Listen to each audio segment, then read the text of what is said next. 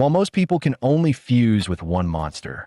He, on the other hand, can fuse with as many as 9.99 million monsters.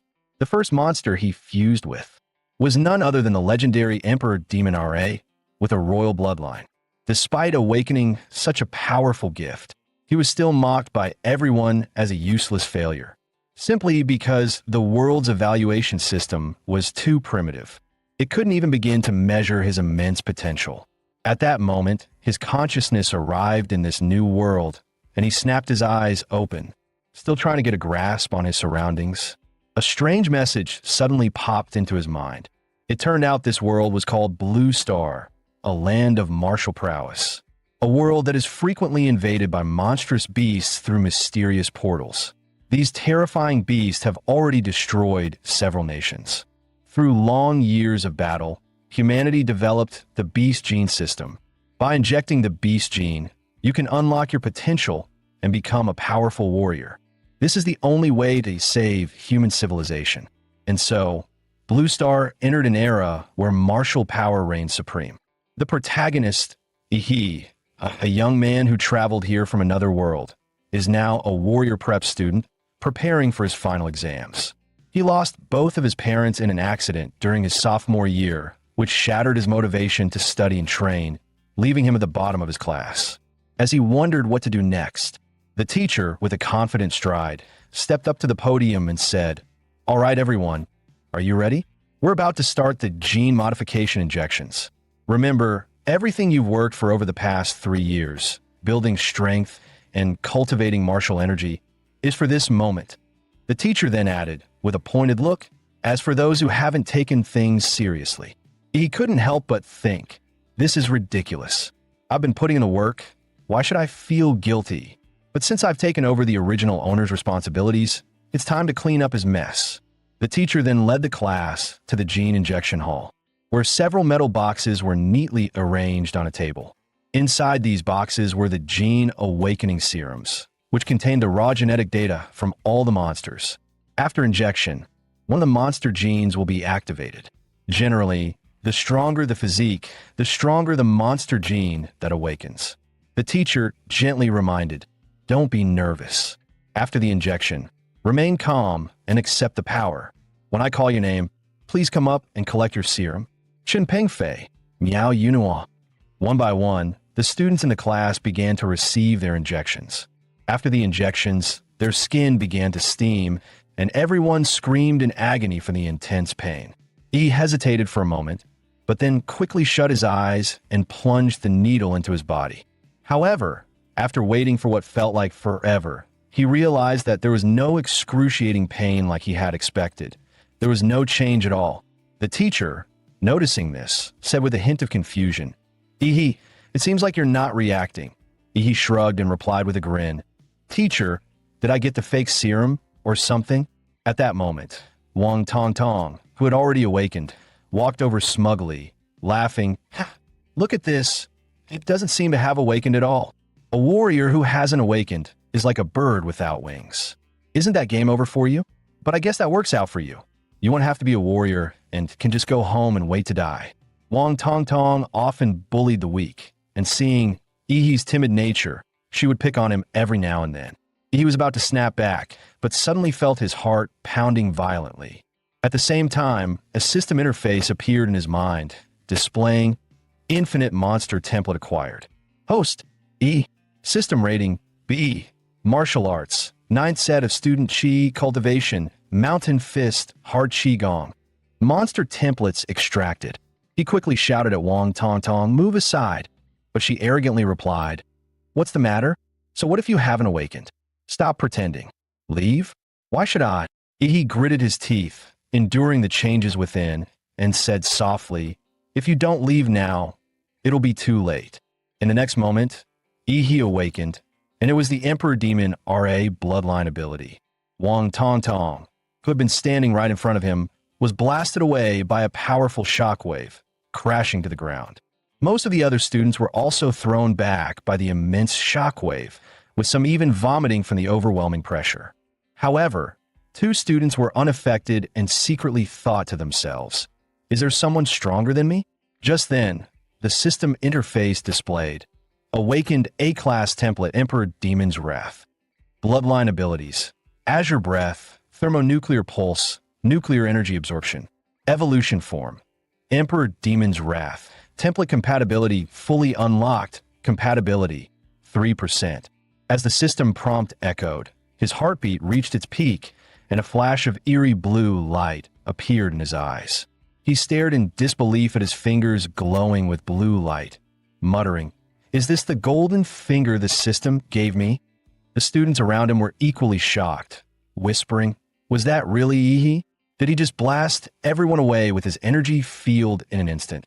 Wang Tong Tong was even knocked unconscious, and she had awakened the second-tier monster, the Flame Lizard. What exactly did Yi awaken? Yi, feeling a little embarrassed, said, "I guess my awakening caused a bit of commotion. I told them to step aside, but they didn't listen." Just then, the school's broadcast echoed. "All third-year students who have awakened, please proceed immediately to the testing hall for a gene awakening and martial arts level assessment. Repeat all." Inside the testing hall stood 10 high-tech cylindrical machines, and as each student stepped inside, the large screen on the podium would display their name, class, martial arts level, and the awakened monster gene. Li Xin Yuan from our class awakened the third-tier monster bloodline of the speed blade insect. He's really lucky. He was just an average student before, but now he's number 1 in our class. Chu Zhou is definitely the top of the grade. Not only is he a level 9 martial disciple, but he also awakened the Ice Dragon, one of the top bloodlines in the 3rd tier. Looks like the valedictorian of our city will be him. Did you see what Miss Lu awakened? Holy crap, a rare 4th-tier bloodline, the Ghostly Phoenix. Provincial champion. If a 4th-tier monster's Real form showed up, it could destroy a whole city. Warriors would be like ants in front of them. Only masters could stand a chance. Listening to their discussions, he couldn't help but feel puzzled. The monsters they awakened were classified into tiers 3 and 4. So why was his A-class? Soon, it was his turn for the bloodline assessment, and the noise in the room grew even louder. With that shockwave he just released, he might be destined to become a big shot. If he plays his cards right, he'll definitely latch onto someone powerful. The crowd watched him approach the testing machine like he was a celebrity. The crowd automatically parted, for in this world, strength was everything.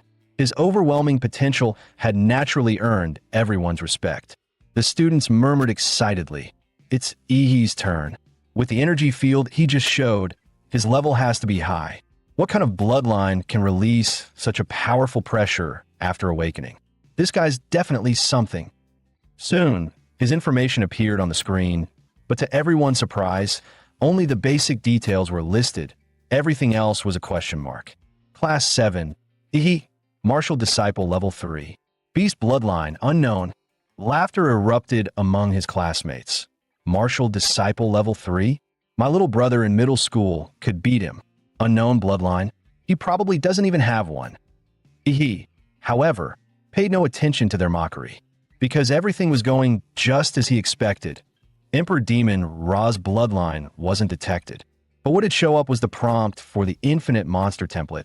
While his template level was different from his classmates, it meant that as long as he met certain conditions, he could draw from an unlimited number of monster templates. Doesn't that mean he could become the king of monsters?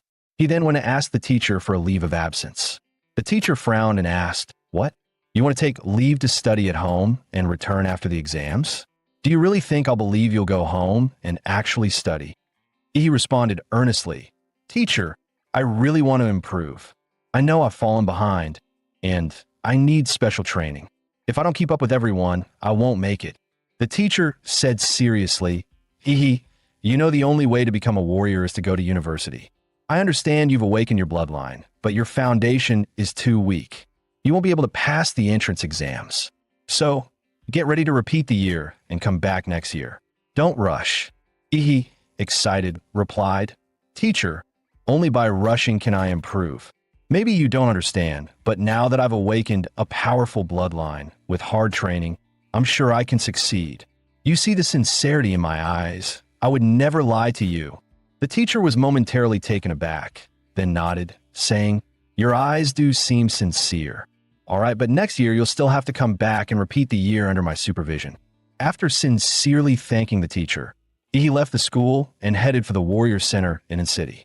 On the way, he thought to himself, he had used his parents' house as collateral for $600,000, plus the compensation from their accident of over $1 million. Now, he had a solid starting fund. There were two options to increase his strength. One was to improve his warrior rank. The other was to enhance the compatibility of the Emperor Demon RA template. In the information of the Infinite Monster template, it showed that each template starts with a compatibility of only 1 point, but the Emperor Demon RA has 3 points. Where did the other 2 points come from? The only answer is that the Emperor Demon RA template absorbed the power of the Gene Awakening Serum, providing an additional 2 points of compatibility. This means that in this world, Gene scientific serums can enhance template abilities, and compared to the long and grueling training of warriors, spending money to increase template compatibility is clearly more suited for him.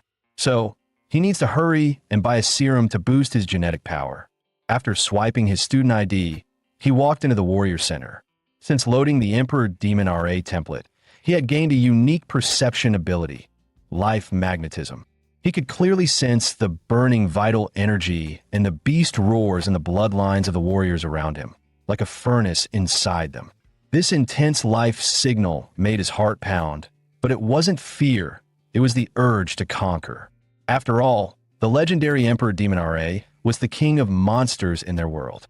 Unfortunately, he was still a rookie and could only hold back the combat bloodline of Emperor Demon RA, forcing himself to endure. Once he had accumulated enough power, he would show this world what it truly means to be the king of monsters. Just then, a hand landed on his shoulder.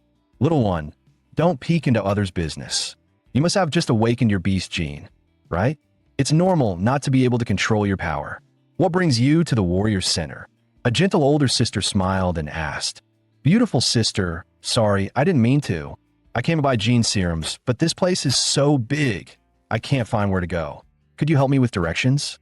The woman smiled and said, Gene serums? You want to use them at this stage. He thought there might be some taboo about it. The woman explained, it's not a big deal, but gene serums are expensive and they can easily lead to drug resistance, meaning their effectiveness will decrease over time. To maximize their effect, warriors usually wait until their bloodlines are developed to their peak before using them. He asked, how much does one gene serum cost? The woman replied, at your stage, you'll only be able to use the basic consolidation type serum, which costs about $400,000. He was shocked, thinking to himself, that's so expensive, my savings would only buy me 5 at most. He immediately asked, do you happen to know anyone who can give me a discount? The woman handed him a business card with the name Huang Yuli, level 4 martial disciple written on it. She smiled and said, here, take my card. With an introduction from an experienced warrior, you might get a discount. He politely thanked her and then parted ways. Soon, he arrived at the Warrior Hospital and spent $1.45 million on 4 gene serums. With the remaining funds, he purchased some basic equipment and weapons. Warriors earn a lot, but they also spend heavily. This trip had turned him from a comfortable middle-class guy into someone living paycheck to paycheck. Once back home, he couldn't wait to inject the serums. As the light blue fluid entered his body, flowing through his veins and reaching his limbs, he immediately felt his blood start to boil, as if a massive beast was roaring joyously inside him. After injecting all the serums, the compatibility with the Emperor Demon RA template increased from 3% to 7%. His physique also rose from a level 8 to 15, reaching Martial Disciple level 7. So, this is what improvement feels like. Nice. But every time I injected a serum, my physique would rise by 2 points, but the last one only increased it by 1. It seems that as my body improves, further enhancements will become increasingly difficult. But this isn't bad. Just a few minutes of injections, and I've achieved what would normally take others 3 years of hard training. This is still just my normal physical condition. If I activate the power of Emperor Demon Ra's bloodline, I might just have a shot at becoming the top scorer in the college entrance exams. If even with an advantage I can't surpass those geniuses, then this boost is really underwhelming. But for now, I'll start planning for the next step, heading into the secret realm. The rifts to secret realms are divided into 6 levels, from S to E. The higher the level, the stronger the monsters inside. In an S-level secret realm, the monsters are completely uncontrollable by humans. If they invade the real world, the destruction would be catastrophic. He had entered in City's 3rd E-level secret realm. To his surprise, there were fewer people here than he expected. Perhaps it was because the secret realm had been developed for so long. After all, it was an old secret realm, and the valuable treasures had already been taken, leaving only some weak monsters for new warriors to practice on. He signed a death waiver at the entrance and received his ticket to the secret realm. Soon, he arrived at the rift. The rift was 10 meters tall and 5 meters wide, and it appeared to be a blue-gray, fluid-like substance, with sparkling white particles flashing within it. He was extremely excited about his first journey into the secret realm, thinking to himself that this was the beginning of his path to becoming the king of monsters. With that thought, he leaped and jumped right into the rift. After landing safely on the ground of the secret realm, he looked up at the sky and immediately saw 3 gigantic planets hanging above him: Kanglan Star, Onway Star, and Taijin Star. Together, they formed a magnificent trio of planets in the sky, a scene straight out of a sci-fi movie. He couldn't help but marvel. Although I had read about the appearance of the secret realm in the textbooks, experiencing it in person is something entirely different. It's truly spectacular. As he took in the otherworldly scenery, he noticed something creeping up behind him in the grass. It was a first-tier monster, the saber-toothed rabbit, known for its violent temperament and ability to hover. The moment the saber-toothed rabbit leapt, it was as fast as a bullet leaving the chamber, its sharp teeth aimed directly at his jugular. However, with Emperor Demon Ra's sensory abilities, he had already noticed the rabbit's movements. He quickly dodged, then, using his momentum, grabbed the saber-toothed rabbit by the head and crushed it with a pop. After its death, the body rapidly carbonized and turned to ash, leaving behind only a thumb-sized white monster core. He looked at the monster core and thought, white, ordinary quality. It's worth about 1,000. Not bad, though. I made 1,000 in just a few minutes. The average person works an entire month for 3,000 or 4,000. However, collecting too many first-tier monster cores wouldn't do him much good. It would be best if he could find a second-tier or higher monster. No sooner had he spoken than a second-tier monster, the corpse moth, suddenly burst out from the ground. He chuckled softly, thinking to himself, well, that was quick. He drew his weapon and prepared to take the initiative. With a single sword strike, he hit the corpse moth. He'd studied the monster encyclopedia before, and compared to the monster's steel-like back armor, its underbelly was clearly more vulnerable. The foul-smelling green blood shot out, splattering on the ground and leaving a corrosive mark. The corpse moth curled its body into a ball, and its blade-like insect limbs rapidly slashed toward him. He immediately used his mountain fist technique. His fist, like a cannonball, slammed into the corpse moth, and its speed faltered after the hit. The corpse moth then launched 2 side-like fangs at him. He was startled. He didn't expect the corpse moth's mandibles to be capable of firing. He narrowly avoided the attack and quickly distanced himself. With his current martial artist level, he couldn't handle this monster.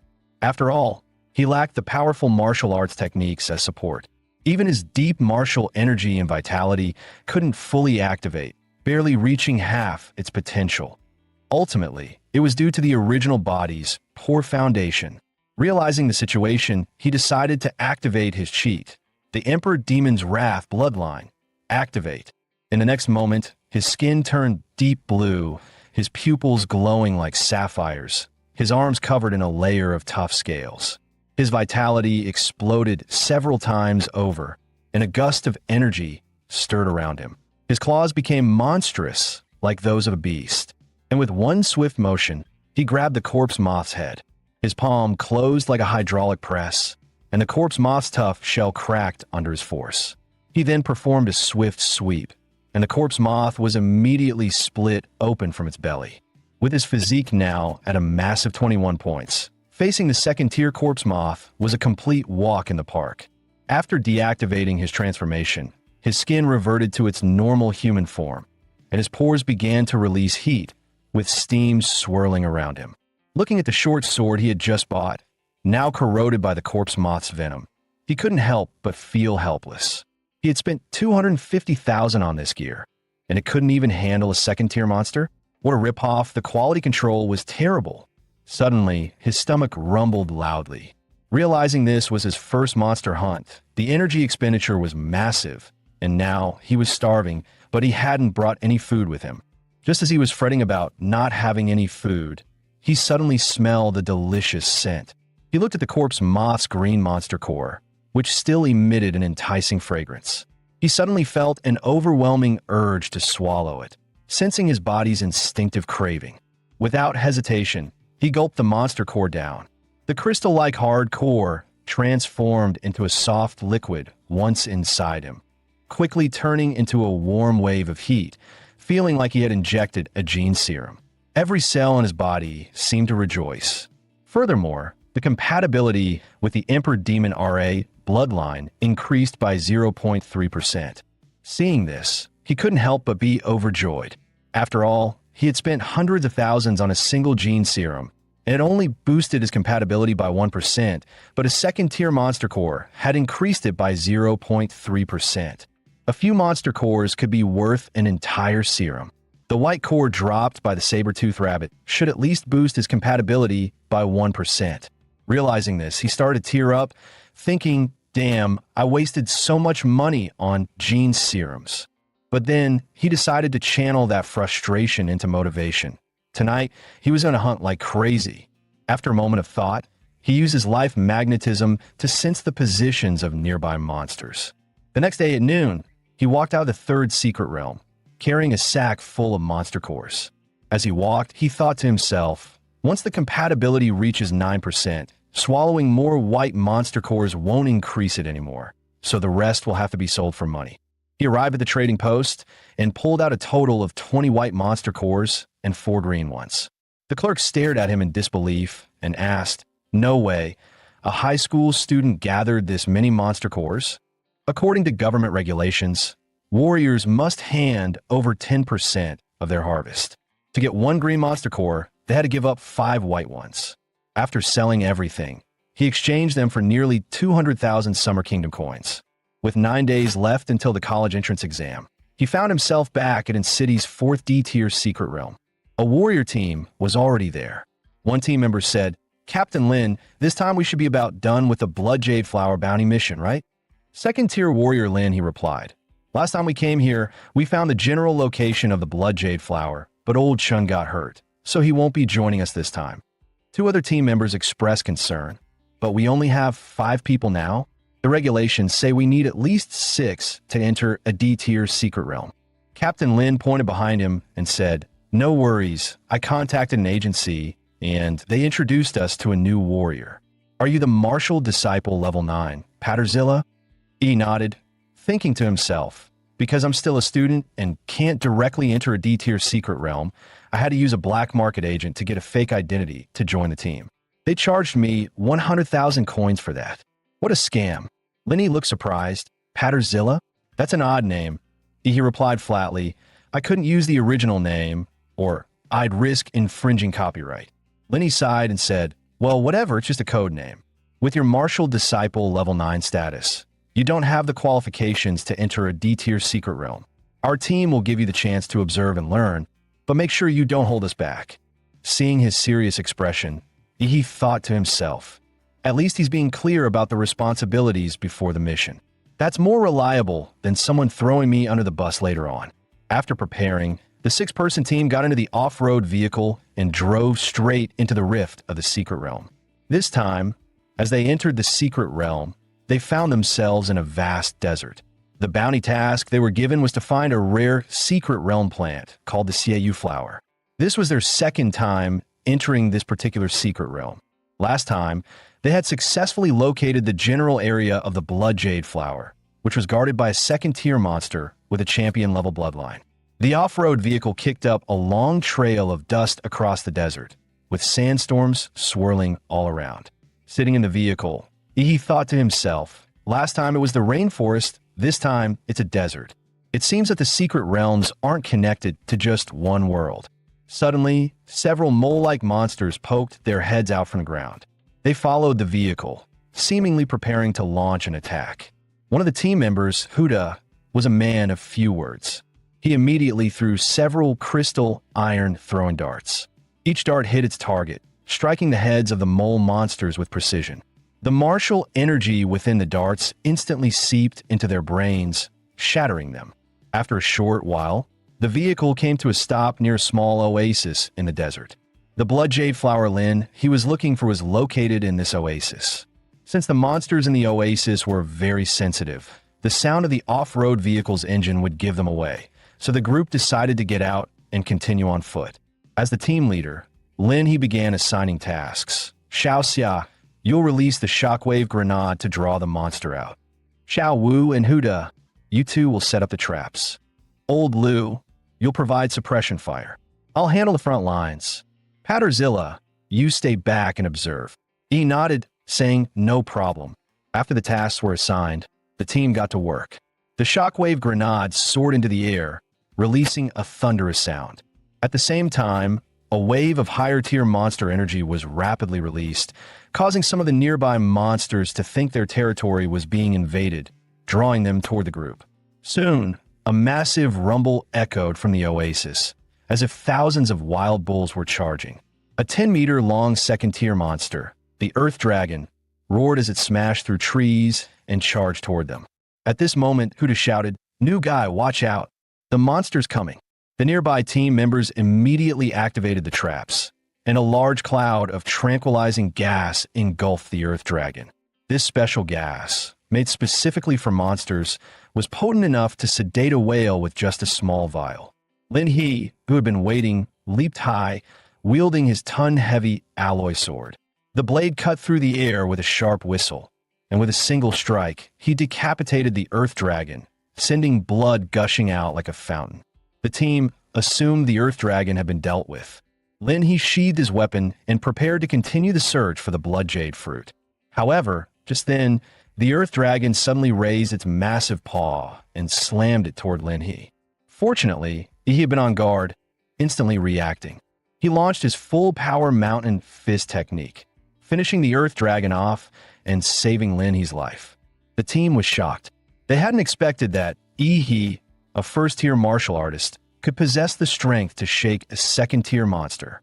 Such power earned their respect, and they no longer saw him as a liability, but as a valuable teammate. After defeating the Earth Dragon, the team found the oasis completely clear. Soon, they arrived at the center of the oasis lake, where the blood jade fruit awaited. The blood jade fruit was a rare item that only appeared under very low chances. It was said to cleanse a warrior's body and enhance their physical potential, making it highly sought after, though it rarely appeared in the market. Just as Lin he was about to celebrate, Huda from the team unexpectedly attacked with a poison dagger, stabbing it into Lin He's abdomen. The other team members exclaimed, "What's going on here?" Lin He swung his arm in a desperate move, shouting, "Huda, what the hell are you doing?" Huda quickly retreated, dodging the blow. At that moment, a bald man who looked tough as nails stepped forward, sneering, "What's going on? Can't you see? He's obviously up to something that could make him rich." He was surprised that they all knew this man, Ho Peng. Xiao Wu angrily explained, "Ho Peng, he specializes in robbing warriors of their loot from the secret realms. And now he's set his sights on us. What a bastard." Lin He, clutching his bleeding abdomen, looked at Huda and Ho Peng in pain and anger, growling, "The blade's poisoned. Huda, you traitor. How did you know about this?" Even my teammates only learned the blood jade flower's location after entering the secret realm. At this moment, Ihi calmly said, "It was the throwing darts. You left the information on the darts." Huda sneered, "You're clever, Patterzilla, but you're still just a student, right? With the exams coming up, why aren't you studying and instead choosing to follow these scumbags on this trip?" He cracked his neck and replied coldly, "Yeah, the exams are coming up, and I've got a top spot waiting for me." Ho Peng, furious at Ihi's arrogance, shot a dart straight at him. He easily caught the dart, smirking, "You're barking so loudly like a disgusting fence-sitter. Now that's arrogance, so loud, I think it's time to clean up the trash." He then crushed Huda's dart with one hand. Ho Peng, watching this, turned to Huda and said, "This kid's got some guts. Huda, I'll be taking his head." Without hesitation, Huda launched a barrage of darts at Ihi. Ihi grinned coldly, the battle intent in his eyes flaring like a wildfire. After several secret realm fights, he had long grown accustomed to the bloody struggles between warriors. Ihi quickly retreated, narrowly dodging the incoming darts. Huda seized the opportunity to get closer, spinning in the air. A sharp blade extended from his boots, and his long legs swung down like a giant axe, aiming to slice Ihi in half. He didn't dodge. He pressed his finger to his forehead, and blue energy immediately gathered at his fingertip, releasing an atomic breath. The blue beam instantly pierced through Huda's heart. As Huda's broken body fell to the ground, everyone froze for a moment, forgetting to continue the fight. Ho Peng, both surprised and furious, questioned, "Who are you? Which powerful family do you come from to be able to use gene techniques?" He coldly smiled at Ho Peng and replied, "I'm from the Emperor Demon RA family. Do you want to beg for mercy?"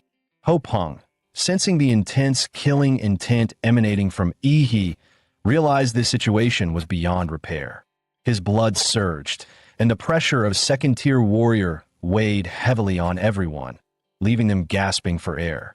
With his bloodline activation, Ho Peng's body swelled several times in size, turning into a terrifying little giant. His massive frame and surging blood energy gave off an overwhelming sense of pressure, fully transforming him into a beast-like monster. He charged at Ihi, moving like a tank, with a blast of wind behind him. In the split second that followed, Ihi crouched low, swiftly flipping to the side to dodge. His fingers shot out again, releasing a blue particle beam aimed at Ho Peng's vulnerable ankle. Ho Peng screamed in pain, bringing both his hands together and smashing them down toward Ihi. Ihi, with his agile footwork, easily dodged the attack. Surprised, he thought to himself, "A second-tier warrior really is something else. My atomic breath couldn't even melt his ankle bones." Ho Peng then swung his arms like massive wrecking balls, closing in on Ihi as if trying to crush him with his giant hands. However, Ihi suddenly appeared behind Ho Peng. He then unleashed his fists, charged with intense nuclear radiation, pounding one blow after another into Ho Peng's body, each punch injecting lethal nuclear material into his system. With Ho Peng's second-tier warrior body and his bloodline enhancement, he could easily withstand my punches, but he definitely couldn't handle the continuous nuclear magic attacks. Soon, the internal organs in his body began to liquefy into pus and blood. Ho Peng, writhing in agony, glared at Ihi with hatred, accusing him of using poisonous gene techniques, cursing that such evil warriors would eventually be punished. Ihi scoffed at him and raised his fist to end his life, thinking to himself, "The number of people cursing me will only grow, but what's he really worth?" 9 days flew by in the blink of an eye, and today was one of the grandest days in the Summer Kingdom. The National College entrance exams were finally here. In front of a nationwide live broadcast, the host began speaking to the candidates, first wishing them success and then explaining the exam rules. The exam was held in a tournament-style format, taking place in the Central City Sports Arena. Students would compete in pairs, and the winners would advance to the next round, with the whole event lasting 3 days. The first 2 days were for the preliminary rounds, and only the students who advanced could participate in the third day's exam. Each student had to compete in 3 matches during the prelims, and those who made it to the finals would continue to fight until the top scorer was chosen. The host emphasized that the candidates carried the future of humanity on their shoulders, urging them to showcase their strength for themselves and for the future of mankind, before officially announcing the start of City's college entrance exams. As the host's voice faded, the candidates began to step onto the arena. On Arena 6, the match was between Ihi and Wang Tongtong. But at that moment, Ihi had still not arrived. The host announced that, according to the rules, if Ihi was not present after the match began, he would be disqualified. Wang Tongtong stood on the arena, smug and satisfied, thinking to herself, "The Gene Conference made me lose face, a shame I'll carry for life. I was planning to humiliate Ihi with my flame lizard, but that pathetic fool is hiding and won't show up. How disappointing." The audience murmured, "How pathetic." He's too scared to even show up for the exams. He's probably hiding at home, trembling. Someone like him shouldn't even be in high school. He should just go sweep the streets.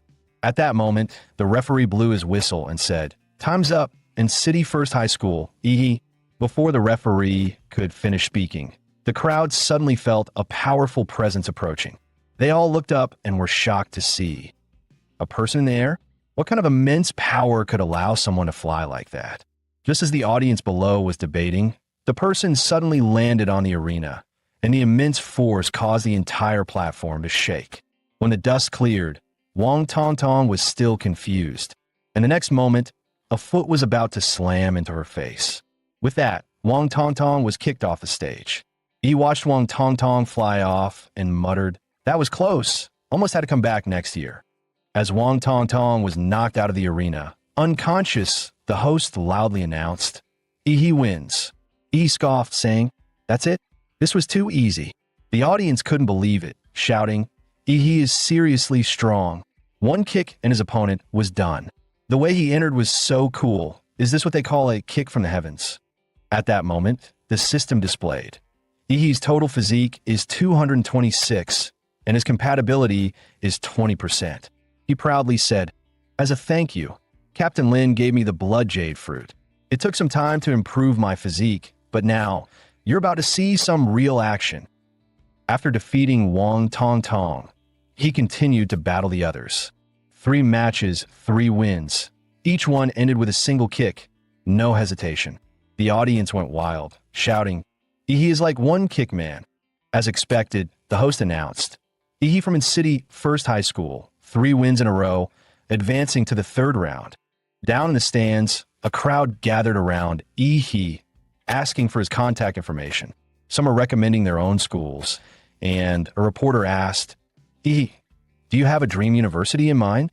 Upon hearing the question, Ihi's eyes flashed, and he confidently replied, "Sorry, I'm aiming for Huadu University." Hearing this, the crowd around Ihi suddenly scattered. Ihi sighed, saying, "What? You don't believe me? But I can't blame them. Huadu University is the best martial arts college in the Summer Kingdom, one of the top 5 in the world, a holy land for all warriors. Cities like in City only allow the top students to enter that sacred place. But it's fine. Martial artists are judged by their strength. Once I'm the top scorer, we'll see what they say." At that moment, the examiner noticed Ihi's performance and approached him, asking for a retest of his martial artist level. After a quick scan, the examiner was shocked and exclaimed, "Just half a month ago, Ihi was a martial disciple level 3, but now he had reached level 9. Upon further investigation, they found that he had frequently visited E-tier secret realms after leaving school. So they asked him why he ventured into such dangerous places right before the college entrance exams. He casually explained, "It's to settle myself. My father left me a message before he passed. He said that to surpass humanity, you have to stop being human. So I've been going to secret realms, battling and breaking through my genetic locks." The examiner froze when he heard he mentioned breaking his genetic lock and immediately said, "I need to report this right away." After that, the examiner rushed off. He couldn't help but feel like he had somehow become a subject of intense scrutiny. On the day of the tournament, he stepped onto the arena once again. This time, his opponent was Luo Xian from City's 3rd High. He was a martial disciple level 8 with the bloodline of a rare 2nd-tier monster, and both of his parents were warriors. He looked at Luo Xian with boredom and motioned for him to make the first move. Luo Xian, feeling belittled, couldn't help but feel some anger rising within him. He immediately activated his bloodline and used his martial skill, Thunderclap Claw, accelerating to top speed. His heart beat like a supercar engine, and as he ran, his body accelerated again and again. His sharp claws slashed toward Ihi's throat, and the finely honed martial skill cut through the air, creating sparks and a sonic boom. If it hit, even a martial disciple level 9 would be killed. However, he never expected that. As his arm came near, he effortlessly grabbed it. He casually commented, "Nice energy, but it's nowhere near that bald guy's charge." Without hesitation, he delivered a palm strike to Luo Xian's head. The immense force knocked Luo Xian out cold right on the spot. He then arrogantly said, Are there no decent contestants? The host quickly announced, another victory with one strike, and this time, he defeated the seed player, Luo Xian. Dozens of high-speed cameras focused on Yi, capturing shots from every angle, and the live broadcast was buzzing. Viewers couldn't stop talking, some in awe, saying Luo Xian looked so fierce, and in the blink of an eye, he's on the ground. Yi's strength is on a whole different level compared to the other candidates. In this martial arts-driven era, Yi's overwhelming display of power stirred the passion of everyone watching. Xu Zhou watched as Luo Xian was carried off the stage by medics, his eyes filled with fierce determination, and he instinctively clenched his fists. As expected, you're the one I've been rooting for. I'll definitely defeat you in the finals. The head of the Huadu University admissions office, having watched Yi's impressive performance through the live broadcast, demanded to have all of his information within half an hour. Just after he finished his match, the second group of the qualifiers was already in full swing. This match was even more heated than his, as both competitors were top-tier beauties with larger followings, making it even more of a spectacle. One of them was Kai Shaoling from City Second High, a petite girl with an incredibly sexy figure. She flipped her long golden pigtails, giving Lu Qingzhu a provocative look, and remarked that she hated the robotic expression of Lu's family's young lady. Lu Qingzhu didn't respond. Instead, she simply bowed slightly and greeted her, her face expressionless, as if she didn't take Kai Shaoling's challenge seriously at all. The referee blew the whistle, signaling the start of the match. With the aura of a martial disciple level 9, Kai Shaoling instantly appeared in front of Lu Qingzhu, sweeping a kick towards Lu Qingzhu's neck, threatening to slam her to the ground. Lu Qingzhu still made no move, lightly waving her palms, causing the air around her to thicken, becoming as viscous as a swamp under the influence of her martial technique. When Kai Shaoling's kick met the air in front of Lu Qingzhu, she felt as though her leg, which could tear through military-grade steel, had instead sunk into soft cotton. Under the diminishing effects, even the high-speed cameras could only capture Kai Shaoling's white leg moving in slow motion, visibly decelerating. Kai Shaoling, furious at Lu Qingzhu's immovable expression, intensified her attack. She cloaked her body in martial energy, minimizing air resistance, and blurred her form into a shadow as she circled Lu Qingzhu, waiting for the right moment to strike a palm to Lu Qingzhu's side. But as her palm neared Lu Qingzhu's waist by just 3 inches, it suddenly couldn't get any closer. Realizing she had fallen into a trap, Kai Shaoling tried to retract her hand, but the air in front of her exploded with unimaginable suction, preventing her from pulling back. At that moment, Lu Qingzhu made her first move, extending her slender fingers, which now shimmered with a jade-like light. The warriors watching the live stream had their eyes widen as they recognized the move, the Hunyuan Jade Finger from the Xian Huang martial technique. To see a student about to take the high school entrance exams mastering the Xian Huang technique was astonishing. Such martial talent didn't need to be proven through exams. This alone could guarantee a direct admission to Huadu University. Standing closest to Lu Qingzhu, Kai Shaoling could feel the terrifying energy from the Jade Finger, realizing that if she didn't pull out her trump card now, it would be her last chance. Without hesitation, she activated her bloodline, Shadow, Tiger King.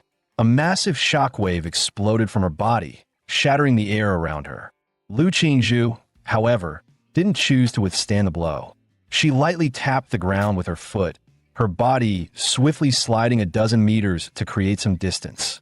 The examiners in the stands held their breath, eyes fixed on Kai Shaoling, amazed. A king-level bloodline is hard to control, and the Shadow Tiger King is known for its brutal power. This girl's future is boundless.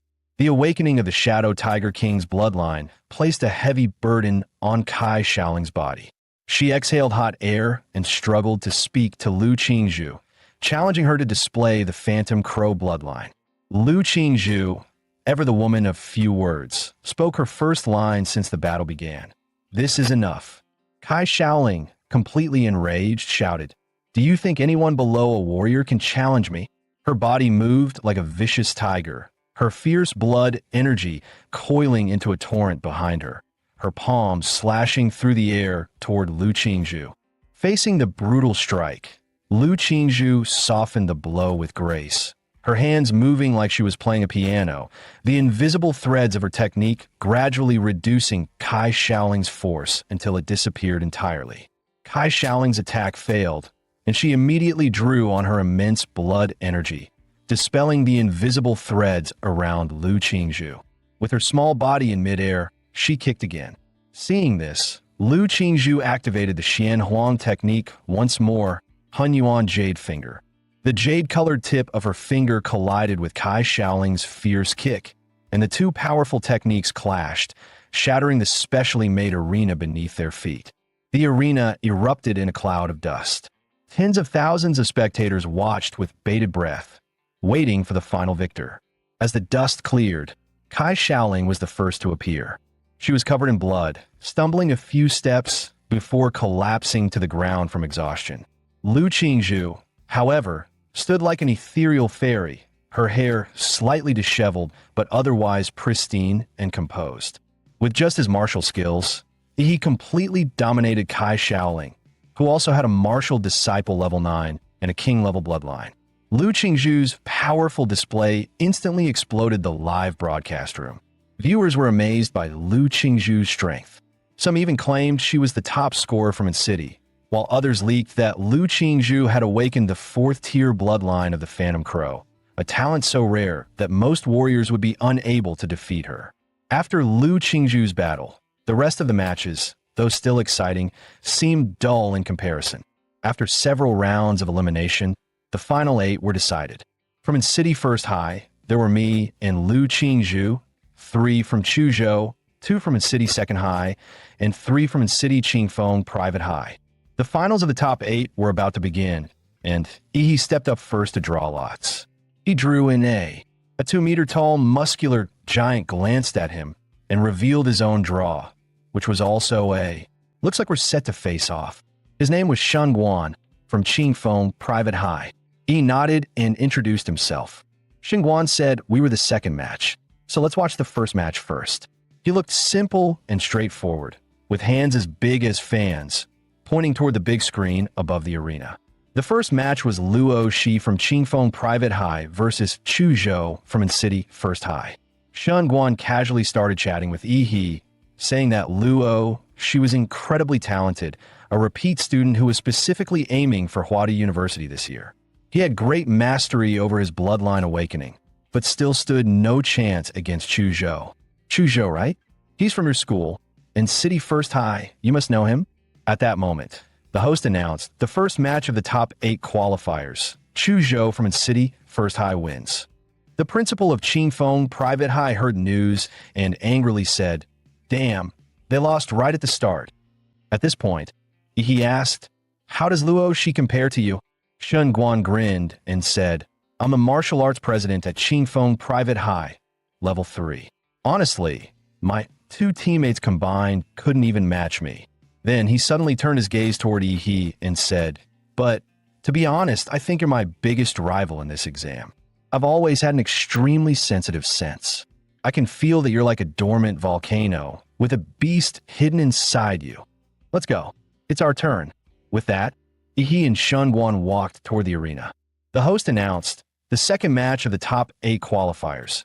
Shun Guan from Qingfeng Private High versus Yi from City First High. The quarterfinals of the Onqing Combat Trials, a high-stakes battle for elite university selection, were reaching a fever pitch. At the sound of the referee's call, Yi and Shun Guan lunged at each other, fists exploding forward like thunderclaps. Their blows collided midair, unleashing a shockwave that echoed like a detonation, the very air trembling from the force. Blood trickled from Shun Guan's nose, yet he grinned with manic delight. Nosebleed?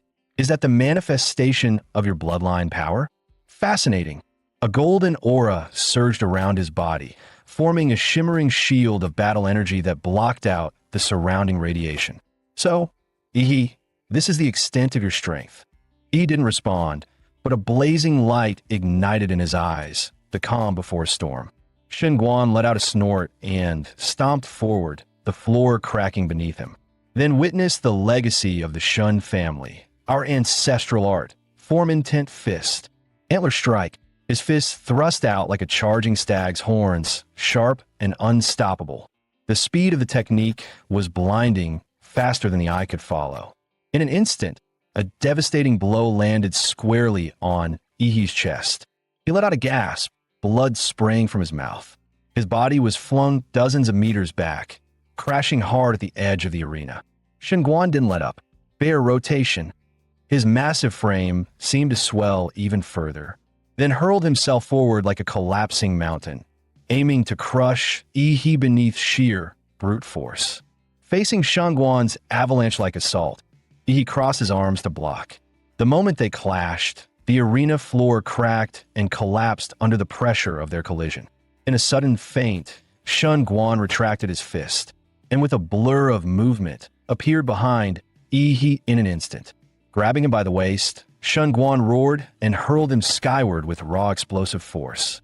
Dropping into a crouch like a stalking beast, Shenguan's face twisted into a predator's snarl as he let out a guttural growl, like a tiger about to strike. He launched himself upward, intercepting Ihi mid-air in a full force tackle. As they collided, his form shifted again, like an eagle dive-bombing from the clouds, slicing through the air with 3 visible shockwaves. Ihi slammed into the ground like a meteor, cratering deep into the earth as dust exploded outward. The relentless combo left Ihi overwhelmed, with no room to retaliate. Landing with a flourish, Shenguan crossed his arms and laughed heartily. Now that was satisfying. On the sidelines, medics prepared to rush in. After that brutal form-intent fist combo, even a veteran fighter would be half dead. But suddenly, Shenguan froze, a chill crawling up his spine. He felt it, like standing before an ancient monster.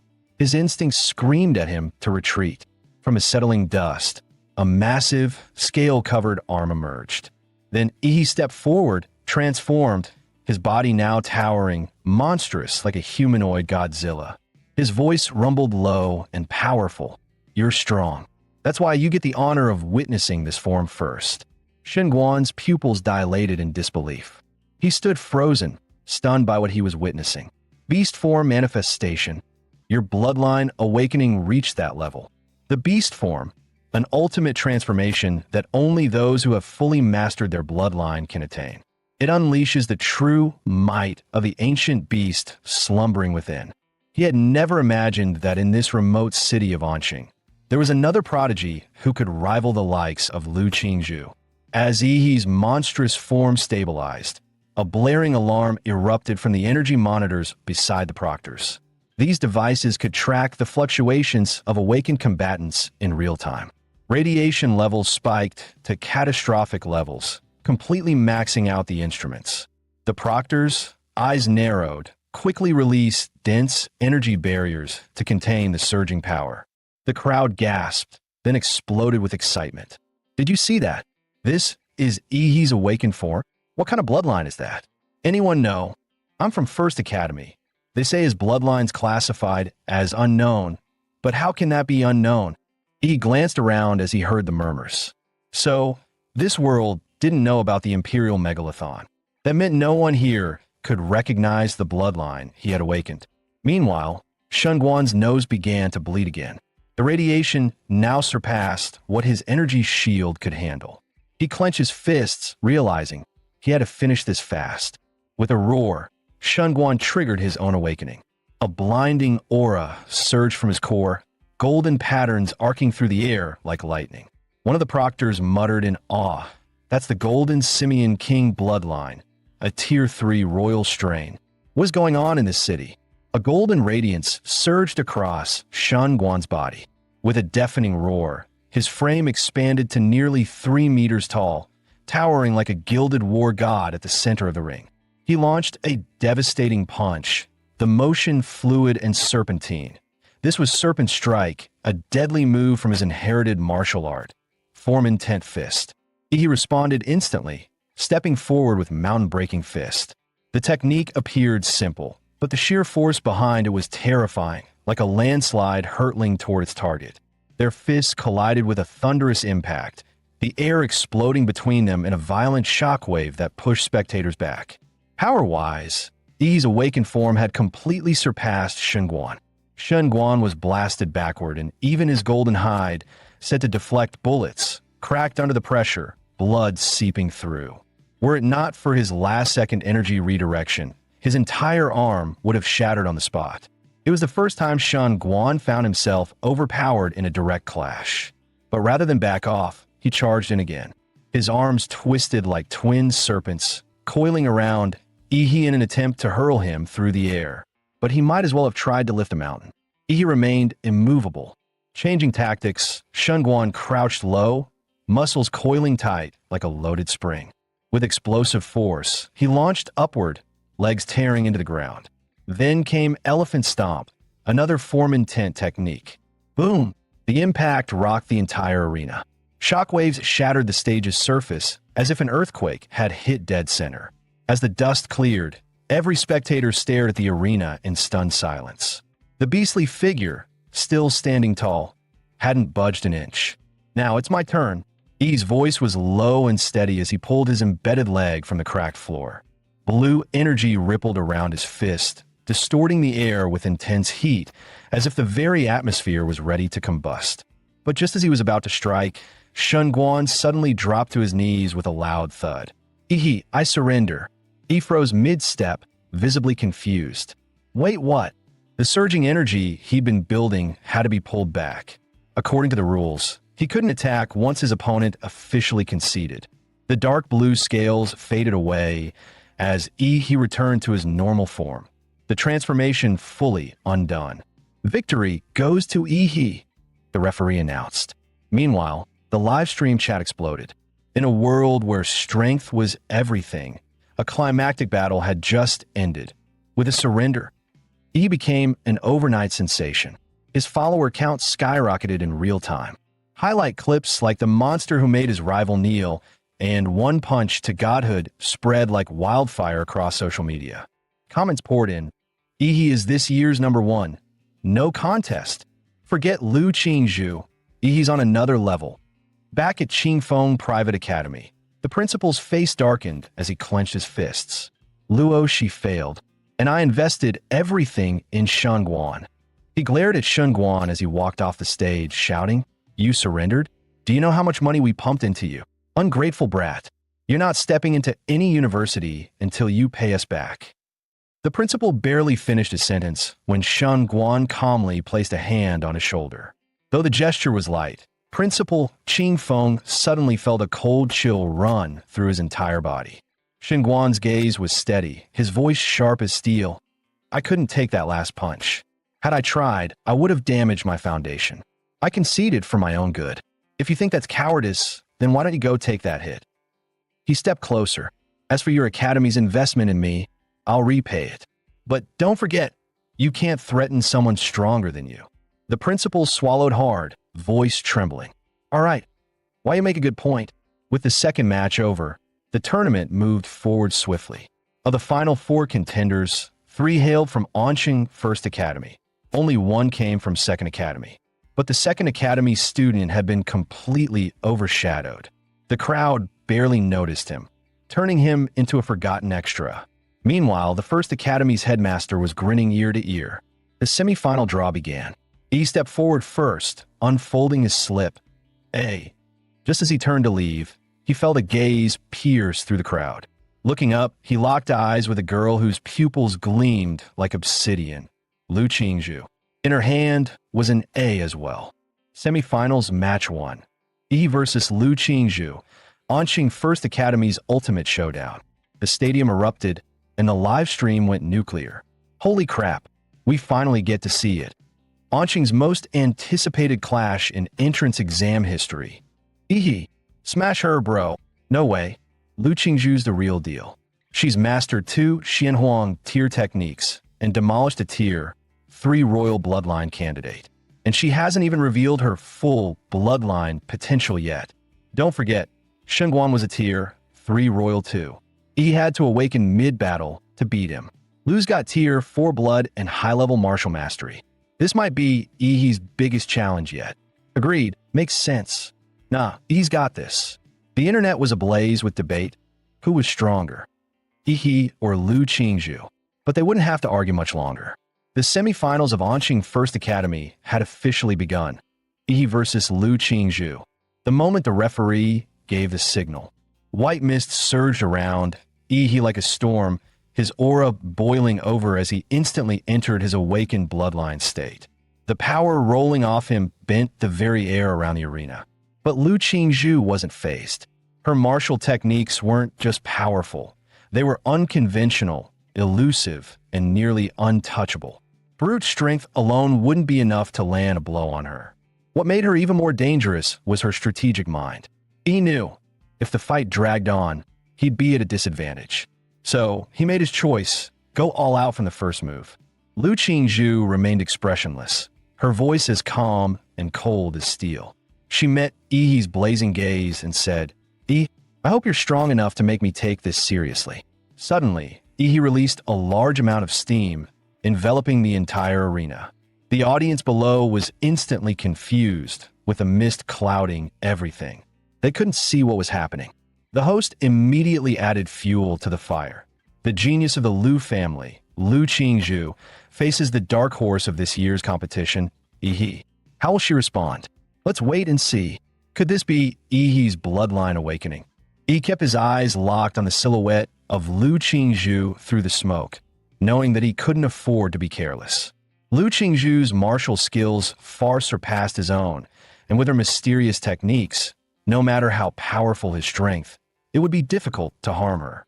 This martial genius also had an exceptionally high battle IQ.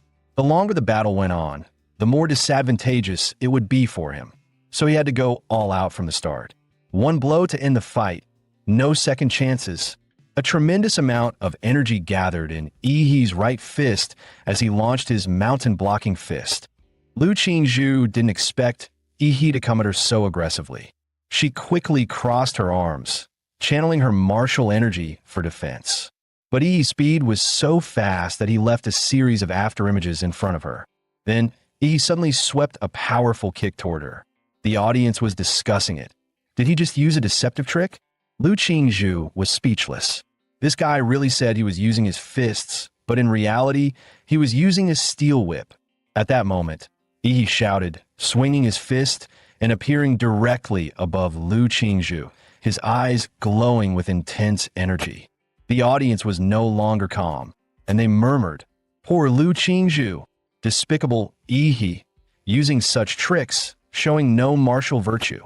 In martial combat, one must never hesitate to use tactics. Lu Qingzhu could only once again cross her arms to defend herself. The audience couldn't help but hold their breath for her. Oh no, Lu Qingzhu's rhythm was completely disrupted by that move. Now wasn't the time to show mercy. He kept attacking with one strike after another, not giving her a chance to retaliate, hitting her like a punching bag. The audience saw clearly that Yi's pursuit was too fierce. Lu Qingzhu had no chance to escape. But what happened next left them even more confused. He actually used his martial energy to push Lu Qingzhu back. Didn't that give her a chance to counterattack? But the next second, what awaited her was the claw of the Imperial Magic Beast. He wasn't foolish. How could he make such a mistake?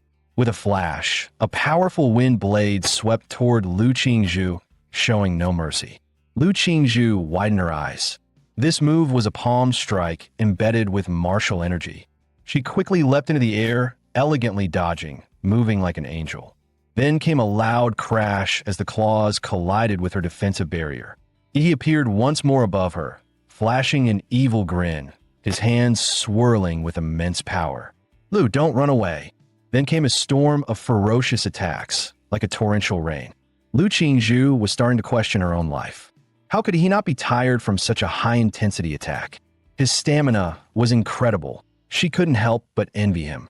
As for herself, she had mastered two powerful techniques of the Shin Yellow martial arts. One was a defensive secret technique from the Lu family, illusory shadow of floating flowers, and the other was an offensive technique, mixed Yuan Jade Finger. If she could use either of them, she could break free from Yi's relentless attacks. Unfortunately, Yi didn't give her any chance. If this continued, Lu Qingzhu would soon be knocked off the stage by Yi. With no way out, Lu Qingzhu decided to stop hiding. Suddenly, a feather appeared on her fist. Yi's eyes narrowed upon seeing this. Finally going to use your trump card. A long cry echoed throughout the arena, signaling the awakening of the bloodline, the Netherworld Sparrow. A humanoid bird soared into the air. Its purple wings flapped as pieces of feather floated down. This was the bloodline awakening. Lu Qingzhu was revealing her magical beast bloodline for the first time, the Netherworld Sparrow. Yi, you'd better be careful. I can't control my power in this form. Yi grinned at this, knowing this was exactly what he'd been waiting for. After all, he didn't want to unleash too much power and destroy her, as until now, he had only used about 50% of his strength. Now he would go all out. However, in the next second, Lu Qingzhu appeared behind Yi. She had actually used the Xin Yellow martial arts technique, mixed Yuan Jade Finger, in her bloodline awakened state. He wasn't to be outdone. His bloodline from the Imperial Magic Beast stirred excitement in him. He roared and launched an atomic explosion fist, a tremendous boom resounding. A massive shockwave exploded behind them, shaking the entire arena. The audience gasped, so strong, so intense. I can't open my eyes. Lu Qingzhu also let out a gasp. Her eyes widened, and a bead of cold sweat appeared on her forehead.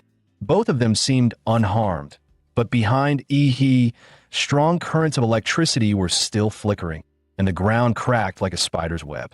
Yi's body began to change, with pieces of dark blue scales gradually covering his face, his mouth now brimming with destructive energy. Lu Qingzhu felt an overwhelming sense of danger and thought to herself, "What's happening?" Yi's beast form seemed to be gathering power, the spine on his back raised, seemingly accumulating immense energy. This energy slowly transferred into Yi's mouth until his entire back spine shone with blue light. In that instant, Yi unleashed a beam of atomic energy, radiating an aura of destruction. Lu Qingzhu saw the powerful attack heading toward her and decisively folded her wings, tightly wrapping herself up. The next second, the terrifying wave of energy engulfed her in an instant. The bloodline power of the Nether Phoenix was activated by Lu Qingzhu in this life-or-death moment. Countless black feathers flickered, reflecting light like crystals as the blue particle beams collided with the purple-black feathers. It was as if they were reflected by mirrors, with a thick, concentrated beam of light being refracted into several smaller beams by the feathers. The light radiated outward from the black sphere that Lu Qingzhu had turned into, reflecting in all directions. Just as it seemed the light was about to shoot off the arena, the examiners tried to stop it, but they were too late. At that moment, a golden weapon enveloped the entire arena. All the light beams heading toward the outside of the arena vanished the instant they touched the golden martial energy, as though they were absorbed and disappeared without a trace. It was the mayor of Anqing, Huang Qing. The examiners tried to greet the mayor, but he raised his hand to signal them not to bother, saying softly, "Watch closely. Today, the strongest top student in Anqing's history will be born." About 15 seconds later, the atomic exhale ended, and Lu Qingzhu spat out a mouthful of blood. Her two purple-black wings, after reflecting the atomic exhale to the extreme, were now melted and in tatters.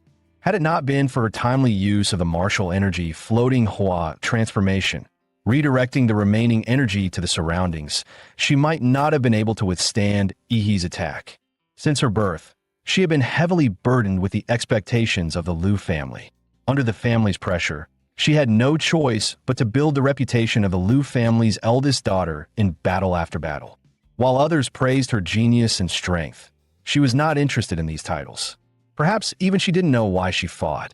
In fact, she didn't want to fight at all. Competing with others felt utterly meaningless to her. She simply followed her mother's wishes, moving forward silently, exhausted. Yi is truly strong. Facing such a strong opponent, it's only natural that Lu Qingzhu lost the match.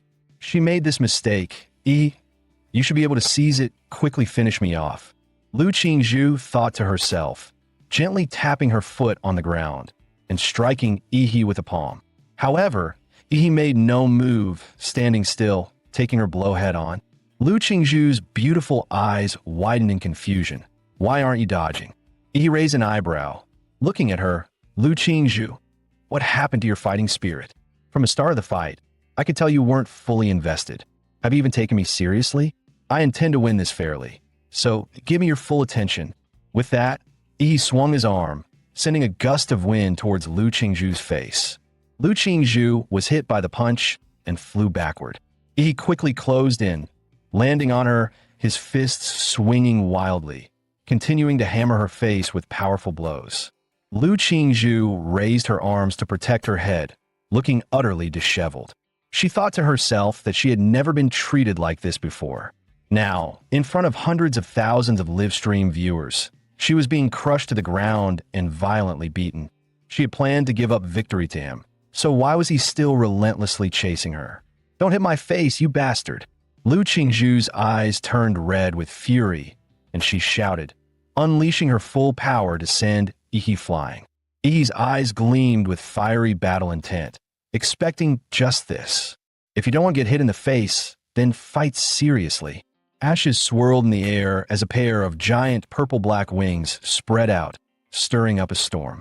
Lu Qingzhu's delicate face bore strange, otherworldly patterns, while her back sprouted what looked like a yellow robe-like tail feather, the power of her chirp sword echoing across the battlefield as she transformed into her beast form. After entering her beast form, Lu Qingzhu appeared cold and confident. Yi, as you wished, I will defeat you with my strongest form. A massive pair of violet-black wings suddenly burst open in midair, stirring up a raging storm. Mysterious markings spread across Lu Qingzhu's flawless face, while her regal tail feathers fluttered behind her like a royal cloak. From deep within her, a piercing avian cry echoed in all directions. He grinned, finally showing your beast form? Now, this is getting fun.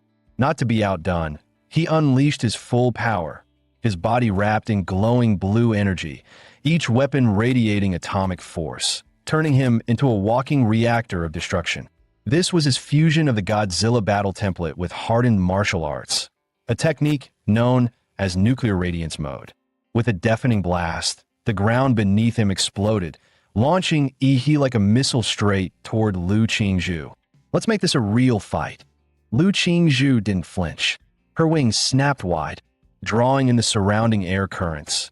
She summoned a funnel-shaped storm laced with ghostly energy that could devour all it touched.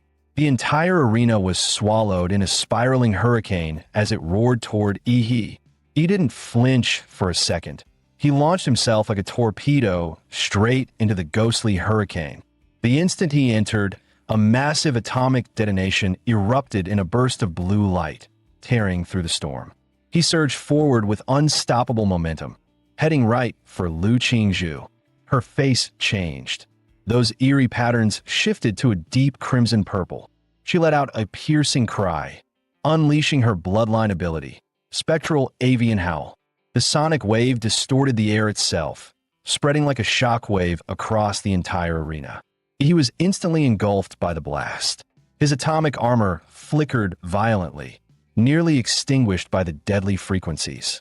If not for his high-tier Godzilla-based lineage, that spectral screech might have torn him apart from the inside. But hey, two can play that game. You think you're the only one who can scream? The vertebrae along his spine lit up one by one. Atomic power surged through his body as he activated his ultimate move, Atomic Breath, full output mode. Determination flashed in Lu Qingzhu's eyes. She gave up all defense and poured every ounce of strength into offense. She refused to lose. This battle would have a winner.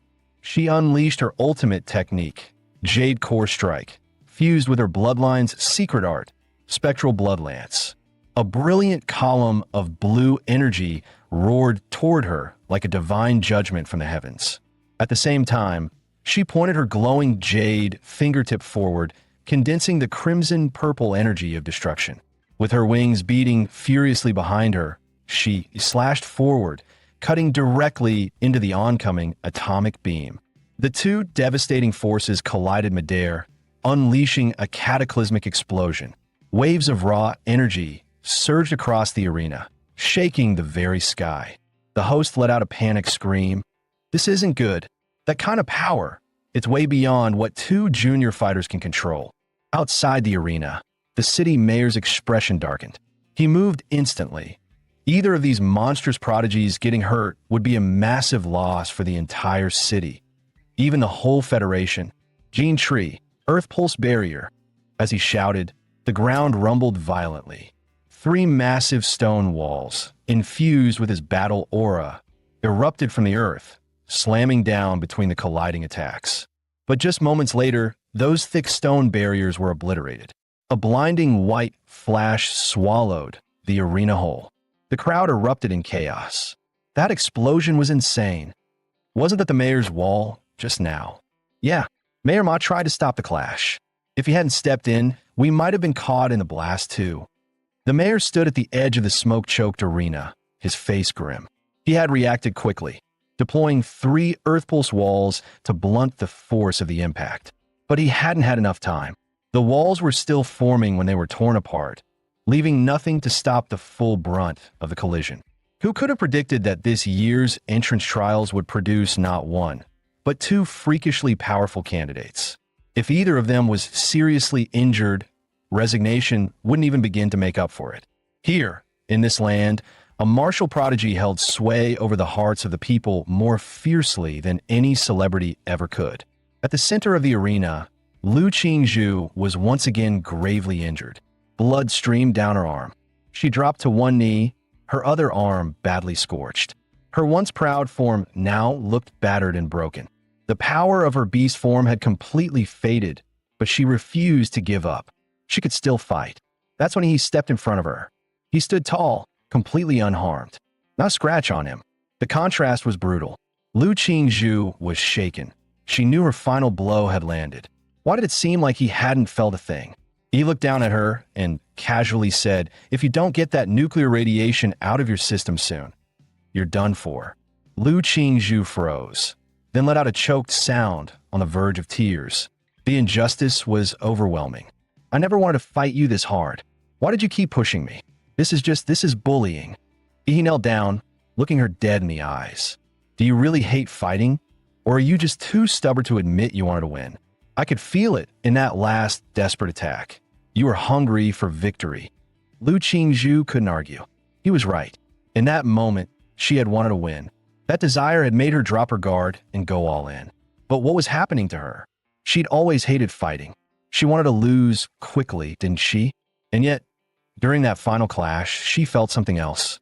Something raw and exhilarating. That rush of fighting not for anyone else, but just for herself. He gently placed a hand on Lu Qingzhu's shoulder. "You lost because your mind was too clouded during the fight." Then, without hesitation, he absorbed the lingering nuclear radiation from her body. Lu Qingzhu looked down. The radiation and the wounds on her arm were rapidly healing. He looked her in the eye and said earnestly, "Even so, you're still the strongest opponent I've ever faced. If there's ever another chance, I'd love to fight you again. No distractions, just a pure battle." Lu Qingzhu. Her cheeks flushed red at his words. Just then, the smoke over the arena finally cleared. Every camera zoomed in on the center stage. The host shouted excitedly, He's still standing. The first semifinal match is over. He of Anqing First High takes the win." Shortly after, Chu Zhou claimed victory in his match as well. The final showdown of the Anqing trials, the champions' duel, was about to begin. The host's voice boomed. "The final battle is set. Of Anqing First High versus Chu Zhou, also of Anqing First High." The livestream viewership surged, nearing 500 million. The grand finale of the Anqing tournament was underway. As a referee gave the signal, Chu Zhou stood ready, pressing his palms together. A chilling longsword slowly formed in his hands, forged from pure bloodline power. Cryoblade manifestation. He grinned. "Come at me." He may have just defeated the mighty Lu Qingzhu, but he wasn't about to let his guard down now. After all, Chu Zhou's battle intellect might just be the highest among all candidates this year. Chu Zhou's eyes sharpened. He stepped forward, activating the 7-star movement. His body blurred into a series of afterimages, and in the blink of an eye, he closed the distance between them. Whoosh, whoosh, whoosh. Hundreds of icy blades flew at He from every direction, cutting off all escape. But he was unfazed, tracking the real Chuzhou. Nah, smashing everything in sight sounded way more satisfying. He clenched his fist, muscles flexing like coiled steel, and eerie blue energy danced along his arm. Atomic detonation fist, fully charged. With a single punch, the ground trembled. A shockwave of pure atomic force erupted outward, engulfing a 10-meter radius in searing nuclear energy. Chuzhou was forced to retreat, his mind reeling. This guy didn't even try to find a real body. He just blasted everything with overwhelming power. With Chuzhou's level of defense, there was no way he could take that hit head-on. Honestly, was there anyone their age who could trade punches with Yi and walk away? Just look at what happened to Shengguan. But Chuzhou wasn't the type to back down. If close combat wouldn't work, then he'd wear Yi down from afar. His bloodline surged, Frostworm awakening. Crystalline dragon scales bloomed across his body. His pupils turned into golden slits, and twin obsidian horns rose from his head. Behind him, a massive frostworm roared into form, its spectral wings stretching wide. His ice pulse erupted. Frozen winds howled across the arena, forming colossal ice spikes that surged into a towering tidal wave of frost, crashing toward Yi. That's insane. He just summoned an entire mountain of ice out of nowhere. That frostworm bloodline is god tier. He looks amazing. Take down the evil overlord, Yi. Go get him, Ice Brother. At that moment, Yi was completely encased in the heavy ice forged by Chuzhou's bloodline. But Chuzhou didn't relax. He wasn't naive enough to believe the fight was over. His breathing grew heavier, unleashing that level of frostworm power had taken its toll. Suddenly, the crowd gasped. Look, the ice mountain, it's melting. In the next instant, a brilliant pillar of blue energy burst forth from deep within the ice, shooting straight toward Chuzhou. Chuzhou, ever on guard, was still caught off guard by the sudden counterattack. Instinctively, he summoned an ice pillar from the ground to launch himself out of the beam's path. Boom! The atomic beam smashed into the examiner's joint energy shield, sending ripples of force across its surface. The towering ice mountain began to melt rapidly, collapsing in on itself under the searing heat. From within the dissolving glacier, a deep blue figure emerged. Streams of melted ice never even touched his body, evaporated instantly by the blazing heat radiating from him. He had returned, fully awakened in his Godzilla state. Chuzhou exhaled slowly, a bitter edge in his eyes. The gap in their strength was simply overwhelming. He said firmly, take this. My final move. This is my absolute limit in martial arts. I was originally saving it for Lu Qingzhu. In the very next moment, a massive great sword of ice materialized in Chuzhou's hands, a sign that his bloodline power had fully awakened. The blade radiated a chilling aura, infused with a will that cut straight to the soul, soul-cleaving sword intent. The first to react was the mayor of Anqing, his expression just as stunned as when Lu Qingzhu had used a Xianwang technique. Sword intent, at his age? That's unreal. Without hesitation, Chuzhou swung the sword with all his strength. Drip, drip, a few drops of hot blood splattered onto the ground. He had raised his arm just in time to block the strike, but a deep gash cleared down to the bone, ran across it. And yet, the wound shimmered with blue light, the flesh already writhing and beginning to regenerate. Maybe if you had a better sword, you'd have stood a chance. Chuzhou opened his eyes wide, stunned. He looked down at his broken sword and knew he had lost. How much of a chance did I really have? He asked, almost to himself. He smirked. A little better than the chances of a simp actually getting the girl. Chuzhou gave a helpless shrug and raised his hand to the referee. I surrender. Victory in the Anqing finals. Yi stands as the champion. Let's go, brother Yi. I knew you were built different. Chuzhou was strong, but next to Yi, no contest. The live stream chat exploded. Yi went from underdog to legend. This is the ultimate dark horse arc.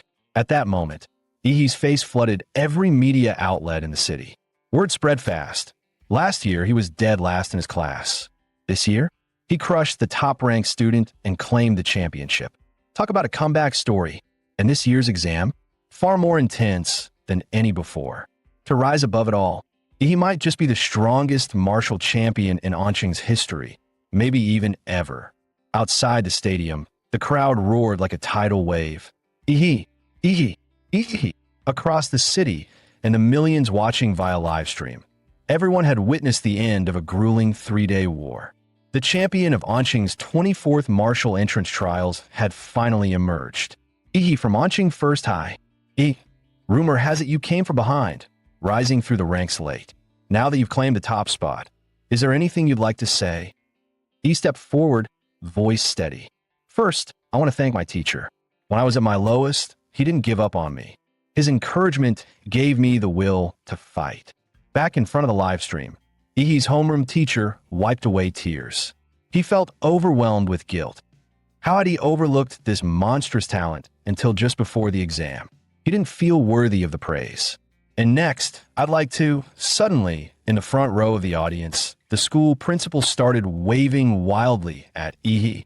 He held both hands in the air, flashing a big 2-0 gesture. 2 million. Ehe, promote our school a bit, and I'll give you 2 million in scholarship money.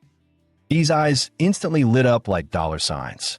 I'd also like to thank my alma mater and our brilliant principal. Without his wise leadership, how could Anqing First High have achieved such greatness? And finally, I want to thank myself, Ehe said with complete sincerity.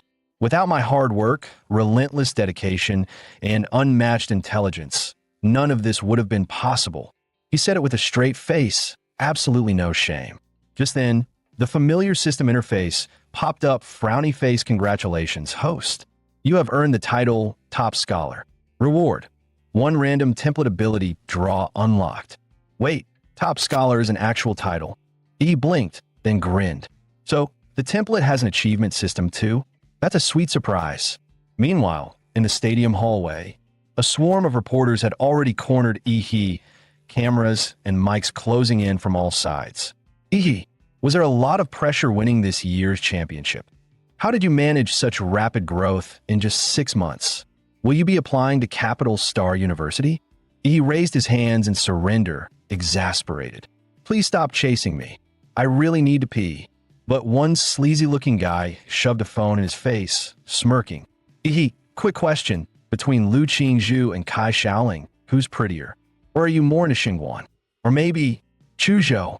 Nope, I'm out. He bolted like a rocket. He had no time for weird fan service interviews.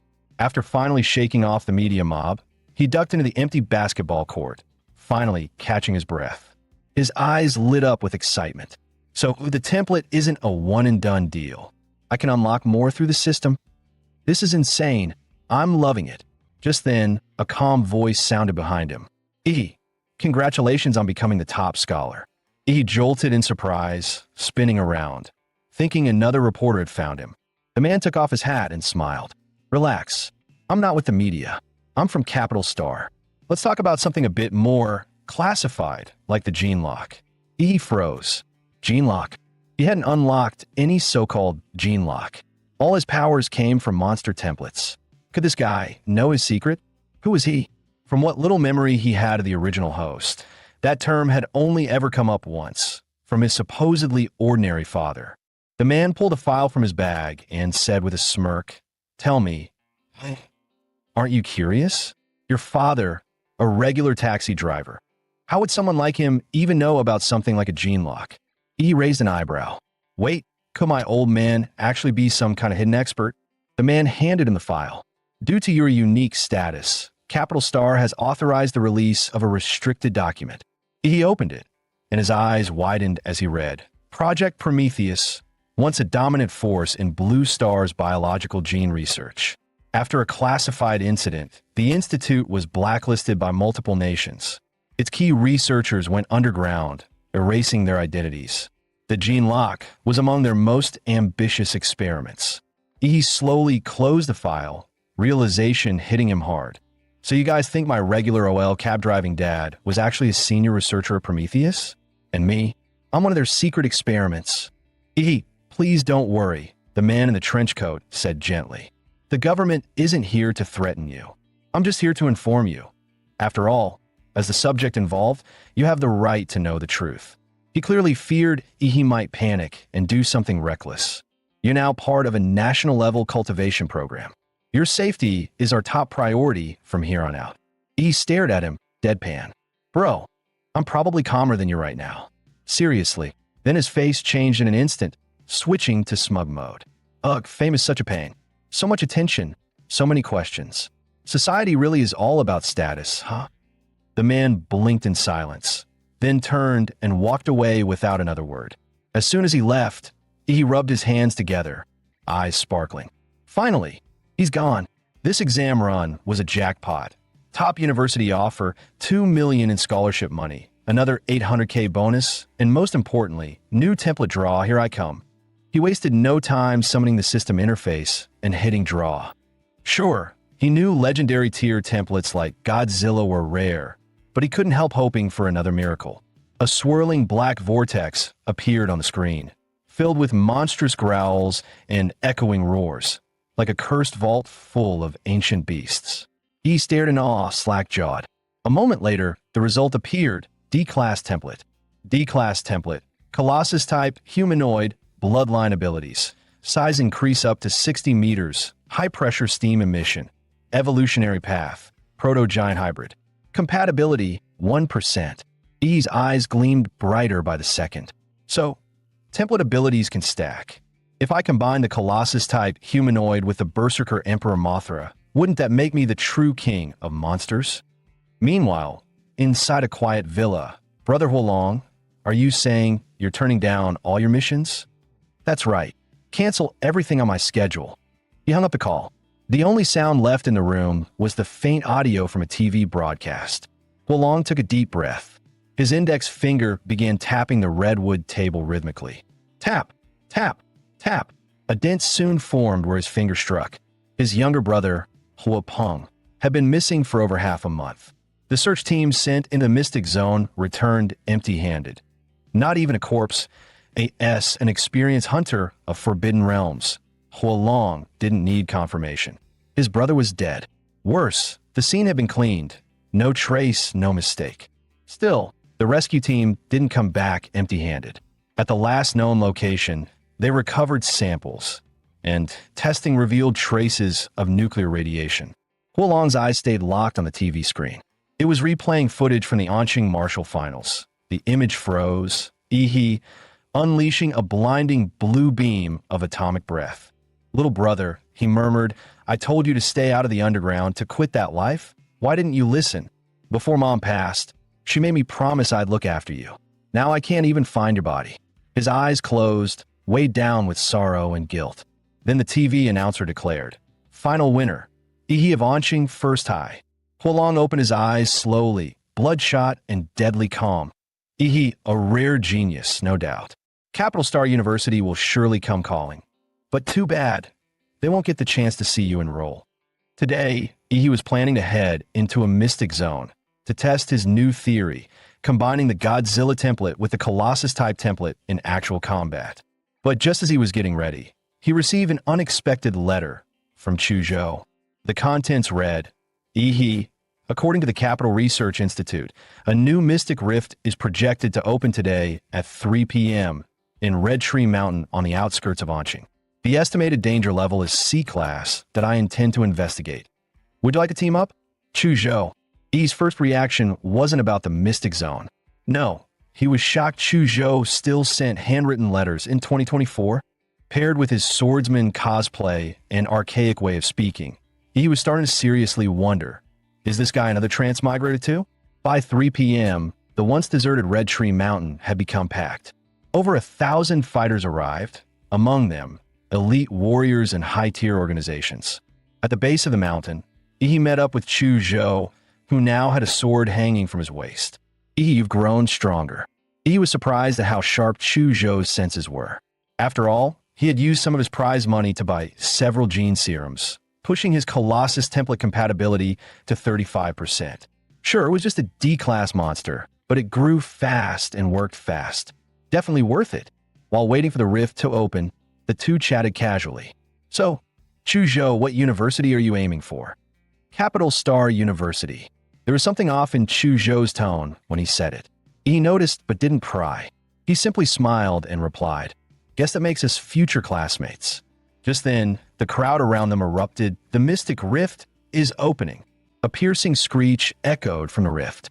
The next second, a monstrous bird with 3 twisted heads and pitch-black feathers forced its way halfway out of the portal. This was clearly a high-tier beast. It had muscled its way to the front and become the first creature to emerge from the rift. But unfortunately for it, what waited outside wasn't prey. It was over 1,000 armed warriors, locked and loaded. Kill! The mountains roared with the sound of unified battle cries. No one hesitated. The fighters surged toward the monster like a tidal wave, not caring one bit that it was still awkwardly stuck in the portal. The 3-headed bird thrashed in panic, each head flailing as it tried to retreat, but it was stuck. Within seconds, its massive body was trampled and crushed beneath a stampede of blades, boots, and battle cries. The AS, they say. The early bird gets the beatdown. Ihi and Chuzhou, blending into the crowd, passed through the rift right behind a wave of warriors. On the other side, they were greeted by a jaw-dropping sight, a forest of colossal trees, each over 100 meters tall, towering like skyscrapers piercing the sky.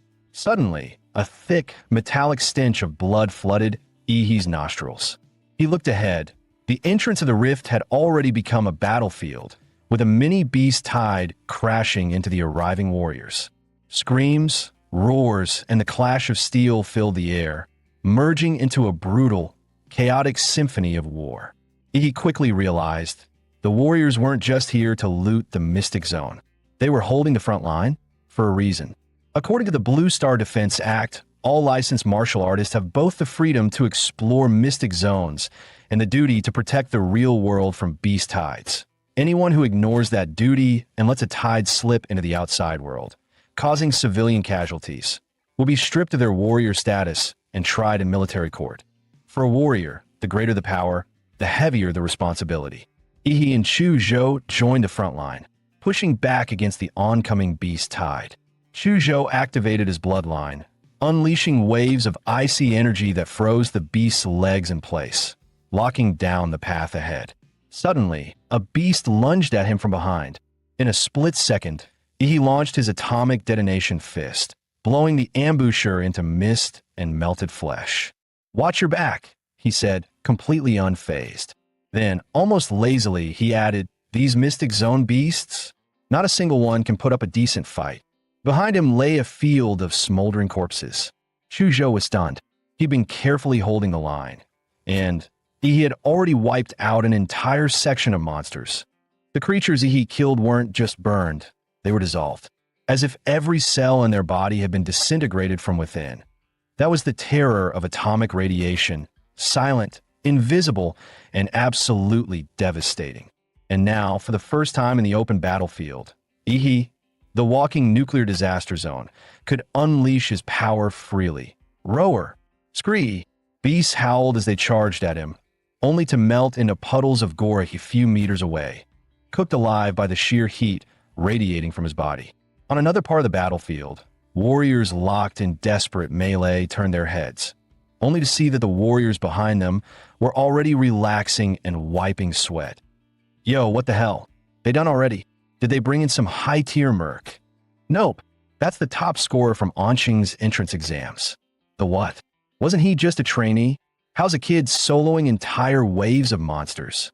You didn't watch this year's entrance exam broadcast? Nah, who wants to watch high schoolers fight? Idiot. That high schooler could mop the floor with 10 of you. As the battle dragged on, exhaustion began to show on the warriors' faces.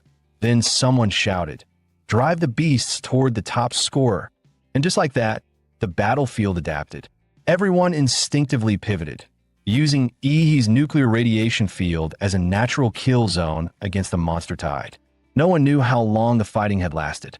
But then, boom, a signal flare burst in the sky. Eyes that had gone dull with fatigue suddenly lit up. Decapitation confirmed. The alpha beast is down. We did it. The tide is breaking. Monsters are retreating. Don't let up. Finish them off. Chuzhou finally exhaled, relief washing over him. The first wave of Red Tree Mountain's beast tide was over to the 1,000-plus warriors who had entered, Only about 800 remained. He strolled over casually, lugging several massive sacks behind him. His chill attitude stood out like a sore thumb amid the blood-soaked survivors. Phew. Hey, Chuzhou, real talk. I'm running out of hands here. How am I supposed to carry all this loot? With a thud, he dropped several bulging sacks of monster cores in front of him. Chuzhou silently handed over a silver black ring. My spatial ring. Use it. Whoa, nice. A space ring? Those go for tens of millions on the market. He eagerly stuffed the bags inside. I knew you were secretly loaded. Wusun's back. Thank the heavens. If he hadn't taken out the elite beast, we'd have all died out there. The crowd parted automatically as a tall, broad-shouldered man strode forward. Righteous energy radiating from him like a wall dot. He quickly realized. This guy was heading straight for him. Hello there. Anqing's top scholar, the man said with a warm smile. Name's Wu Sun, regional commander of the Silver Wolf Mercenary Corps. I've heard what you did out there today. Outstanding work. Now tell me, would you be interested in joining our corps?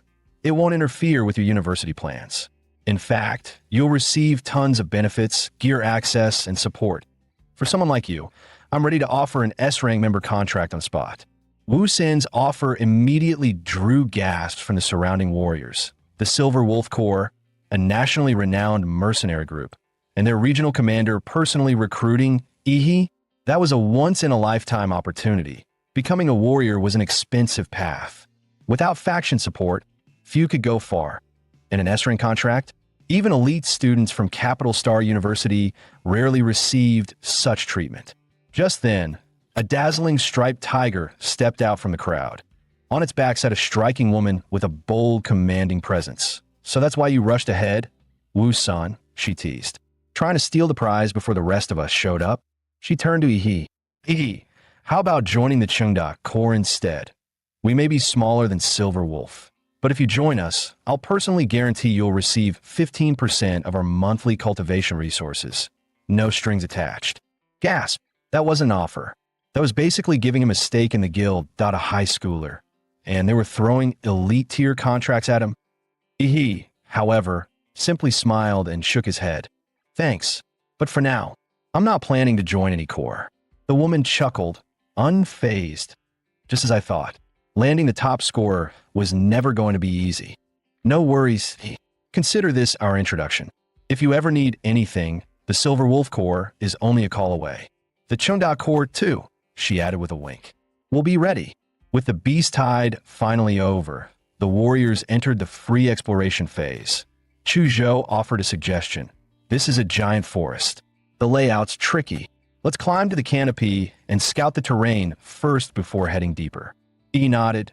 That was his plan too. He activated his nuclear radiance mode, atomic energy gathering beneath his feet, then blasted upward like a human rocket, shooting straight toward the treetops.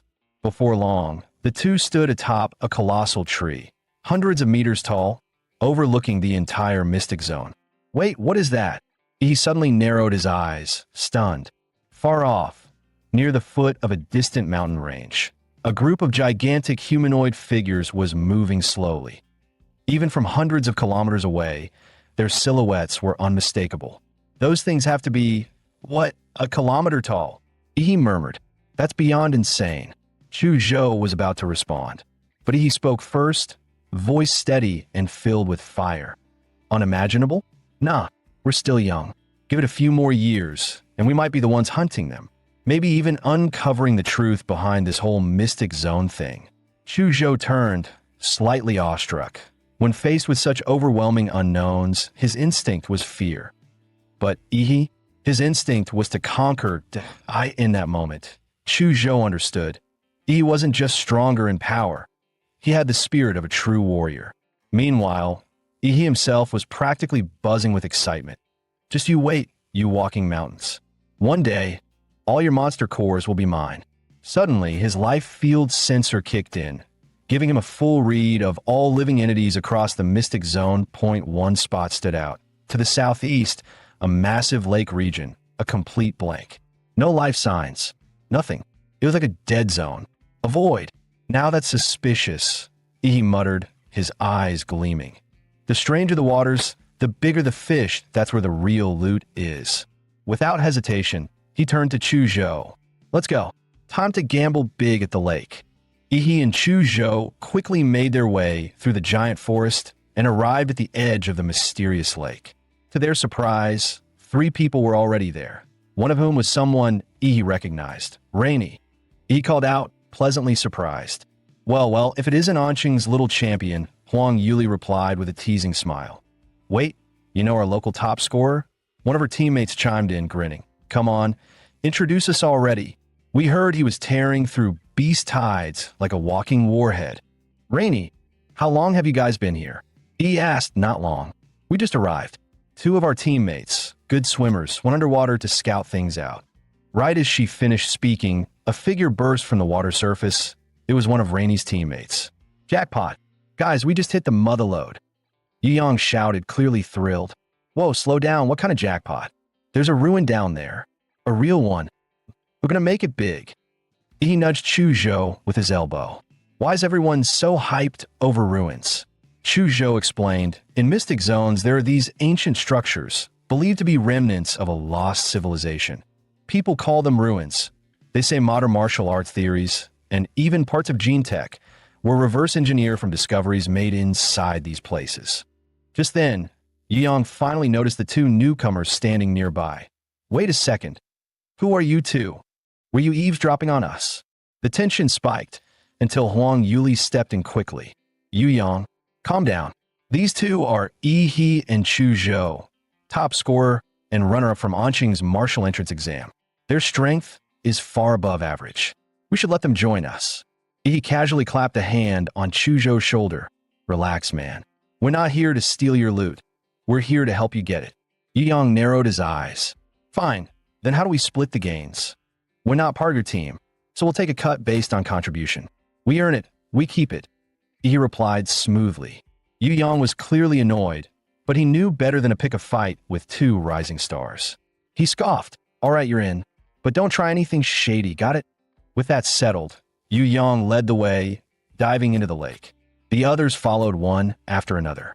Thanks to their enhanced physical strength and lung capacity, all 6 warriors dove roughly 30 meters deep. There, Yang located a marker he'd left earlier and led the group into a submerged cave tunnel. That passage leads to the ruin, he said.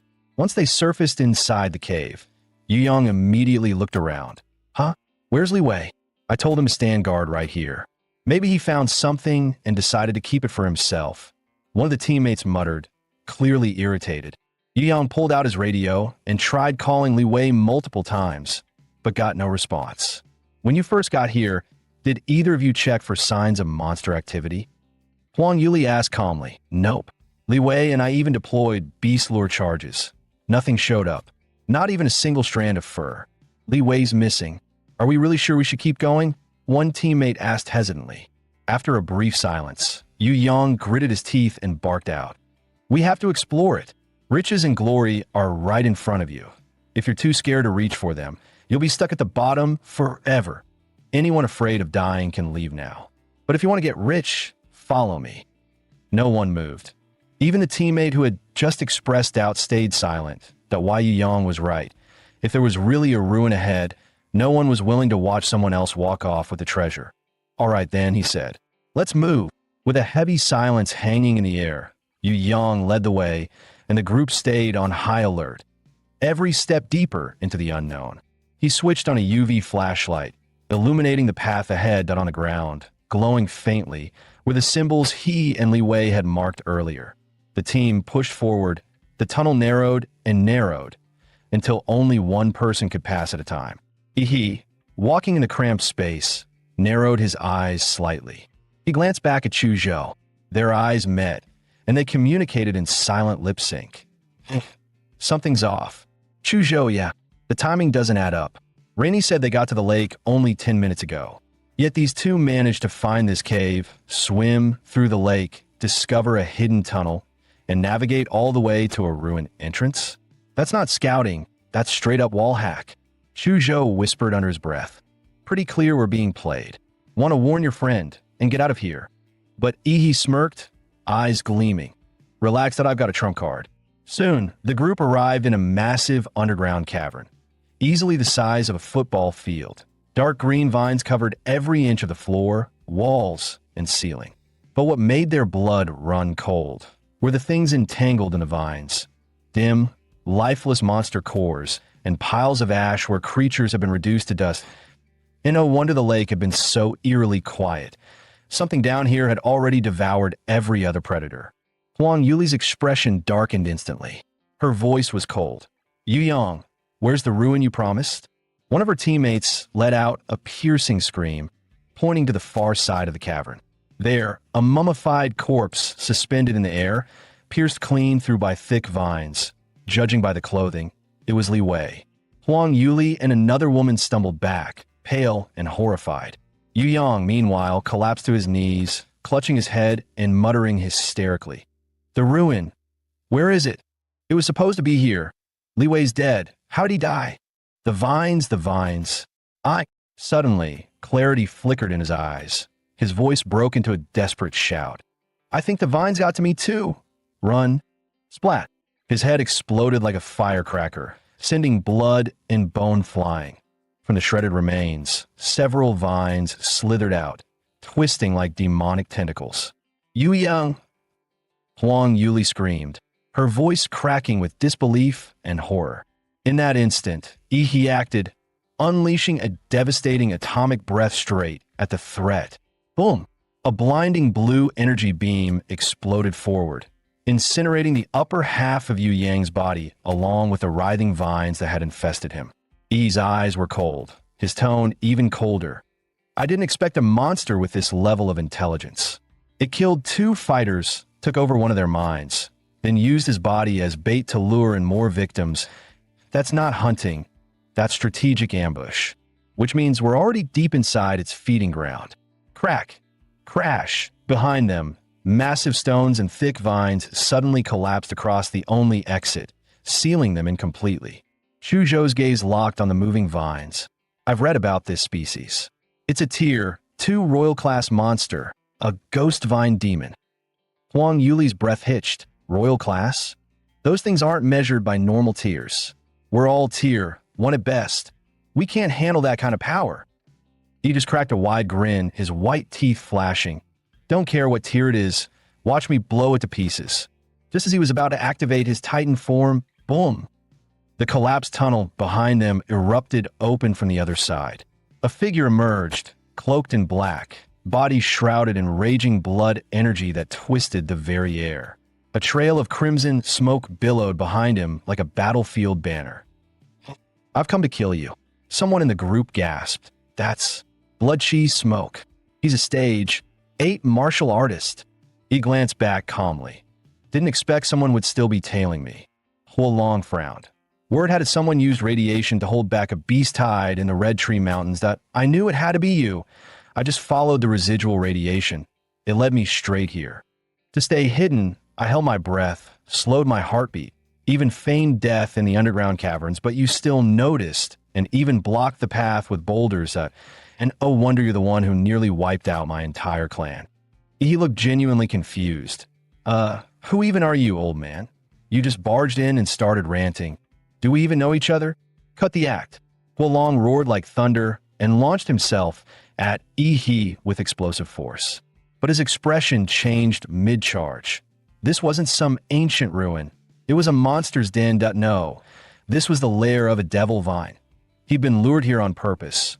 Was this all Yi's trap? Damn it. This was your plan all along. Huolong cursed. That devil vine drains energy and releases neurotoxin. If this drags on, I'm as good as dead. You sneaky bastard. The devil vine unleashed wave after wave of lashing tendrils, trying to tear Huolong apart. But his fists hammered through them like cannonballs, blasting every vine to pieces. Yi, watching from the side, commented, Man, you sure talk a lot for someone we've just met. Shut up, Huolong roared. I came here to kill that bastard, Yi, not get tangled up with a bunch of weeds. Suddenly, Huang Yuli cried out, This whole cave's gonna collapse from your fighting. Move aside, Yi shouted. His body was suddenly coated in a rough, deep blue skin, like armor. Glowing cracks spread across his skin, pulsing with radiant blue energy. As he opened his mouth, The vertebrae along his back lit up one by one like a power circuit. Then, he unleashed his full power atomic breath. The blazing blue beam punched through the cavern ceiling, pierced the underground lake above, and shot straight into the sky. Water came flooding through the gaping hole, pouring into the cave. And just like that, an escape path was revealed. "Yuli, you guys go first." E shouted. "You're not going anywhere." Hua Long bellowed. His energy erupted, vaporizing all the nearby devil vine tendrils. Then he stomped the ground, launching himself like a missile straight at Yi. Chu Zhou drew his sword the moment danger struck. His bloodline power surged, and his soul-piercing sword aura froze everything in its path under a thick layer of frost. When his icy slash clashed with the fiery punch, steam exploded everywhere, blanketing the cavern in mist. "As long as I'm here, you won't lay a finger on Yi." "TCH, bold words, kid." Hua Long sneered. "I'm an 8th level martial breaker. You think a little frost is going to stop me?" But before he could finish bragging, he had already closed the distance and fired off an atomic blast fist at point-blank range. A blinding surge of blue light lit up the entire underground cavern.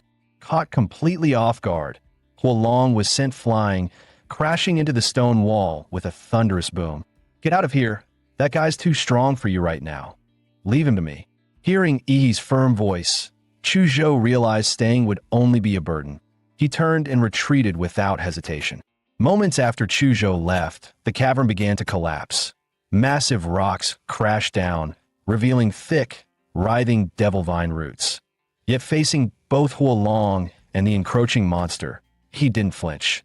Instead, he raised his hand and bit down hard on his own flesh. On the surface, Huang Yuli and the others stood by the lakeside, watching as the water roiled violently. The rumble of collapsing rock echoed from deep below. When Chu Zhou finally emerged from the lake, Huang Yuli let out a breath of relief, only to realize he hadn't followed him up. Just as Huang Yuli was about to speak, a deafening boom ripped through the lake. A brilliant blue bolt of lightning shot skyward, lighting up the entire lake. When a titan transforms, the process releases an immense burst of energy, often taking the form of thunderous lightning. Especially in the case of a colossal titan, whose transformation produces the most devastating energy output due to its massive size. It's so destructive, it's often compared to a humanoid nuke, capable of leveling an entire military harbor upon transforming. And this time, the one transforming was none other than Yi, the atomic-powered human Godzilla. What erupted from him wasn't just light. It was a full-blown nuclear event. Hua Long was instantly incinerated by the blast, charred before he even had time to react. Torrents of lake water shot upward, flooding the air. Clouds of steam billowed as if the entire lake had begun to boil. Through the haze, the group vaguely saw a massive shadow flash by, but it vanished just as quickly, leaving them unsure if it was real or just their imagination. As they stood on alert, Yi crawled out of the water and shouted, "Chu Zhou, toss me some clothes." After changing, Chu Zhou asked curiously, "What the hell was that explosion?" He casually made something up? That mystery fighter? He blew himself up with a plasma bomb, took the devil vine with him. Chu Zhou scratched his head, "But I swear I saw some kind of giant in the fog." "Nope, just the explosion messing with your eyes," he interrupted quickly. After successfully brushing them off, he let out a quiet sigh of relief. If they ever found out he had a monster transformation template, things would get complicated fast. He did go a little overboard. The guy got vaporized, not even a corpse left to loot. At least he managed to secure the Devil Vine's core. After barely surviving their ordeal, Huang Yuli and the others were utterly drained and ready to leave the secret realm. "We'll head out first," Huang Yuli said apologetically. "Sorry for dragging you into this mess. Not only was it a wasted trip for you, but you even had to save us. We'll make it up to you once you're out." Grinned. "Come on, Yuli. Don't be so formal, but let's just call it payback for the time you helped me. If you try to repay me again, I'll just end up owing you all over." Huang Yuli chuckled and dropped the subject. She waved goodbye and left with her team. Yi and Chu Zhou then continued exploring the secret realm. Thanks to Yi's powerful life field sensing ability, they racked up quite a haul. By the third day, feeling they'd gathered enough, they decided it was time to leave. Returning to the real world, they looked up and were stunned to see planes flying overhead. It's only been a few days, and this place has already been turned into a town with cargo planes. Man, the infrastructure speed in this country is just insane. He headed to the Relic Appraisal Center to have his loot evaluated and to pay the 10% tax. Sir, please be careful, the staff reminded him. If these items are damaged, it'll be your loss too. He scratched his head. Sorry, I brought too much stuff that if I don't start unloading fast, you guys won't be done by noon. No worries, sir. We're professionals, the staff assured him with a smile. With a sigh, he took off his spatial ring. And then he began pulling out bags one after another. As the staff watched Ihi pull out the final bag, she couldn't help but mutter inwardly. Bag after bag. Is this a relic appraisal or a warehouse delivery? She asked nervously. Yes, sir. Is that all of it? Ihi grinned smugly. All done, but you better start calculating fast. We've still got a whole pile of spirit herbs coming. After wrapping up the monster core appraisal, Ihi moved over to the herb assessment counter. At this point, green and white grade monster cores no longer benefited him, so he sold them off for cash. The real treasures were the 5 blue tier cores from tier 3 monsters he collected during the Beast Tide, and the green core laced with golden veins, dropped by the tier 2 royal class Devilvine, his most valuable prize. After selling everything, his bank account balance shot past 20 million in Xia currency. Yet even staring at the endless string of zeros, he didn't feel much joy. Honestly, all that money still wasn't as satisfying as boosting his compatibility rate by just 10%. After all, in this world, raw power was the one true truth. Now the question was, how could he spend this money for the biggest upgrade? The gene serums available on the market were no different from low-tier monster cores, useless for enhancing either of his current templates. He let out a sigh. Even my templates are picky now. Seriously? They become more high maintenance than I am. He wanted higher grade serums, of course, but those were all under strict purchasing limits. And with his current clearance level, he didn't even qualify to join the queue. Still, there was another route to power: martial arts. During the college entrance exam, he had outperformed geniuses like Lu Qingzhu thanks entirely to the absurd stats from his Godzilla template. But in terms of actual technique, he couldn't even compete with the martial arts nerds. Time to change that, with some overpowered martial skills. And if anyone in his circle had the connections to get high-level techniques, it was the principal of number 1 high dot. He chuckled to himself. Time to pay a visit to the wise old man and drain his golden loot. Not long after, he barged into the principal's office. The principal calmly poured him a cup of tea. With years of experience and a sixth sense for student scheming, the old man instantly saw through him. This kid clearly wanted something. He casually pulled out a bottle of pricey liquor. Inside floated a rare ginseng herb. Rumor had it, no middle-aged man could resist this miracle brew that supposedly boosted vitality, stamina, and other things. After a few polite words, he cut straight to the point. Principal, I'm looking to learn some powerful martial techniques that I haven't entered university yet, so my only option is to reach out to martial families that you have any connections? The principal frowned. You've already been admitted to Huadu University. It's practically guaranteed. Why rush? You can learn all that stuff once you're enrolled. But I'm really hungry for growth, sir. Fine. Since you're so eager, I'll make an exception and help out that you're a special case talent. After all, an education should be tailored, not cookie cutter. Exactly, principal. Rules are dead. People are alive. With flexible educators like you, the academic world still has hope. The next day around noon, E's phone rang. It's done. You can head over now. Really? That's amazing. Thank you. Which martial family is it? The Liu family in Anqing. E froze. The Liu family, and they're willing to pass down their secret arts. This was going to be interesting. Meanwhile, on the streets of Anqing, a sleek black motorcycle worth over 2 million roared down the road. Riding, it was Lu Qingjie, the Liu family's young heir. He leaned low over the handlebars as the engine screamed like a beast, echoing through the city. Behind him, a blonde beauty clung to his waist, her hair whipping in the wind. Jieji, you're so wild. Puffed up by the praise, Lu Qingjie smirked and was just about to brag, when suddenly a bright yellow rental bike pulled up next to him. Yo, bro, eyes on the road point one wrong move at that speed, and it steers of your loved one's time. Lu Chengjie felt utterly humiliated as a self-proclaimed motorcycle god. What the hell? Are you nuts? You nearly gave me a heart attack. Riding a junky rental bike and trying to race him, he growled, twisted the throttle hard, and his steel beast roared to life, blasting forward and leaving Yi in the dust. You, keeping up with me? Dream on, pal.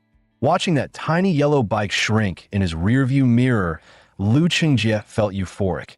Nothing like putting some wannabe in his place. But then a strange, thunderous sound rolled up behind him, louder than his own engine. He glanced back. What the hell? That blue streak was Yi. The guy had activated his nuclear leg mode, blue rocket flames blasting from his calves like a damn space shuttle. He was flying on a bike. Later, bro, Yi flashed a smile as he zipped past, and then straight up-launched into the sky, vanishing into the clouds like a human missile. Lu Chengjie and his blonde passenger were left frozen in disbelief. Wait, bikes can fly now. That speed, wasn't that basically a jet? Half an hour later, Yi arrived at the Lu family estate, calm, composed, and looking like nothing had happened. No doubt about it, this was a proper martial arts family. Even their residence looked like a miniature castle. At the same time, Yi's life field sensing picked up several powerful presences hidden within the estate. Yep, definitely not a place to mess around. Just then, a figure in a flowing white dress appeared at the gates. It was Lu Chengjie. She looked slightly nervous as she greeted him. You've arrived? Why mother asked me to escort you. Let's go meet her now. He simply nodded and followed silently behind her into the estate. Their feet stepped onto a plush, high-end carpet as they entered an elegantly decorated and spacious hall. Mother, he is here, Chengjie called softly. Almost immediately, the sharp click of high heels echoed across the room. A poised, graceful woman with a mature aura descended the stairs slowly. He looked up and was momentarily stunned. Lu Chengjie's mother was breathtaking. Time had not dulled her beauty. It had refined it. Like vintage wine, her presence only grew more alluring and elegant with age.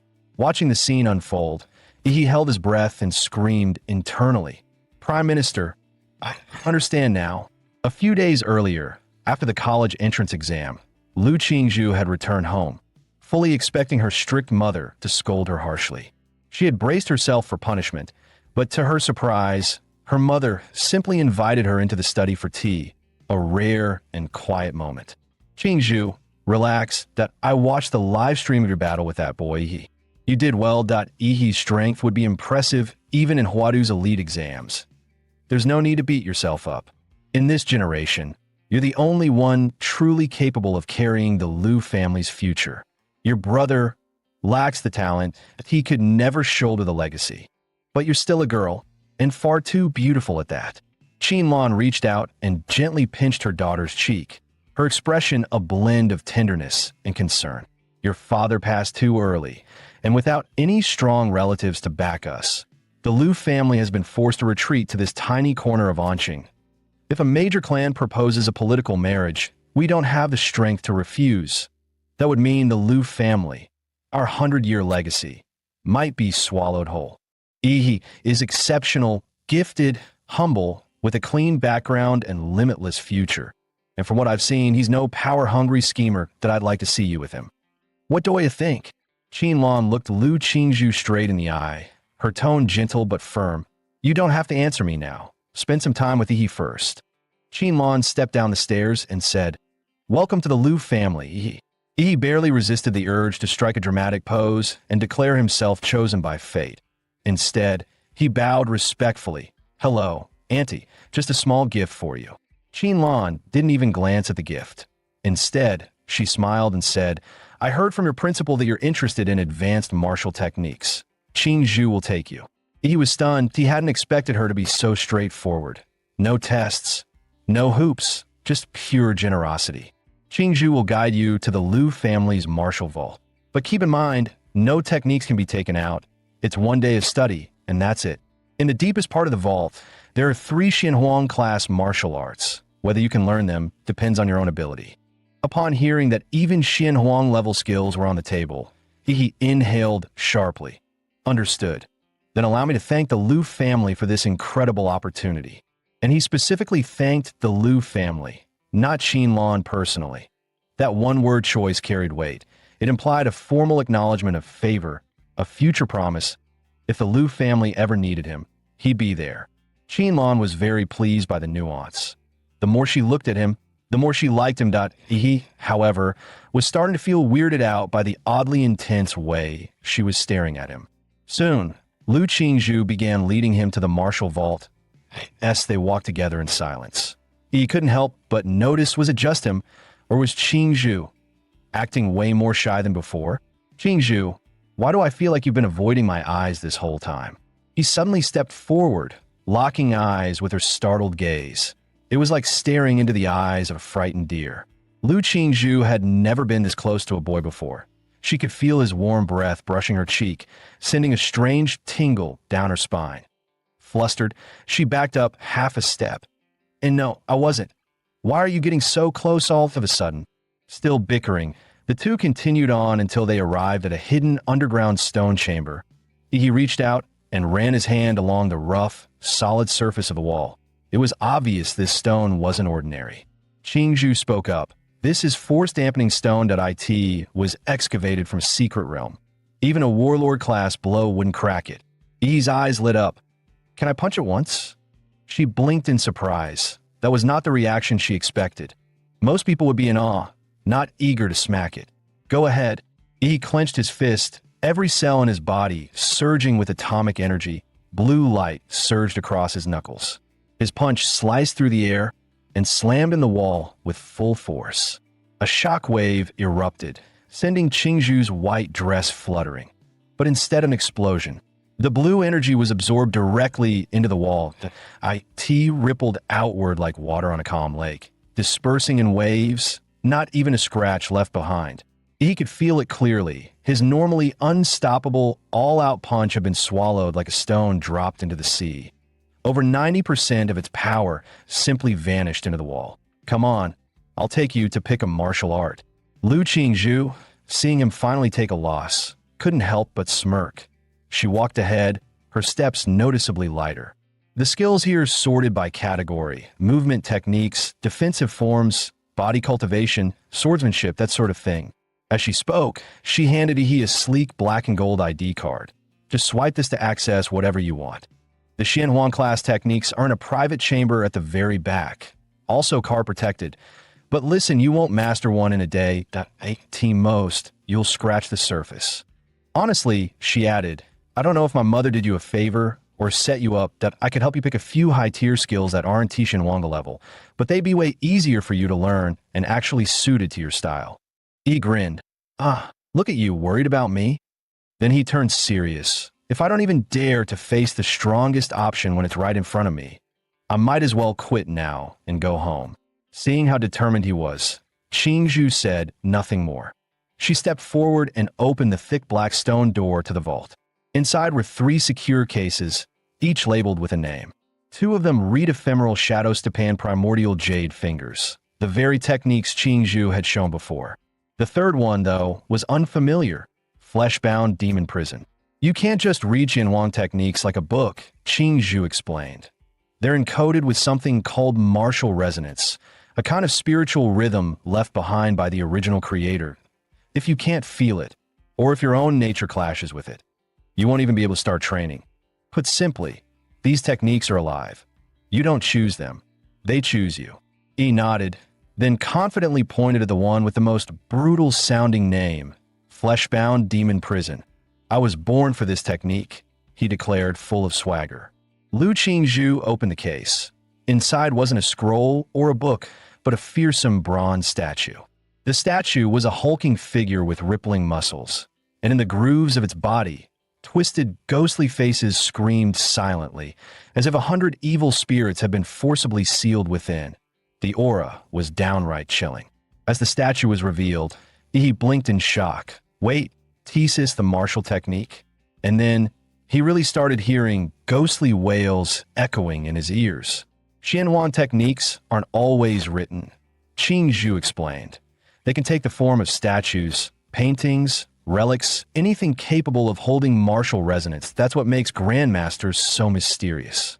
Only grandmasters can distill that essence, what we call martial resonance, and seal it into an object for future generations to inherit. With her explanation finished, Qingzhu turned to leave. From here on, it's up to you. Wait, hold on. What do you mean up to me? You didn't even tell me how to learn it. Just feel it that if the resonance chooses you, it'll come to you. He stared at her, utterly baffled that is she trolling me right now? Ugh, whatever. Thinking too hard gives me a headache. He yawned, dropped flat onto the floor, and muttered, if it's all about fate, I'll let fate find me in my sleep. And just like that, out cold. Watching from the surveillance room, Lu Qingzhu let out a sigh and facepalmed. Honestly, this is so you. Suddenly, he found himself in a strange new space. An old, decrepit temple covered in dust. The angry-faced deity on the altar had one arm broken clean off. So this is what they meant by entering the resonance realm.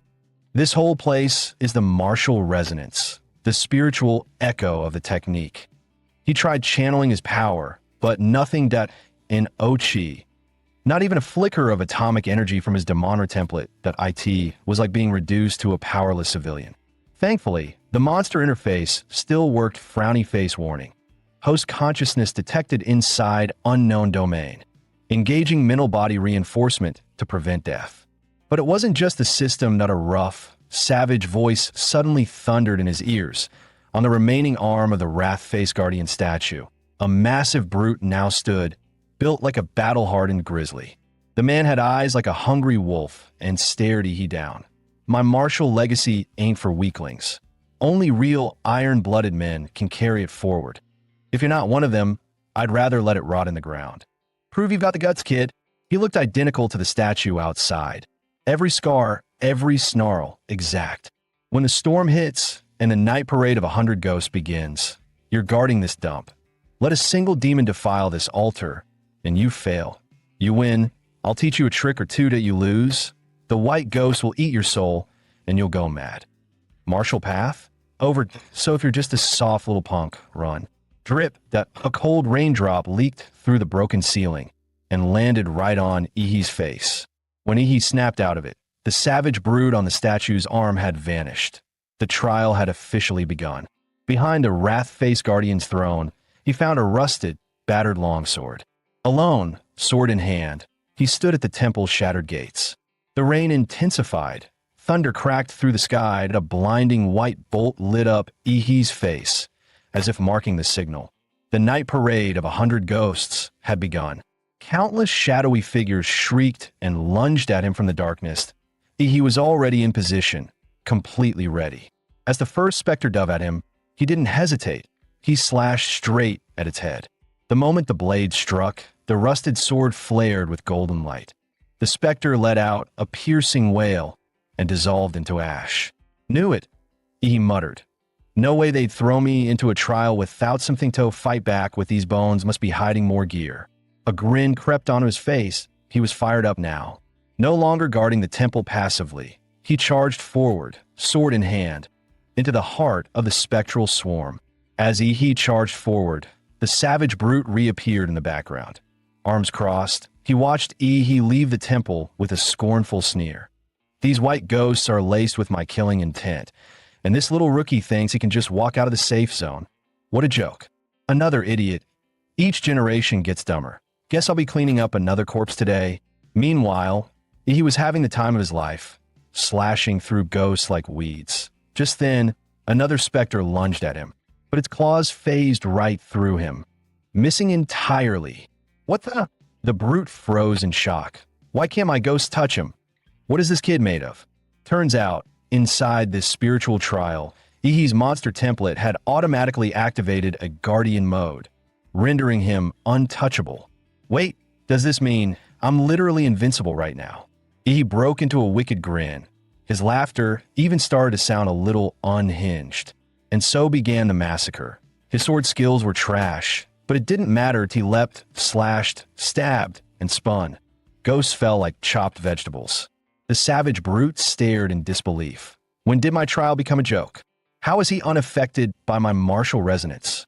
Simple, he said smugly. Hard work and constant practice. Of course, that punchable face didn't show the truth. He was just shamelessly cheating with a built-in hack. Hard work, huh? The brute chuckled darkly. You've handled the ghost, I won't go back on my word, but whether you can handle this inheritance, well, that's a different story. As he finished speaking, thunder cracked across the sky. The wrath-faced guardian statue collapsed, revealing a dark, ancient well beneath it, a bottomless pit. Just one glance into its depths sent a chill down Ihi's spine.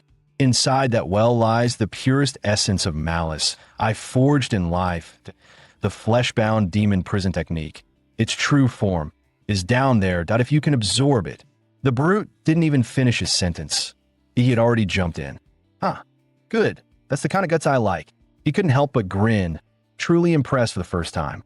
In his prime, this man had been a legend, one of the few to conquer an S-rank secret realm. His rise and fall were both tied to one technique, flesh-bound demon prison.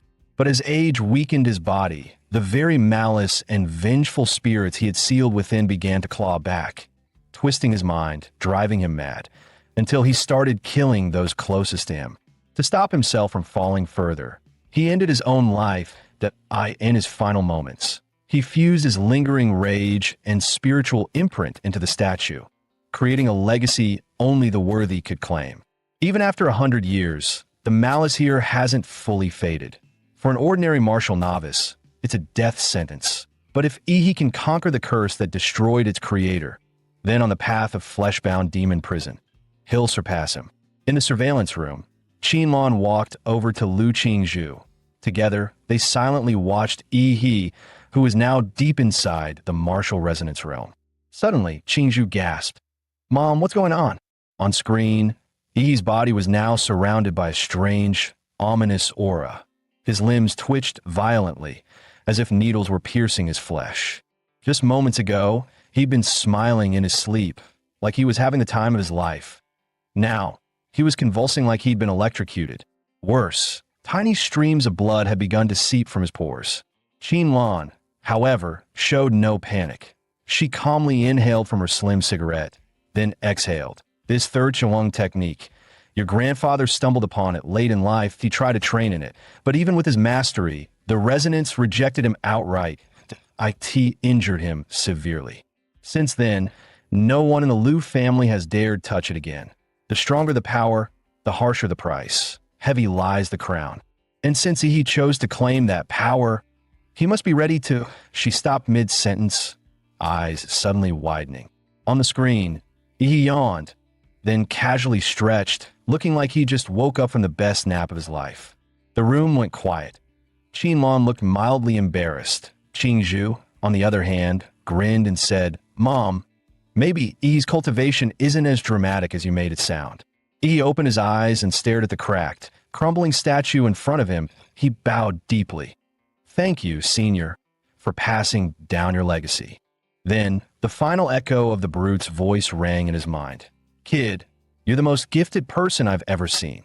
Maybe you're the one who can uncover the truth behind a secret realm we never could.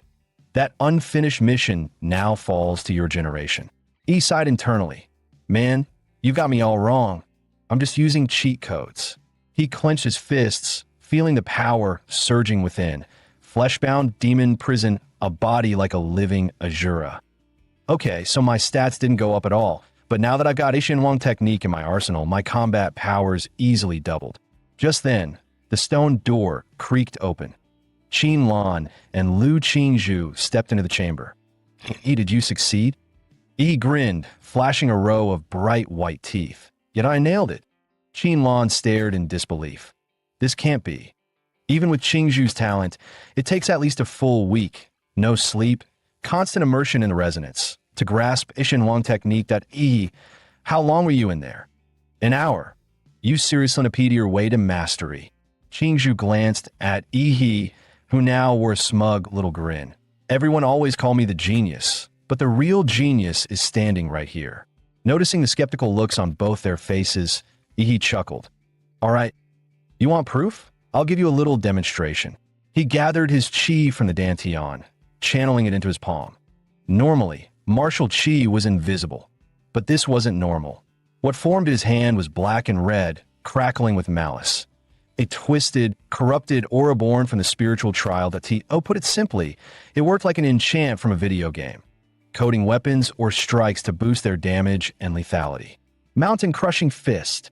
He dropped his stance, spine tight like a bowstring, core engaged, then launched a punch that exploded with black-red energy.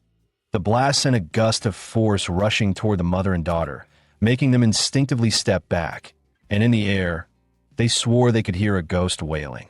Even Lu Qingzhu, known as a martial arts prodigy, narrowed her eyes in disbelief. That punch just now, the precision, the pressure, it was insane. Was that seriously just a mountain-crushing fist, the most basic, overused technique in town? Qin Lan's gaze locked onto Yi He, her expression unreadable. Yi He, she hadn't expected to be this wrong about him. Yi He, on the other hand, was getting visibly uncomfortable under her intense stare at ma'am. Please, your daughter's literally right next to you. Don't make this a weird romance subplot that I don't want to become the prime minister of this household.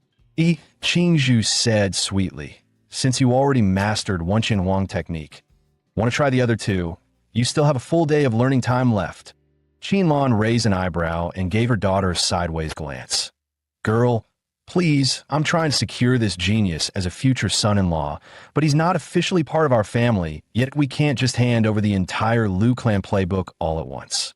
He, having lived a whole second life, knew the importance of not being greedy. He smiled politely. No need. Qingzhu Wenqin Wang technique is already more than enough. I'll need time to really master it. Also, Annie, I'm a bit tired, and there are things I need to take care of at home. Qin Lan appreciated his restraint even more. Very mature. I heard from the housekeeper that you showed up on a rental bike. Can you drive? Head to the garage and pick a car. You'll need something more convenient. That reminded Yi of someone he'd seen earlier. Actually, Annie, I saw this guy riding a motorcycle earlier. It looked seriously cool. Do you have any of those? Qin Lan chuckled. Oh, absolutely. You like motorcycles too? Same taste as my rebellious son. I'll give you his favorite one. The best in his collection. A few minutes later, Lu Qingjie arrived home, just in time to hear Aunt Hong, the housekeeper, muttering something about his mom bringing in a future son-in-law. What? A son-in-law? I gotta see which lunatic thinks he's worthy of my sister. She's not just beautiful. She's a once-in-a-century prodigy in all of Anqing. No way some random guy is good enough for her. That rental bike punk from earlier really ticked me off. He scared off the girl I just picked up. If I ever see him again, I swear I'll teach him what real trouble looks like. Just as Lu Qingjie was fuming with rage, something whooshed past right in front of him. He turned, and his jaw dropped. Wait, that guy. That's the rental bike dude. Why the hell is he riding my custom motorcycle? Later that night, back at home, he pulled out 5 monster cores he had collected from a secret realm. Time to gulp them down and absorb the power inside. Last time, dry swallowing them nearly killed him. This time, he came prepared with some soul-boosting dipping sauce. He picked up a core, dipped it in his signature spicy sauce, and swallowed it whole. Instantly, a surge of energy exploded through his limbs, flooding his body with heat. He opened his system panel. Back in the Red Tree Mountain realm, he had used the Titan form template, standing around 50 meters tall. Compared to normal monsters, he was a behemoth. But compared to that thing, the mountain-sized, godlike entity hidden in the mist, he was tiny. All right then, let's go bigger. He dumped every single point into the Titan template. Then, without hesitation, he grabbed the rarest of the cores, the green one streaked with golden veins, dipped it in sauce, and swallowed it like a hot snack. Just as he was about to let the special monster core be absorbed by his Godzilla template, a system alert popped up unexpectedly. Ding! Legendary Godzilla template has absorbed a high-level plant-based life form. Genetic mutation detected in progress. Do you wish to prevent the template from mutating? Yes/no. He hesitated. Template mutation meant it could evolve into a completely new subclass, could be stronger or weaker than if he rolled into a garbage form. That'd bear reverse evolution. Screw it, he muttered. Life's about taking chances. Rental bike to super bike, right? He hit do not prevent mutation. The system chimed again, frowny face, mutation path, unlocked. Legendary Godzilla plus plant, attribute S-class variant. Planet Godzilla template. When the current template reaches 100% integration, there will be a 2% chance to evolve into Planet Godzilla. Absorbing more high-quality plant-based life forms will further increase that probability. Hearing the alert, he let out a deep breath. Phew, jackpot. Planet Godzilla might look similar to the regular version on the outside, but size-wise, it was on a whole different level. Over 300 meters tall, weighing in at more than 1 million tons, officially dubbed the largest Godzilla in recorded history. And power-wise, every stat was a straight-up upgrade from the legendary version.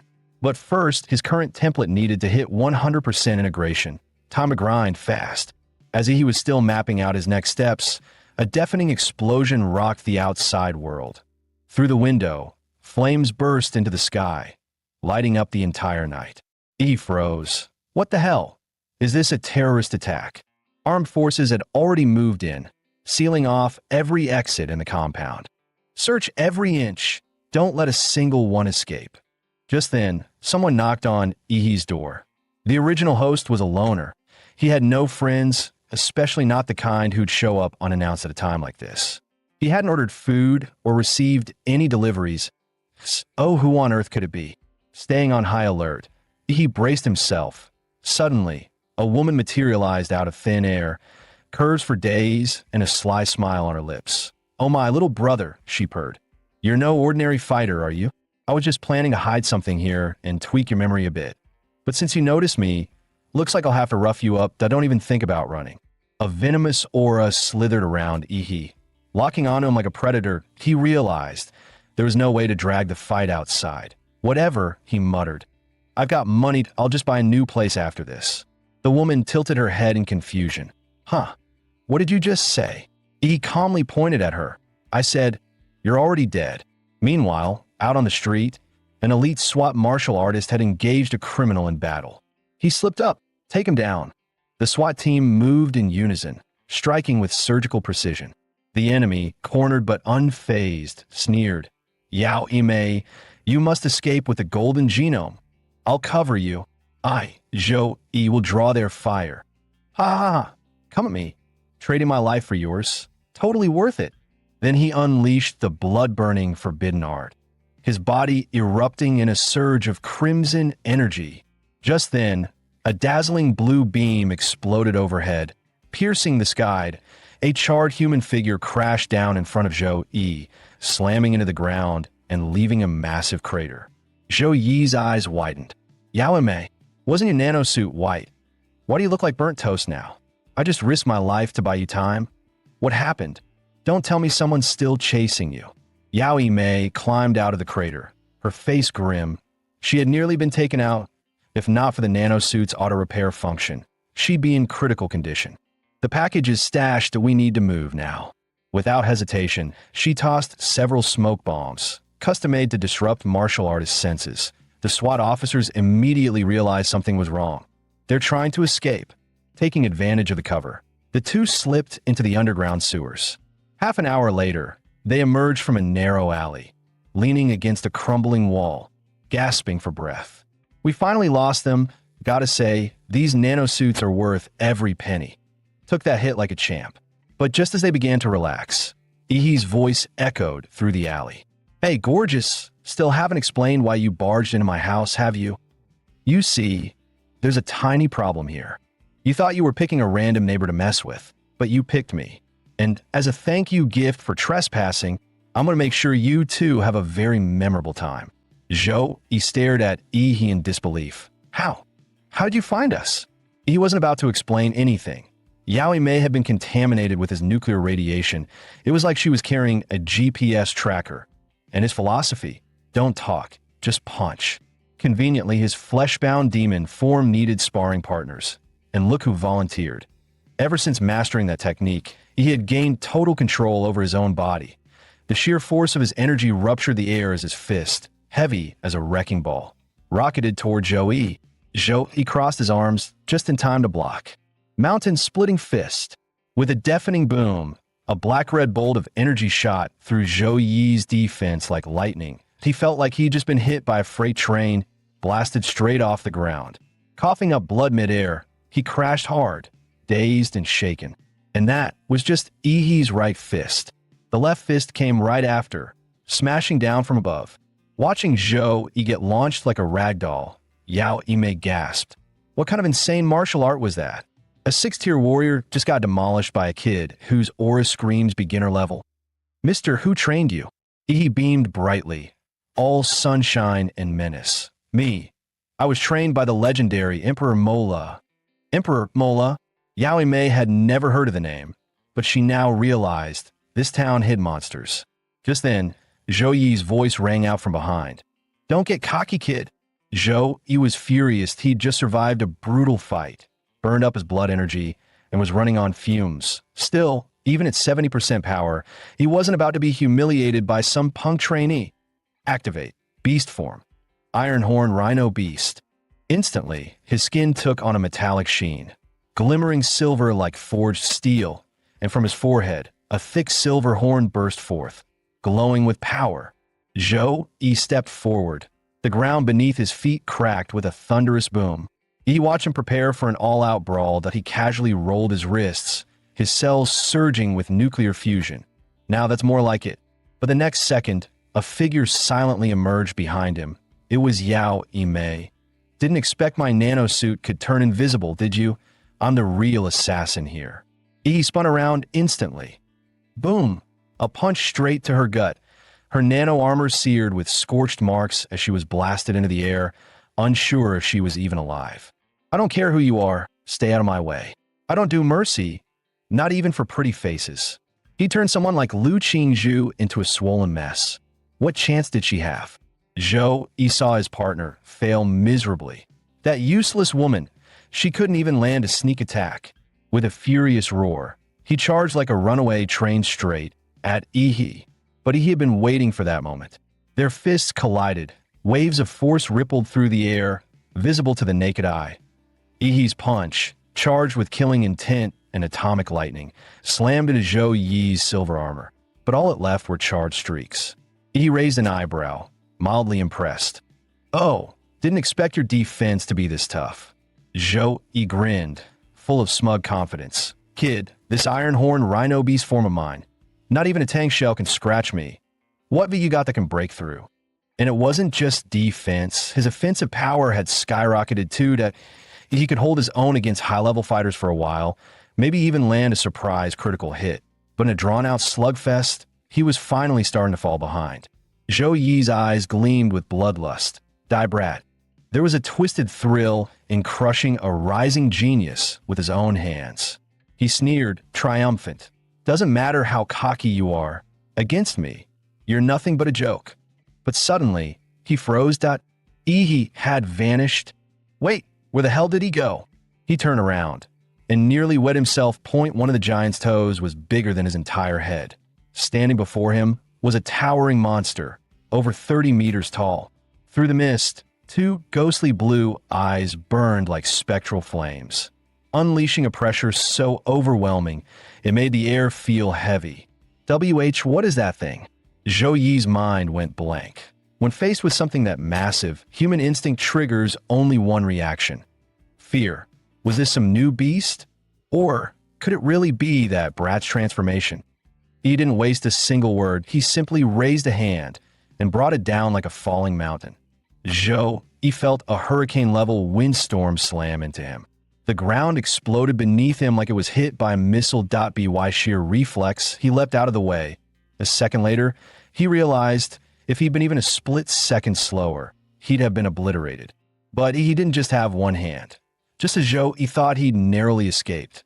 Wham! The other hand came crashing down. This time there was no lucky dodge. Zhou Yi took the full hit, flattened into the ground like a rag doll. Yi's right arm rose again, glowing, humming with energy. In a flash, thunder roared down with his punch.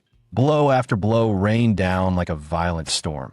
Zhou Yi felt his bones shatter, his organs rupture, and his very soul nearly pounded out of his body. System notice. Host Ihi, Titan form activated. Comprehensive physical index, 23.8 to 294. Nearby, Yao Mei forced herself to stand, only to freeze in horror, a six-tier martial artist being used as a punching bag. Her heart sank with regret. I was such an idiot. Why did I mess with this monster? If this keeps going, Zhou Yi's gonna die, for real. She couldn't let him die here. There was no running now. Only one option left, a desperate counterattack.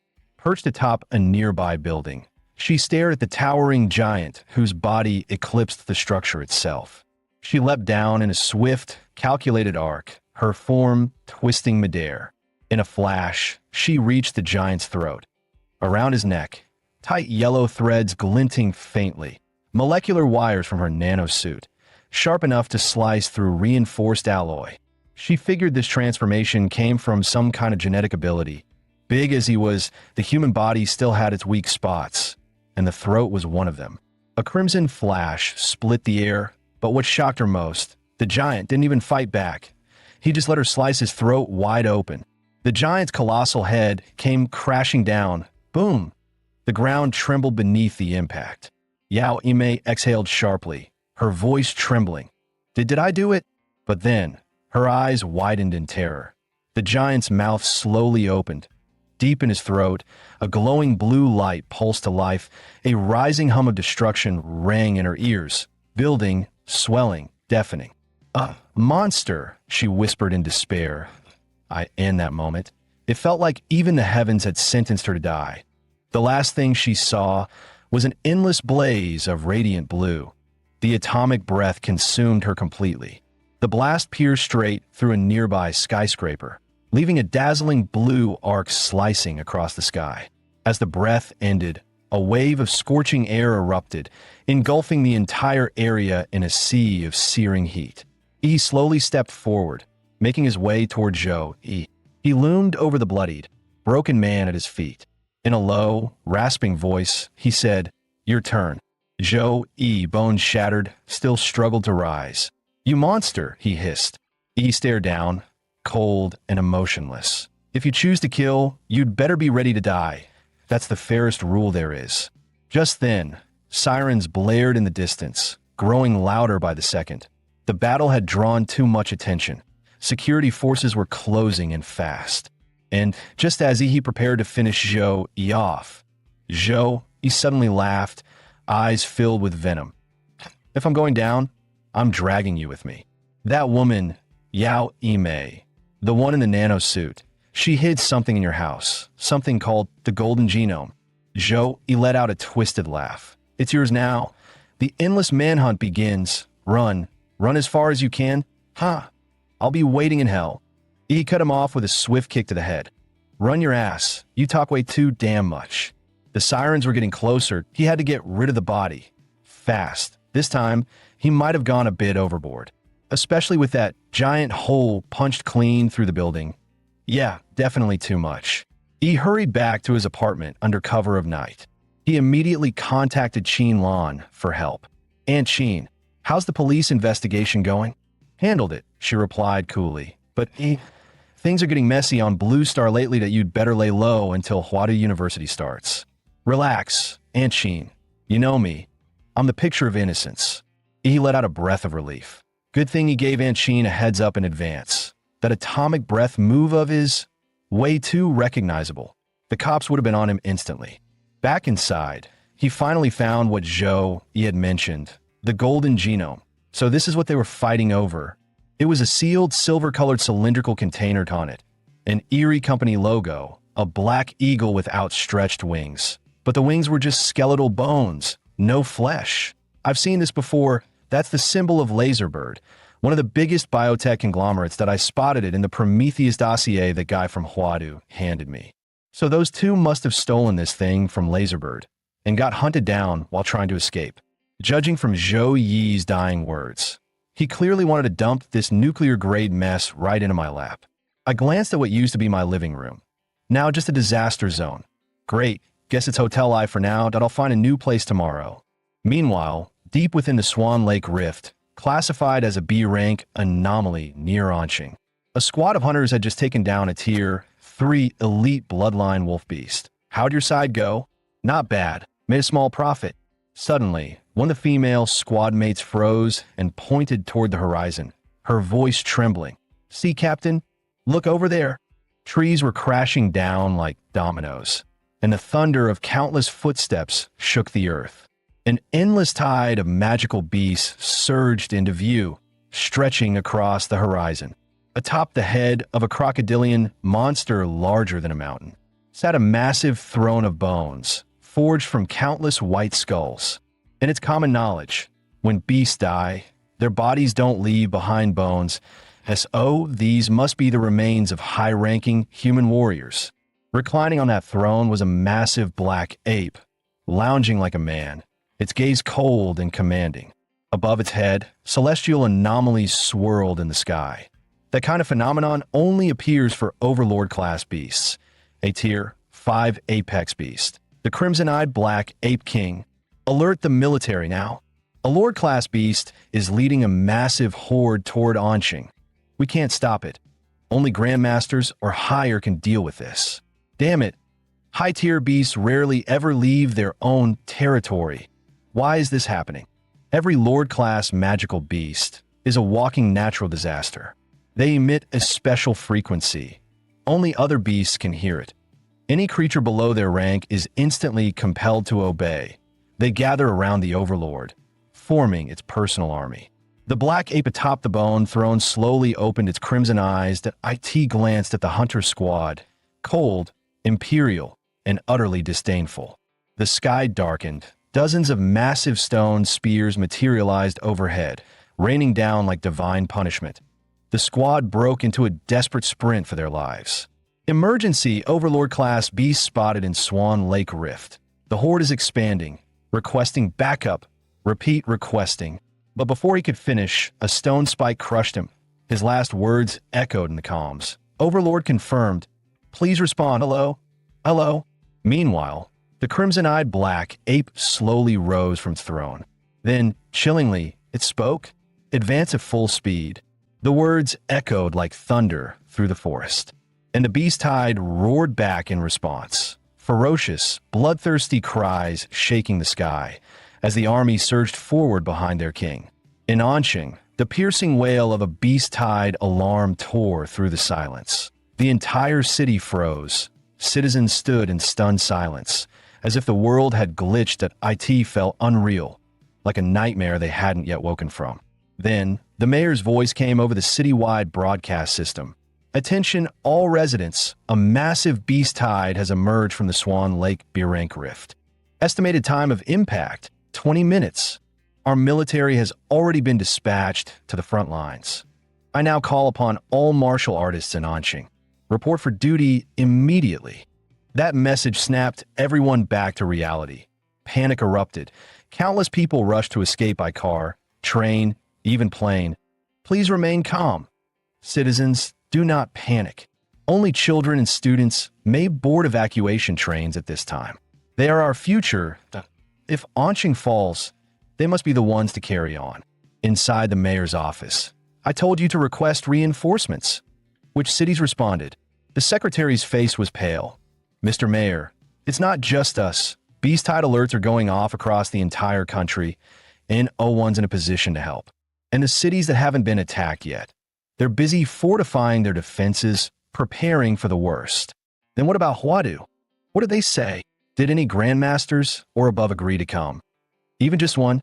Huangqing's voice trembled. Huadu's neighboring city, Guanshan, an S-rank rift just opened there. All high-level martial artists from the capital have already been deployed to contain it. Huangqing slumped into his chair, face pale. His sharp political instinct screamed a truth he didn't want to admit.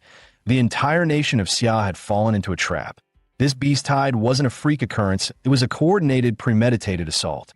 But he quickly pulled himself together, taking a deep breath. The resolve of his younger years returned to his eyes. There's no time to waste. The Battle of Anqing starts now. From this point on, we're on our own. Meanwhile, in the Chu estate, in the estate's training grounds, two figures were sparring fiercely. It was none other than Yi He and Chu Zhou. With a single punch, Chu Zhou was sent skidding backward across the arena floor. Yi smirked. Not bad, Chu Zhou. You actually took that punch. Since when did you learn Xian Huang combat techniques? Chu Zhou gritted out. Picked it up about a month ago, still rough around the edges. He stretched lazily, stifling a yawn. But you, buddy, only been a month, and you're already slacking off? Chu Zhou nearly exploded on the spot. Slacking off your ass, you didn't improve. You freaking evolved. Just then, a sharp alarm echoed across the estate. Both men froze mid-banter, their eyes locking onto the emergency broadcast speaker in the distance. Anqing is under attack. Chu Zhou's expression darkened. That was a beast-tide alert. Anqing's university prep students have priority evacuation access. The message says, head to Anqing Airport to board flight B521 or B753, or to the high-speed rail station for train 423. He smirked. What? Don't tell me you're planning to leave. Chu Zhou closed his eyes. You're staying too? With your talent, you'd be better off getting out of here. You talk too much. Since when were you such a drama queen? If you don't get it, here's my answer, fight. Inside, the blood of Emperor Mola was already surging wildly.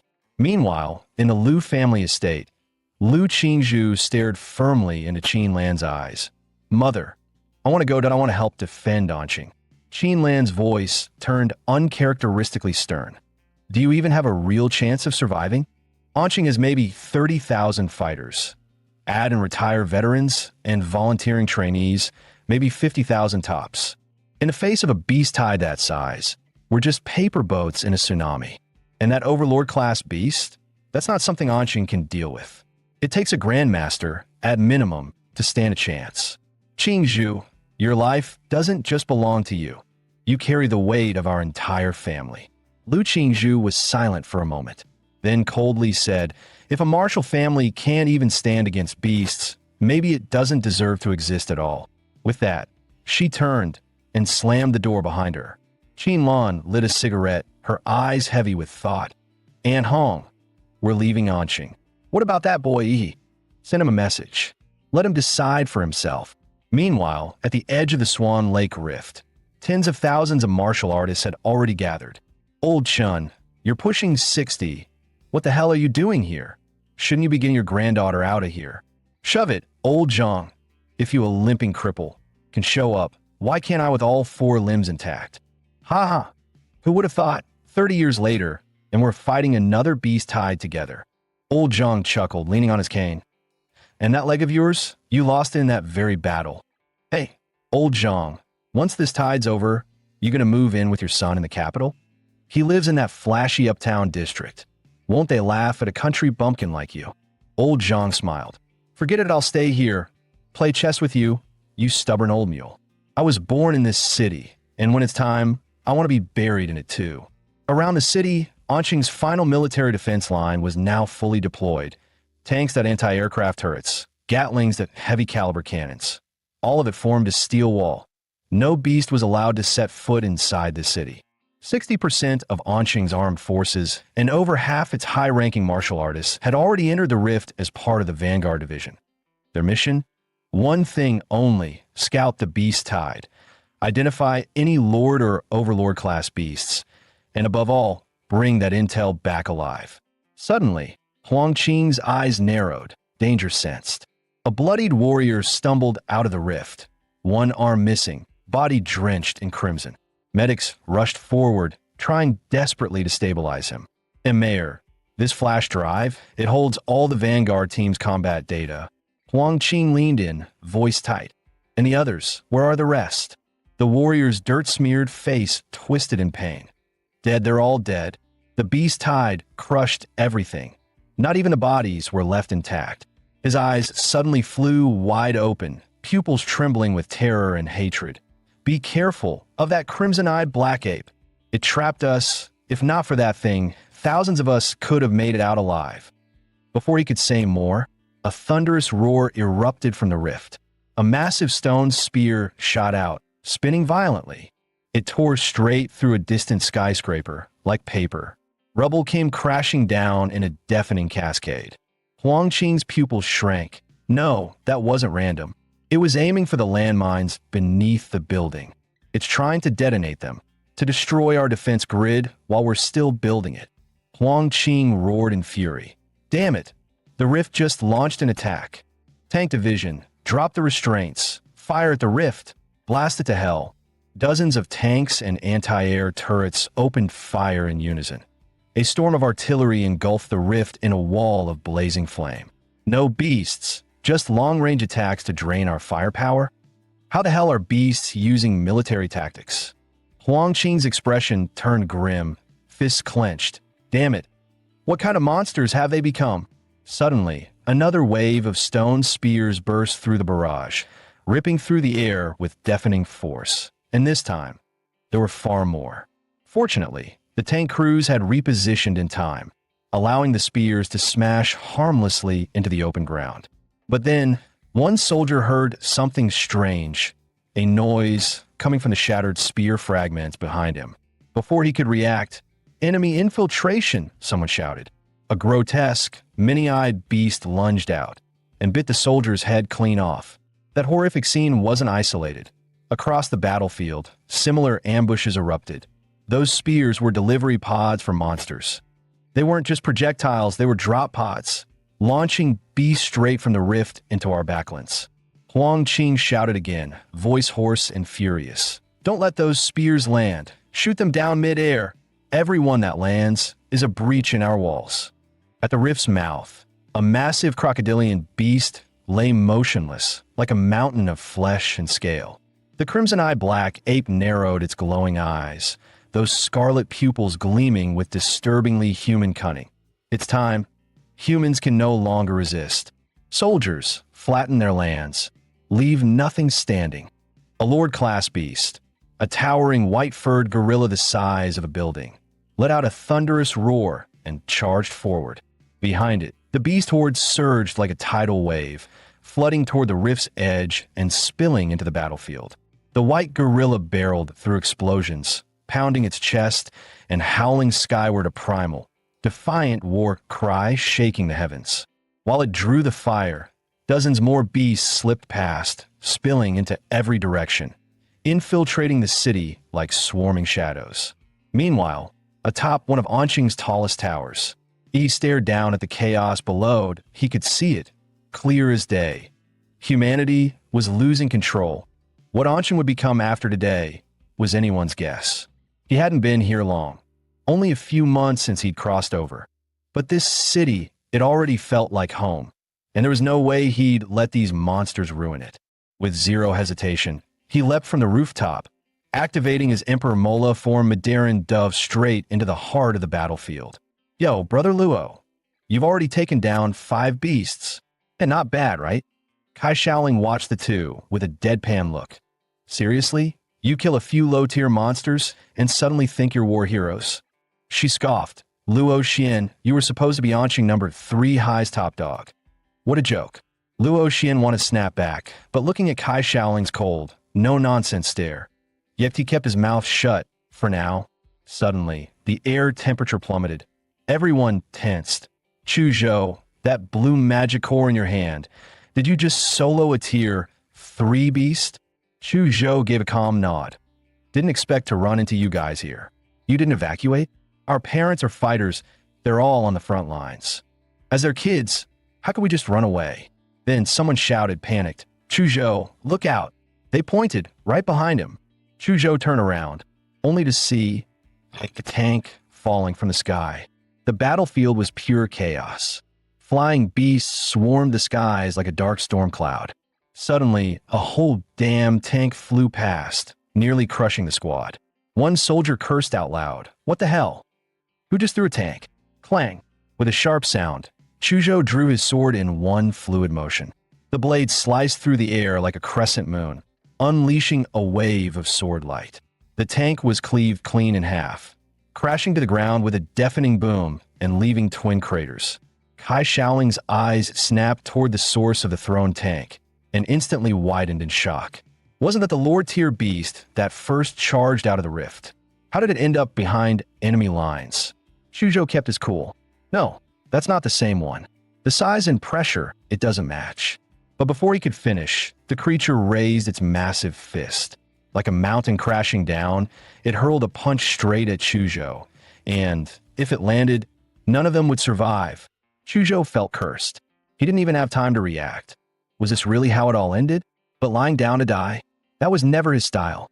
Just as he braced for a desperate fight, a black and blue meteor came crashing down, slamming into the white ape's skull. The beast's head twisted sideways, and its massive frame collapsed with a thunderous boom. Roaring in fury, the white ape swung its giant hand to swat the attacker like a fly. But its enormous palm was stopped midair by a single finger. He didn't even flinch. Open wide. Time for your dental cleaning. He stepped on the ape's jaw, forced it open with sheer strength. Sheesh, the stench.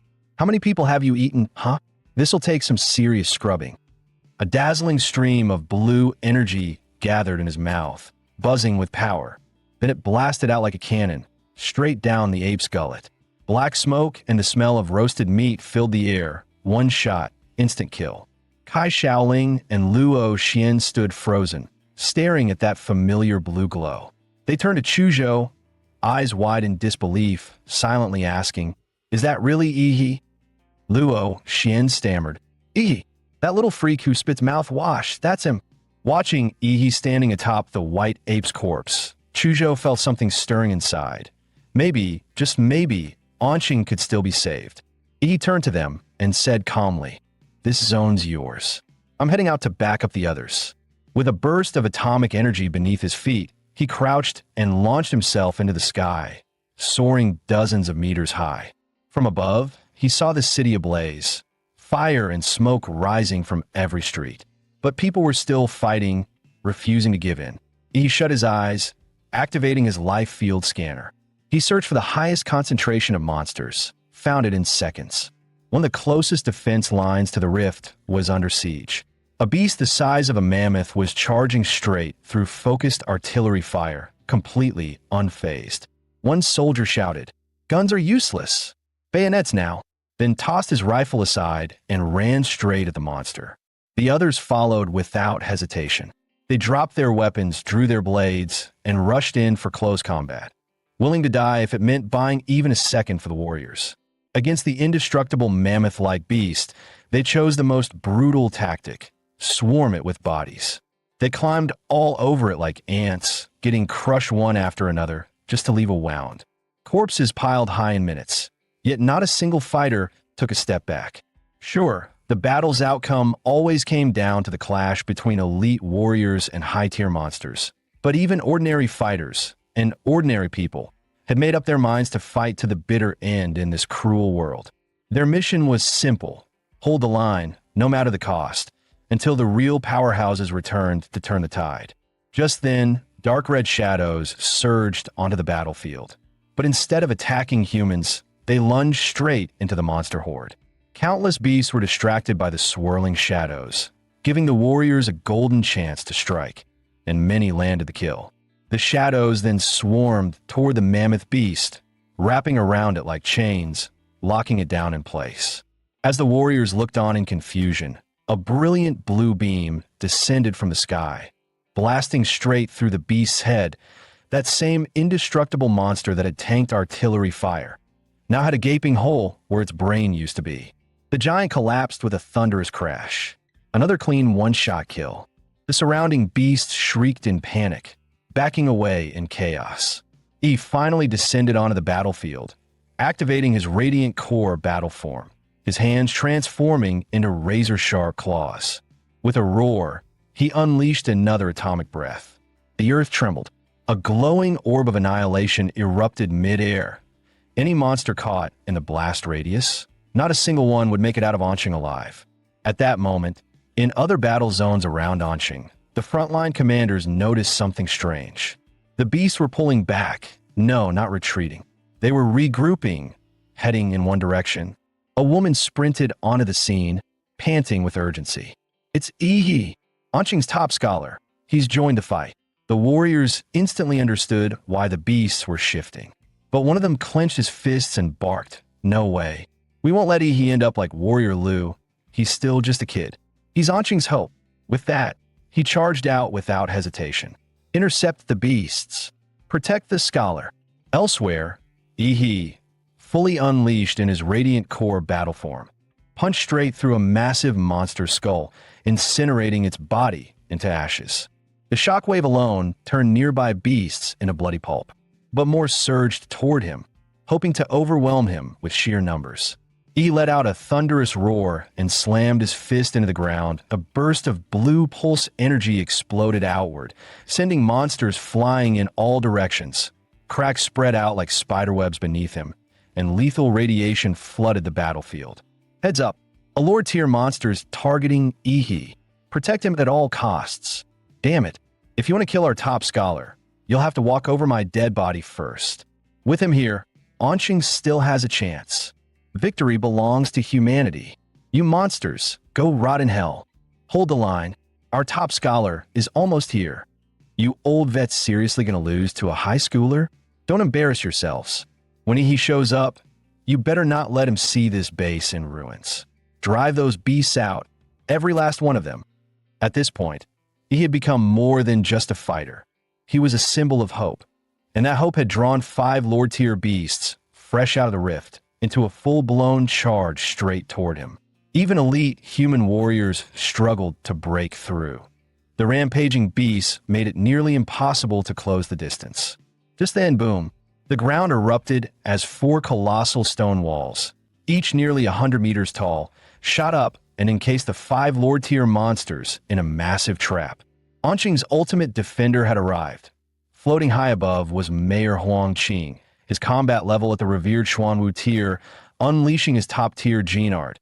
Earthpulse Fortress, but he knew better than anyone. This technique could only buy time. If they wanted to end this once, and for all, the Overlord had to die. But those beasts weren't about to sit still. The white-furred Ape King leapt upward, stepping on the backs of its fellow monsters, launching itself skyward, trying to leap clean over the wall. Seeing the white Ape King about to leap the wall, Huang Qing blinked, vanishing and reappearing above the Earthpulse Fortress in a flash. He brought his palms together, then slammed one down on the beast's skull, which was the size of a car. A golden energy beam burst forth from his strike. The ape's eyes, ears, nose, and mouth all bled out at once. Its brain turned to mush. Its spine shattered like glass. This was the power of a Xuanwu tier warrior, someone who could crush Lord tier beasts with ease. Just as Huang Qing prepared to eliminate the remaining monsters, something caught his attention. His gaze locked on the dimensional rift. A massive crocodilian head was squeezing through. It was so large that its body couldn't even fully pass through the rift. This was the mountain-crushing crocodile, a Tier 4 Royal Lord class monster. A bead of cold sweat ran down Huang Qing's temple. He'd seen this creature in the frontline reports. It was a walking calamity. This monster was none other than the personal mount of the dreaded Tier 5 Overlord, Blood-Eyed Black Ape. Those spike-like projectiles raining down on the city, they were its doing. Earth element bloodline powers condensed into lethal missiles. And now that the mount had appeared, it could only mean one thing. The Overlord itself was coming. Huang Qing didn't hesitate. He slammed his palms to the ground and roared. Gene art, tsunami of stone. Waves of unstoppable energy surged outward like a mountain turning into a tidal wave, ripping across the battlefield. Huang Qing slammed his palms down again. The once solid earth began to ripple like water, rising into a massive swell. Over 100 meters tall, then it crashed down like a tsunami, aimed straight at the exposed head of the mountain-crushing crocodile. The beast's vertical pupils glinted with disdain. The undisputed king of Earth-type monsters. It had never seen a human dare to challenge it using its own element. Under its will, the wave of collapsing rock began to condense, shrinking, coiling, and compressing into a massive stone sphere.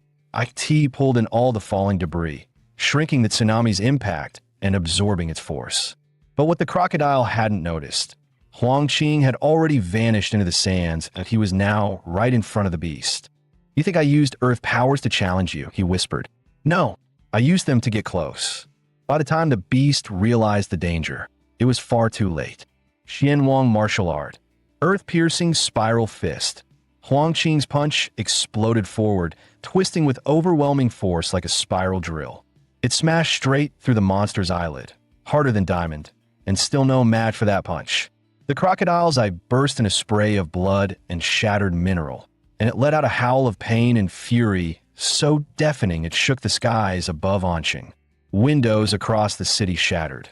The ground trembled beneath their feet. The king had been wounded, and it screamed like a god in agony. The earth answered the mountain-crushing crocodile's fury. Within hundreds of meters, razor-sharp spikes erupted from the ground like teeth. In mere seconds, the battlefield had transformed into a deadly forest of stone. Luckily, Huang Qing had studied the beast's combat profile ahead of time. He'd ordered all warriors to stay at least a kilometer away, avoiding a potential bloodbath. If your full body made it into Anqing, maybe I'd hold back, he growled. But you've only brought your head through? That makes you pray. Huang Qing charged again, unleashing a flurry of high-tier martial skills in rapid succession. His fists and kicks tore through the air so fast they sparked flames, his form flickering like a lesser version of a thousand-armed war god. Every strike targeted weak spots. Scales flew, blood sprayed. The crocodile's armored flesh was torn open in every direction. If not for its powerful core's regeneration, the beast would have already fallen under that relentless assault. But the monster wasn't done. Enraged, it counterattacked. Spires of stone launched skyward again. Huang Qing was forced to halt his offense and defend. The mountain-crushing crocodile now resembled a living mace, covered in jagged spikes, every move capable of flattening anything in its path. No wonder it was the king of earth-type beasts. It could literally grow weapons out of its own body. Just then, behind Huang Qing, a stone pillar cracked open. From the darkness within, a single crimson eye stared at him, cold and unblinking. A chill ran down Huang Qing's spine, in ambush. In an instant, a thick arm covered in black fur lunged from the stone and seized his skull in a crushing grip. Little human, what did you do to my mount? Huang Qing's pupils constricted. That IT was him, blood-eyed black ape, the Tier 5 overlord. It had been hiding inside the stone spire this whole time.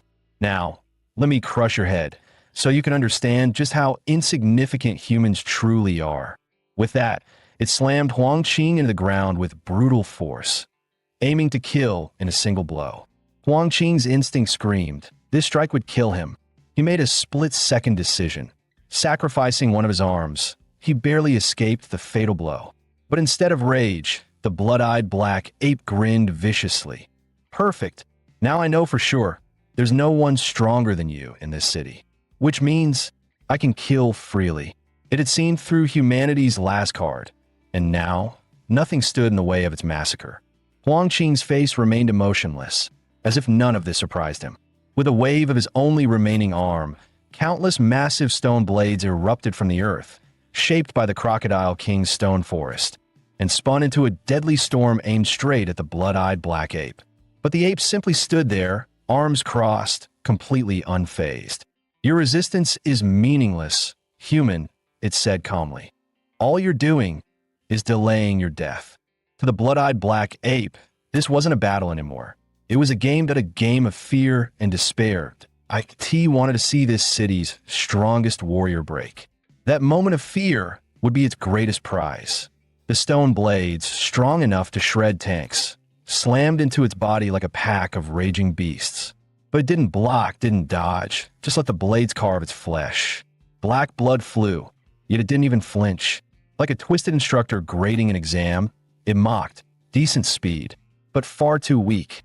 Without a word, Huang Qing summoned another tidal wave of stone, launching a massive second assault. But the blood-eyed black ape leapt effortlessly, soaring over 100 meters in a single bound, and escaped the stone tide with ease. Boom! The tidal wave of stone crashed through the forest of spikes, pulverizing everything in its path. But when the dust settled, the blood-eyed black ape stood untouched. Not bad, it muttered, but still too slow. Huang Qing heard its mocking voice echo around him. Kneel. I don't allow lower life forms to look me in the eye. For a moment, he blinked. Caught off guard, he hadn't expected the beast to be this deranged. Then came the strike. The ape's palm descended like a collapsing mountain. Another thunderous impact. Huang Qing felt both knees crack in pain, but he didn't fall completely. He forced himself to stay half-crouched, refusing to kneel. The ground beneath him shattered into spiderweb fractures, yet his eyes remained calm, unshaken. The ape tilted its head in confusion. Where was it? The fear, the despair, the same look all the others had before dying. Why? It growled. Why aren't you afraid? Huang Qing placed his remaining hand on the ground and answered coldly. You think you're clever, beast, but you miscalculated. In the end, you're just another arrogant animal. Bloodburn forbidden art. Earth Pulse seal. Huang Qing roared that it wasn't a trap. It was a setup. He had lured the blood-eyed black ape here on purpose, because this place held his final trump card. Rumble. The ground beneath them liquefied, whirling into a vortex of sand with terrifying suction power. Within seconds, the ape had sunk halfway into the swirling pit. The more it struggled, the deeper it sank. Really? This is your ace? The ape sneered. You think you can seal me? How naive, human. You can't hold me forever. The second your little trap slips, I'll tear everyone in this city apart. But Huang Qing just smiled. Not with joy, but with grim pride. This isn't a trap, he said softly. It's a hymn, a human anthem, sung in the face of annihilation. He pulled up his shirt, revealing a glowing, star-shaped wound over his heart. 5 points, burning red. Then, he thrust his only arm through his own chest. Blood gushed instantly. The blood-eyed black ape froze. You, what are you doing? Huang Qing coughed blood, but his gaze was resolute. At the start of this war, I buried Anqing's one and only tactical nuke beneath Swan Lake. The trigger is embedded in my heart, and once that heart stops beating, the bomb goes off. The blood-eyed black ape snarled. You expect me to believe that? You're insane. No one would gamble their life like this. You think I'm scared? You're bluffing. But Huang Qing just smiled. From the moment this war began, I never planned on making it out alive. Because I'm the mayor of Anqing. My name is Huang Qing, and I once swore, on the day I took office, to give everything for this city. For its people, even my life. And now, I guess I've kept that promise. He closed his eyes. Then came the light and the heat, annihilating both him and the beast in a single, blinding instant. Boom! The sky erupted. A mushroom cloud rose like a monument. Massive, solemn, eternal. The warriors who had been warned and evacuated the blast zone stood in silence. They looked toward Ground Zero, eyes filled with tears, tears that flowed like rivers, but their gazes burned with pride. As one, they raised their hands and saluted the explosion. Chuzhou and the others bowed their heads, paying silent tribute. This wasn't an END, it was a funeral. A grand, unforgettable funeral. After the nuclear blast, everything within a 10-kilometer radius was vaporized in an instant, leaving behind a single, massive crater of molten rock. In the endless sea of dark red lava, something stirred the shape, charred black and barely human, trembled. Chunks of carbonized flesh crumbled away, revealing scorched bone beneath. Embedded in the center of the ribcage was a dull, orange-hued crystal. Then, without warning, the crystal flared, like a dying flame reigniting one last time. Thin, pink threads of blood began to unravel from the magic core. They spread across the broken skeleton, weaving muscle, sinew, and nerves anew. Seconds later, the blood-eyed black ape's eyes snapped open. Its body, now a grotesque, blood-soaked figure, began to rebuild. Skin spread. Black fur returned. Its blood-red eyes blinked open again, cold, merciless, and burning with vengeance. Struggling to rise, it felt the emptiness inside its core. So close, so damn close to being killed by that lowly human.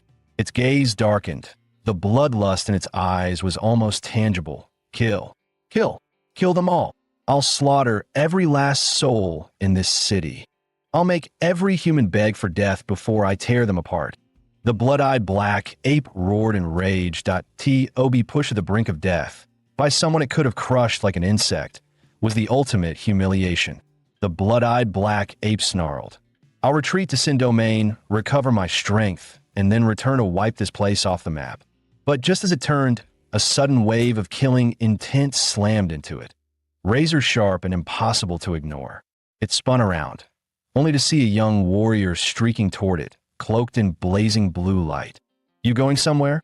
The ape's pupils narrowed. It recognized that glow. The human brat who, alongside the mayor, had become one of its greatest obstacles. There you are, he growled. Shame I'm a little late. He roared, pushing his body past its limits. Cells in his arm ignited into full atomic reaction mode. Blue lightning tore through his muscles, peeling flesh away in sparks. Atomic strike fist. His punch landed square on the ape, but shockingly, it didn't dodge it. It took the hit head-on, boom. The sky exploded in a blast of blinding blue light. The blood-eyed black ape roared, marching forward through the torrent of energy, defying the blast with sheer brute strength. E's eyes widened. It's pushing through. The ape sneered, foolish little genius. You should have stayed in the backlands. But no, here you are, gift wrap for me. This is my chance to rip you apart. But he smiled coldly. If you had run, my mini tactical nuke might have missed you. But since you stayed, why not enjoy a second helping? Deep within He's body, the atomic reactor roared to life. Nuclear fission ignited at full force. Blazing arcs of blue lightning exploded from his flesh, dancing across the battlefield like a storm of electric foxes. The blood-eyed black ape's expression shifted. That energy signature, it was unmistakable. Another nuke? Its voice cracked. You damned human, what the hell? But before it could finish, it was swallowed whole by a flash of pure light and searing heat. Several kilometers away, human warriors were still holding off the remaining beasts when someone shouted, "Look, over there." Was that another nuke? Though the second explosion was far smaller than the tactical nuke triggered by Mayor Huang Qing, that mushroom cloud that pulsed through the earth, it was unmistakable. Could this be another trick left behind by the mayor? Only Huang Qing would think this far ahead. As the dust settled, the blood-eyed black ape stumbled from the crater, half dead, scorched, and gasping. Its eyes widened in horror. "You monster!" From the smoke, a colossal figure emerged, over 40 meters tall. Its skin was as rugged as volcanic rock, streaked with glowing blue veins. Spinal spikes jutted out like swords, and a thick, armored tail swayed lazily behind it.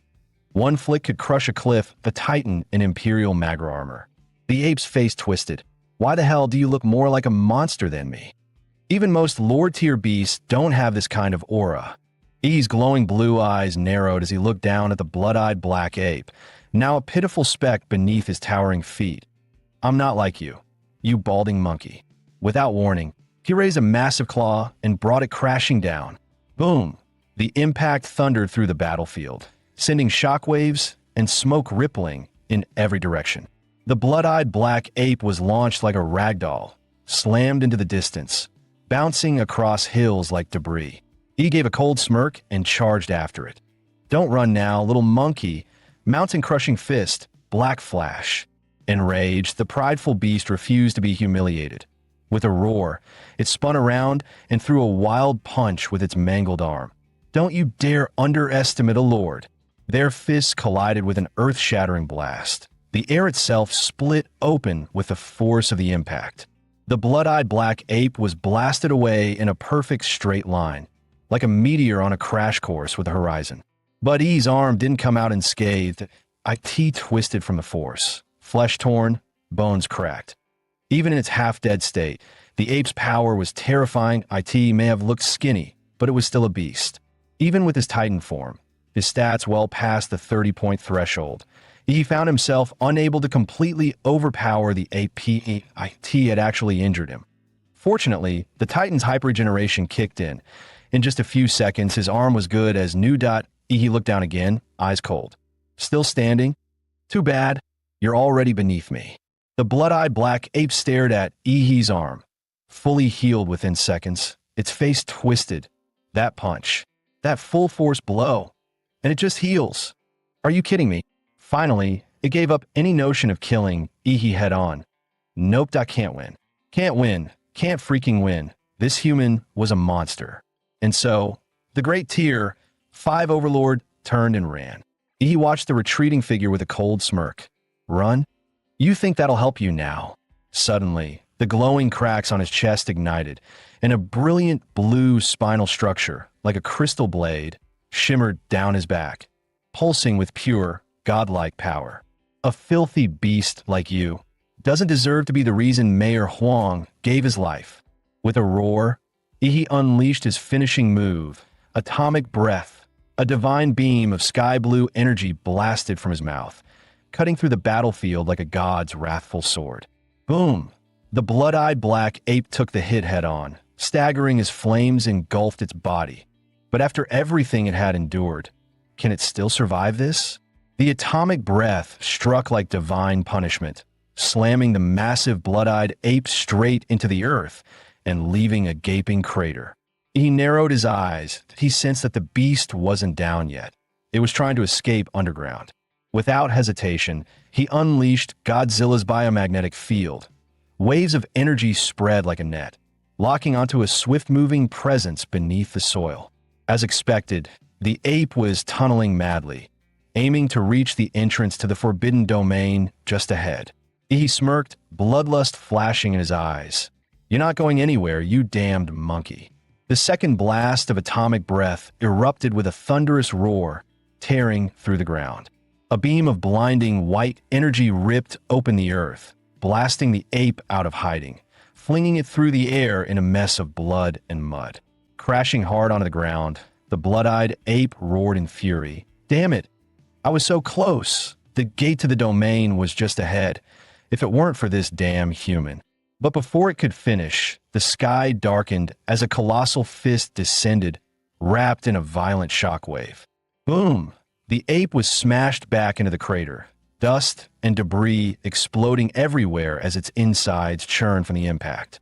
Yi's voice cut through the air like a steel blade. "You dared lay hands on Mayor Huang? This is the price that I'll make you beg for death." After being crushed blow after blow, the blood-eyed ape was on the verge of mental collapse. It forcefully burned the last reserves of its core energy, restoring its right arm to peak strength.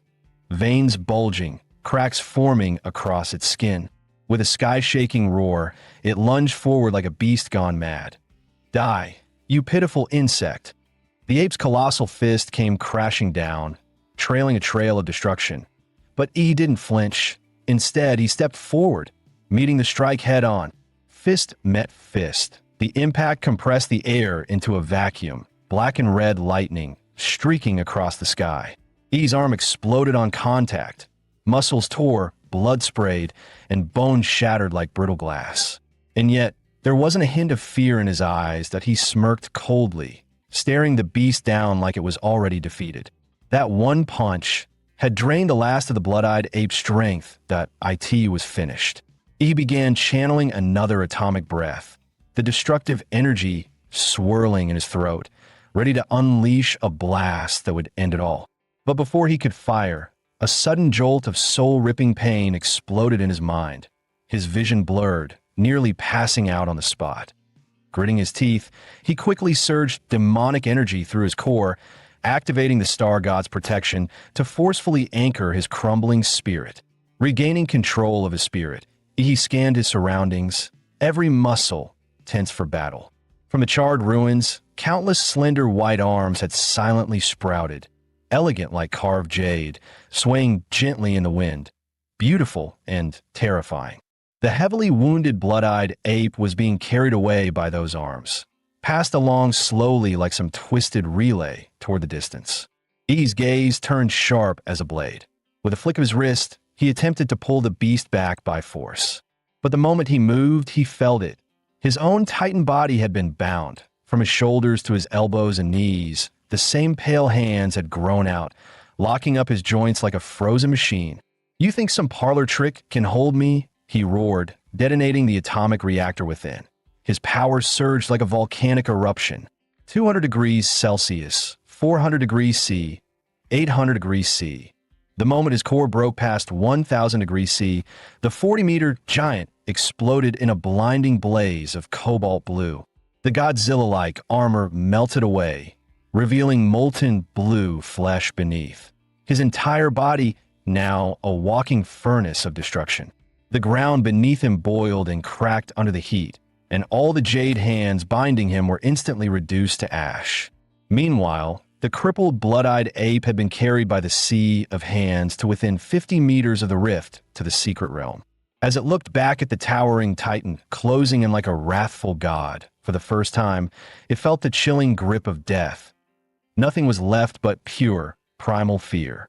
He crushed the charred earth beneath his steps, each footfall scorching away entire fields of ghostly arms. With a furious roar, he extended his blazing hand, about to snatch the beast back from the brink of escape. But at that very instant, an eerie woman's laughter echoed from within the towering rift. It was sharp, chilling like nails clawing at the soul. Then, pale arms surged out like a tidal wave, pouring from the crack in endless waves. At the center of the tide, a woman's head slowly emerged, her face partially hidden by two long, mask-like white hands covering her eyes. Only her lips were visible, curled into a disturbingly elegant smile. Seeing that grotesque figure emerge, Ihi's heart sank. What the hell was that, another beast? No, this wasn't just a beast. That overwhelming pressure. It had to be beyond apex class. If her true form descended, he'd be vaporized before he could even kneel. As if sensing his presence, the woman's head twitched. Her mouth suddenly opened wide, emitting a screech so piercing it felt like the wail of a banshee ripping through the world. The sound wasn't just noise. It penetrated the giant's defenses and slammed straight into Ihi's consciousness. He howled in agony as the psychic shock tore at his soul like burning razors. Then, crack, the back of the titan's neck split open in a gory explosion.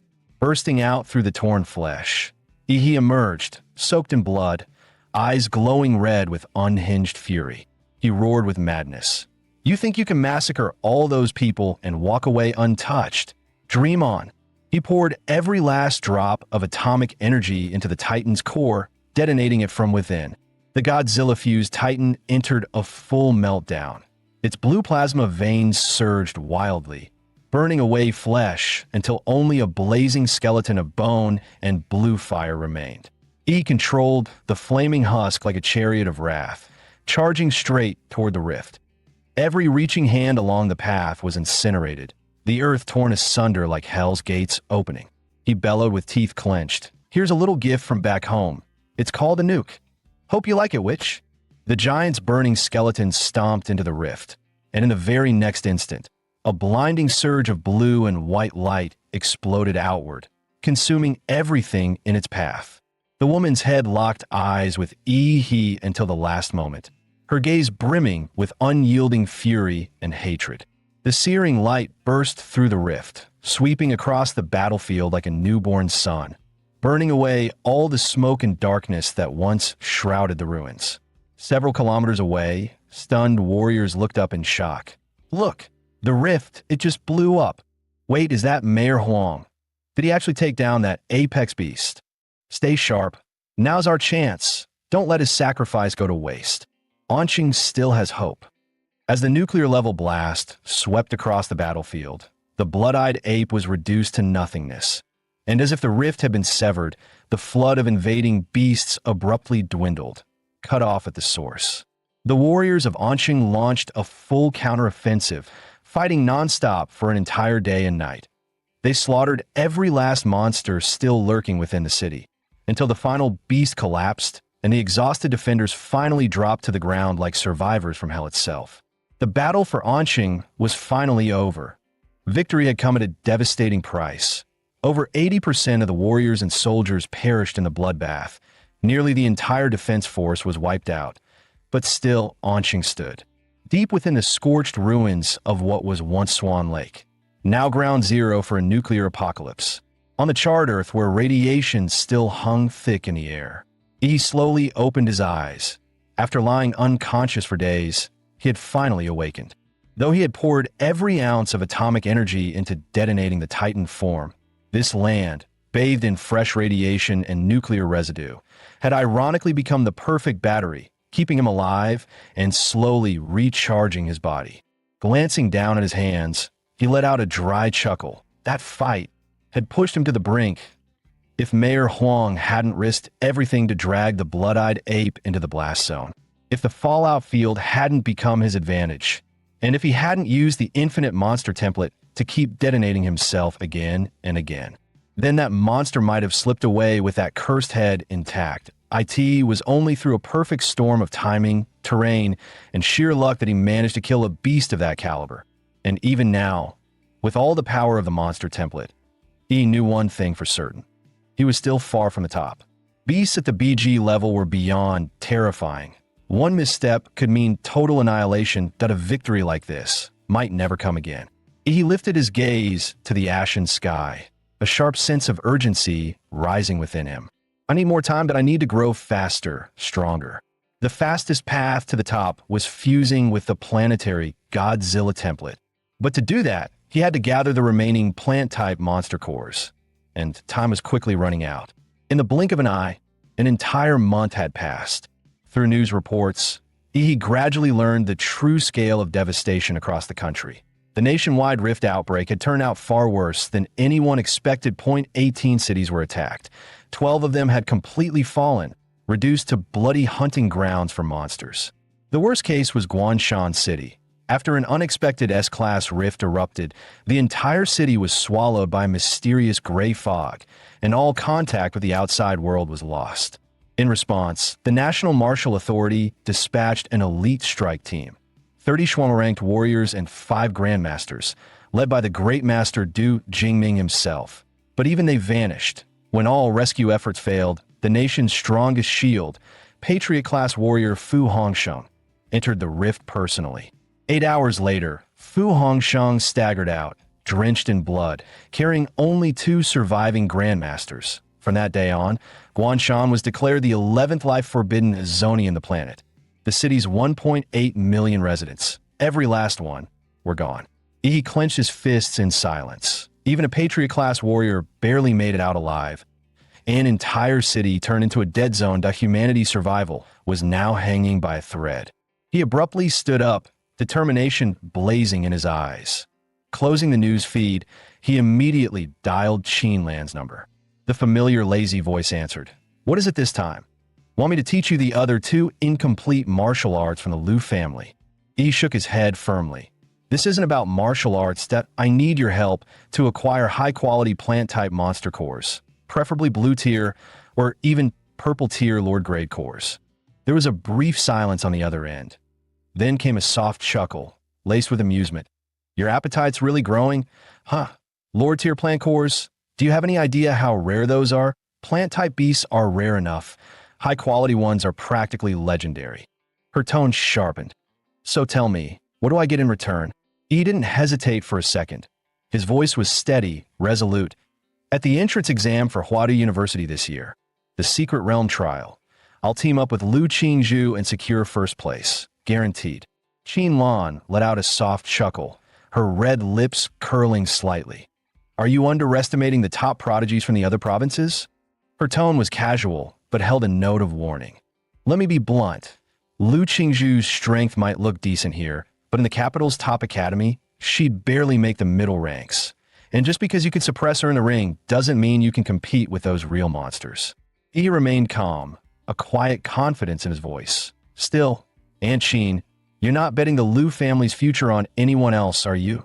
So here's my offer. I'll put it in writing that if I fail to win first place, I'll serve the Liu family for life, be your personal assistant, your servant, your old age caretaker. No complaints, no regrets." Qinlan couldn't help but burst out laughing. Her tone was equal parts exasperated and amused. "Huh. Serve me for life. You're really good at making bold promises, aren't you, little brat?"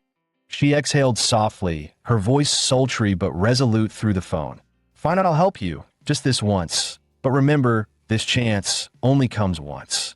Outside Anqing First People's Hospital, a sleek black and gold motorcycle screeched to a stop. He hopped off, riding his generously gifted brother-in-law's prized machine. "Whoa, that's Ihi, the top martial candidate himself. We're all busted up in here, and he looks untouched. I heard he took down a whole horde of monsters. Ihi, I'm your fan. Can I get your autograph? Can I add you on Qping?" The crowd swarmed with excitement, and Ihi barely managed to wave them off. He never expected to be this popular in Anqing. He made his way to room 6, where Chu Zhou and Luo Xian were both recovering.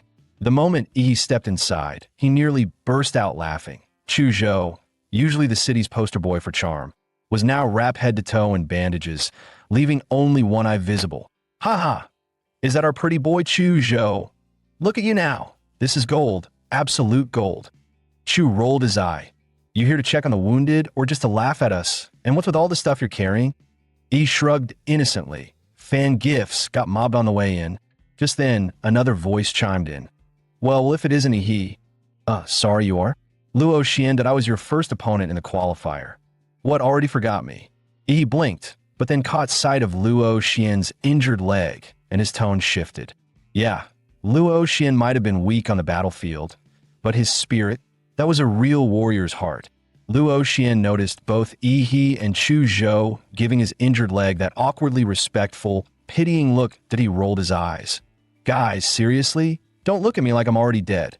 The leg's not gone. Worst case, I'll get a limb repair surgery. And if that doesn't cut it, I'll slap on one of those new laser bird combat prosthetics. They come with built-in cannons now, you know." Just then, Yi's phone started ringing from inside his pocket. He glanced at the screen, unknown number. Without a second thought, he hit decline, flagged it as spam, and blocked it. Smooth, efficient, brutal.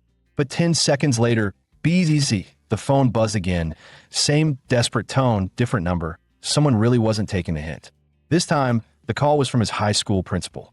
"E, did you seriously block that bigwig from the Capitol? Unblock him now." E froze that, oh no, he just pulled the ultimate career suicide move. Blocking a VIP like he was junk mailed at IT was like slamming the door in a government official's face mid-speech, with a smile. E silently pulled the block number out of phone jail, removed the spam label, and answered, hoping this social damage could still be salvaged. "Hello, E. This is Wang Tao, head of admissions from Huadu University. We're calling to inform you that the Capital University will begin the semester 1 month early. A private train will pick you up in 3 days. Oh, you have any questions?" E's inner voice. What the hell could I possibly say? Ask for a delay, a summer break extension, but on the outside, he answered smoothly, understood that I'll follow the university's arrangements. Meanwhile, Chu Zhou also received a call from the same university. "Hello, Chu Zhou. This is Director Liu from the Huadu University admissions team. I understand that I'll be there on time." "Thank you, Director Liu." Chu ended the call like a model student, calm and polite. Two future Capital University elites lying in the same hospital room. The place might as well be renamed the Top Score Suite. Gonna have to raise the price on this room, 0.5 grand per night, minimum. Luo Xian looked left, looked right, then slowly pulled the covers over his face. Yeah, he thought that he didn't belong on the bed. He should probably be under it. Still, before he reported in, there was one more important thing he had to take care of.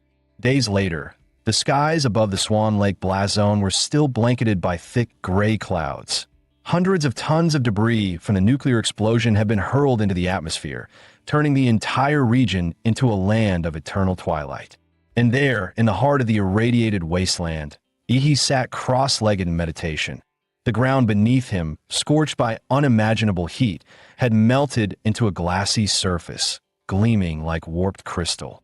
Entering his Manhwa state, he began channeling the lingering radiation from the air into his body. Jagged, obsidian-like skin coated his frame, while the crystalline spine on his back pulsed with blue light. Misty energy circled him, making him look like some celestial immortal, if that immortal were breathing in toxic nuclear gas instead of spiritual essence. His muscles, broad and powerful like an eagle mid-flight, slowly relaxed, and his pores released thick steam like a living pressure engine. His eyes snapped open, a sharp flash of blue cutting through his pupils that he pulled up his status panel to see the results of his 3-day training. Infinite monster template host, Ihi overall physique, 27.4 active template, Berserker Demonra template sync rate, 38.9% Titan form sync rate, 90%. After the battle against the Blood-Eyed Ape, his Demonra sync had jumped by 1.5%, a massive leap at this level. And with 3 days of exposure to pure radiation and atomic decay energy, he'd gained another solid 6%. This wasteland wasn't just a battlefield. It was a training paradise. But time was up. He had to leave. He bent his knees, gathering atomic energy beneath his feet like a coiled spring. With a flash of blinding blue light, he launched upward, but a thunderous boom followed as a shock wave burst behind him, splitting the air like a sonic cannon. At Anqing's bullet train station, the PA echoed calmly. "Attention, passengers. Train G6666 to Huadu West will depart in 5 minutes. Please proceed to ticket check-in if you haven't done so."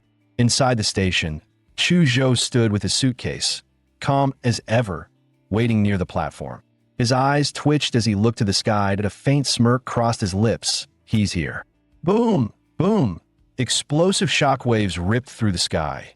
All across the station, martial artists instantly went on high alert, hairs standing on end. That pressure, is it another high-level beast? We just survived one invasion. Don't tell me there's another.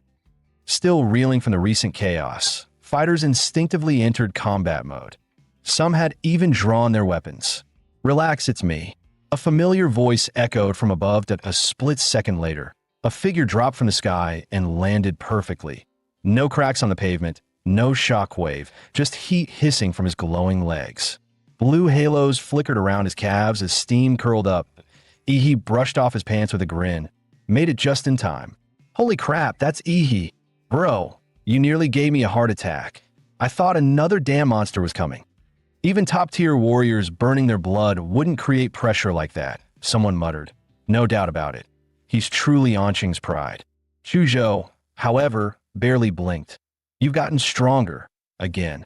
Anqing, once drowning in beasts, was now fading into the distance. For Ihi, this place was the first stop in his journey through this world. His origin. Farewell, Anqing. He turned toward the horizon, eyes steady.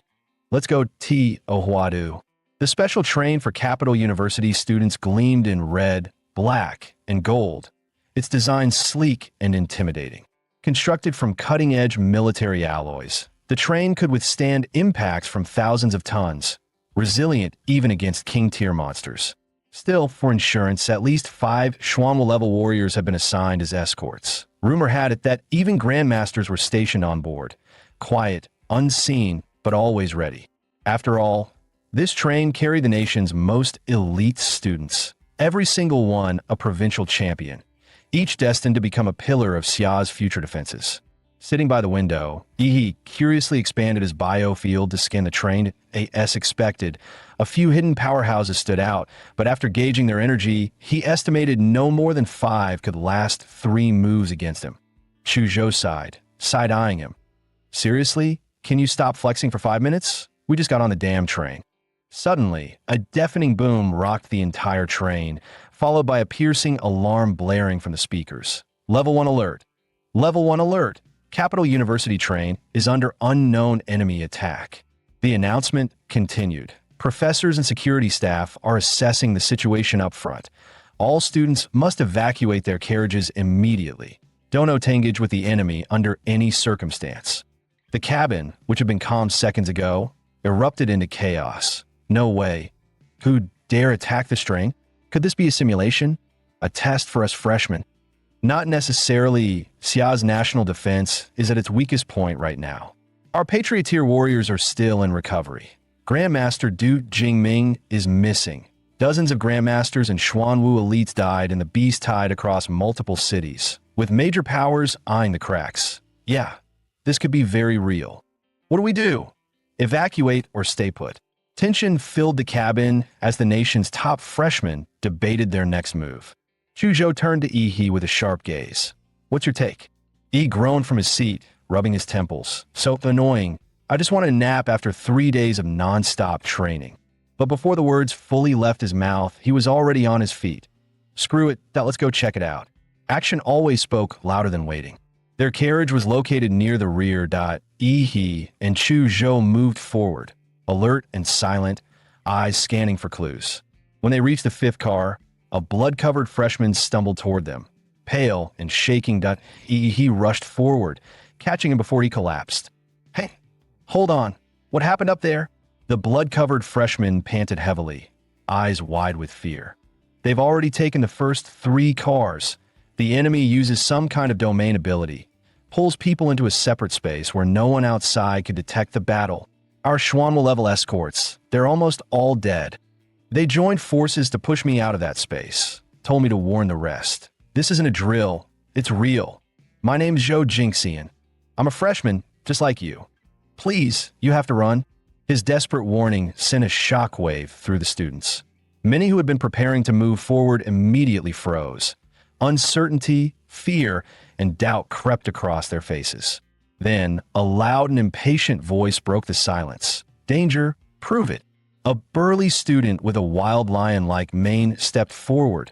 His gaze was sharp, domineering, like a walking tank. Where's the token your teachers supposedly gave you?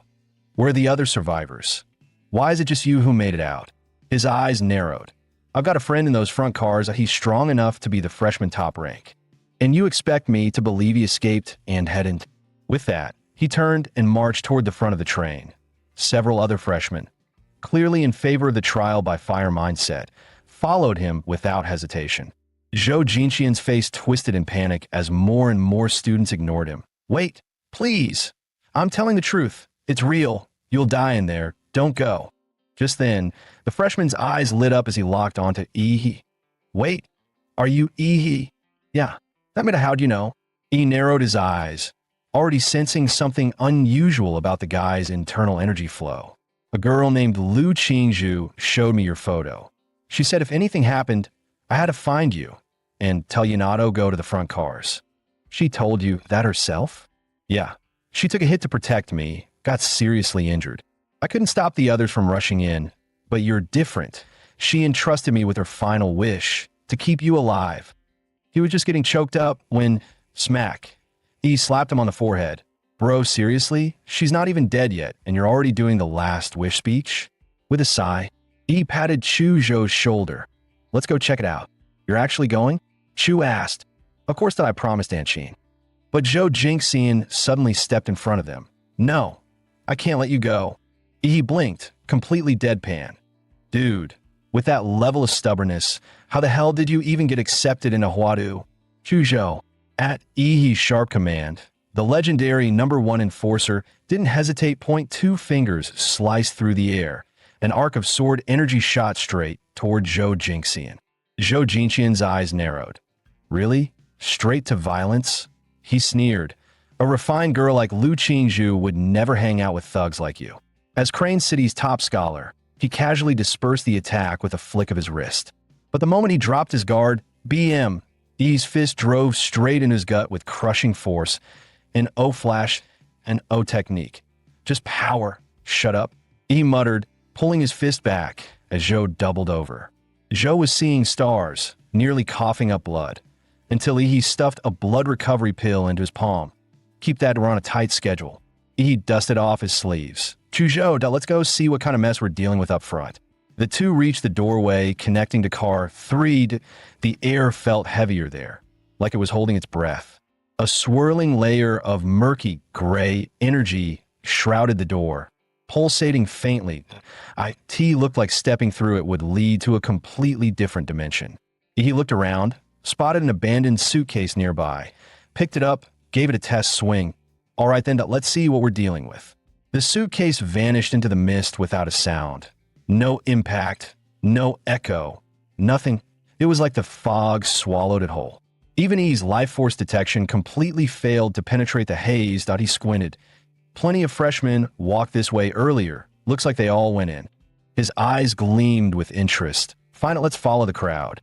Without another word, he and Chu Zhou stepped into the swirling mist. Their figures twisted unnaturally, then dissolved into the haze like ink in water. Yi blinked as he emerged on the other side, only to find Chu Zhou gone. They entered together, shoulder to shoulder. Now, not a trace. A wave of dizziness hit. Yi scowled. Someone's messing with us. A faint light flickered ahead. He steadied himself and moved toward it. Let's see what's out there first. As he crossed the threshold, cold wind slammed into him. No train and no carriage. Just an unfamiliar, desolate landscape. The sky was a dull gray, like a dying breath. All around him stood crumbling ruins of forgotten buildings. For once, Yi's expression turned grim. His life force sense, gone. Not just suppressed, erased, or worse, completely blocked by the strange dimension he'd just entered. When faced with unknown territory, he went with his go to move, find a high ground. He bent his knees and launched himself into the air like a missile. Moments later, he landed atop a crumbling skyscraper, scanning the eerie horizon. Without wasting a second, he summoned his inner force. Dense martial energy surged through his arms. He shaped his hands into a sphere, pulling in volatile atomic energy. Even though his life force sense was jammed, he could still feel it. A hostile gaze, watching him like prey. He sneered, "You think hiding makes you safe?" Boom! A deafening explosion erupted from his hands, blasting searing heat into the air. The gray cloud shattered, and the still, silent city was finally jolted awake by the thunderous blast. He hurled the energy sphere high into the sky. A heartbeat later, a terrifying blast erupted among the clouds, its blinding light and searing heat ripping the gray mist apart. The deafening shockwave shattered the silence of the entire city. Across the city, freshmen who had been scrambling to escape some unknown threat froze in place, staring wide-eyed at the massive explosion overhead. What the hell? Another huge blast. Damn, which powerhouse is this? Making an entrance this flashy. Some looked on without a shred of worry about the trouble it might bring. Some shouted in admiration, and others remained cold and indifferent. But to Chu Zhou, this was unmistakably Yi's signal. Sword in hand, he surged forward, racing toward the source of the explosion. In a high rise elsewhere, Lu Qingzhu's pale face reflected the blue-tinged light flashing through the window. She knew instantly. It was Yi. He had told her not to let him come. Standing atop a rooftop, Yi scanned the restless city below. He knew this move had drawn in both allies and enemies alike. Then came the heavy thud of footsteps behind him. From the silhouette alone, he could tell it wasn't human. It was a bizarre figure clad in black, wearing a white pig-headed mask. In its hand, a rusty chain dragged along the ground, the other end bound to a blood-stained dagger. One look at the bizarre outfit, and Yi knew this guy was trouble, and testing the waters. Blue flames erupted under his feet, scorching a deep mark into the ground as he shot forward, swinging a fist straight at the pig mask. "Playing creepy? I'll rip that mask right off your head," he snarled. But just as his punch was about to land, the pig-headed man's dagger shot out like lightning, even faster, completely bypassing Yi's protective energy field. The blade pierced through his defenses like a demon scalpel, stabbing deep into Yi's abdomen at the same moment. Yi's fist slammed square into the pig-headed man's skull. Heat intense enough to melt steel erupted instantly, a torrent of blue energy engulfing the pig-headed man's head. Yet, even after taking Yi's nuclear punch head-on, the guy's skull remained completely intact. The pig-headed man tightened his grip on the dagger buried in Yi's gut, muscles straining as he tried to split. Yi opened in one savage pull. But no matter how hard he yanked, the blade wouldn't budge, locked in place. The realization flickered across his eyes. Yi grinned, his voice low and taunting. "Didn't expect my regeneration to be this fast, huh? My muscles alone can clamp your blade that you're not that strong, but this weapon of yours, it can bypass defenses. What the hell are you?" He clamped both hands on the pig-headed man's mask, prying open those snarling jaws with a wicked grin. "Open wide, pal. Time for a little dental work." Mouth-to-mouth atomic breath. Boom! A blazing blue beam roared forth, flooding straight into the pig's gaping maw. The scent of charred flesh filled the air as the pig-headed man's struggle ceased. His mouth blown clean through, his neck severed by the searing heat. He hoisted the severed pig head, locking eyes with the hollow mask in a silent stare down. He smirked. "Told you I'd rip it off. Guess I'm a man of my word, huh? What's this inside?" Digging through the mask, he pulled out a pendant, his lips curling upward. Figures, Huada's trial. Beat the boss, get the loot, right? Inwardly, he deduced the masked man's weapon had been infused with a high-level warrior's aura, giving it its deadly sharpness. Once that aura faded, it was nothing more than scrap metal. But this pendant, what was it for? Could it be he had to hunt down every masked enemy and claim the pendants hidden in their masks? Just then, whoosh, a sharp whistle split the air. He felt a vicious wind rush toward him.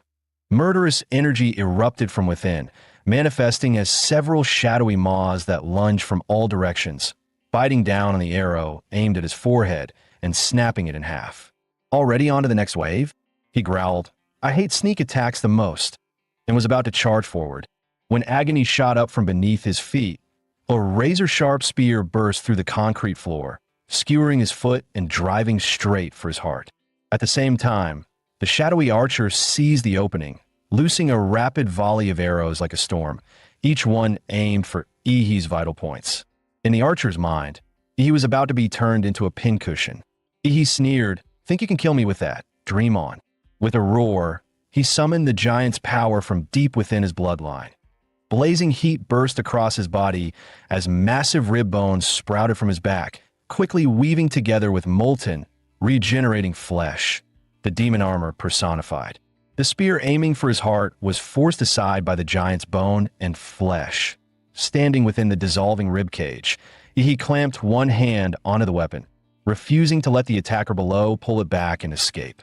He wrapped his other hand in black and crimson killing intent and slammed his fist into the ground.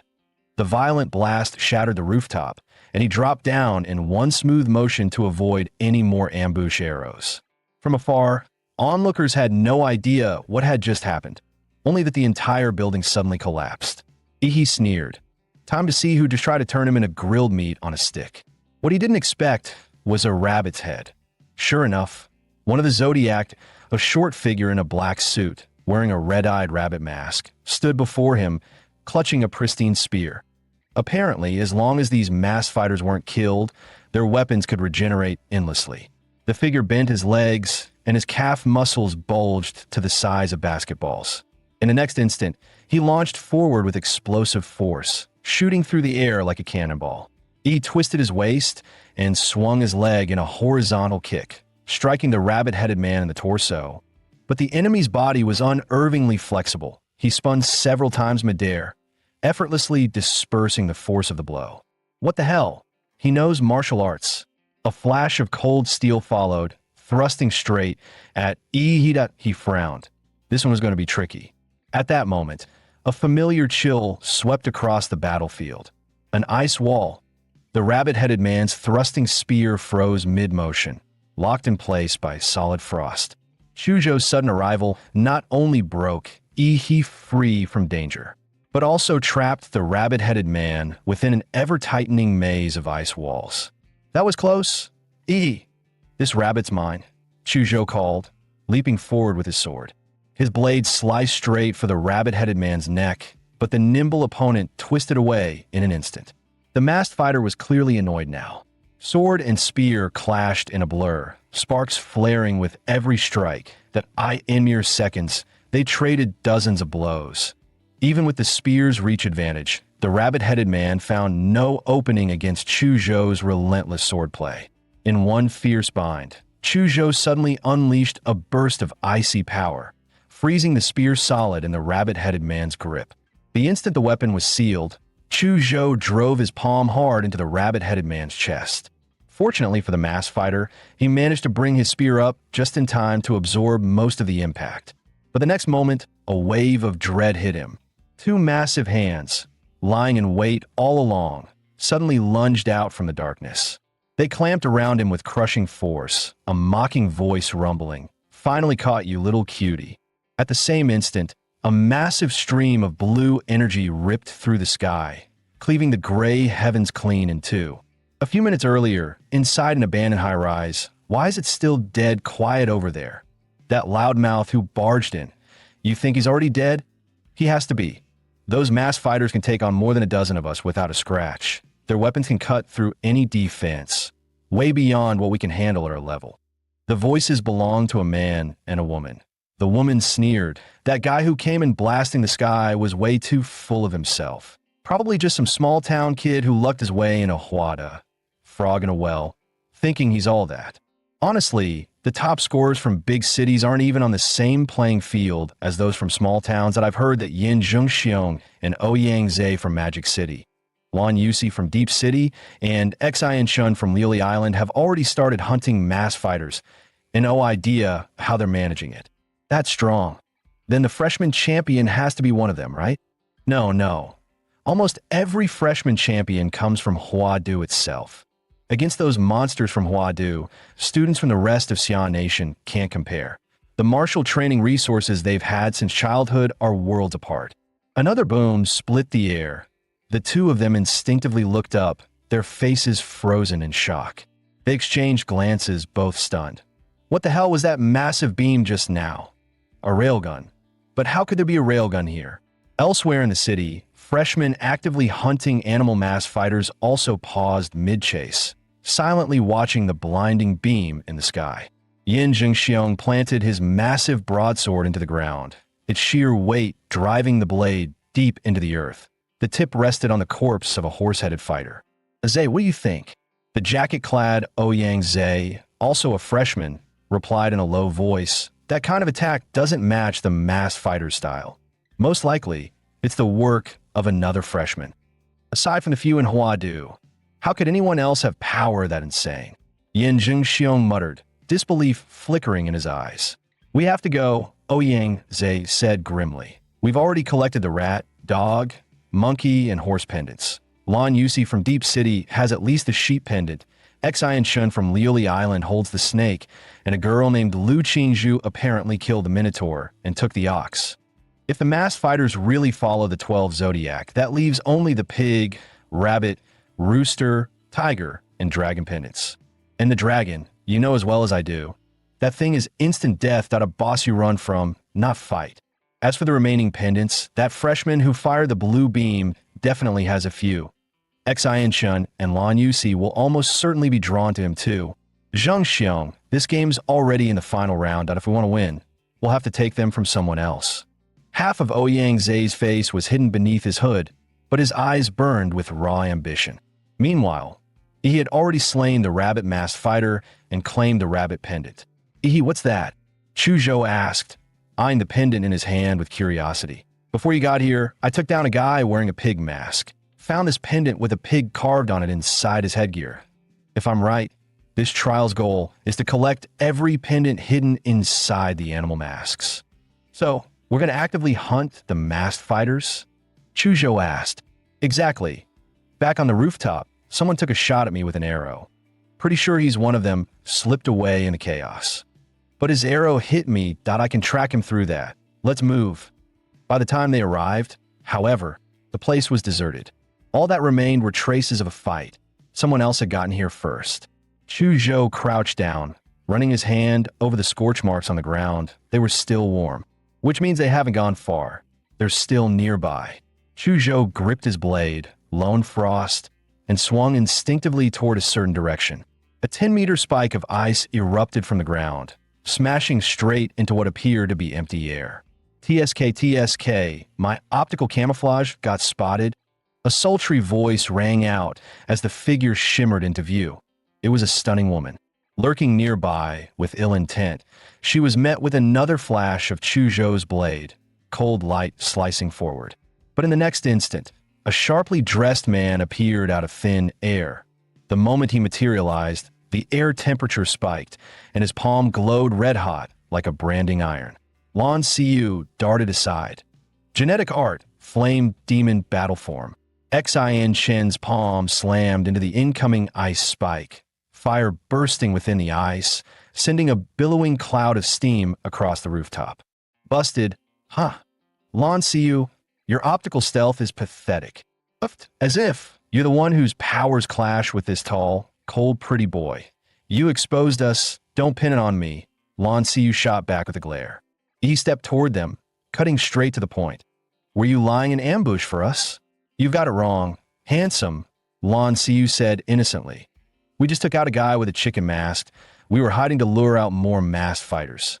Beside her, Xian Shen casually clamped a cigarette between his lips, flicked his fingers, and lit it with a tiny spark.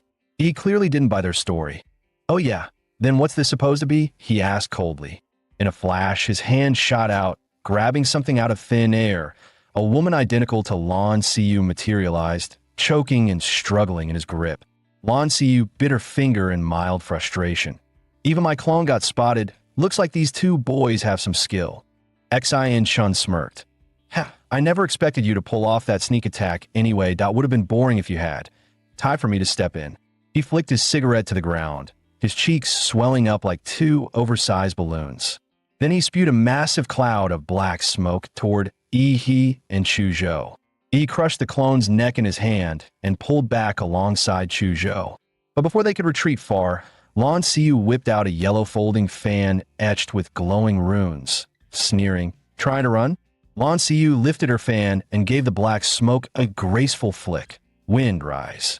A violent gust surged forth, propelling the smoke until it swallowed Yi and Chu Zhou whole. Xin rolled a fireball between his fingers, smirking. Not done yet. Let's add some heat. Boom! The black smoke ignited instantly, blooming into a blazing fire cloud so hot it warped the air around it. Skill means nothing if you still lose to us, Xin boasted, shooting Lan Xiu a smug eyebrow raise. But the next instant, a thunderous clap echoed like a cannon blast. He emerged from within the burning cloud, slamming his palms together. The resulting shockwave snuffed out the entire firestorm in an instant. "The hell are you laughing at?" he snarled.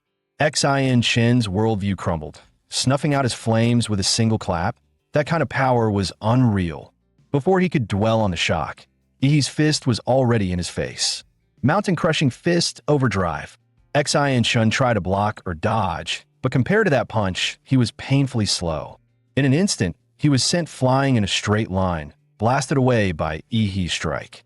Lan Xiu hadn't expected Yi's speed and strength to be so overwhelming. The sheer physicality sent a chill through her. None of them had yet cultivated techniques to break through to the warrior stage. As martial trainees, their bodies were always held back by an invisible barrier. Even with Huada freshmen having a higher ceiling at this stage, they still couldn't surpass that limit. But Yi's physique was far beyond any first years. To them, this was pure dimensional suppression. But her despair was only beginning. Suddenly, a freezing chill wrapped around her ankles. While she'd been fixated on the punch-throwing guy, Chu Zhou had already frozen her feet solid. Damn it, I was so focused on the fists, I forgot about the ice guy. Even working together, Xin and I can't beat them. They're monsters. Continuing this fight, there's no chance of winning. At that moment, Lan Xiu's mind held only one thought. Run. She let out a sharp cry, swinging her magic weapon with all her strength as currents of air swirled violently around her, forming a hurricane-like barrier. The ice at her feet shattered under the slicing wind, and her light frame was lifted into the air by the gale. No, I have to get out of here, she thought in panic and rage. But Yi's hand shot out, seizing her slender ankle. The shock nearly made her lose control. Get down here, Yi roared, slamming her into the ground. Dust and debris exploded upward as the impact carved a crater into the earth. He raised his fist again, ready to unleash another brutal strike. Gritting her teeth, Lan Xiu burned through a massive amount of martial energy, determined to break free. Xianhuang martial art, shapeless shadow scatter, she shouted as thick smoke erupted around her. Countless duplicates of Lan Xiu burst from the haze, scattering in every direction. Yi grinned darkly. Run, Xianhuang martial art, flesh prison, demon veil illusion, activate. From Yi's body burst a swarm of black and crimson demonic shadows, outnumbering Lan Xiu's clones several times over. They morphed into countless monstrous beasts, swarming in to tear her illusions apart. In Xianhuang martial arts, there were clear gaps in power, and her clones couldn't match Yi's shadows in either numbers or strength. Outmatched and unable to run, Lan Xiu felt a wave of despair crash over her. She realized, to her horror, that she couldn't even move. What are these things? Yi's grin was equal parts lecherous and menacing. Can't beat me. Can't run, so just accept your fate. One look at that expression, and Lan Xiu caved instantly. I surrender. Take my pendants. In moments, 2 more pendants fell into Yi's hands. See? Would have been easier if you'd done that sooner. Now, tell me everything you know. Without hesitation, Lan Xiu sold out her ally Xinchen, spilling every detail about the snake and tiger pendants he held, along with the abilities he'd shown in battle. She also confirmed what he had already suspected. Winning this trial required gathering all 12 pendants AKT this late stage. Even if you didn't hunt others, they'd come hunting for you. Ouyang Zhe and Yin Zhengxiong from Evil City are among the top freshmen, and I bet they've already snatched plenty of pendants. Wanted to take you to them. Lan Xiyu batted her eyes, her blue-violet eyeshadow glinting. I've got no hope of winning anyway. So why not stir the pot? Pit you all against each other. Let the tigers fight while I watch. Unfortunately for her, he just chuckled. You don't need to worry about that. But I do like your fan. At those words, a bad premonition surged through Lan Xiyu's mind. Meanwhile, on another deserted street, Yin Zhengxiong and Ouyang Zhe were leaping swiftly through the steel jungle. By now, Xen Chun and Lan Xiyu have probably already made their move, Ouyang Zhe said coldly. Doesn't matter who wins. Once it's over, we'll just take the pendants from them. All they're doing is holding on to them for us for a while. Yin Zhengxiong didn't seem surprised. To him, it was simply the truth. Suddenly, his pupils shrank. Zhe, look at that body, he said sharply. Ouyang Zhe halted, narrowing his eyes toward the grisly sight ahead. A corpse cleanly severed at the waist, tossed carelessly into the middle of the street like a dead dog. The face still bore an expression of anger, frozen in time. As if the killing blade had been so fast, Xinchen never even had the chance to feel fear before death claimed him. Minutes earlier, sent flying by a single punch, Xi and Chun tumbled dozens of meters before crashing into a street. That guy's a monster. Lan Xiyu's probably done for two. Feels like he marked me. I'm sure he'll come after me. He thought bitterly. He hadn't expected to meet such an absurdly strong opponent so early. Maybe it was time to join forces with Ouyang Zhe and those two from Magic City. Then it came, a piercing screech of metal dragging across pavement. The sound made his skin crawl. He turned and saw, some 30 meters away, a figure advancing with a long tang blade in hand. The man wore a dragon mask forged from cold, black steel. Majestic yet hideous, he stood over 2 meters tall, his frame gaunt and wiry. But what drew the eye and chilled the soul were his pupils. Double pupils, both blood red, squeezed into a single eyeball that was a sight both otherworldly and deeply unsettling. Xian Chen's face twisted in terror. Hey, it's the dragon. SE's T. The streetlights between them flickered erratically, as if the current was being disrupted. Xian Chun blinked, and in that instant, the dragon-masked swordsman seemed to vanish. Reappearing past him, he strode forward another dozen meters, and every streetlight behind him went black. Once the lights went out, everything vanished into darkness. When the lamps flared back to life, a corpse lay in the street, severed cleanly in two. The dragon-masked man scooped up a snake pendant, then melted into the misty streets. Why would Xianchen die here?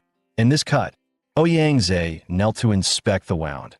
This was the work of the Qianlong .1 strike, clean and fatal, absolute dominance. The only one capable of that is the dragon among the 12 zodiac masks.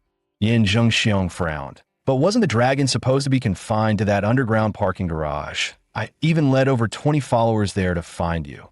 And we ran straight into him. Only the two of us made out alive. That I still can't believe. That thing actually kills people. I thought this was supposed to be a trial, but that boiling hot blood? That was no illusion. At those words, cold sweat ran down Ouyang Zhe's back. The memory it dredged up was one he'd rather forget. So what now? Looks like Xian Chen's pendants are gone too. Yin Zhengxiong's voice snapped Ouyang Zhe back to reality. The reason the Qianlong left the underground garage, Ouyang Zhe said gravely, might be that we freshmen triggered some condition, like eliminating all the other mass fighters, that would free the final boss from its restrictions, letting it roam freely. Just like the other Zodiac mass hunt freshmen on their own, the Qianlong may now actively target those of us holding pendants. There's no way to fight the Qianlong head-on that we have to move before he does. Take the remaining pendants from everyone else and make sure none of them fall into his hands. Determination hardened Ouyang Zhe's tone. He would broadcast a signal, draw all the pendant holders to him, and settle this in one decisive battle. Bloodline Awakening, Golden-Winged Dragon Rock, 4th tier, King-class bloodline. With a sharp cry, golden radiance erupted from Ouyang Zhe's body. Feathers sprouted along his cheeks, Platinum dragon horns curl from his brow, and a pair of massive golden wings, over 4 meters wide and laced with dragon scales, unfurled with domineering force. Ouyang Zai's golden wings beat once, launching him high into the air as a sharp, taunting cry tore from his throat. Wrapped in golden martial energy, the cry echoed across the entire city, a clear summons for challengers. Elsewhere in the dead city, Lu Qingzhu sat slumped amid the ruins. She'd only been on her way to Huada when she was inexplicably dragged into this eerie, lifeless place where countless freshmen had already been slain by the man in the dragon mask. I was with another survivor when we met a teacher. He said he could only take one of us out. I couldn't go. Not yet. In that moment of crisis, only one thought filled her mind. She had to warn that fool, Ihi, not to get involved. She didn't know if the classmate who escaped had reached him. But when she saw the blue explosion burst in the sky, she knew Ihi had come anyway. Unfortunately, she didn't have the strength to go to him. With his brute force, as long as he didn't face the dragon mass head-on, he shouldn't come to harm. Lu Qingzhu focused on healing until she could at least move again. Then a piercing, aggressive cry hit her ears. IT was the call of a fellow high-tier bloodline. Her heart clenched. She'd been found, in her current state. There was no way to run. He'd locked on her aura, and he would be coming for the pendant in her hands. Lu Qingzhu didn't care much for the pendant herself, but she had a feeling he would need IT in her current state. She couldn't possibly fight them head-on, so her only option was to lure them somewhere else. High above, Ouyang Zai felt the faint pull of a shared bloodline and turned his gaze in a certain direction. Lu Qingzhu. Back during the college entrance exams, he'd heard rumors about the fallen Lu family producing someone who had awakened the Nether Sparrow bloodline. As a fellow high-tier divine, bird bloodline holder, he had looked at her. If memory served, she also held the Ox Pendant, an unexpected bonus. And now, she was moving toward a certain place, clearly trying to lead him to the Qianlong's underground parking garage. How adorably naive. The Qianlong's already out with his blade. The parking garage will be empty. Zheng Xiong, I'll go catch someone. You wait here. Ouyang Zai unleashed his golden martial aura, stirring a violent storm through the underground parking lot. The sheer pressure crashed down like a tidal wave. Lu Qingzhu, there's no escape, he growled, his killing intent palpable in the air. Suddenly, a chilling sound cut through the wind. A blade dragging along the ground, IT pierced straight into Ouyang Zai's ears. His spine stiffened. Cold sweat broke out instantly. That sound, he could never forget it. From the depths of the darkness, a pair of glowing, blood-red vertical pupils locked onto him like a beast sizing up its prey. Qianlong. No, that's impossible. That wasn't he supposed to be hunting the pendant holders? A dreadful realization hit Ouyang Zai like lightning. If Qianlong was truly hunting for zodiac pendants, then with 4 already in his possession, it made sense he'd be drawn to the one place that held the most here. Staring into Qianlong's dual pupils felt like having death itself gaze back. Ouyang Zai's entire body froze under the overwhelming pressure. Just locking eyes was enough to make him suffocate. He wanted to run, but his legs felt like they were made of lead, and no matter how hard he tried, he couldn't move an inch. Ouyang Zai suspected that Qianlong possessed something terrifying, an aura field that activated during one-on-one encounters. The moment their eyes met, he was forcefully pulled into it. There were only 2 ways out: meet the unknown condition, or take down the caster himself. He clenched his fists, cursing under his breath. How did he get pushed this far?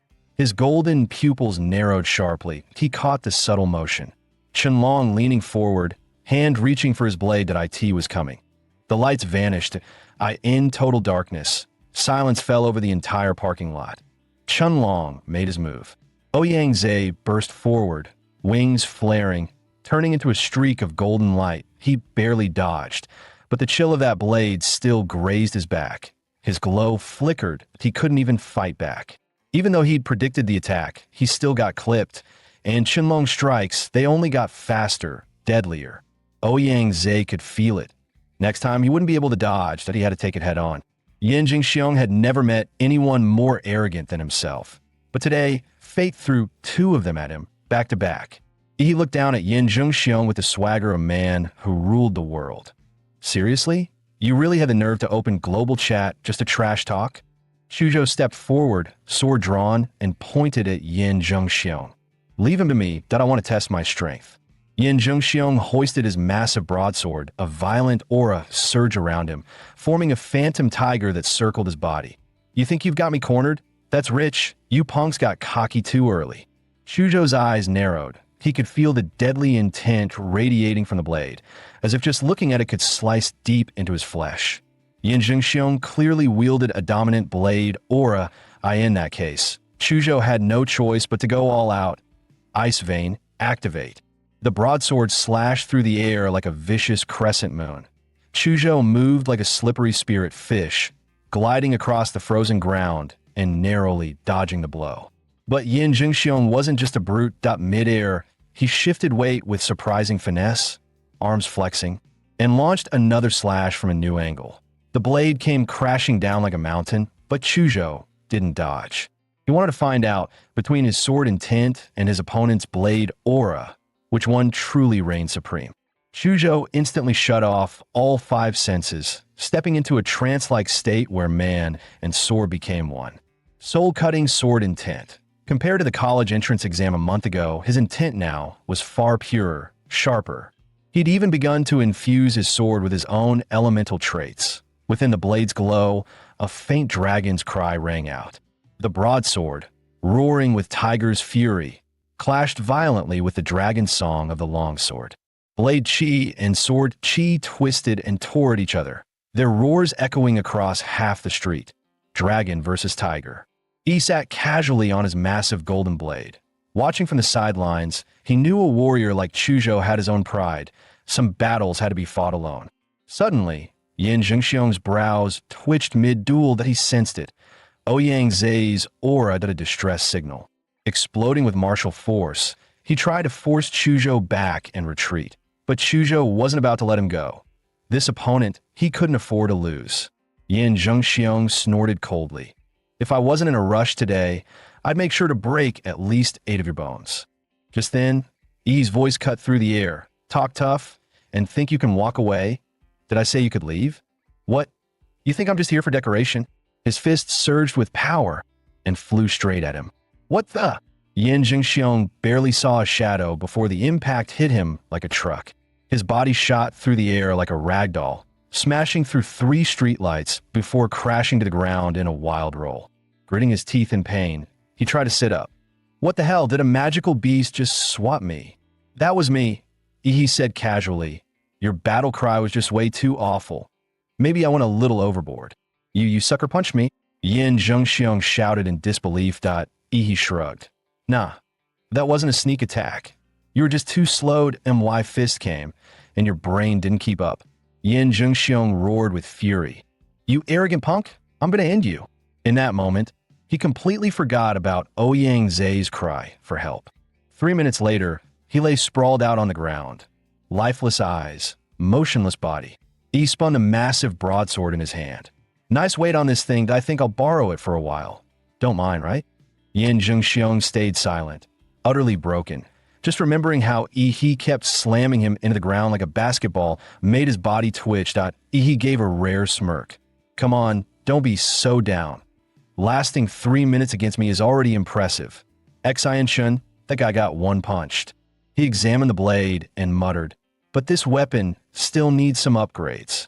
With a simple motion, the blade began to morph, its shape twisting into something resembling a demon shark weapon. Just then, Chuzhou walked over. There was no pendant in his storage ring, but I did find this. He handed over a jade token with the word Ouyang carved on it. It was pulsing faintly, as if transmitting a signal. At this point, Ouyang Zai had already lasted 5 full minutes against Qianlong. But the price was steep. Both his golden wings had been severed, and every life-saving trick he had was spent. That was the terror of the domain. He'd even tried launching an attack, and lost an arm for it. Now, with blade energy raging inside his body, his condition had gone from bad to worse. He never imagined this would be as far as he'd go. His gaze fell on Qianlong's chest. where a bronze spike was embedded that a relic from a hidden ruin, if it struck the heart directly, it could block his martial energy and internal flow completely. Sadly, even after sacrificing an arm, he'd missed the mark by just 3 fingers. It still managed to suppress Qianlong's output by roughly 30%. But for Ouyang Zhe, already broken and bleeding, it only meant one thing. What should have been a killing blow now required a second strike, a second he no longer had. His only chance to win was gone. Moments later, the lights flickered back on in the underground lot. With his wings shattered, Ouyang Zhe was pinned to the wall. Qianlong's blade driven straight through his heart, a brutal, eerie image, frozen in time. Lu Qingzhu's heart trembled as she watched the darkness around Qianlong devour Ouyang Zhe. Without a second thought, she turned and sprinted out of the underground lot. But she knew Ouyang Zhe wouldn't last much longer, and she herself had no strength left to flee far. Just a bit more. She was almost at the rooftop. That monster Qianlong was terrifying. Compared to him, that ox brute was nothing.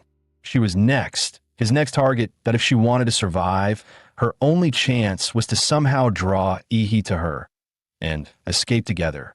This was the tallest building in the area. Yi had drawn them in earlier with a signal flare. Now, it was her turn to send a flare of her own. Gritting her teeth through the searing pain in her back, Lu Qingzhu forced herself onto the rooftop. Bloodline awakening. Nether sparrow, strange, glowing markings crawled across her face as violet black tail feathers spread out around her like a fan. Mustering the last of her strength, she let out a piercing cry. Then, with a heavy thud, she collapsed. The pain almost made her black out. Sweat beaded on her forehead as she silently begged, please get the signal. But just then, her eyes flew open in shock. She heard it. That unmistakable, chilling sound of blades scraping slowly across the ground.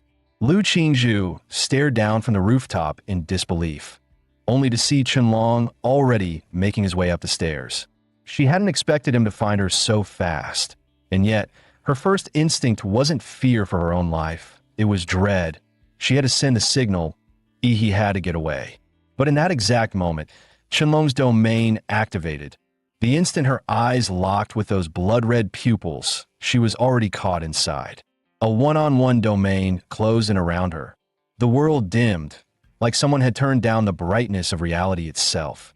The grinding sound of the blade against the concrete grew louder and louder, until Qianlong stepped into view, sword raised. As he slowly lifted the blade, time itself seemed to slow. All she could see was the gleaming edge of that weapon, drawing closer and closer to her eyes. Death was now only inches away.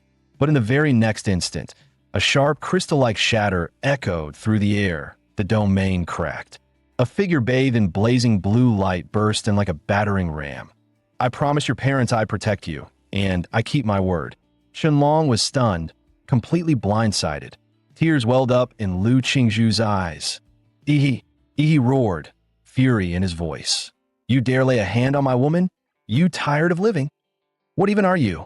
He raised the broadsword high, dark energy and atom-powered martial force flooding the blade. A massive black-red arc burst out like a moon slash, over 10 meters wide. He didn't know a thing about blade intent or sword principles. But with enough raw power and energy, the result spoke for itself. Qianlong tried to block it, but the impact force of the moon slash was overwhelming. He was sent flying off the rooftop, forced down by sheer power. The building beneath them cracked and split in half, collapsing in a thunderous roar. Qingzhu, Chuzhou, and my new recruit are waiting in an alley to the east. Go find them. I've still got unfinished business with Dragon Face over here. He didn't wait for a reply. He launched himself like a blue meteor, crashing down toward Qianlong's position, leaving Lu Qingzhu no time to speak. 1781. He landed with explosive force, sending waves of dust and debris flying in all directions. 1782. The sound of a blade scraping against the ground echoed once again. 1783. He turned his head.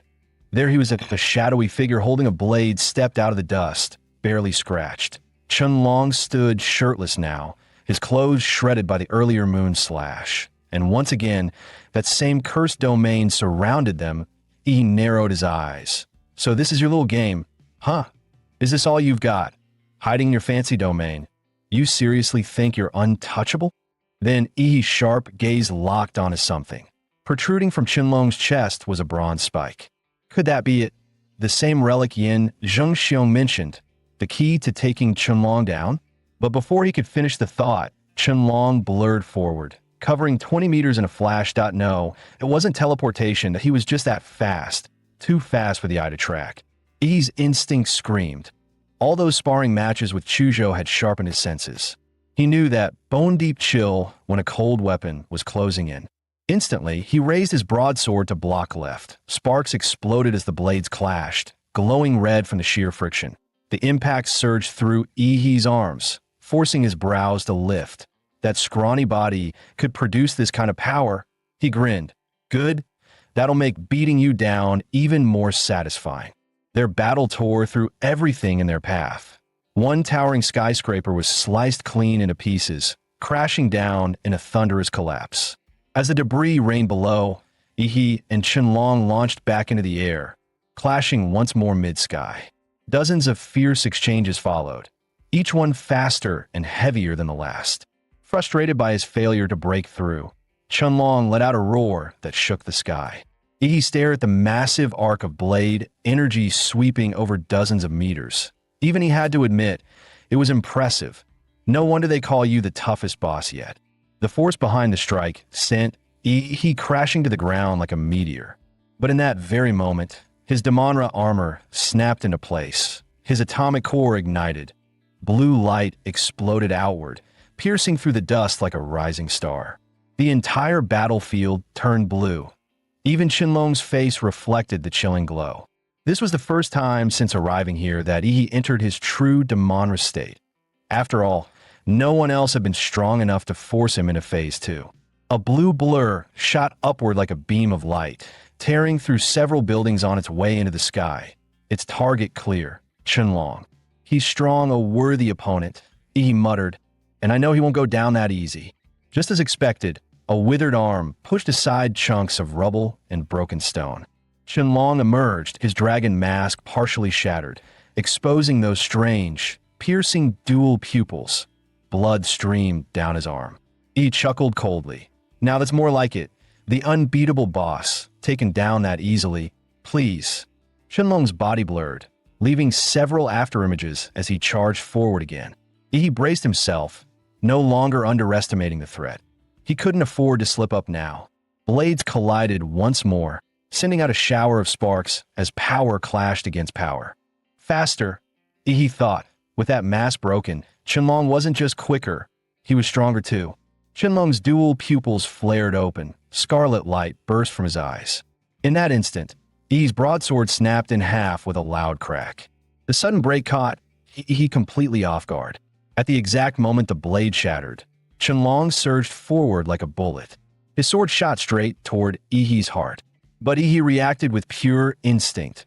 His jaw clamped down and bit the blade midair. With the sword between his teeth, he smirked. Got you.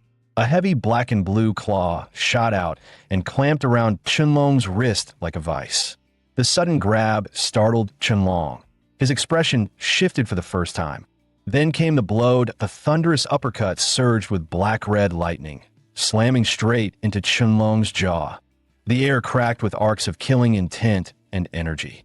Qianlong's body was launched into the air, his mask shattering completely, revealing a grotesque face with no lips, no nose, only eyes.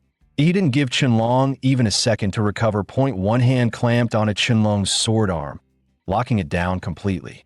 His other fist blurred into motion. Technician number 23, at your service, he muttered with a wicked grin. Like a hurricane of steel, his punches rained down. Temple, throat, heart, spleen, kidneys, groin. Every vital point was struck with terrifying precision. Each blow carried condensed killing aura, drilling deep into Qianlong's pressure points and meridians, wreaking havoc from within. And with the bronze spike still embedded in his body, his flow of martial energy was already severely blocked. The combined trauma pushed his body to the brink. Blood erupted from his pores as his aura collapsed. But even so, Qianlong stared at Yi like a coded boss in a video game. relentless, locked on with deadly intent. With his trapped hand, he suddenly dropped his blade, then flicked it upward with his foot, aiming the tip straight at Ihi's chest. But Ihi was ready, effortlessly dodging the vicious strike. I knew it, that you're the type that just won't die easy, Ihi sneered. Your only real shot at killing me was right at the start, when I first arrived. If you'd ambushed me, then using the element of surprise, maybe, just maybe, you'd have had a 30% chance. After all, up to this point, he hadn't even used his full strength. He flipped his palm, revealing a yellow fan engraved with runes. Time to take off. With a powerful swing, a fierce, swirling wind erupted from the ground. The artifact, now infused with killing intent, was far more potent than when it was wielded by Lan Yusid. It swept Qianlong up midair like a ragdoll. Dark red wind blades slashed across Qianlong's body, while the vortex launched him dozens of meters into the sky. With no ground beneath him, he became nothing more than a helpless, airborne target. He leapt into the air like a blinding blue meteor. Faceless freak, I'm not done with you yet. First strike, nuclear impact fist. Boom! The explosion mimicked a nuclear detonation. Tiles shattered. Glass exploded. The surrounding buildings shook. Caught in the blast, Qianlong was violently launched backward, swallowed by fire and smoke. Blue flames burst from Ihi's feet, giving him a midair boost as he rocketed forward again. Second strike, mountain-splitting fist. Black flash. From across the city, every new student looked skyward to witness the chaos. A glowing blue figure repeatedly pummeling some poor soul through the sky. Blow after blow, like playing cosmic ping pong, he drove Qianlong from the eastern district all the way to the western edge. With a final devastating punch, he smashed Qianlong into the city's outer barrier. So hard, the air itself rippled like water. Staring at the bloodied, broken mess that was Qianlong, Ihi scoffed. A dragon? Pleased I thought you'd be something you're just a bug with an ego. Once seen as invincible and suffocatingly powerful, Qianlong now lay like a busted blood sack. His bones shattered, his strength gone. But even now, his body clung to one final command, kill. He stepped in front of him, lifted his broken blade, and delivered mercy the only way he knew how. Qianlong's head fell to the ground with a dull thud. He reached down and plucked the dragon pendant from his body. With this, he had collected every zodiac pendant, except the ox. The game was finally coming to an end. Yin Jingxiong couldn't believe it, that he had done it. And not just one, but crushed his way from the eastern district to the west. Every new student in the city had witnessed his overwhelming strength. When Ihi stood before him, Yin Jingxiong couldn't even make eye contact. He didn't dare mention the broadsword Ihi had broken. Lu Qingzhu finally exhaled in relief at seeing him safe, but her anger simmered beneath the surface. You shouldn't have fought that dragon-masked freak alone. Thankfully, Chuzhou had more sense. Let's be honest. If anyone but Ihi had gone up there, we'd just be corpses on the floor right now. Lu Qingzhu fell silent. Chuzhou was right. She was too injured to even use martial arts. If she'd joined the fight, she would have just been a liability, forcing Ihi to protect her. For the first time, she realized it wasn't orders from Qianlong or pressure from her clan that drove her. Now, for once, she truly wanted to become stronger, because she didn't want to be the one holding Ihi back anymore. Ihi waved a hand in front of her face. Hey, Earth to Qingzhu, you zoning out on me? Her long lashes fluttered. Ihi sighed. The ox pendant? Don't tell me I have to beat you up to take it. Snapping out of it, Lu Qingzhu's cheeks turned a soft pink. She quickly pulled out the ox pendant and handed it over. Let's try placing them in zodiac order, he muttered, rat to pig. Maybe that triggers something. He arranged them accordingly, but nothing happened. Everyone frowned, unsure what they'd done wrong. Yin Jingxiong chimed in. From what I know, Qianlong wasn't meant to be a boss you hunt down. He's a programmed hunter, built specifically to track and kill pendant holders under normal conditions. You're not even supposed to collect the dragon pendant to clear the game. Hearing that, Ihi took out the dragon pendant and rearranged all 12 according to the proper zodiac order. Rat to pig. Instantly, the entire city trembled violently. Yin Jingxiong's face paled. What was that? Did we trigger something? Above them, the ever-present gray fog began to swirl. slowly twisting into a massive vortex in the sky. He felt a strange pull in his chest and looked up. Look, what is that in the sky? Emerging from the center of the swirling clouds was a massive platinum gold eyeball. The moment Ihi locked eyes with it, his body was hit with an intense free-fall sensation, like skydiving without a parachute. What the hell? The world around him flipped completely upside down. Somehow, he was falling upward, toward the eye in the sky. His body spun violently, like being tossed into a giant washing machine. When he finally opened his eyes again, he was back on the train, seated, as if none of it had ever happened, like it had all been a dream. But judging by the reactions around him, maybe it hadn't all been a dream. Oh my God, I'm alive! A freshman clutched his chest, gasping for breath, eyes wide with lingering terror. I swear, I got killed by some dog-faced mascot. I was in that weird city just a second ago. How the hell am I back here? The train car erupted in chaos. Everyone began shouting over each other, recounting the nightmare they'd just survived. Some still hadn't mentally recovered from the trauma of dying. Just then, a comm chime rang out from the overhead speakers. Ding dong. Attention, students. Please remain calm. What you just experienced was an illusionary dreamscape constructed by the magical artifact, Mirage Eye. This was part of Imperial University's annual freshman trial. Take a deep breath and welcome back. The announcement continued. Special bulletin.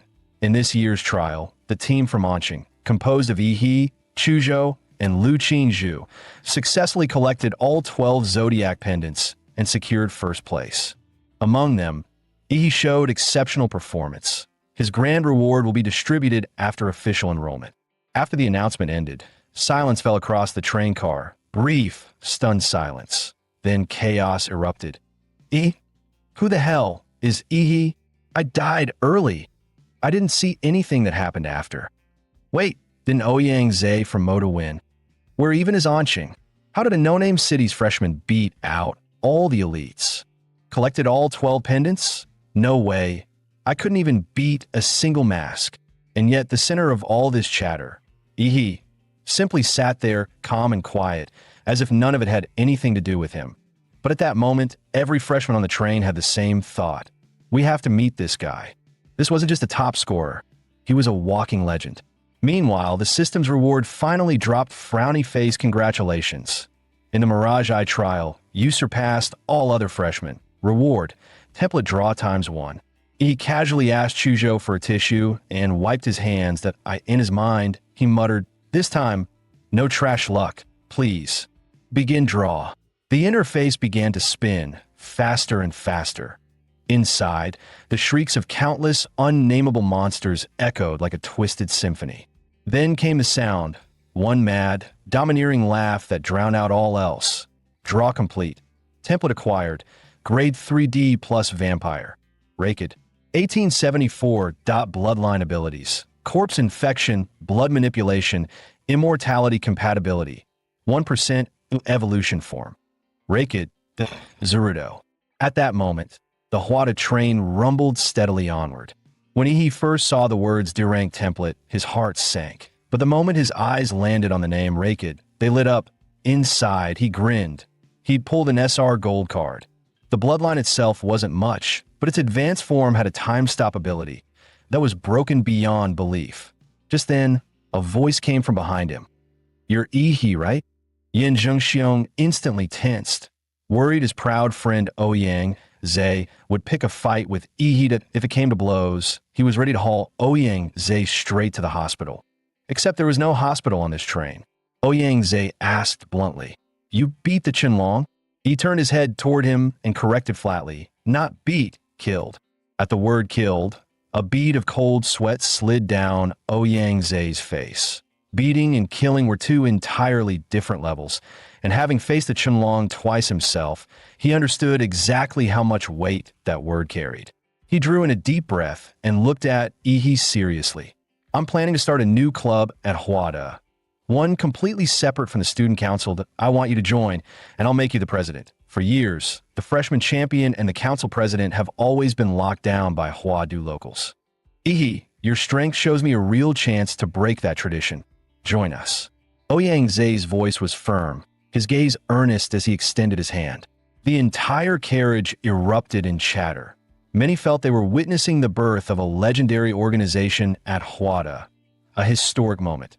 The famously proud Ouyang Zhe inviting Yi and even offering him the position of president. But he simply shook his head. Sorry, I'm not interested in fighting for power with the student council or building organizations that I prefer to act alone. He turned him down. Gasps rippled through the crowd. Who is this Yi to reject Ouyang Zhe? What a waste. Yi's refusal didn't draw the slightest displeasure from Ouyang Zhe. Instead, he smiled and handed over a business card. That's fine, here's my card. We'll always be looking forward to working with you. The train rolled on, the rest of the journey passing without incident until they reached their destination safely. Night had already fallen when Chu Zhou spoke up. We're here. He glanced out the window and froze in awe. A futuristic cityscape unfurled before his eyes like a living painting. Neon lights wove a kaleidoscope of colors, while skyscrapers stood sharp and three-dimensional under the glow. Oh, this is Huadu, truly a big city. The Huada train pulled smoothly into Huadu high-speed rail station. A guide stepped forward. All new students of Huada University, please proceed through this passage to the campus. For many, it was their first time in Huadu, and they couldn't help but be awestruck by the city's dazzling prosperity and advanced technology. The sound of people swallowing in amazement rippled through the crowd. Led by Huada's staff, they arrived at a helipad. Please board in an orderly fashion. Your seat number corresponds to the one you had on the Huada train, the staff reminded them. Yi stepped up behind Lu Qingzhu and poked her in the lower back. The unexpected touch made her jolt, her ears turning visibly red. Xiao Zhuzhu, what are you doing? We're in public, she blurted, her mind flashing back to Qinlan's warning. Qingzhu, remember, even though you and Yi are engaged in name, you're not married yet. Don't act too close in public, and don't let him take advantage of you. Protect yourself, understand? Yi looked genuinely puzzled. In public? What are you talking about? I just wanted to ask. Why are we taking a plane? Lu Qingzhu couldn't help feeling a little cheated. How could Mama promise me to this country bumpkin? Because Huada's in the sky. In the sky, Yi tilted his head upward. Just then, a patch of clouds drifted apart, revealing the tip of a colossal structure. The Sky City did on Blue Star. Technology in many fields was at least a generation ahead of Earth's. The Huada aircraft they were riding, for instance, could lift off vertically without a runway. A marvel of engineering. And the massive floating city, suspended above the imperial capital, was a man-made wonder Earth science couldn't hope to match. Its full name? Huada Aerial Academy City, a campus spanning nearly a quarter of Huadu's land area. The city was shrouded by a constant electromagnetic shield. As the Huada passenger craft approached, the shield automatically scanned and verified their identities, then opened a circular gate to let the aircraft glide smoothly inside. Once inside the Academy City, he could clearly feel his life force field being disrupted. His detection range was cut to about 100 meters. Truly, this was Huadu University. Upon disembarking, each student was issued a Huada student card.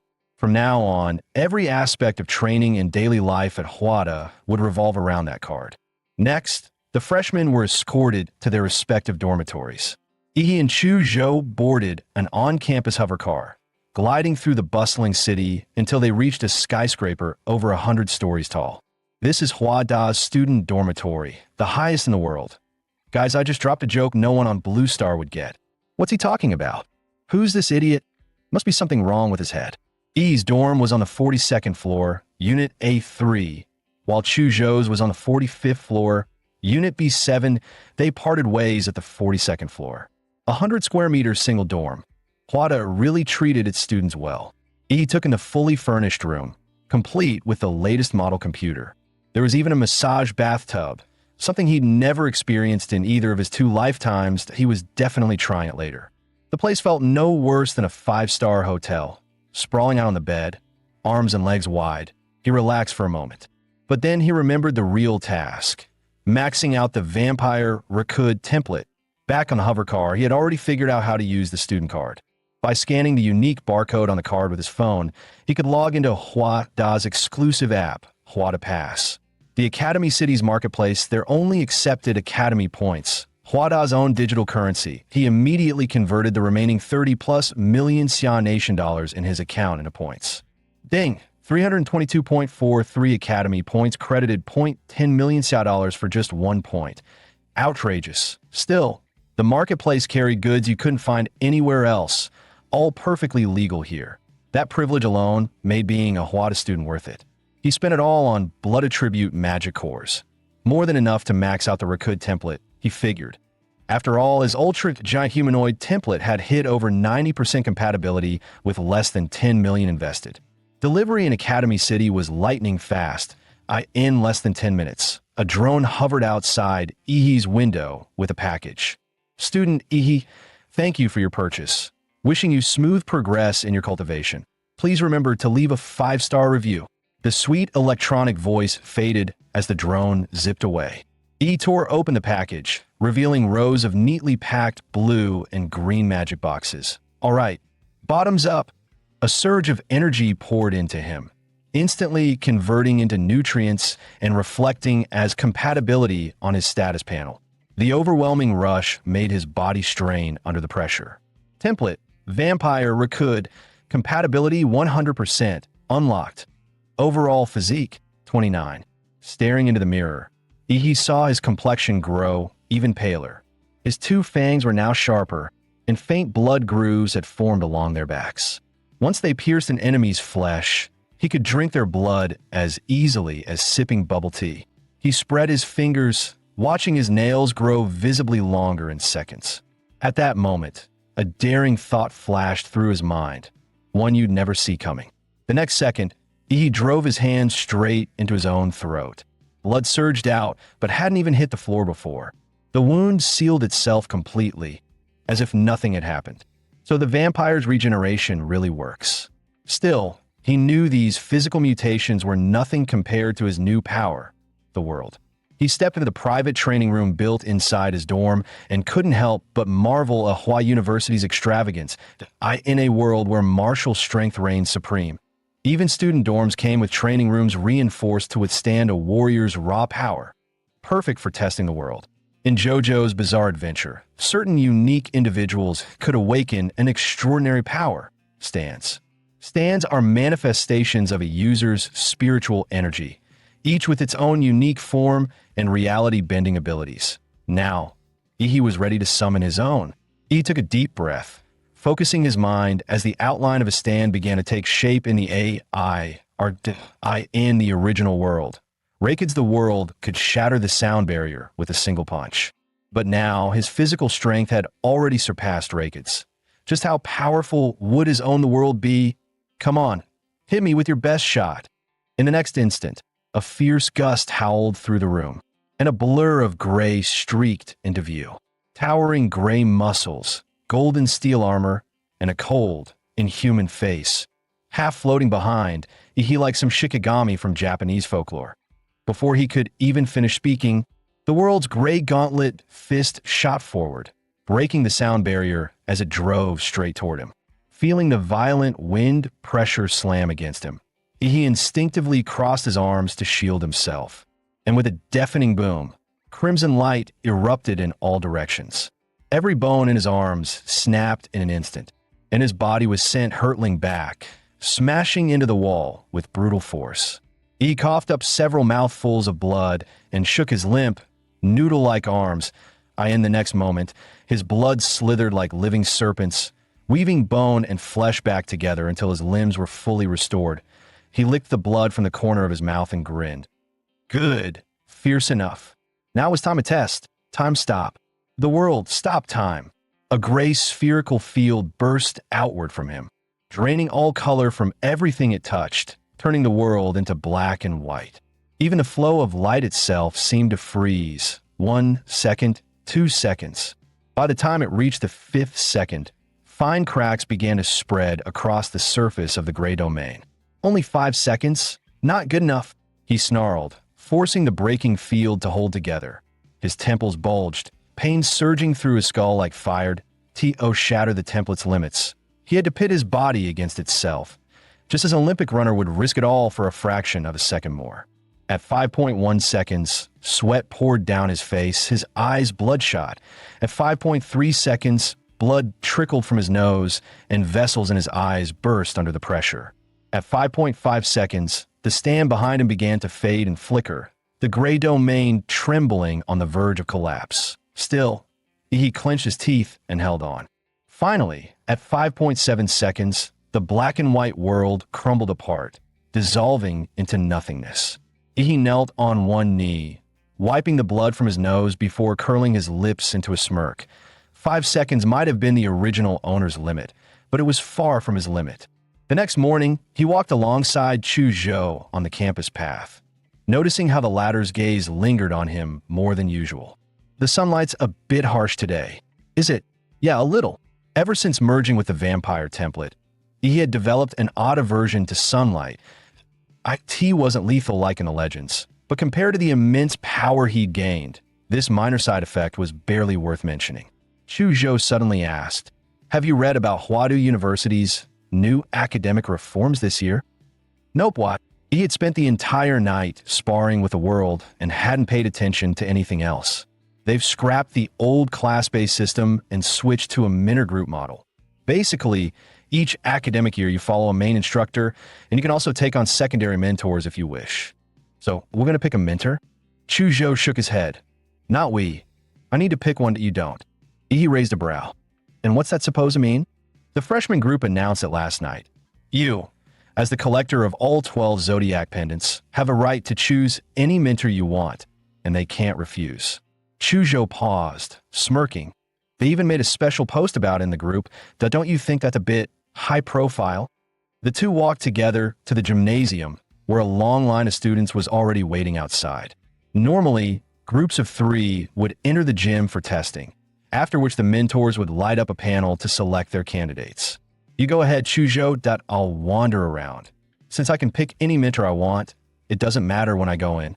He waved him off casually. After leaving the gym, he muttered to himself, picking a mentor, what a boring process. That was when he caught a faint trace of blood in the air. Normally, it wouldn't have been worth noting. But this scent carried a hidden, yet surging killing intent and a wave of guilt-ridden malice, like a deep-sea undercurrent, and it stirred the killing urge buried deep within him. Drawn in by the aura, he followed the scent through winding streets, heading into a quieter alley where the crowd thinned. When he finally saw the source, he froze in surprise. The girl took a huge bite of a steaming sweet potato, nearly devouring half of it in one go. What the white-haired, red-eyed lowly? Did she just walk out an anime? She sat there like a kitten, savoring every bite, and E's eyelids twitched. In a way, something this cute can't possibly be the source of that vicious aura. I must be imagining things. Yet despite her adorable appearance, the white-haired girl radiated a killing intent so fierce it felt suffocating. He stood frozen, still clinging to the thought that he must have gotten it wrong. Then, without warning, the girl turned her head and locked her crimson eyes on him. Kid, you've trained in flesh prison magic? He was stunned. How do you know that? The girl chuckled softly. Because that martial art, I'm the one who helped Little Tiger perfect it. E's mind instantly jumped to the fierce brute in the martial rhythm space who kept calling himself Old Man. Little Tiger, you don't mean. The white-haired girl planted her hands on her hips, nodding like a grumpy elder. Lu Qing Tiger. Over 90 years ago, he was my disciple. He raised a brow, incredulous. You've got to be joking. Sure, martial artists could live far beyond normal human limits, and a grandmaster in his 80s or 90s could still be in his prime. But this pint-sized baby-faced girl, while it was possible for a practitioner of certain secret techniques to alter their bones to a child's size, that pure, almost silly innocence she radiated, charmingly naive if you were being kind, empty-headed if you weren't, was something no Oscar-winning actress could fake. What? You don't believe me? Believe you. I'd sooner believe I'm Qin Shi Huang. Give me 50. His words cut short as his heart lurched violently, goosebumps flaring across his skin, an icy chill gripping the back of his neck. It was as if his head had been set on the block, a blood-soaked guillotine, one that had claimed thousands, poised to fall. The killing intent was so pure, so sharp that he could almost see his own head rolling to the ground. Instinctively, he tried to activate his time-stop ability, but suddenly felt something shoved into his mouth. His tongue brushed against it. It was a strawberry-flavored candy. Sorry, kid, guess I went a little overboard. Just don't report me to the school, okay? I only get 1 or 2 hours of freedom a week. That it's pitiful. The little girl widened her crimson eyes, try her best to look adorable. He ignored her dangerously deceptive cuteness, staring straight into her eyes. Who are you? She flashed a grin, revealing tiny tiger-like fangs. My name's Gong Cadet. I'm a very powerful grandmaster, and between you and me, that principal of Hua University, Shi Jingwen. When he was a kid, I made him cry. Yi's heart skipped a beat. If Gong Ku had perfected the Xianwang martial art, she could definitely help him break through his bottleneck. That a grandmaster specializing in killing intent. Perfect synergy with him. Definitely worth investing in. With that thought, he dropped to his knees with a thud, his voice solemn yet eager. I've wandered half my life without meeting a worthy master. Ahem. I wish to take Master Gong Ku as my teacher. Please, grant me this honor. Gong Ku blinked at him, a puzzled look on her face. Meanwhile, inside the gymnasium, the atmosphere was tense. 5 deans from Hua University sat at the front table, their presence drawing countless furtive glances from the freshmen undergoing their assessments. Even knowing it was nearly impossible, many still fantasized about being chosen as a dean's personal disciple, rising through the ranks to become Hua University's next shining star. But those hopes were doomed from the start. The 5 deans were here for one reason only, to compete for the same person. What the freshmen didn't realize was that the Zodiac contest was being broadcast live to the entire faculty of Hua University. From the moment the train's announcement sounded, the teachers had been closely watching how each student responded to this sudden crisis. Using AI facial recognition analytics, the system graded their response capabilities. Anyone who treated it as just another trial and charged into Zodiac City unprepared was guaranteed a low score. Once inside the city, their combat intelligence, practical skills, and leadership abilities during battles with the mass Zodiac warriors became key evaluation criteria. Even those who failed to defeat a Zodiac warrior could score high if they excelled in any one area. He was the only freshman to maintain a perfect score from start to finish. But what truly shocked the 5 deans wasn't just that. He had slain the boss Chenlong, a target not even meant to be attacked in the trial. One considered certain death for anyone who faced it. He probably had no idea just who the Chenlong he'd slain really was. That creature was a top-tier simulation created by China's supercomputer, Manhwa, using the complete combat data left behind by the national guardian, martial artist Fu Hongxiang, when he first enrolled at Hua University. Even Manhwa couldn't fully replicate the godlike power of Fu Hongxiang's divine dual pupils within the Mirage realm. Yet Fu was still recognized as the strongest martial artist in the history of China, and perhaps the world. His records at Hua University had stood untouched for over a century. For Yi to defeat a model trained from the data of such a legend, even without its full strength, was proof enough of his extraordinary talent. As long as nothing derailed his path, he was certain to become a grandmaster, perhaps even reach the level of a great grandmaster. The 5 deans could only suppress their excitement and wait patiently for Yi to choose a master. But then, a sudden urgent call came in. Bad news, Dean. Yi, he's just become the disciple of former Hua University professor and current special grade operative, Gong Ku. What? The 5 deans froze in shock on the spot. Outside the gym, Yi shamelessly went all in, dropping to his knees and wrapping his arms around Gong Ku's leg. Master, I made up my mind. It has to be you. Gong Ku shook her head and replied, Too bad. I think I've already been expelled from Hua University. Yi instantly started painting the dream.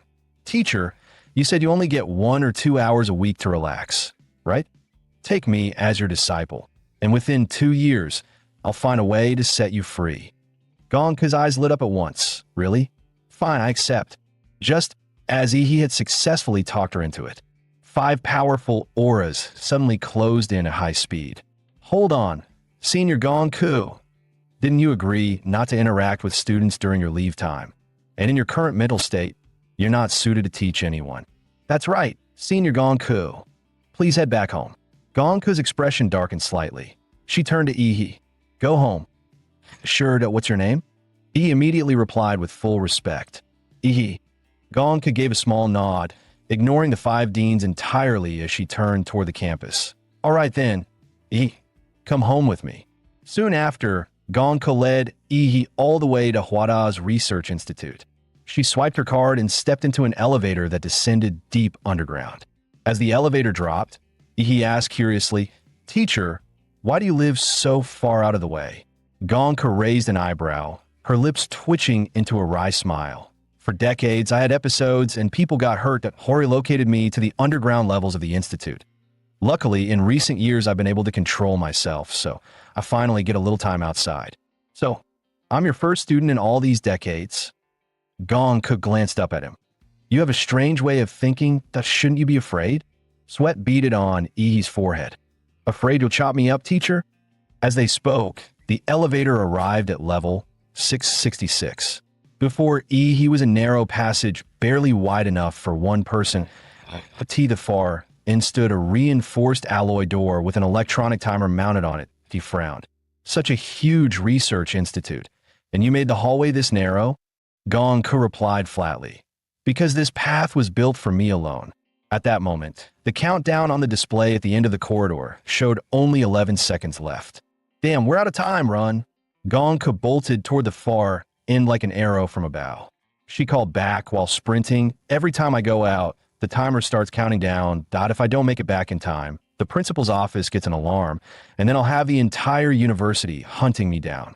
He felt his heart skip a beat and dashed after her, barely making it through the door in the final second. The alloy door slammed shut with a deep thud, and a strange electromagnetic field spread through the room.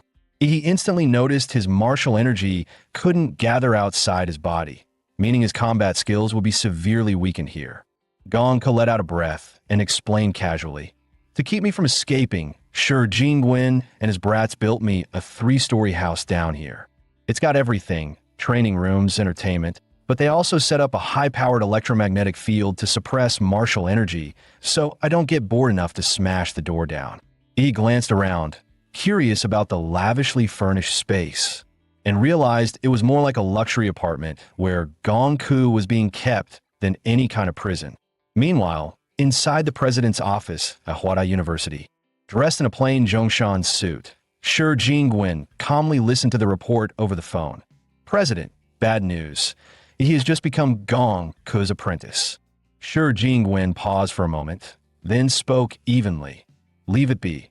Remember, Hwada's reform goal isn't to produce a group of mid-tier elites. It's to forge a single top-tier powerhouse who can carry Summer Nation and humanity on their shoulders. Give geniuses full resources and let them grow freely. Let Ihi stay with Gonku for now. The freshman boot camp here in Hwadu will wrap up soon. When that happens, we'll send him in as the whetstone to sharpen those blades still taking shape. Just then, a cold synthetic voice came from the computer. President Shi, freshman, Ihi has entered the sealed chamber with Gonku. Status: normal. However, based on big data analysis, there is still a 5% chance that special class combatant Gonku will lose control when in prolonged contact with others. He has an 89.7% probability of not surviving until the Imperial University rescue, and even if rescued, a 95.3% chance he won't make it. Special class combatants are either death row level warriors granted reprieve or immensely powerful fighters who, for various reasons, cannot control their strength. Their freedom is heavily restricted, and only in times of grave national crisis are they unleashed onto the front lines as the nation's ultimate trump card. Shi Jingwen stepped up to the floor-to-ceiling window, gazing out over the glittering imperial capital beneath the floating academy city. After a moment's thought, he said slowly, "No problem, that I believe Ihi is prepared. Without the resolve to face death, how can one walk far down the path of slaughter?" His gaze darkened. Summer Nation doesn't have much time left. The fools in the Northern Berdon Federation, and those lunatics from the Divine Descent Kingdom who worship ancient secret realm civilizations, they're all making their moves. The young generation must grow faster. Meanwhile, in the training hall of Gonku's quarters, she grinned. "Well, it's been decades since I last taught a student. Now let's have a spar and see what you've got." Just recalling the guillotine trial he had just endured made cold sweat prickle the back of Ihi's neck. Teacher, you'll suppress your cultivation to the warrior trainee stage before sparring with me, right? He asked quickly. Gong stuck out her tongue playfully, twisting her waist as she began to warm up. If you hadn't said that, I really might have forgotten to suppress my strength. Let's go. I'm ready, Teacher Gong Ke. Almost the instant the words left his mouth, the white-haired Loli's body twisted into an elusive arc, striking out with a snake-like, vicious hand chop, straight for his throat. With his sharp reflexes and dynamic vision, he caught the deadly move instantly. In less than a second, he attempted to dodge in at least 5 different directions. Yet every time, Gong Ke's hand strike was already there, cutting off his escape before it began. Realizing there was no way to dodge, he decided to meet her head-on. He instantly unleashed his core light battle form, a burst of blue energy erupting from his body as his speed surged to a new level. One hand shielded his throat while the other gathered killing intent, blasting toward the small figure before him. Trying to use Bloodline Awakening to boost your speed, defend, and counterattack me at the same time, Gong Ke let out a soft chuckle. The hand chop aimed at his throat withdrew almost without pause, and then she did something Ihi never expected. Her slender arm coiled around his strike like a boneless serpent. In the same motion, she sprang behind him and gave a sudden, vicious yank. Agonizing pain shot through Ihi's entire body before he could even react, knocking him completely off balance. The searing pain shattered his Bloodline Awakening, forcing his power back to its dormant state. The scent of fresh blood seemed to ignite Gong Ke's battle lust. Her crimson eyes gleamed brighter with excitement as she murmured, "It's been a long time since I've tasted blood." He grinned back, just as excited. "You really don't hold back, do you? When it comes to hand-to-hand combat, I'm no match for you at all, so I guess I'll have to break out some unfair techniques. Please, teach me well." First form, Titan's Power. With a deep roar, blinding blue lightning exploded outward, engulfing the entire training ground. The template for the Colossal Titan had already been maxed out last night, and now, unleashing it again, its power was several times stronger than before. Facing the raging wave of blue light and heat, Gong Ke raised her arm, her expression turning serious. Golden light flickered in her crimson eyes as she muttered, "A move like this from a mere martial novice. Looks like I've taken in a monster for a student. In that case, your teacher will show some real skill." Heaven's Doomblade slash. Her hand chopped downward, releasing a crimson sword aura that sliced straight toward the weakest point in the lightning storm. Seeing this, he immediately halted the Colossal Titan transformation, switching instead to the primordial anthropomorph split form, Armored Anthropomorph. Based on a Godzilla skin, the Armor Titan's flesh and steel plating was dozens of times tougher than anything from the original Titan world. The moment the transformation completed, he raised his massive, black steel-clad fist and drove it toward Gong Ke. The enormous shadow descended, wind roaring from the sheer force of the strike. Gong Ke, however, showed no intention of dodging. Her cherry lips drew in a sharp breath. Facing the incoming fist like a runaway truck, Gong Ke's arm flashed, unleashing a lightning-fast hand strike, Calamity Spiral Nail. The moment they collided, the armor on Ihi's arm shattered instantly, followed by the sickening sound of torn flesh. The sight froze him in place. He hadn't expected her to break through his defense so easily. Seizing the moment of his distraction, Gong Ke's petite figure leapt and climbed up the giant's body like an agile ape, heading straight for its head. "Ihi, hiding inside this armored mouth. Get out here, boy." Just as her hand strike was about to fall, he instantly fired a barrage of bone spikes from the giant's faceplate. Her advance came to a sudden halt. Waiting for her was a gaping maw glowing with eerie blue light. "Master, since your slashes are so powerful, let's see if you can cut through this." As Ihi spoke, he began charging the energy for his atomic breath. Blue light flaring from the base of his spine, racing upward along his backbone toward his neck. But before the breath could be unleashed, he was stunned to find himself no longer in the training ground, but bound by countless massive chains that pierced his body, locking him to a 100-meter-tall guillotine. This was Gong Ku's killing intent domain, not reality, but a mental illusion forged from pure killing intent that T.O. break free. He would have to fight it with his own mental power. The guillotine's blade came screaming down. He instantly summoned his stand. In the next instant, time froze. A towering, muscle-bound warrior emerged. At Ihi's command, the stand unleashed hundreds of punches per second, hammering the killing intent guillotine.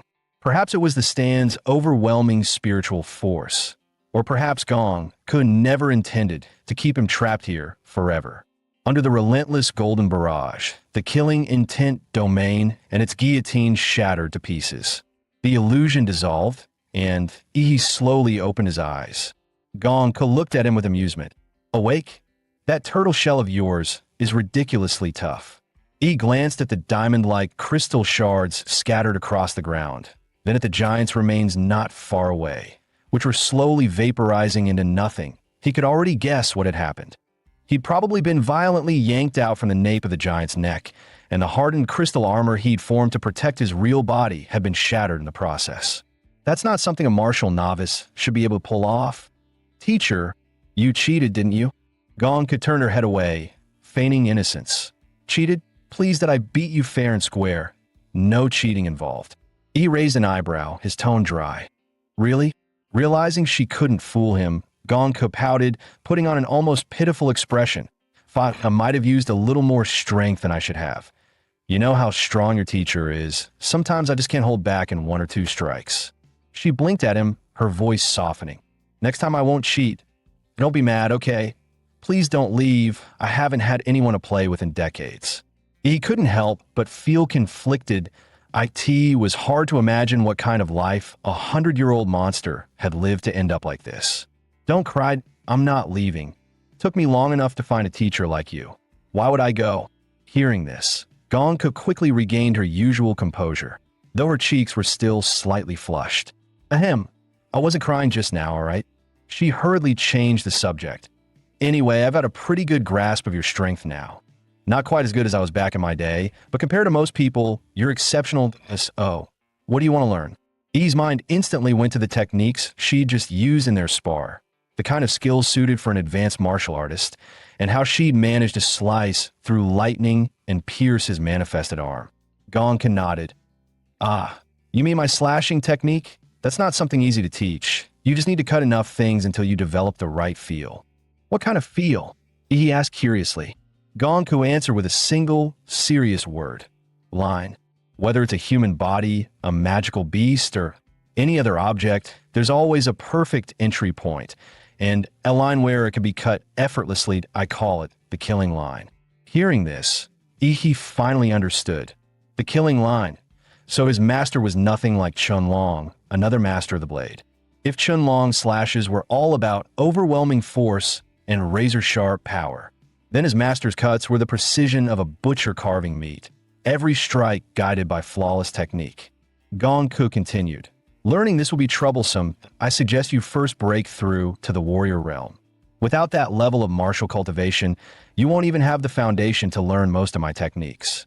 Do you know the difference between a warrior and a martial disciple? It's not just about physical improvement, it's about the mind. Compared to a martial disciple, a warrior gains one crucial ability, inner vision.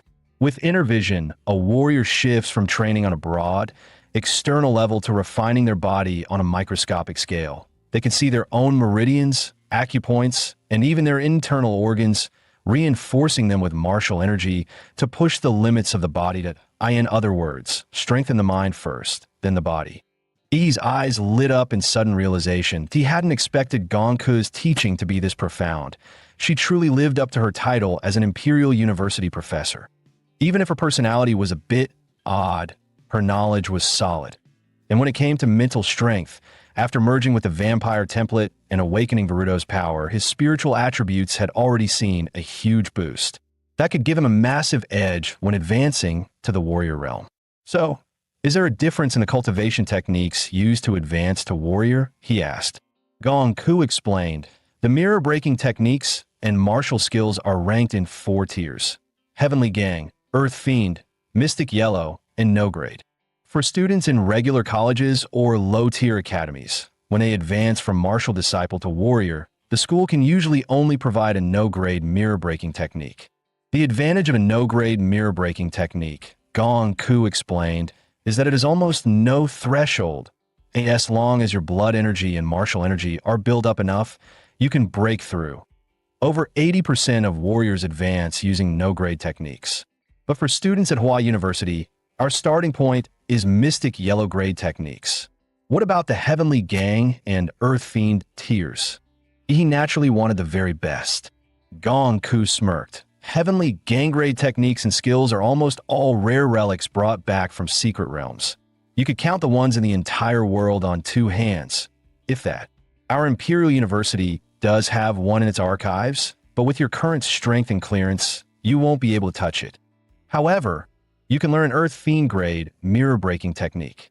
The one I've mastered is called the Killer's Bodhi Heart Sutra. Xiao Hu's Flesh Prison of Demons was actually inspired by this very method. Yi's eyes instantly lit up, sparkling with curiosity and determination. Without hesitation, he declared that he wanted to learn it. All right, let's begin. Feel the killing intent I've created for you. The moment Gong could finish speaking, he was once again dragged into the slaughter-filled illusion she had conjured. Seriously? Again? He thought, staring at the thick, sticky blood soaking the ground. He couldn't help but grumble inwardly. Gongku was way too impatient, not even giving him a moment to breathe. Night soon fell, and the entire academy lit up with dazzling, golden lights, bathing the campus in a luxurious glow. After finishing his day of classes, Chuzhou headed back to the dorms. That was when he spotted Yi in the distance. He was about to walk over and greet him, but as he got closer, a sudden chill crept up his neck, as if a butcher's blade had been pressed right against it. The sheer, overwhelming killing intent made him instinctively draw his sword. The sound of the sword snapping him back to reality, he finally came to his senses. Sorry, Chuzhou, guess I overreacted just now. Chuzhou's eyes were filled with shock and confusion. What on earth happened to you today? It wasn't just a casual question. He looked perfectly clean, yet Chuzhou could almost smell the thick stench of blood, as if he had just waded through a mountain of corpses. And in truth, he had, just a few hours earlier, Gongku had filled her killing illusion with countless undead and walking corpses, forcing Yi to fight them with nothing but a blade, no powers allowed. So he spent the entire day swinging a battered knife. After severing thousands upon thousands of heads, he had grown accustomed to the sensation of steel slicing through flesh and bone, slowly sinking into the rhythm of slaughter. It wasn't until Gongku called him back that he finally snapped out of it. He realized he'd almost fallen into chi deviation just now, a stark reminder of how dangerous the Dishatir techniques could be. Even with mental fortitude far beyond that of normal people, he still couldn't stop the killing intent from seeping in. For an ordinary martial apprentice, stepping into Gong Ku's killing illusion would mean either a complete mental breakdown or becoming nothing more than a puppet of slaughter. After saying goodbye to Chuzhou, he returned to his dorm and took a long, cold shower. It was only the first day, and he was already exhausted to the bone. The nation's top university truly lived up to its reputation. Just then, Lu Qingzhu called. Normally dressed with perfect elegance, she was now sprawled on her bed in a bright yellow cartoon chicken pajamas set. My mom dropped off the stuff you wanted. It's right here with me. She also told me to thank you for helping me take first place in the freshman trial. Her long, pale legs swayed lazily, toes as smooth as pearls wiggling playfully. He replied that he'd swing by her dorm to pick it up. But she quickly refused, flustered. No need. You don't have to come out. I'll just send it over with the drone. He nodded, too tired to argue after such a long day. All right then, so you found your mentor today, right? Who is it? Dean Bai. Lu Qingzhu answered with a faint pride in her tone. She said I have great talent and decided to take me in as her student on the spot. It was, after all, an honor few could dream of, being personally taught by an Imperial University dean. What about you, Yi? Which dean took you? He thought for a moment, but chose not to answer. He wasn't about to tell her he'd turned down offers from 5 different deans. Otherwise, someone wouldn't be sleeping tonight. In the blink of an eye, nearly half a year had passed, and the first semester of freshman year was coming to an end. For the new students of Hwada University, It had been an eventful term. Early on, Ouyang Zhe had joined forces with top talent from several provinces to form the Dragon Blood Society. As expected, they soon clashed with the local freshmen of Huadu. The tension escalated into formal duels in the martial arena. Yet the Dragon Blood Society lost far more than they won, and their influence quickly declined. The most famous freshman now was Xiang Jianwei. In fact, most famous in Huada was an understatement. His name carried weight across the entire country. After all, he was the top scorer in Huadu's college entrance exams. During the live broadcast of the exams, viewers were awed by his strength, and rumors claimed even Fu Hongsheng had praised him as the next national guardian level warrior. As for Yi, who had once stolen the spotlight at the start of the semester, hardly anyone mentioned him anymore. He'd been absent from the public eye for over 3 months. At that moment, deep in the underground levels of Huada's Research Institute, Gong Ku stood barefoot, her soft, pink toes pressing into Yi's back. "Faster, come on faster," she urged. Each dainty step she took infused his body with her refined martial chi, laced with her insights into the killing Heart Bodhi Sutra, reinforcing the martial realm he had just broken into. With his own martial chi sealed, he could only keep doing push-ups, feeling as though the petite lowly on his back weighed as much as a mountain. "Oh, what's wrong, little minnow? Already giving up? You haven't even hit 10,000 yet," Gong Ku taunted. Gritting his teeth at her mockery, Yi summoned the strength to keep going. Seeing his determination, she stopped merely pressing her foot into his back. She began bouncing on it instead, sending an even more intense surge of martial chi through his limbs and bones. He let out a muffled groan, swallowing the metallic taste rising in his throat, and stubbornly pushed through. Finally, as the 10,000th push-up was completed, Gong Ku seemed to sense something and quickly hopped off his back. In the next instant, a cloud of blood mist burst from Yi's skin. His old, weathered skin peeled away, replaced by tender, fresh flesh that rapidly spread over his body, hardening as it met the air. It was like an insect molting, casting off the old, worn flesh to reveal a brand new body beneath. His clothes were gone in the process. Gong Ku quickly covered her eyes, flustered. Yi, exasperated, muttered, "When you cover your eyes, close your fingers too. Stop peeking." After 3 long months in seclusion, Yi decided it was time to step outside and feel the sun again. Gong Ku asked softly, "Will you come back?" Yi chuckled, "Of course that you're terrible at games. Better practice before I come back next time." After bidding Gong Ku farewell, he stepped into the elevator headed for the surface.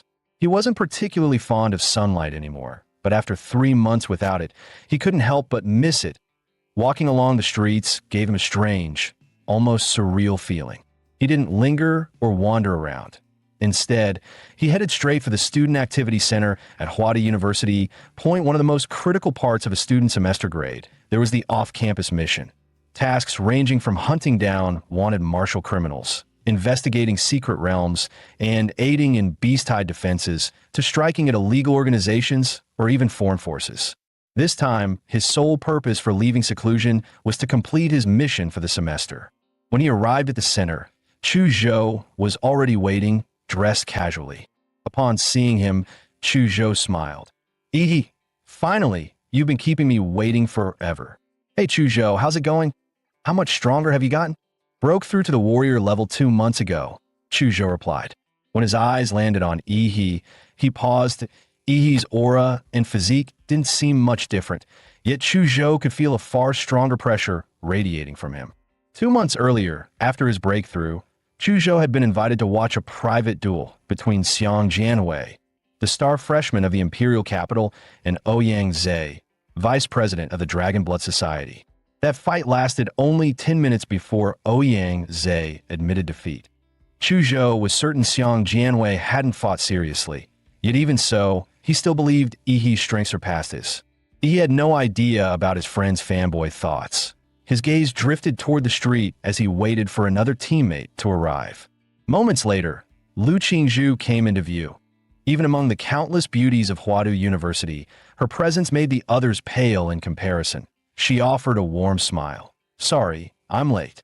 He raised an eyebrow at her apology. "And what else?" Lu Qingzhu asked in confusion. Even after 3 months apart, having Yi's gaze fixed on her still made her ears turn red.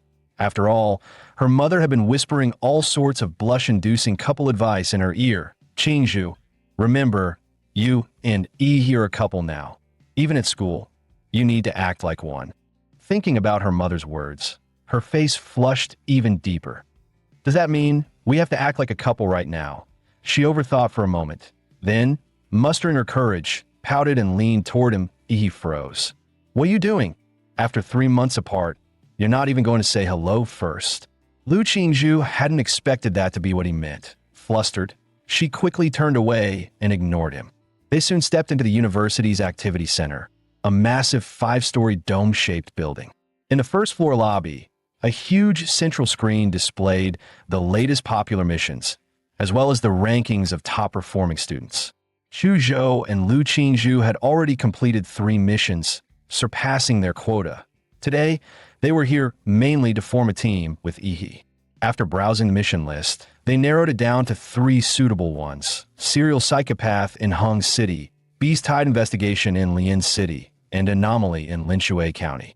Originally, all 3 missions were level 2, but the Linshui County mission suddenly jumped to level 3 today. The university's off-campus missions are ranked from level 1 to level 5, with difficulty increasing by rank. Freshmen can usually only take level 1 missions. The only level 2 mission Chu Zhou and Lu Qingzhu had ever joined was a 10-person team job. Getting approval for a 3-person freshman squad to take a level 2 mission was already rare. Yi, however, had a special privilege card from Gong Ku, handed to him right before she left.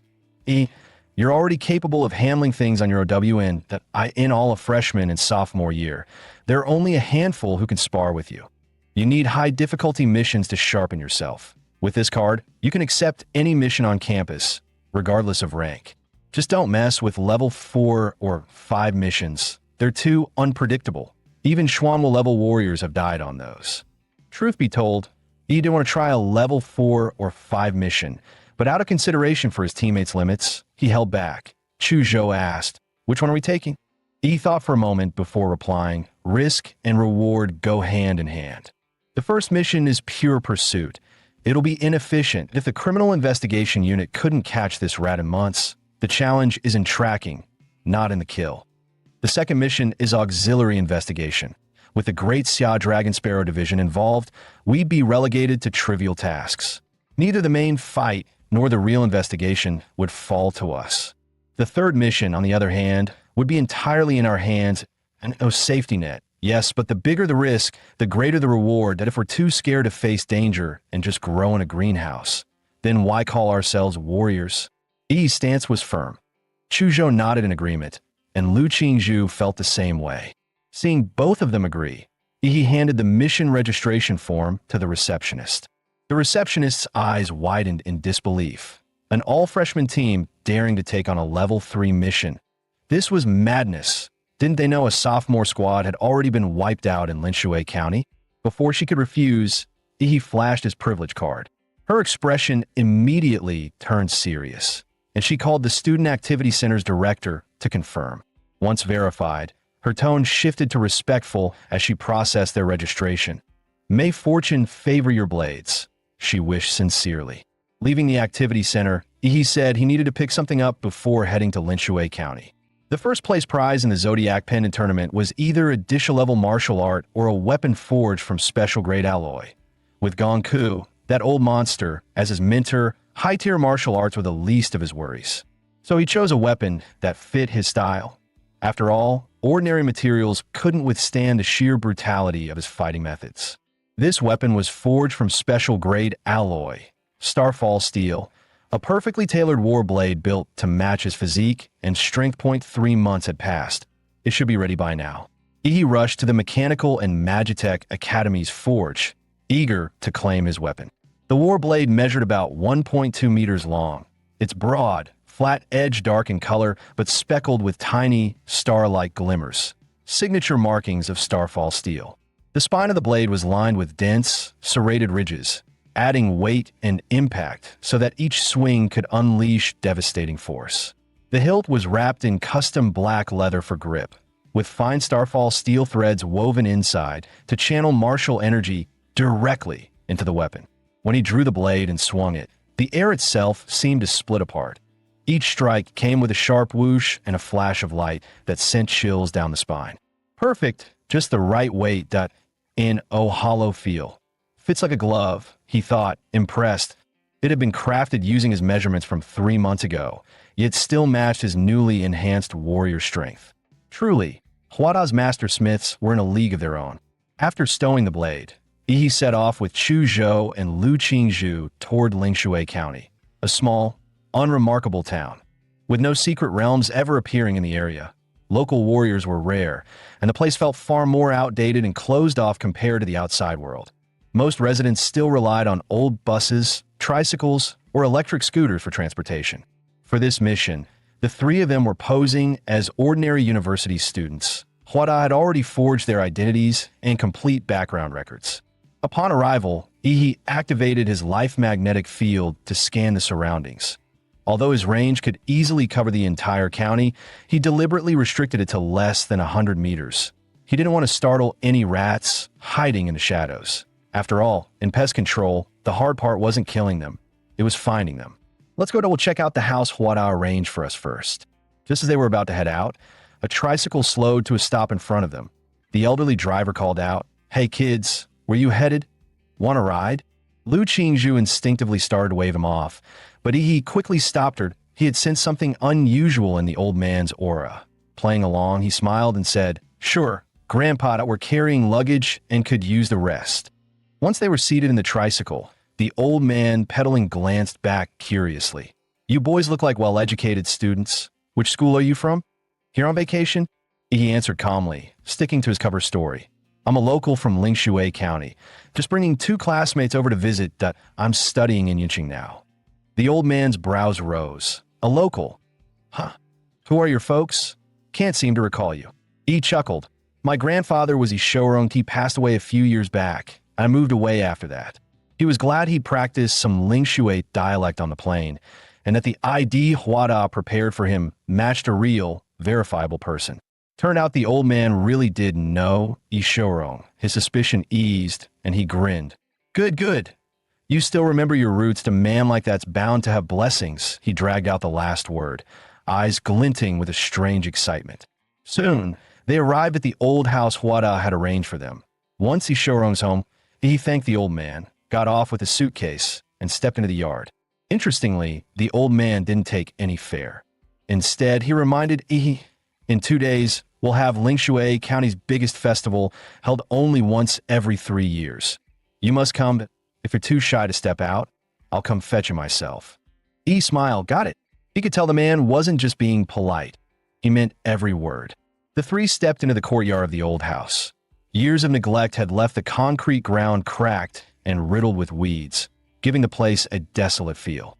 He motioned for Chu Zhou and Lu Qingzhu to step back, then slammed his foot down on the ground. In an instant, a wave of intense radiation swept through the courtyard and the entire house. Every insect dropped dead on the spot, and the weeds withered and rotted at a speed visible to the naked eye. Pest control and weed removal done in seconds. Lu Qingzhu wasted no time inspecting the condition of the house, while Chu Zhou discreetly set up miniature surveillance cameras at the gates and around the perimeter. Come take a look at this." Following Lu Qingzhu's voice, he stepped into what had once been the owner's bedroom. There, embedded in the wall, was a wooden shrine. Inside sat a clay statue, its head draped with a small red cloth. A shrine made of what should have rotted long ago if it had been here all along. Yet despite the thick layer of dust, once it was brushed away, the shrine looked surprisingly new. That meant someone had placed it here later. Chu Zhou stared at the statue, an uneasy feeling creeping over him, and drew his sword, intending to smash it first and ask questions later. Lu Qingzhu thought Chu Zhou was being reckless. How could they destroy such a crucial lead without examining it first? Yi, however, fully agreed with Chu Zhou's approach. Seeing Yi side with him, Lu Qingzhu reluctantly compromised, but suggested, "At least let's see what's under the statue's veil before smashing it." As she spoke, she reached out and lifted the red cloth from the statue's head. In that instant, He suddenly sensed a surge of sinister energy and quickly shouted for her to stop. Knew it. It's something filthy. Chu Zhou, smash it. Without a moment's hesitation, Chu Zhou's blade flashed from its sheath, cleaving the clay statue clean in half. What happened next was grotesque. From a split surface, thick black blood began to gush, and a wave of foul psychic energy erupted like an explosion. He immediately summoned his stand, seizing the formless, corrupted spirit in his grasp. Chu Zhou and Lu Qingzhu couldn't see Yi's stand in their eyes. What poured out of the statue was a twisted lump of flesh, still writhing, still alive.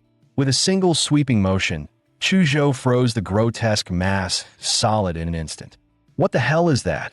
A chill crept up Lu Qingzhu's spine. She had never seen anything this unsettling before. It was like a human who could easily crush a cockroach, yet instinctively recoils from touching it. She knew she could destroy the thing with a flick of her hand, but the filthy, unnatural aura it radiated still made her uneasy. He stepped forward, patting her shoulder, and infused her with a surge of pure psychic energy. Warmth spread through her body, chasing away all traces of feared. It was now clear. The strange happenings in Linshui County were tied to this bizarre clay idol, and their investigation had just taken a critical step forward. Yi's lips curved into a faint smile as he told them to stay put. He had something to take care of. Earlier, he had left a radiation marker on the old tricycle driver that by his calculation. Now was the perfect time to reel him in. No need for you to come find me, old man. This time, I'm coming to you. Meanwhile, in Linshui County's Jinshan Buddhist Temple, a 1,000-year-old sanctuary and the most magnificent, prosperous site in the county, nearly every resident was a devoted follower, day and night. Incense smoke curled into the air as worshippers came to pay their respects around the clock. Lu Jinsheng pedaled his tricycle up the mountain road, heading for the temple's rear slope. A rosy-cheeked young monk greeted him with a polite bow. Benefactor, the abbot is waiting for you inside. Good, good. Lu Jinsheng rubbed his calloused hands together, unable to hide his excitement at the thought of the blessing he was about to receive. The two entered a hidden passage carved into the rock wall. After a series of twists and turns through the winding tunnel, they finally arrived at their destination. Towering before them stood two 20-meter-tall, wrath-faced bodhisattvas, their four arms wielding demon-subduing staffs, swords, and great blades one guarded each side of a crimson gate, its surface engraved with intricate golden Buddhist patterns. The young monk stepped forward, bowing deeply. Abbot, the benefactor Lu Jinsheng, who has met the blessing standard, has been brought. He also says there's a matter he wishes to report. The young monk was about to push the door open when he suddenly froze, his brows knitting tightly as he glared into the void behind him. Stranger, what brings you here at this hour? What's your true intent? Before his words could settle, black muscles surged across his body, shredding his robe apart. The fair and handsome face twisted, replaced by a hideous lizard-like visage. Lu Jinsheng was so horrified he collapsed to his knees, trembling as he cried out, "A living god!" But in the next instant, he dropped from the sky, stomping directly onto the monster's skull. The head, harder than a steel helmet, collapsed instantly, and the neck shattered into fragments under the crushing force. In one continuous motion, he stomped the creature from head to toe into pulp. Blood and gore exploded outward, yet all of it was blocked by the protective barrier. He sneered in disgust, shaking his foot. Filthy. Good thing my stand keeps this trash out. If it got on my clothes, cleaning it off would have been a nightmare. The moment Lu Jinsheng recognized Yi, his whole body trembled uncontrollably. Yi, however, had no time to spare him a glance. For in front of him, the two wrath-faced bodhisattvas began to move. Their eyes blazed red, and their towering, gold-painted bodies started to stir. One brandished a demon-subduing cudgel, the other a demon-slaying sword, both charging at Yi with overwhelming fury. Yet Yi stood his ground, motionless. Behind him, his stand raised its massive, muscular hands, catching both strikes that carried the weight of dozens of tons. Each bodhisattva had an arm seized, held so tightly that escape was impossible. Abandoning the struggle, they made a ruthless choice. 6 remaining arms swung at once, bringing down 6 colossal weapons, all aimed straight at Ihi. Ihi rubbed the ring on his finger, and in the next breath drew out the Starfall blade. A crescent-shaped flash of icy light burst forth in his hand, with just a single casual swing. All 6 colossal weapons shattered on contact, their edges crumpling and breaking apart. The strike carried through into the Bodhisattva's arms, exploding joint by joint like firecrackers, reducing both weapons and bones to fragments. Their crimson eyes blazed brighter, warping the very air around them. From within burst forth scarlet beams saturated with destructive power, all aiming to annihilate Ihi. But Ihi moved faster than their laser eyes. In the blink of an eye, his figure soared above the 2 statues. A flash of cold steel, and both wrath-faced bodhisattvas were decapitated. Their scarlet beams spiraled wildly out of control in midair. Lu Jinsheng hadn't even reacted before one of the stray beams sliced him clean in half. Boom! The 2 massive bodhisattvas collapsed, exposing sparking cables and mechanical structures within. So they weren't living beings after all, Ihi thought. From the start, he hadn't sensed a single trace of life force within them. But how could a backward little town like Linshui County possess such advanced technology? Was the answer waiting behind that door? Ihi gave a command, and his stand unleashed its full might, slamming straight into the gate. Golden fists rained down like a meteor shower, hundreds of blows landing within just 3 seconds. The vermilion gate warped and buckled under the onslaught. At last, it exploded apart, reduced to a heap of twisted scrap iron. He stepped through the vermilion gate and found himself inside a vast underground palace. Crimson pillars held up the chamber, while lotus lamps lined the walls, flooding the space with light. At the center towered a colossal golden Buddha, 70 to 80 meters high. The sheer size of it inspired instinctive awe and reverence. But he was unmoved. His cold voice echoed through the cavernous hall. "Since the guest has already arrived, little rat, how long do you plan on hiding?" Moments later, a monk draped in a purple gold kasaya slowly stepped out from behind the giant Buddha. With a weary sigh, he said, "Our temple bears no grudge against you, traveler. Why come here to bring offense?" He sneered, drawing the Starfall blade. In an instant, his slash split the monk clean in half. He spat in disgust. "Damn it, you just a robot? What, addicted to playing dress-up as a fake monk?" Another monk emerged from behind the giant Buddha, his voice chilling. "Your sins are far too heavy. Better you spend some time with the fiends of the 18th hell to temper that vicious nature of yours. Cut the crap." He snapped, lifting his blade to strike. But before he could swing, the entire floor of the underground palace began to sink. He plunged downward with it. After falling nearly 20 meters, he landed hard at the bottom. Around him, 18 massive holes split open the walls. From them poured a swarm of humanoid monsters, their black, gel-like skin glistening, faces twisted into lizard-like shapes. Each one radiated the energy of a level 1 or level 2 warrior. Their life force signatures were almost identical, like products of mass production. Ihi sneered. "Trying to drown me in numbers? The last fools who tried that are long buried with weeds over their graves." Ihi roared, pouring a surge of murderous chi into the Starfall blade. The weapon swelled under its power, its blade extending to 30 meters in length. Xianwang blade art, Shura's 3 slashes. First slash, 1,000 miles of carnage. With a single sweep, Ihi swung the colossal blade. A crimson arc of blade energy erupted, engulfing the entire hall. Within 30 meters of Ihi, every lizard-like creature caught in its path was cleaved clean in half. The strike didn't stop there. The energy waves spread outward. Though slower in speed, the swarm of bioengineered soldiers packed like ants had no room to escape. They were cut down like fields of grass, harvested in one brutal sweep. Even as the 18 tunnels kept spewing more creatures, Ihi's slaughter made their numbers meaningless. 10 minutes later, only corpses and rivers of blood remained at his feet. Not a single living thing was left.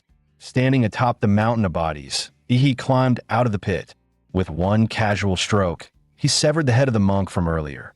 Even decapitated, the synthetic husk still repeated its pre-recorded line. Your sins are too heavy. He narrowed his eyes at the glowing red optics, his voice cold. I'm already tired of killing. Stop hiding, get out here. No sooner had he spoken than laughter echoed through the vast hall. So, we've drawn the attention of a formidable foe. Impressive, but that's all you are. As the voice resonated, the giant Buddha seated in the center suddenly began to move.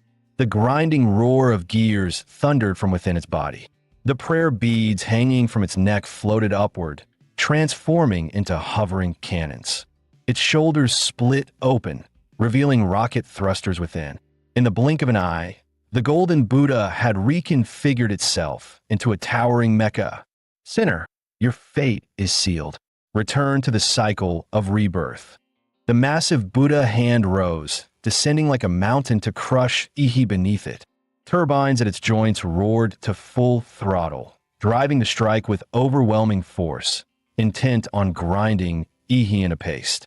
Yet instead of fear, Ihi's fighting spirit ignited, his gaze burning with defiance. As the colossal palm fell, he unleashed his transformation, awakening his titan form. Godzilla! In the next instant, the temperature in the chamber spiked to terrifying levels. Thick steam spread rapidly, shrouding the entire hall. The operator behind the giant Buddha hadn't even figured out what was happening when a towering black-armored titan, even larger than before, loomed into view. No chance was given to react. Amit Ba, Ihi sneered, mockingly chanting the Buddha's name before using his biological body's superior agility to hurl a massive punch straight into its face. Immediately after, Ihi seized the Buddha's head with one hand and drove his iron-hard knee upward in a brutal strike. The impact shattered the mecha's facial armor, tearing open a gaping crack. Sparks erupted from its steel skeleton within, accompanied by a harsh mechanical alarm. Critical warning. Multiple damages detected in head unit. The Mecha Buddha staggered, its massive body tilting backward. The floating prayer bead cannons crossed their fire, unleashing a torrential rain of lasers that hammered into Ihi's titan form. Yet the beams, powerful enough to pierce military-grade armored vehicles, left nothing but a few scorch marks on the black armored titan. Not a scratch beyond that. The next moment, the Buddha's chest split open, revealing a cluster of crimson-tipped missiles. They launched in unison, slamming into Ihi's body. The detonations rocked the entire underground palace, shaking it to its core. But when the smoke cleared, the black-armored giant still stood tall, flames licking across his body. Ihi sneered, his gaze sharp. All your toys are just heat-based weapons. Against a warrior, they're useless. With that, he invoked the power of the Warhammer Titan. The ground split open, and countless hardened bone spikes erupted upward, skewering the Mecha Buddha and suspending it in midair. He opened his massive jaws and unleashed a blazing atomic breath straight into the Buddha's chest. The mecha, already critically damaged, could no longer rely on its electromagnetic shields for protection. In the end, the atomic breath tore it apart, reducing it to a heap of wreckage. He reverted to human form, landing firmly on the ground. There, beneath the lotus throne where the Buddha once sat, he spotted a hidden passage leading deep underground. Half an hour earlier, inside a pristine, futuristic research facility, a researcher, eyes fixed on the surveillance feed of Ihi, spoke confidently to the elderly man beside him. Doctor, the man has taken down the mechanical bodhisattvas. But rest assured, the gate built with our newest materials and structural designs is unbreakable. Moments later, on the screen, he didn't even raise his hand. The vermilion gate exploded in a twisted scrap, blasted aside by some unseen force. The researcher stiffened, forcing calm. No problem, doctor. We still have our army of bio-soldiers. Tens of thousands of them. Enough to wear down even a Grand Marshal Master. Perfect chance to clear out some inventory. But soon after, the feed showed Ihi wielding a 30-meter blade, cutting through them like fields of wheat. One sweep, and entire hordes fell. The researcher's face turned pale. Drawing a sharp breath, he muttered, "Doctor, but it's fine. We still have our trump card. Trust in our design." This Mecha Buddha was engineered specifically to counter Lord-class beasts. Against a mere martial warrior, it'll crush him with ease. A moment later, when a researcher saw the Mecha Buddha torn apart by Ihi's bare hands, he was struck dumb. "It's fine, doctor, we still have." Before he could finish, the short old man beside him snapped in fury. "Shut the hell up. Enough with your cursed optimism. The enemy's already tearing through our front door, and you're still saying it's fine? The guards above might buy us a few minutes at best. We need to retreat immediately. Once we're out, trigger the base's self-destruct protocol. We cannot allow any of this information to leak." The old man was known as Dr. Fong, once a level 3 researcher for Prometheus. After Prometheus was disbanded, he was secretly recruited by Laserbird. 10 years ago, Laserbird set its sights on the unremarkable Linshui County, quietly replacing all the monks of Jinshan Temple. Using the townsfolk's devotion to the temple, Laserbird began brainwashing them under the guise of bestowing blessings. One by one, the residents were lured into undergoing human modification, turned into free test subjects to fuel the organization's biotech research with endless materials and clinical data. But now, this facility had to be abandoned. Just as the core researchers were heading toward the escape tunnel, a beam of blue light suddenly sliced open the ceiling above. "Abbott, where exactly do you think you're running?" E's mocking laughter echoed through the hall. Several guards rushed forward, intent on killing him. But before they could even get close, E's stand appeared, instantly snapping their limbs like twigs. E strode up to Dr. Fong with a cold sneer, his gaze sharp as blades. "What do you want? We can negotiate," Dr. Fong stammered, even as his hand slipped into his pocket to trigger the base's self-destruct. 4 Laserbird had implanted micro-bombs into every key researcher and leader. Their families and friends were kept under strict watch as well, ensuring absolute obedience and preventing any leaks. But he had already caught the old man's trick. Before he could press the switch, he crushed his arm in an instant. Dr. Fong flailed in agony, his throat clamped shut, choking like a fish dragged onto land. His short legs kicked wildly in the air, powerless. Only when he was on the verge of passing out did he finally release him, tossing him to the ground like trash. Dr. Fang's lungs finally drew in fresh air again. When he looked back at Ihi, his eyes were filled with raw terror. Seeing him subdued, Ihi began his interrogation. "Now, you're going to tell me everything you've done here in Linshui County. 2 weeks ago, were you the ones who killed those 3 young martial artists? What the hell are you people doing here?" At that, Dr. Fong let out a twisted, deranged laugh. This lab's secrets will never reach you. There's a signal monitor wired into my brain. The moment I utter any corporate keywords, the bomb in my body detonates. Either way, I'm dead. So I'll take the quick way out." He bit down, shattering the poison capsule hidden in his mouth. Instantly, the entire facility glowed crimson, warning sirens blaring. With Dr. Fang's heartbeat ceasing, the self-destruct system linked to it activated. He only chuckled darkly. "Laserbird, all of you really are nothing but suicidal fanatics. Too bad. In front of me, even death will be a luxury you don't get to choose." He then unleashed his vampire powers, driving his finger straight into the artery in Dr. Fang's neck. The corpse virus surged into his bloodstream, spreading rapidly through his entire body. The heart that had already stopped suddenly began to beat again, pounding even stronger than before. Normally, vampire bloodlines could indeed infect humans or corpses, turning them into corpse-born thralls. But most would degrade into mindless zombies, without healing ability, losing intelligence, and rotting away, save for a rare few with innate talent. E's virus, however, had been modified with the power of the founding Titan. That power could transform ordinary humans into Titans, and grant him absolute control over them. Over the past 3 months, beyond honing his martial arts, he had delved into his template powers, experimenting with their chemical-like interactions. He discovered that when combined, their effects were far greater than the sum of their parts. For instance, by fusing Titan power into the vampire virus, he could now create perfect thralls, retaining their memories and talents, immune to sunlight, gifted with powerful regeneration, and bound in both body and soul to his command.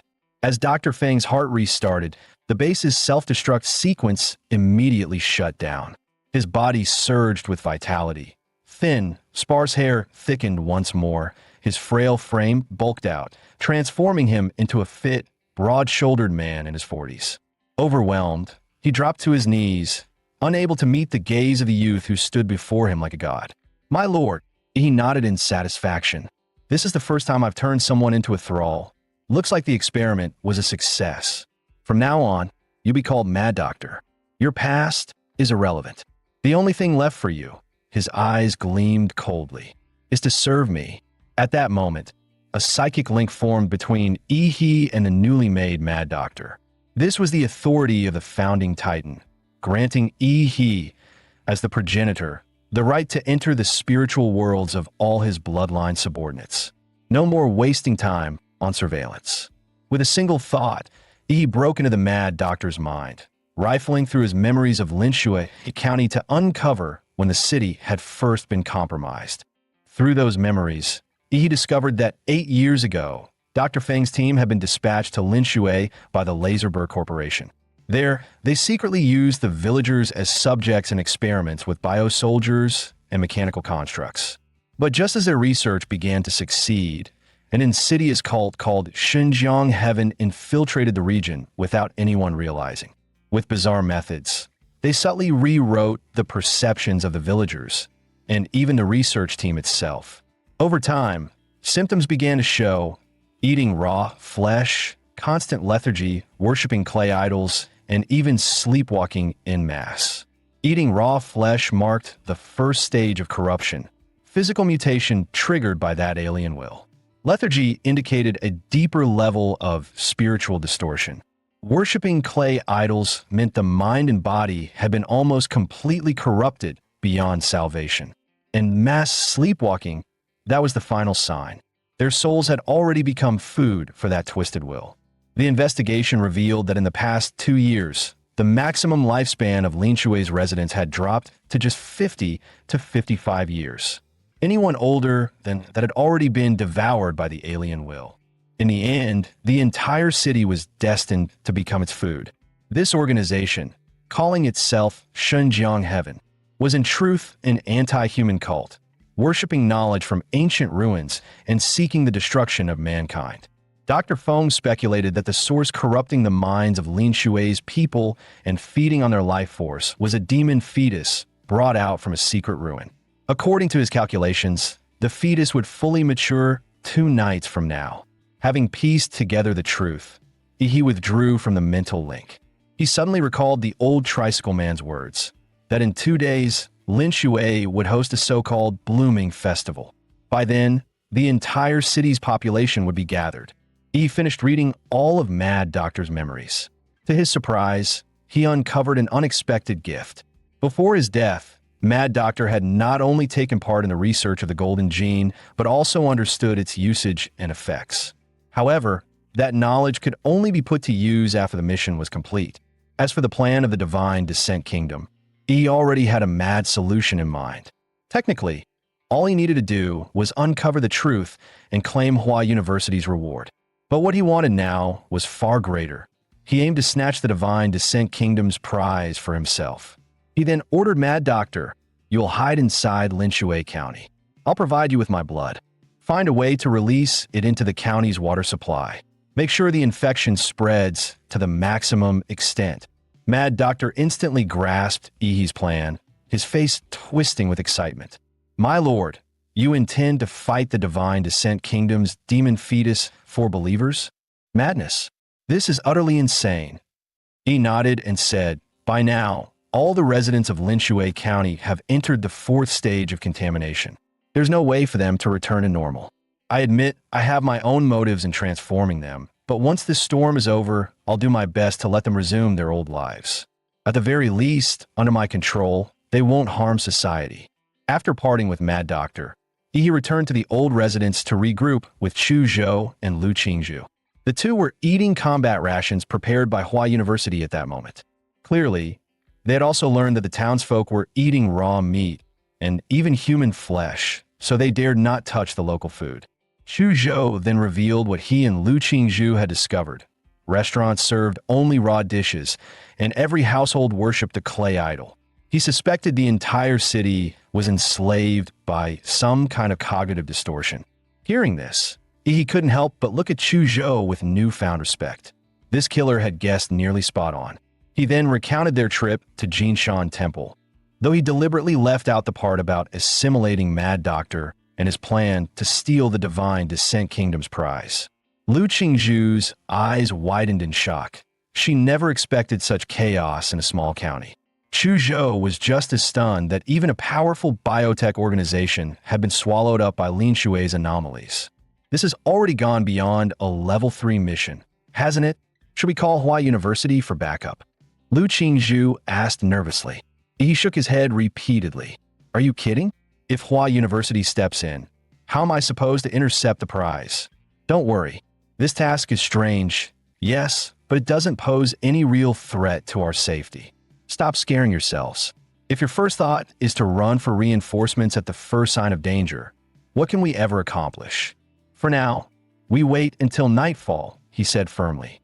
So far, we've seen the anomalies of eating raw flesh and worshipping clay idols. There's still one left we haven't experienced: mass sleepwalking. Perhaps only at night will this heavily twisted city reveal its true face. Meanwhile, at Laserbird headquarters, the board of directors convened an emergency meeting to address the sudden blackout of the Jinshan Temple base. Just 30 minutes earlier, headquarters had received a signal that the base's self-destruct sequence in Linshui County had been activated, only to be aborted within seconds. This immediately raised alarms in the information department. They tried contacting the base, but no one answered.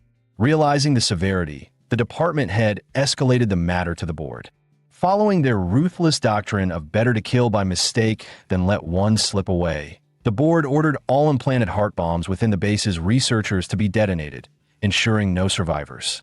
At the same time, they dispatched a special squad to Linshui County to investigate the situation firsthand. Moments later, inside Linshui's central water plant, Mad Doctor, who had been standing tall, suddenly felt his pupils contract. Without warning, he drove his hand into his chest and ripped his heart straight out. He hurled it away, and the organ exploded like fireworks, spraying blood in every direction. Even as an undead, losing such a vital organ left Mad Doctor weakened. While his heart slowly regenerated, he sent a message to Yi. My lord, Laserbird just detonated the bomb inside me. Knowing their methods, they'll send a special squad to Linshui any moment now. He read the message and calmly replied, no matter. Continue the plan. Night fell as a train slowly pulled into Linshui County Station. 5 passengers stepped off the carriage. One seemingly ordinary middle-aged man spoke up. So remote. No wonder the company chose this place for a secret base. A woman dragging a suitcase with a baby in her arms replied. The company already confirmed that Daxia's Dragon Sparrow wasn't involved with the Jinshan Temple base. So who did it?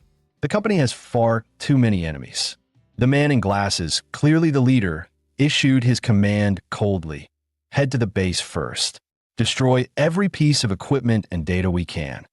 This young man, who looked no different from an ordinary programmer, was in fact the captain of Laserbird's 3rd Squad, once known across the entire underworld as the King of Assassins.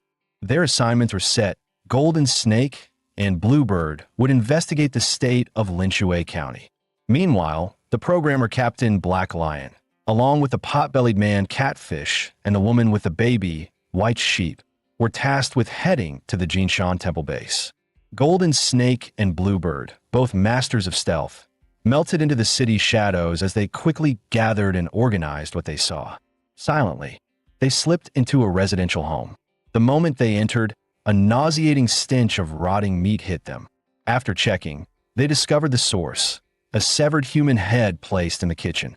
Bluebird stepped into the master bedroom, where she found a clay idol with a red veil draped over its head. Driven by curiosity, she lifted the cloth. In an instant, her consciousness was seized by the idol. Meanwhile, Golden Snake stood in the living room, listening through his earpiece to Captain Black Lion's update. They had uncovered the cause of the Jinshan Temple base's downfall. A lone warrior had single-handedly smashed through the entire facility. Tens of thousands of bioengineered corpses littered the underground palace. The fortress-class battle mech Great Buddha lay in shattered pieces, and not a single researcher survived. Even the lead scientist, Dr. Feng, was missing. At least, his body wasn't found anywhere near the temple. Just as Golden Snake finished listening to the report, his signal suddenly cut out. Looking toward the window, he froze on the spot. The once empty street outside was now packed with residents in pajamas. Their expressions were serene, eyes closed, moving forward slowly, closing in on his position. Realizing he was being surrounded by the townsfolk, Golden Snake hurried to warn Bluebird to retreat. But the moment he pushed open the bedroom door, a dagger coated in anesthetic slammed into his abdomen. As his consciousness faded, Golden Snake was horrified to see that his attacker was none other than his teammate, Bluebird. Just before blacking out, the last thing he saw was the clay idol on the bedside shrine, its red veil torn away. That idol was none other than the moon demon, Barrows, taken from the ruins of a secret realm. That night, the moon over Lin Shui loomed unnaturally large. Its cold white light bathed the city, illuminating every corner without the need for lamps. From the top of a clock tower, he stood at the spire, surveying the city. In the southeast, he spotted the outbreak of mass sleepwalking. Relaying this information to Chu Zhou and Lu Qingzhu, he then leapt down from the tower, heading straight to regroup with them. At that moment, Golden Snake slowly regained consciousness from the anesthetic haze. He and his teammate, Bluebird, were tied tightly to two massive pillars. "You're from the Divine Descent Kingdom, aren't you? We can talk this out. The organization behind me has real power," he shouted. But as he looked at the crowd surrounding him, Golden Snake tried to reason with them, yet no one responded. Every controlled villager wore the same eerie grin, their expressions deranged like lunatics. Just then, a deep tolling of bells rang out, as if proclaiming the descent of some presence. Instinctively, Golden Snake looked up to the sky. The clouds parted, and the moon grew even larger, so vast it seemed ready to descend upon the earth. The sleepwalking villagers now climbed upward like swarming ants, forming a colossal human ladder that reached into the heavens. The rest carried the two pillars bearing Golden Snake and Bluebird, ascending step by step upon the living ladder, like an ancient Mayan sacrifice climbing a pyramid. Only this time, their offering was for the moon itself. Meanwhile, inside the Jinshan temple base, Black Lion realized Golden Snake and Bluebird had gone silent. Alarmed, he quickly rallied his two remaining teammates, suspecting that whoever had destroyed the base might have struck again. No matter what, something big must be happening in the city. We need to seize the initiative. Back to the city now. The three had barely stepped outside the temple when they caught sight of the massive full moon hanging in the night sky. At its very center, a visible beam of moonlight pierced downward. The light struck a specific point in Lin Shui County, resembling a divine miracle. Even Black Lion, a man who had seen it all, was left speechless at the sight. For the first time, he wondered if the fall of the Jinshan temple base was far more complicated than the higher-ups had believed. Move! Head to where the moonlight lands. That could explain Golden Snake and Bluebird's disappearance. With that, Black Lion took the lead, racing toward the heart of Lin Shui. The three closed in quickly, drawing nearer and nearer to their destination. By coincidence, they ran straight into Chu Zhou and Lu Qingzhu, who were also making their way there. At the sight of the two newcomers, Black Lion's first instinct was immediate annihilation. With a flick of his wrist, he hurled a dagger at lightning speed, so fast it outpaced the shriek of air it tore through. Sensing the killing intent, Lu Qingzhu instantly summoned a massive blue umbrella to shield them. A haze of azure light rippled from its surface, enveloping both her and Chu Zhou. A thunderous bang rang out as the dagger, deadlier than a heavy sniper round, clashed against the umbrella. The seemingly delicate weapon quivered once, then deflected the blade outright. The rebounded dagger tore through two entire buildings before finally losing its momentum. Black Lion was stunned. He never imagined a mere martial artist could possess such a treasure-level magi weapon. Lowering the umbrella, Lu Qingzhu fixed him with a wary gaze. She demanded coldly, "Who are you, and why did you attack us?" Black Lion sneered at her words. Judging by your clothes, you're not locals. So you're the vermin who destroyed the Jinshan temple base. With his ambush failed, Black Lion knew his team of 3 was now fully exposed. 3 seconds, crush these pests, he barked. On command, Catfish and White Sheep lunged straight at Lu Qingzhou and Chuzhou. Lu Qingzhou and Chuzhou pressed back to back, forming a tight defensive stance. Catfish seized Lu Qingzhou's defensive magi weapon with brute force, his greedy eyes flashing as he licked his lips. Huh, such a rare treasure. Shame to waste it by killing you. But don't worry, your corpse will do just fine. I'll savor it, ha ha ha. The sheer strength in his grip made Lu Qingzhou's arms go numb.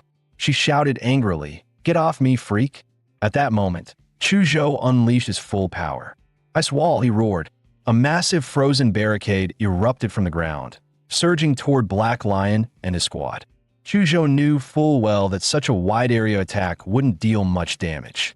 But that wasn't the point. His real aim was to create enough noise to call Yi to them. That earlier strike, silent yet carrying boundless killing intent, would have left Chuzhou's corpse on the street had it not been for Lu Qingzhou's defensive magi weapon. A seasoned veteran, Black Lion instantly recognized Chuzhou's ploy. Not good, he thought. He's calling for reinforcements. Unleashing the full pressure of a grand warrior, he shattered the incoming ice wall with a single gesture. Chuzhou was stunned. My ice wall, broken so easily? Neither he nor Lu Qingzhou was foolish enough to clash head-on. In a flash, Chuzhou tossed several of Hua University's custom smoke bombs. These 3 were clearly at least high-ranking warriors. Direct combat was suicide. Retreat. The 2 exchanged a glance, quick, decisive, and immediately fell back. But the very next second, Black Lion had already circled behind them. Twin daggers gleamed in his hands, poised at their throats, ready to decapitate. Only 1 second remained, when suddenly every hair on his body stood on end. Another presence had entered the field. Boom! A massive horse-slaying blade slammed down from above, embedding itself in the ground before him. Black Lion flinched, stepping back.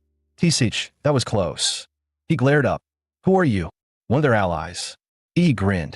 "I'm the one here to take your life." Ah, bold words. Assassination art. Phantom 12 forms.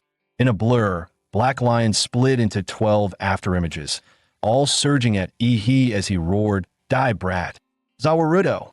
Time froze. The domain of stasis unfolded, and the 24 blades slowed, slower and slower, until they hung motionless in the air. A Grand Martial Master's body, reinforced by battle aura, could withstand even tank shells without breaking skin. Yet even they could still be killed. Black Lion's assassination technique, the Phantom Split, was indeed formidable. He couldn't tell which was the true body, but he didn't need to. Black Lion, real name long forgotten, plain in appearance, yet once the unrivaled king of assassins.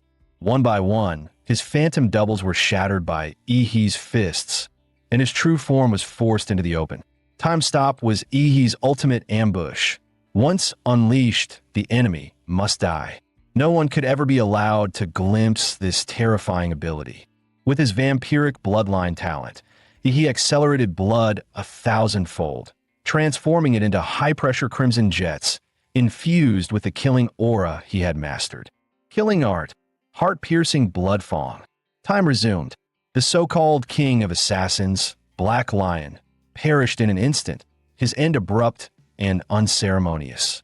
His final thought was disbelief. How had he appeared before him in a single breath? He sees Black Lion's corpse, his fingers speared into the throat as he sneered, "The body's best used warm. Your blood will help me break through from disciple to true warrior." Licking the blood from his hand, he muttered in satisfaction, "Not bad. This one had some value. I've already advanced to warrior stage 8. The battlefield fell silent. No matter how battle-hardened Catfish and White Sheep were, their minds went blank at the sight of their captain's sudden death. What the hell just happened? The captain, killed by that brat in an instant? This is insane. To leap 2 entire martial realms and kill the foe.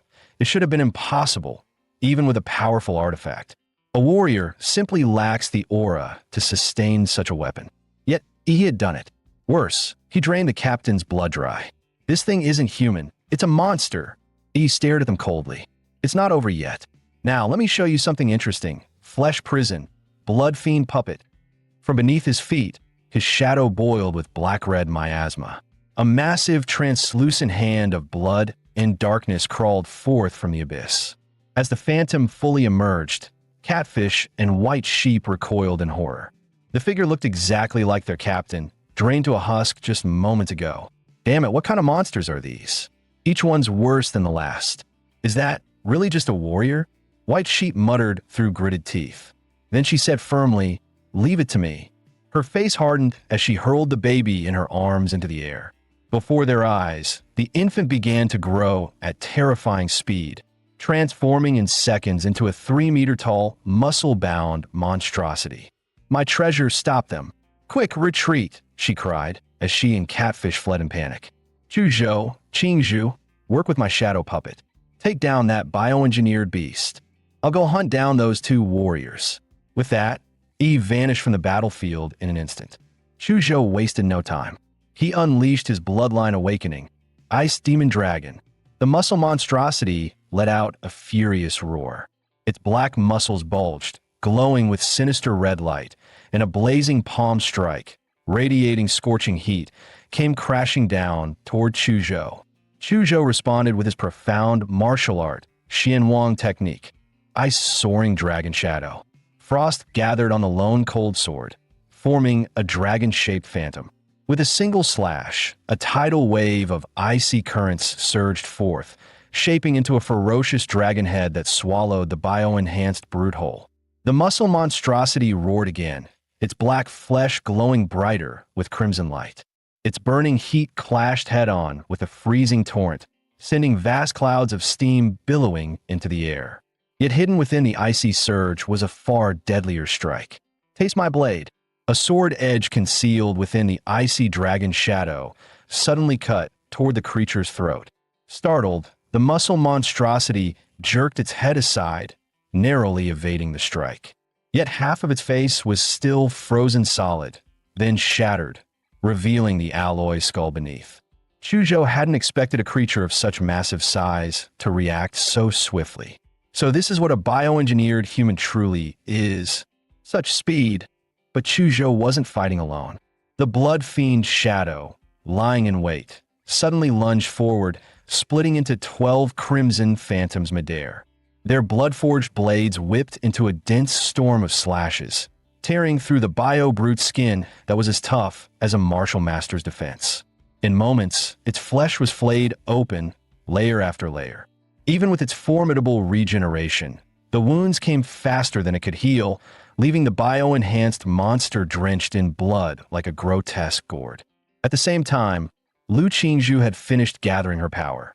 From her back, massive violet wings spread wide. She stood aloft like a goddess, as countless violet-black feathers converged in her palms, compressing into a sphere of smoldering ash. When the ash sphere expanded to 5 meters in diameter, it suddenly ignited, blazing into a violet sun. Genetic art. Purple nether sunflame. At that instant, Chuzhou's ice bound the brute's legs while the blood fiend Shadow locked it from the front, pinning it in place. From high above, Lu Qingzhu hurled down the violet sun in her hands. Boom! A thunderous explosion shook the city as a colossal pillar of fire erupted skyward. Its searing brilliance outshone even the frigid moonlight. The muscle monstrosity was engulfed in a sea of violet flames, its shrieks echoing through the night, until, consumed inside and out, it was reduced to nothing but ashes. The city fell into a deathly silence once more. Meanwhile, Catfish was fleeing frantically through the sewers. The last time he had run in such desperation was on the war-torn battlefields of the Black Triangle, hunted by drug lords and warlords alike. Suddenly, his eyes widened in horror. A beam of azure light, like divine judgment, carved through the stone above, letting cold moonlight pour into the foul, reeking sewer. Rats truly do love to burrow into the sewers. The mocking, taunting words echoed in the tunnels. But Catfish couldn't summon the slightest anger. His heart was filled with nothing but fear. Outside, White Sheep fled desperately, her eyes darting warily to every corner. Suddenly, she spotted a 20-meter-long crescent-shaped blade aura slicing into the sky. That killing intent was unmistakable. It could only be Ihi. Her heart sank. Catfish was surely dead, and she knew she was next. Golden Snake and Bluebird went silent. The captain was slain. Even Catfish is gone. Now it's only me left. Who the hell are those 3 kids? No, I can't die. I have to survive. But where can I run? Her gaze shot upward to the human ladder reaching for the moon. The grotesque sight twisted her gut. This must be the work of the divine Descent Kingdom. At this point, the only way she could think of to shake off Ihi's pursuit was to surrender herself to that ladder. Even if it meant offering her soul to a demon, she had to live. But when she finally stood before the moonbound ladder, she couldn't help but gasp sharply. The bridge of naked, writhing human bodies stretched between earth and sky, every face frozen in a serene, unsettling smile. White Sheep shuddered. This is beyond terrifying. Just then, E's voice came from behind her. You're going up there? White Sheep's skin prickled with goosebumps. Damn it, he's caught up. She turned to see Ihi, a living Shura, one hand gripping Catfish's severed, terrified head, the other resting on the starfall blade, his gaze cold and merciless. White Sheep could no longer think rationally. She scrambled madly up the moonbound ladder. Though the ladder looked endless, once she climbed it felt terrifyingly fast. In moments, she reached what appeared to be the surface of the moon. Shock coursed through her entire being. There, she saw an ornate gate adorned with exquisite white jade carvings. In a daze, she watched as the gate slowly opened. Inside, she seemed to see her parents, standing there and waving to her. Mom, Dad, I missed you so much. White Sheep's face broke into a blissful smile. At last, the bronze gates of the divine descent heaven creaked open. From below the lunar ladder, they watched as Ares set foot on the moon. A twisted grin curled across Ihi's lips. The next moment, his figure dissolved into a stream of air. He was never Ihi at all, but an illusion forged to force Ares onto the moon. Perhaps Catfish and Ares hadn't been so terrified at first. It was the moonlight itself that amplified their deepest fears.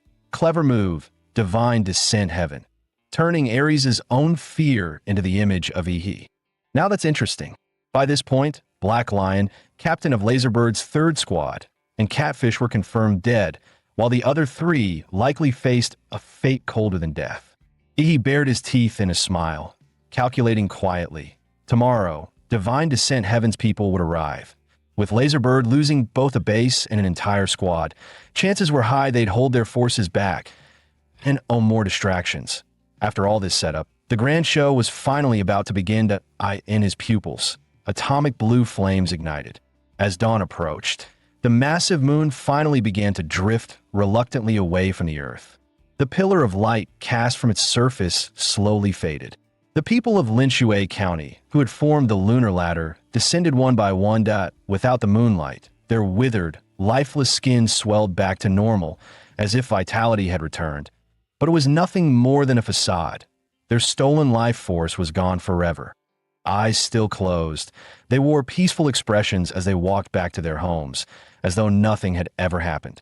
From a distance, Ihi and his companions silently observed the eerie scene.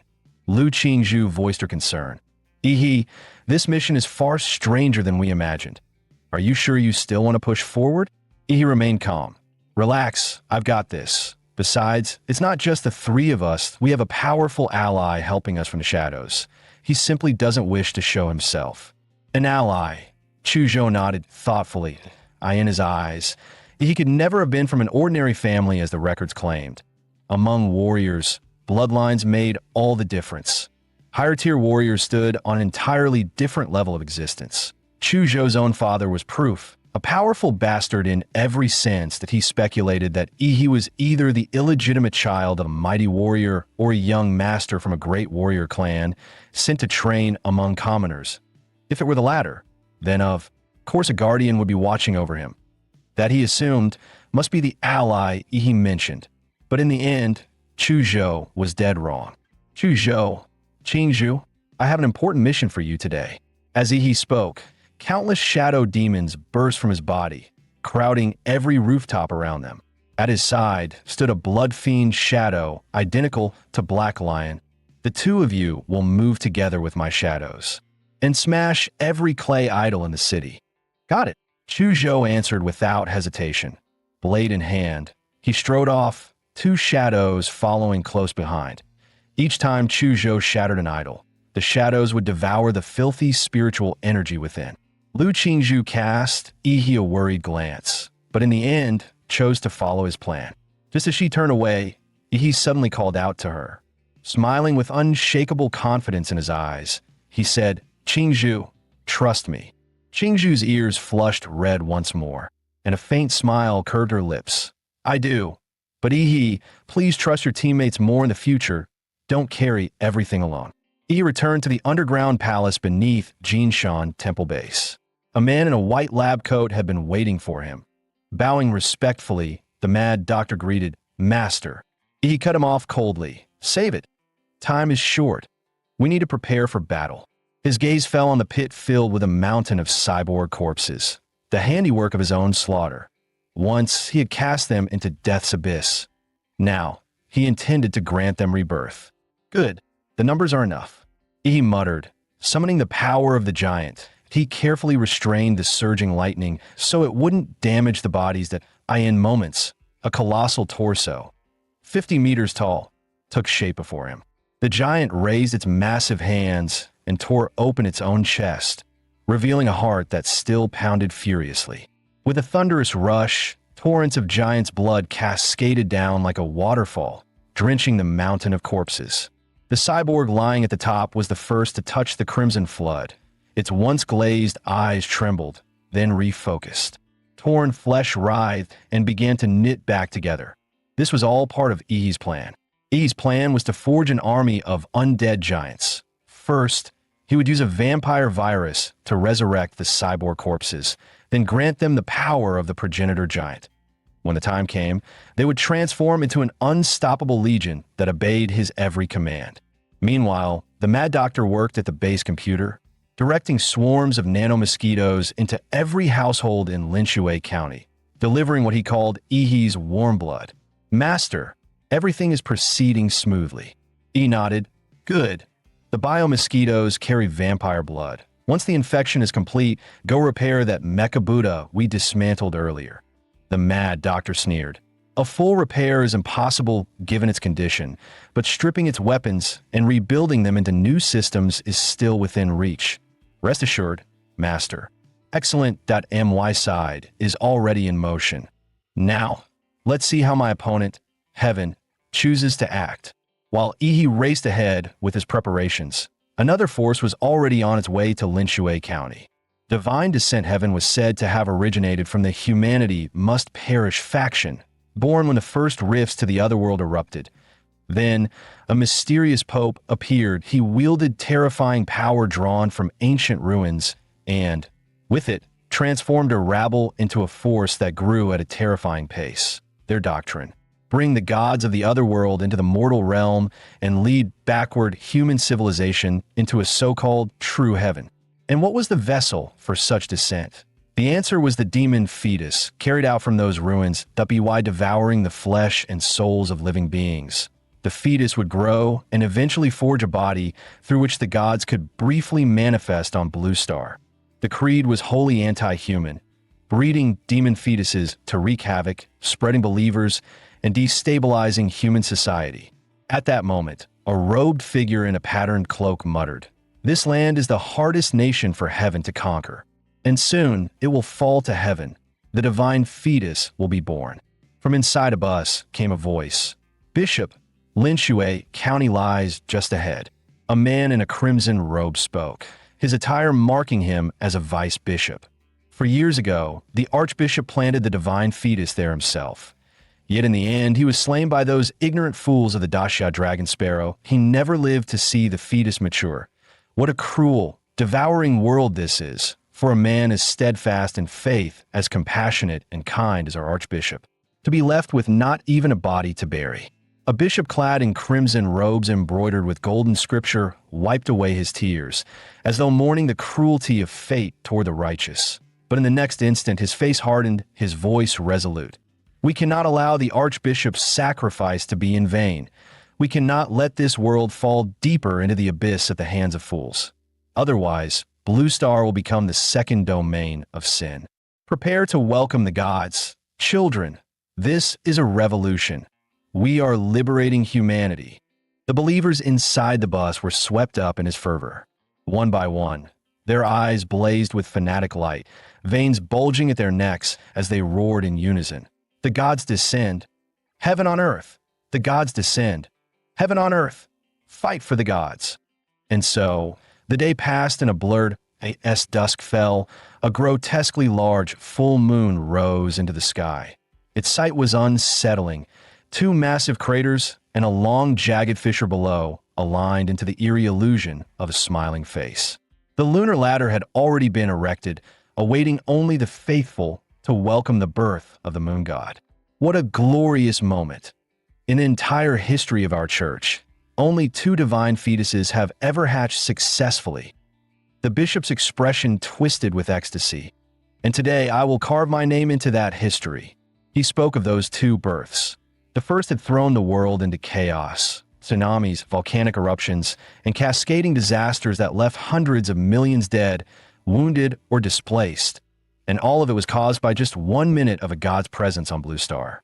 When the second divine fetus descended upon the U.S. continent, the surrounding seas erupted with fog and deadly currents, sealing the entire landmass. After that, nothing.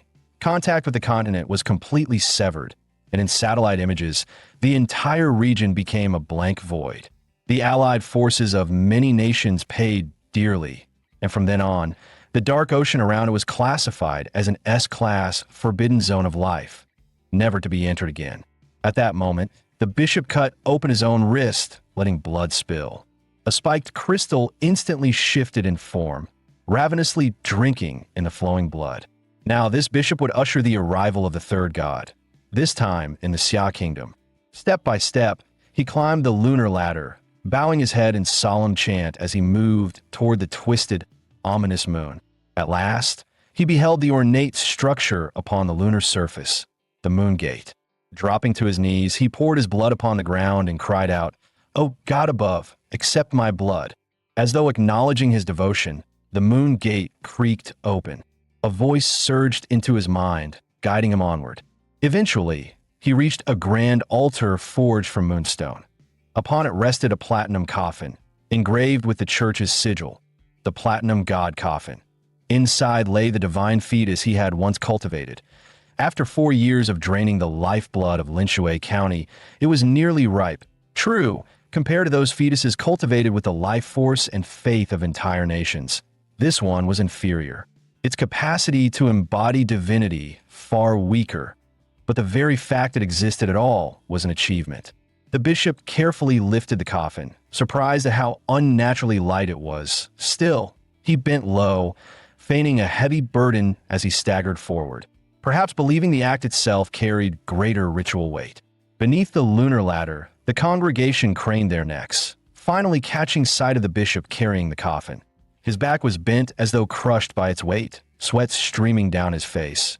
Yet he pressed forward, chanting devoutly with every step. The believers gazed on with boundless reverence, for to them, he was a father. The crowd parted, allowing the bishop to enter the center of the formation and set down the coffin. "Children, let us begin welcoming the god." He lifted his voice to the heavens. "O great moon, O nightmare god of the dreamscape, your most faithful servant calls once more. Grant me leave to summon your soul. Moon Nightmare Baros." And then, including the bishop himself, from every single resident of Linshui County, white spirit forms drifted out of their bodies. These phantoms carried the weight of human faith. The sight was not majestic, but grotesque to the extreme. Hundreds of thousands of spirits surged together into a white tide, streaming toward the coffin. At that instant, a beast's roar split the air like thunder, carrying a sovereign's dominance, as though heralding a signal. Almost half of the white tide suddenly turned blue, some entirely, some half blue, others speckled with cobalt blotches. The bishop reeled in shock. What is happening?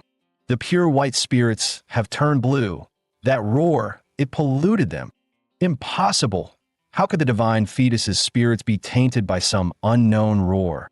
Who is meddling in the shadows? The bishop's heart sank. Yet one truth was undeniable. Their faith in the moon nightmare had been defiled. The believers were worshiping another king. No, the ritual can't be undone. These corrupted blue spirits are trying to contaminate the divine fetus. The congregation of divine descent heaven stood frozen, their minds blank for an instant, a wave of humiliation crashing over them, as if their devotion had been violated. At that moment, Ihi's figure emerged silently behind the bishop. Kept you waiting, bishop? The bishop spun around, horrified. Who are you? Blue lights surged in Ihi's eyes as he answered coldly. Given the state of things, you still can't tell who I am? As Ihi drew his blade, he slowly closed his eyes. In his mind, a new vision opened, colorless, yet woven with countless lines, sketching the outlines of bodies and their organs. That on the bishop's throat, one crimson line blazed brighter than all the rest. He had found it. The killing line. Azura, 3 blades, second strike, killing stance, slaughtering moon. The Chinyun blade erupted in a flood of blood-red light as overwhelming killing intent surged into it. In that moment, the Starfall blade became a river of blood, forged from the wailing souls of the dead, radiating sheer terror. Even the twisted moon above was split in half by that strike. Dong! A massive bell crashed down. The bishop fell in an instant, and with his dying breath, he cried out, "Great moon nightmare, Baros!" He scoffed inwardly, pathetic. Even with 3 life-saving artifacts on his body, the Crimson Bishop couldn't withstand a single strike. Then, out of nowhere, a voice rang out. An incredible blade. "Tell me, child, would you like to join the church?"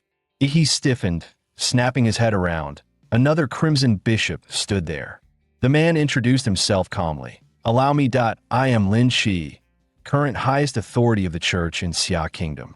He chuckled lightly. "What you just killed was only my vice bishop. You understand, don't you? Ours is a dangerous profession.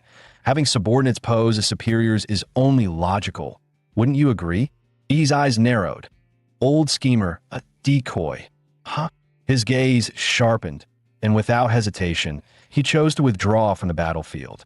But Lin Shi's mocking voice pursued him. "This is sacred ground for welcoming the gods. You can't just come and go as you please."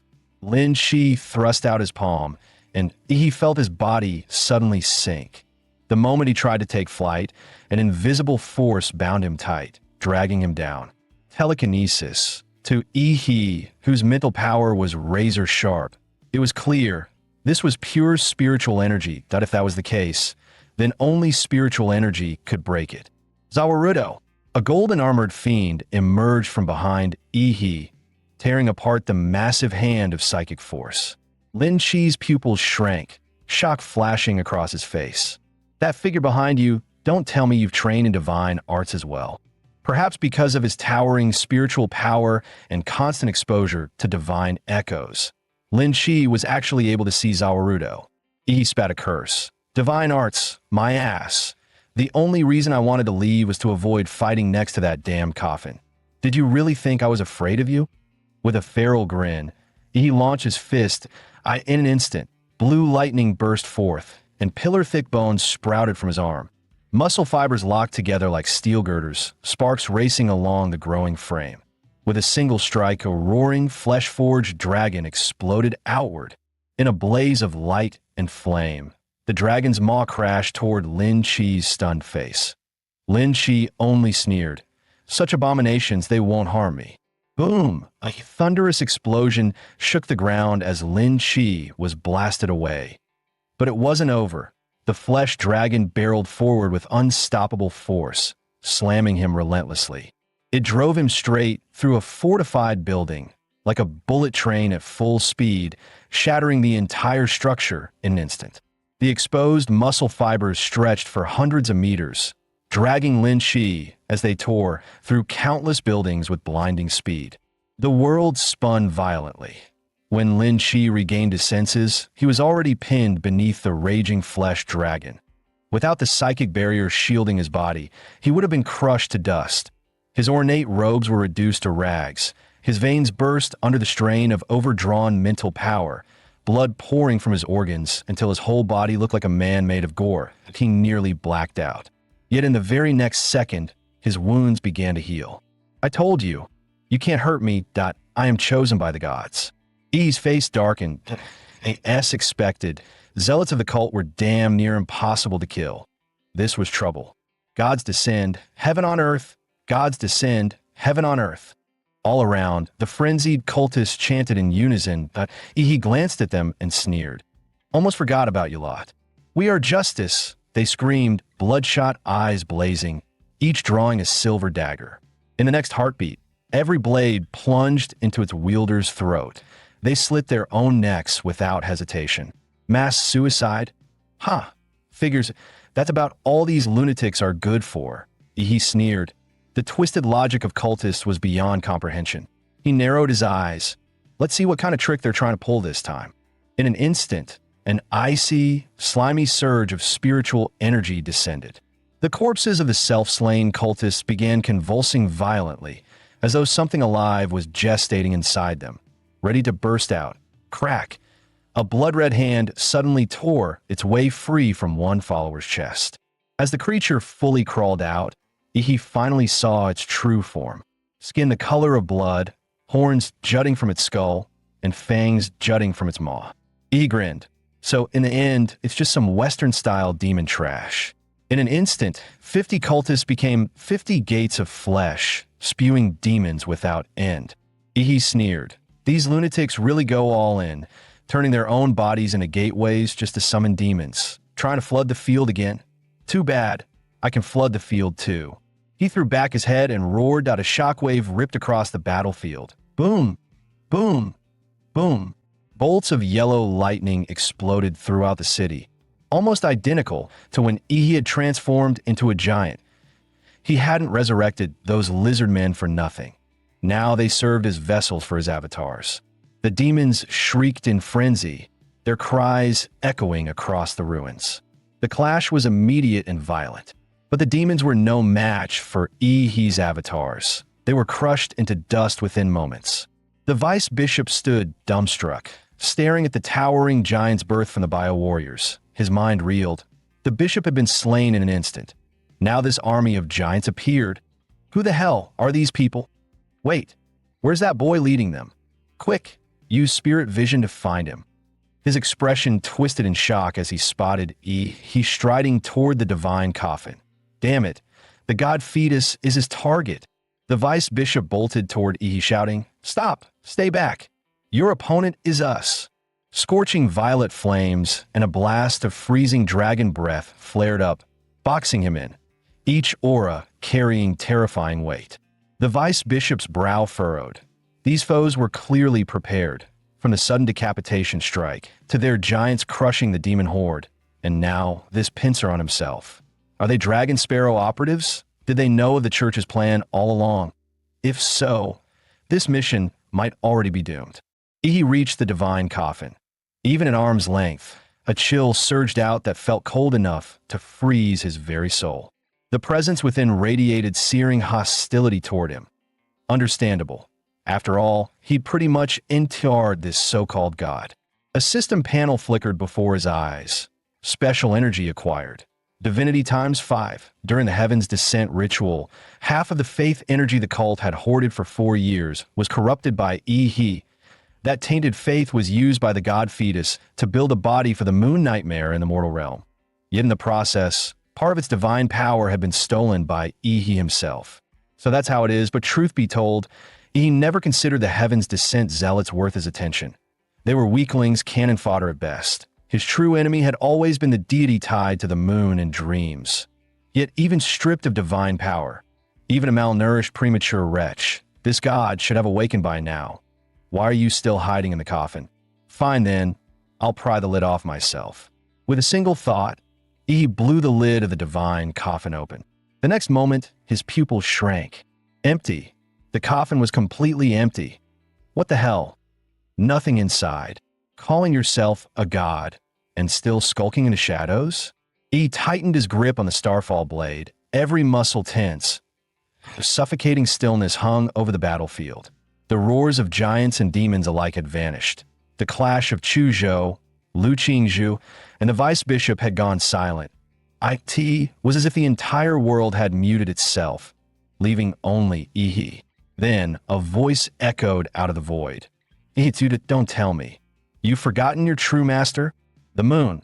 It's an illusion? Ihi narrowed his eyes. That familiar sensation meant he'd been entranced. When exactly had he been pushed into that dream? Lin Chi's voice slid into his ear, cold and amused. Guess when you fell asleep. Will you?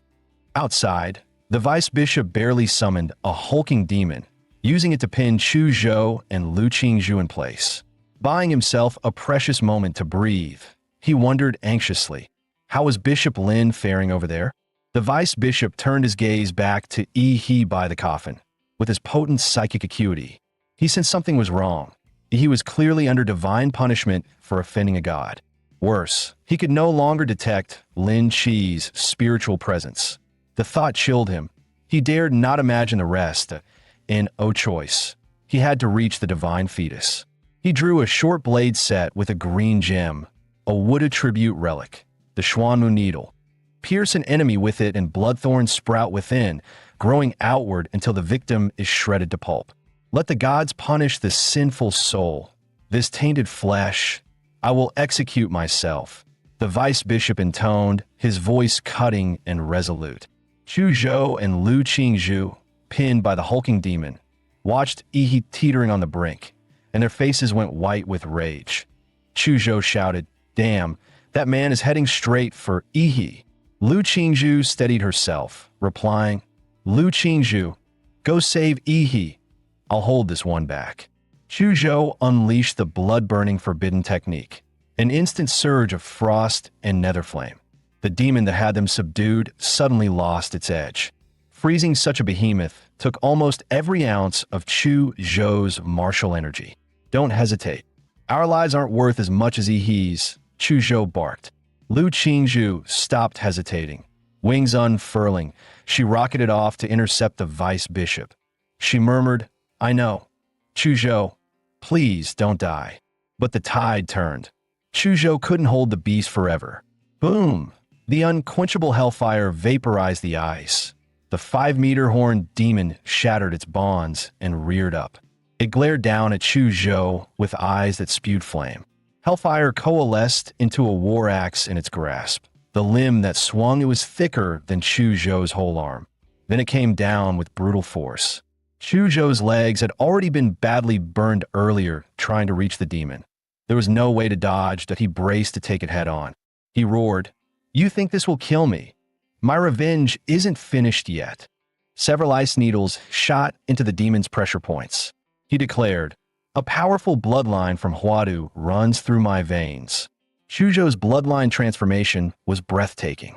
Torrents of martial energy erupted from his depleted dantian, the dragon horns atop his head growing longer, glinting coldly. Torn flesh regenerated, layering over with shimmering ice scales. The once dim dragon eyes reignited, and Chu Zhou's aura surged. Higher, stronger, surpassing even his former peak. He unleashed both his blood-burned secret art and his bloodline breakthrough simultaneously. It burned his life twice as fast, but to send that demon back to hell, the price was worth it. Bloodline secret art, Storm Chi Blade. Chu Zhou raised both hands. Invisible martial energy twisted the air, spinning and expanding between his palms. In moments, it condensed into a massive storm sword over 10 meters tall. The air cracked and thundered, faint ice dragon phantoms coiling around the blade, storm and frost feeding one another, amplifying its might to the limit. Slash! The ice dragon storm blade fell, its spiraling energy tearing through the air toward the demon. "Go back to hell where you belong." The demon howled in terror, only to be engulfed a heartbeat later by the colossal blade. The explosion tore through the night. Fire and frost split the street, plunging it into a hell of ice and flame. But the next instant, Chu Zhou's expression changed. Something felt wrong. The demon's body trembled, both arms raised high, forming a massive energy shield overhead. It blocked the storm Chi blade head-on. Chuzhou's heart sank. Damn it, the blade's melting. His martial energy was completely drained. Then, a thunderous crack, as the horned demon struggled against the sword's force. A distant sniper around screamed through the air, an anti-material armor-piercing bullet piercing straight through the demon's neck. The hand-length projectile tore his throat apart.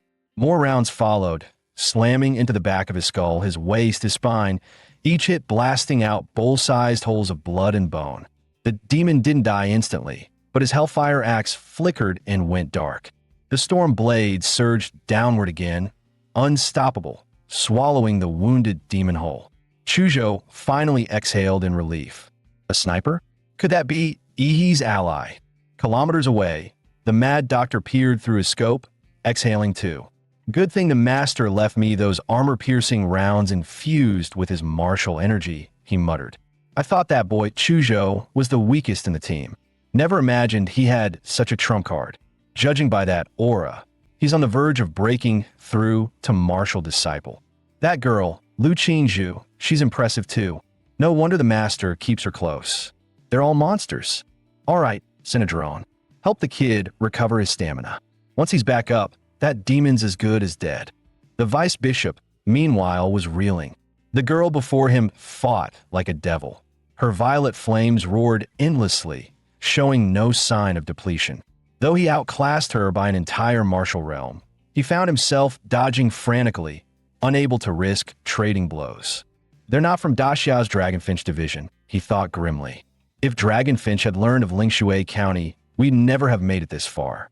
3 kids, each stronger than the last. Could they all be Huada University students? His pupils narrowed. Hua, the cradle of monsters. They must die. Daxia cannot birth a 4th or 5th national grandmaster, or another Fu Hongshun. The vice bishop's resolve hardened. For the church, I'll destroy these future threats. Suddenly, 6 massive coffins plummeted from the sky, shattering the concrete ground on impact. The lids creaked open, revealing 6 corpses radiating martial master-level energy. Lu Qingzhu froze. 3 of them, missing members of the sophomore surge team. Another, the arrogant Baiyang. The last 2, though unfamiliar, she recognized by traits, Bluebird and Golden Serpent. The vice bishop blinked, then burst into manic laughter as he sensed divine energy from the bodies. Ha ha ha! God truly favors me. Watching through a remote feed, the mad doctor's face drained of color. This is bad. The girl the master ordered him to protect was about to be surrounded by 6 undead martial masters. He hadn't sent the giant army earlier because they were too weak and too dumb. Charging in would have ruined her fight. But now, he had no choice. If the mission failed, he'd die anyway. Boom, boom, boom. Dozens of giants thundered onto the scene, encircling the battlefield. Lu Qingzhu quickly assessed the chaos, saving Yi came first. Using the distraction, she spread her wings and shot toward Yi's location, intent on pulling him out. Stop her! Don't let her near the divine fetus, the vice bishop roared. The 6 undead received the order and moved instantly. Yet Lu Qingzhu dodged every strike with effortless grace. Even with the giant support, they were far too weak. Though once bioengineered cyborgs, the 30-meter-tall giants were torn apart like paper. The 6 undead ripped them limb from limb, flinging their corpses through the in a world of high martial arts. The so-called giant lineage was still pathetically low tier. Lu Qingzhu closed the distance fast. Wait for me, she cried. Crack! A short blade stabbed into her chest. Agony exploded. Blood-red thorns spread from the wound, splitting flesh and anchoring into bone. Cold sweat drenched her forehead. She gritted her teeth and kept flying. Almost there, just a little farther. Victory was right ahead. Damn it, the vice bishop gasped. At last, Lu Qingzhu reached Yi, threw her arms around him, and smiled. Got you. She had no time for words. Holding Yi tight with her uninjured arm, she flared her wings and shot skyward. The arm wrapped in blood thorns ignited with violet flame, burning itself clean. Once the cursed thorns were gone, she could hold Yi with both arms, shielding him from the coming pursuit. Below, the earth was carpeted with giant corpses. Torn remains hurled skyward now fell as a stinking rain of blood. The giant's diluted vampiric regeneration was useless. Each undead bore a trace of the moon god's power, preventing any regeneration. This place is death itself, she thought. We have to leave now. Suddenly, a voice detonated inside her mind, heavy with hypnotic pull. Put him down. You've done enough. He won't blame you. Give him to me. Never, Lu Qingzhu snarled. He is mine. She drew a deep breath and spat the words one by one. I won't. Let go. Get out, she roared. The violet sparrow's cry echoed through the clouds, shattering the moonlit phantom ahead. Only a mocking chuckle lingered in her ear. She knew it was a psychic assault. Her head throbbed as if splitting apart. That voice, it's drilling into my skull. Still she clung on. I won't let he get hurt. Exhaustion consumed her. Like an angel with broken wings, she clutched Ihi tightly as they fell. The 6 undead tilted their heads skyward, necks stretching, throats gulping greedily. The lunar energy within them condensed into spears of the moon, all thrusting upward toward the falling pair. Lu Qingzhu shut her eyes, hugging Ihi even tighter as they plunged. At the last instant, Zawarudo. But the pain never came. Ihi vanished from her arms, and she herself was caught midair. Sorry, I woke up a bit late. Seeing Ihi before her, Lu Qingzhu, utterly spent, finally smiled. You're awake, thank God. Not late at all. Rest now, Qingzhu. I'll handle the rest. Impossible. How did he break the divine illusion? The vice bishop shouted. Even so, he refused to believe he could handle 6 moon apostles at once. Altogether, he can't stop 7 martial masters. He laid Qingzhu safely aside. Zawarudo, release. The vice bishop managed only one word, kill, before his eyes went wide. A shadow blotted out the sky. A colossal foot came crashing down. They had no chance to resist. Like chicks in a predator's grip, their throats were seized and they were slammed into the ground, skulls bursting open. He looked down coldly. What are you barking at, dog? Elsewhere, Lin Chi no longer knew how many times he had died. No, stop. No more. It's my illusion. I made it. Headshots, rending, burning, dismemberment. Every death came with real, searing pain. Even his will, hardened beyond normal men, finally cracked under Ihi's endless slaughter. His spirit was on the brink of collapse. How did he break free of the dream? Or is the dream simply useless against him? He was like a demon god, one even deities could not punish. At last, Lin Chi couldn't hold out any longer. Forgive me, moon god. I'll shut the dream down myself and kick him out. Then the moon god commanded within his mind, lie in the divine coffin. I can only use your inferior body to complete my vessel. Meanwhile, he launched into a frenzy of slaughter against the undead. Even empowered, they were still only corpses. The cultists here had been wiped out, and then he realized he'd misspoken. No, there's still one. He lifted his hand and looked to the moon. A figure in silver-white robes stood in the void, a bizarre full moon at his back. Moonlight poured over him, draping him in a hazy silver sheen, like a king's mantle. Lin Chi? No, shoulder-length silver hair. The face resembled Lin Chi's in outline, but the features were sharper and austere. Those icy eyes fixed on Ihi, filled with clear admiration and approval. He grinned. Moon god, or moon fiend, bar something. Finally showing yourself. Steps of nothingness seemed to form beneath Baros the moon fiend as he walked the air toward Ihi. The moon behind him cast a dedicated lunar spotlight that followed his every step. The next instant, Ihi started. The city around him was gone, replaced by boundless void. From the gray-white soil underfoot and the pockmarked craters all around, this looked like the moon. But it couldn't be real. There was no cosmic cold, no lack of oxygen. It should be like Gong Ku's slaughter intent. Unlike illusions that touch the mind and soul, an intent realm overlays reality itself. Damage taken within it is real, which meant that within this realm, his panel's invincible body did not apply. As he finished assessing, Baros stepped down from the void, stopping 20 meters away. Of course, for them, 20 meters meant nothing. Ihi, Baros said in flawless Shago, I admire you. In a sense, you're the finest human I've ever seen, especially since you stole a portion of my divinity. Our compatibility should exceed 96%. You are the perfect other half to complete my earthly vessel. Ihi, still towering in his giant form, looked down at the moon god, curious what else he would say. His poaching plan was complete. Now he only needed to stall. Facing Ihi's silence, Baros continued, Ihi, after completing myself with you, I'm willing to let your consciousness remain. You will step from mortal into the realm of gods. You have no idea how vast this world is. Blue Star, the Sin domain. You've seen only the tip of the iceberg. Your talent is your ticket upward. Kulme, ascend the moon and reign above the heights with me. A god's invitation and promise. Perhaps fewer than 10 humans on all Blue Star could refuse it. But I refuse, Ihi said from within the giant. I thought you gods would have some real class. In the end, you're just higher-order intelligences. Crippled and unable to threaten me, you grab some piece of trash to patch yourself, then come to threaten and bribe. Same tricks as humans. I really overestimated you. Baros' cold face didn't change. I forgive your rudeness, human. Once my vessel is complete, even if I use flesh with a mere 20% compatibility for a crude completion, you still won't be able to oppose me. I asked your opinion only out of appreciation and for ceremony. But your opinion doesn't matter. The outcome won't change. He extended his pale hand and made a grasping motion. The giant before him was seized by an invisible hand and crushed like a chick. Under the terrifying pressure, flesh and bone were ground together into a single mangled mass. Ihi's expression shifted.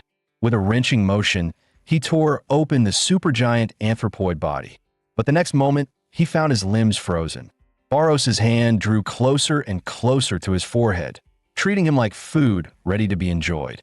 Then, for the first time, a flicker of surprise crossed Baros' eyes. Why, can't I sense his consciousness? Disbelieving, he tapped Ihi's forehead twice more. Ihi grinned. Dumbass, figure it out? You can't touch my soul. Maybe I can't beat you in flesh. But in the spiritual plane, I've got a panel backing me. I anticipated your fake divine tricks long ago. So I used the vampire template's monstrous regeneration and left half a body with a mad doctor, split vertically. That way, when the main body is destroyed, my consciousness boots in the other half. Baros couldn't comprehend it for a moment. What did that even mean? The next second, the endless void above his head split apart. A colossal great sword descended, cleaving open the cosmic sky itself. The entire Moonstar intent realm shattered in an instant. A calm, resonant voice echoed. Qinglong, Section Chief of Daxia's Dragonfinch Division, National Grandmaster, here to exchange pointers. Ihi's grin widened. Finally, good thing I reported this cesspit to Dragonfinch. I never planned to beat the descending Moonfiend bar, whatever. I just wanted the divine power lodged in his human vessel. Baros looked up at the man standing on the air, his blood-red eyes flickering. That body, is it really human? Your species' potential rating clearly needs an upward revision, he muttered. After a few seconds of silent appraisal, Qinglong spoke. So this is an alien fiend? The purity of its flesh is abysmally low. So mixed, so impure.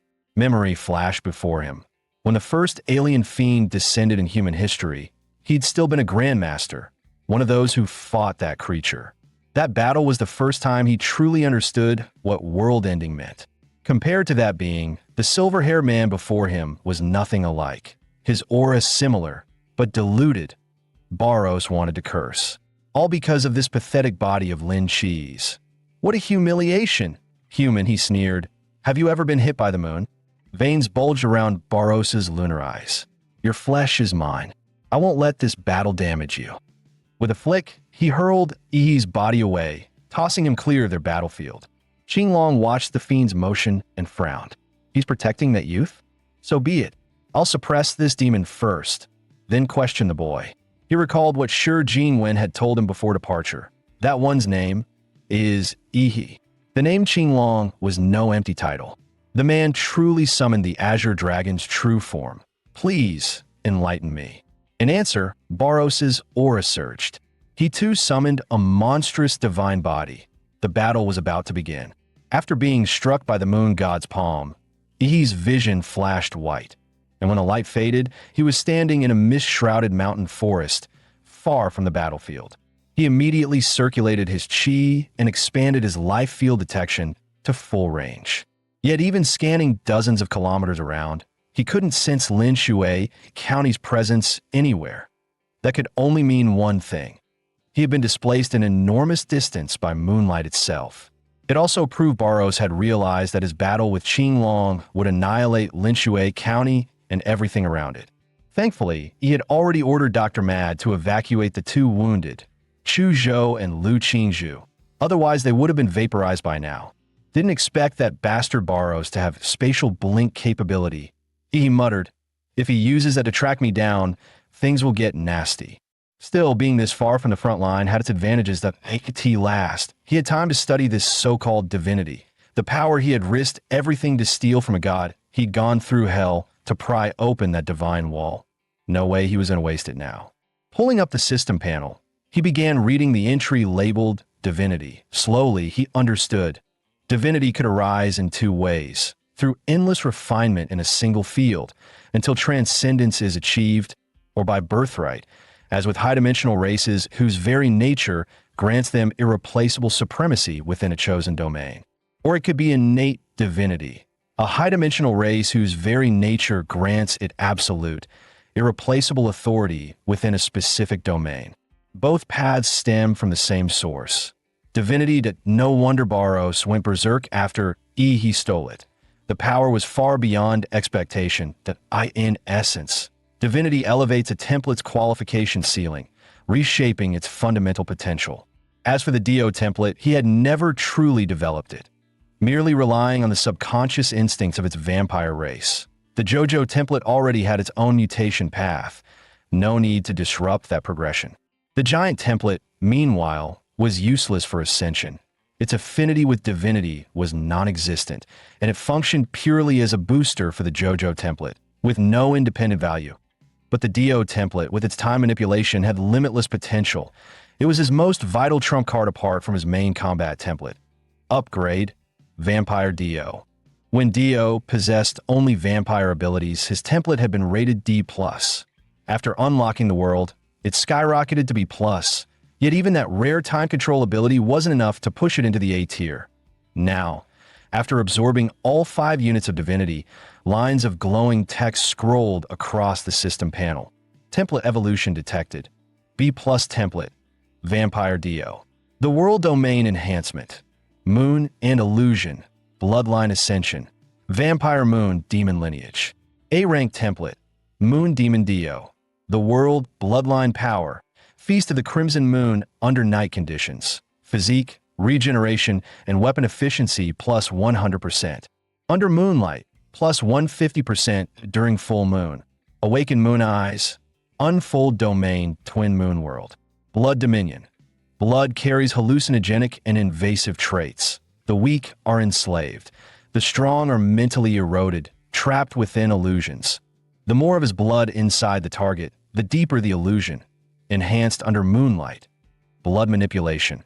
Accelerate blood flow to temporarily enhance strength and speed, or fire compressed blood bolts. Can reduce blood temperature to sub-zero, freezing any target on contact.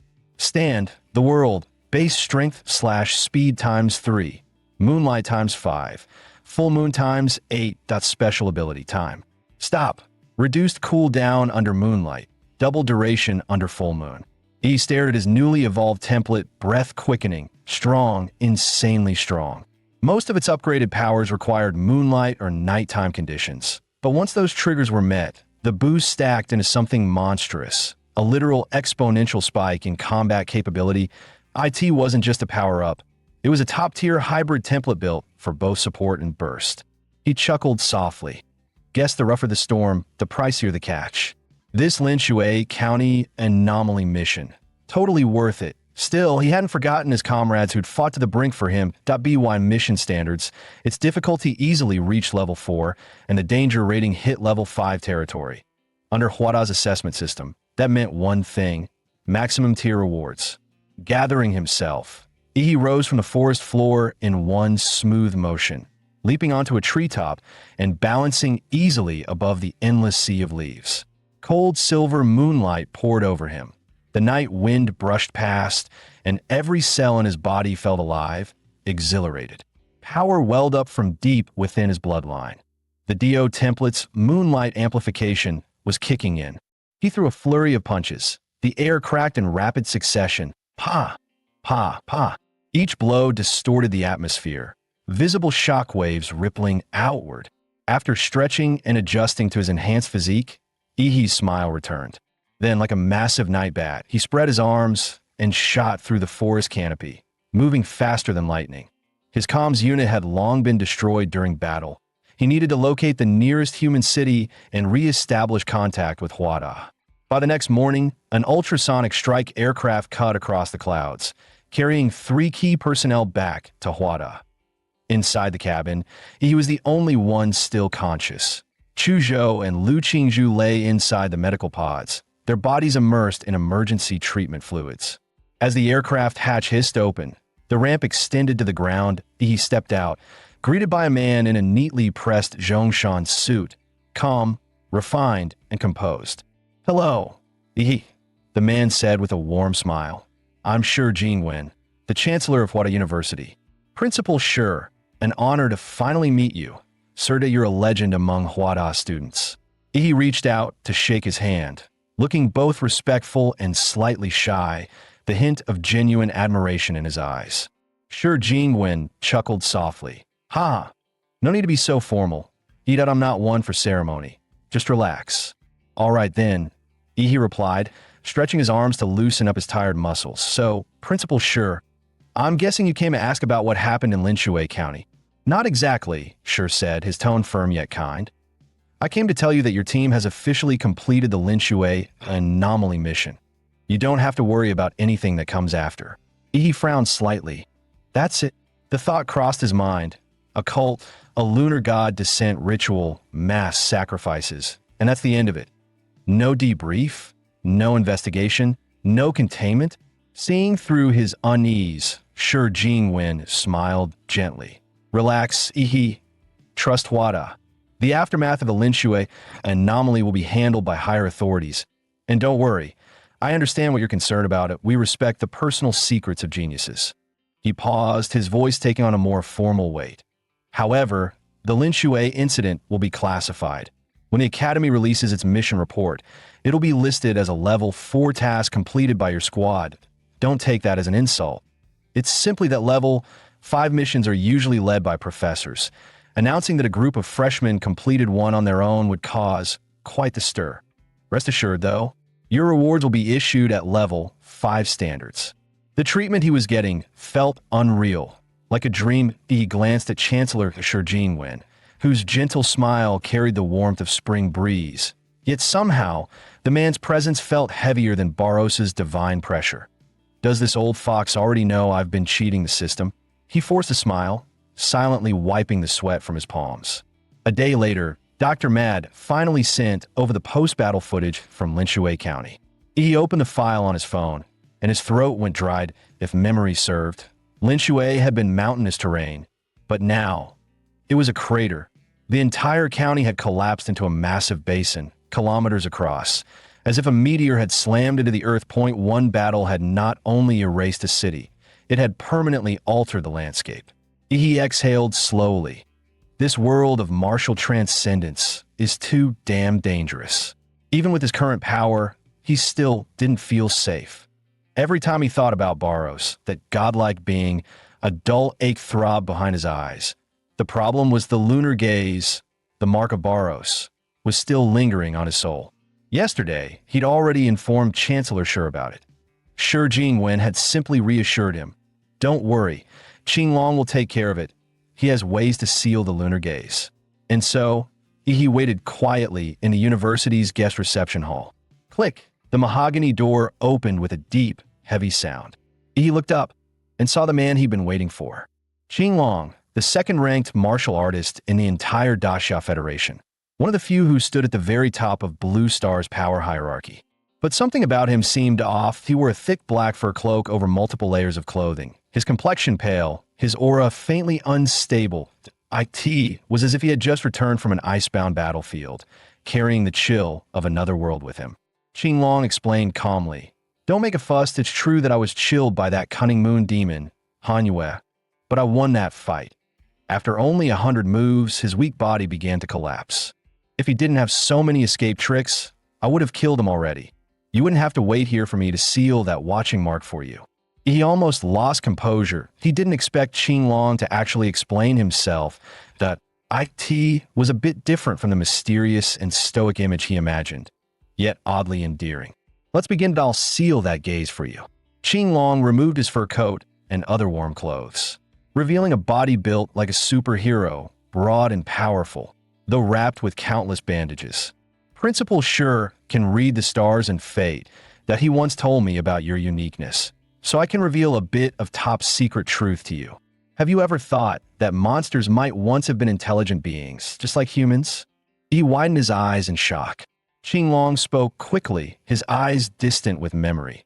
When he was still a Xuanwu warrior, he followed his master and 5 senior brothers into a newly unearthed ruin inside an A-class secret realm. In the end, only Qinglong came out alive. He was cursed by something inside that ruin. His body would slowly transform into a beast, and his mind would fade away. Even the world's top doctors could do nothing. So Qinglong chose exile, that he refused to become a mindless monster in his homeland, hurting or being killed by his own people. He went alone to an S-class secret realm in the Great Eastern Ocean, intending to die there. But a massive tsunami threw him onto an island untouched by humans. What happened afterward was classified, something he couldn't tell Yi. It involved the future national destiny of Xia country. All he could say was that someone on that island saved him and prevented him from turning into a monster. As Qinglong spoke, he tore open the bandages on his body.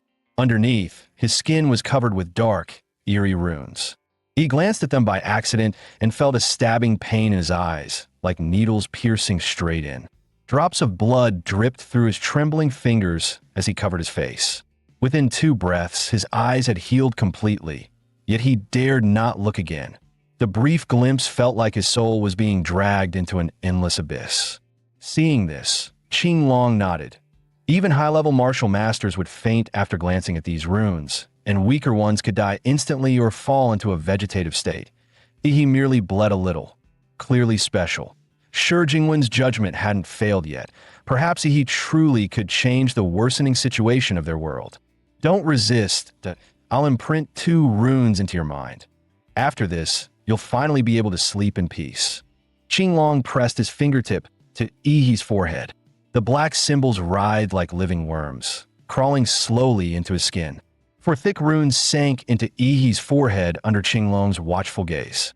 At that moment, the small words Munmer's gaze on Yi's status panel began to blur and fade away. "All right. Thank you, Senior Qinglong."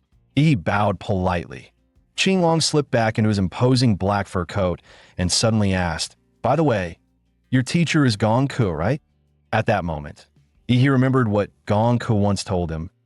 Back in my Manhwa University days, I was kind of bossy queen that I've bullied a lot of people that they've all grown up now. Among them, even Xuanwu fighters are considered the weaker ones that so be careful and never tell anyone you're my student." He instantly broke into a cold sweat. Qinglong, a seasoned man, easily read his thoughts. "Relax," he said with a faint smile. "There's no bad blood between me and Gong Ke.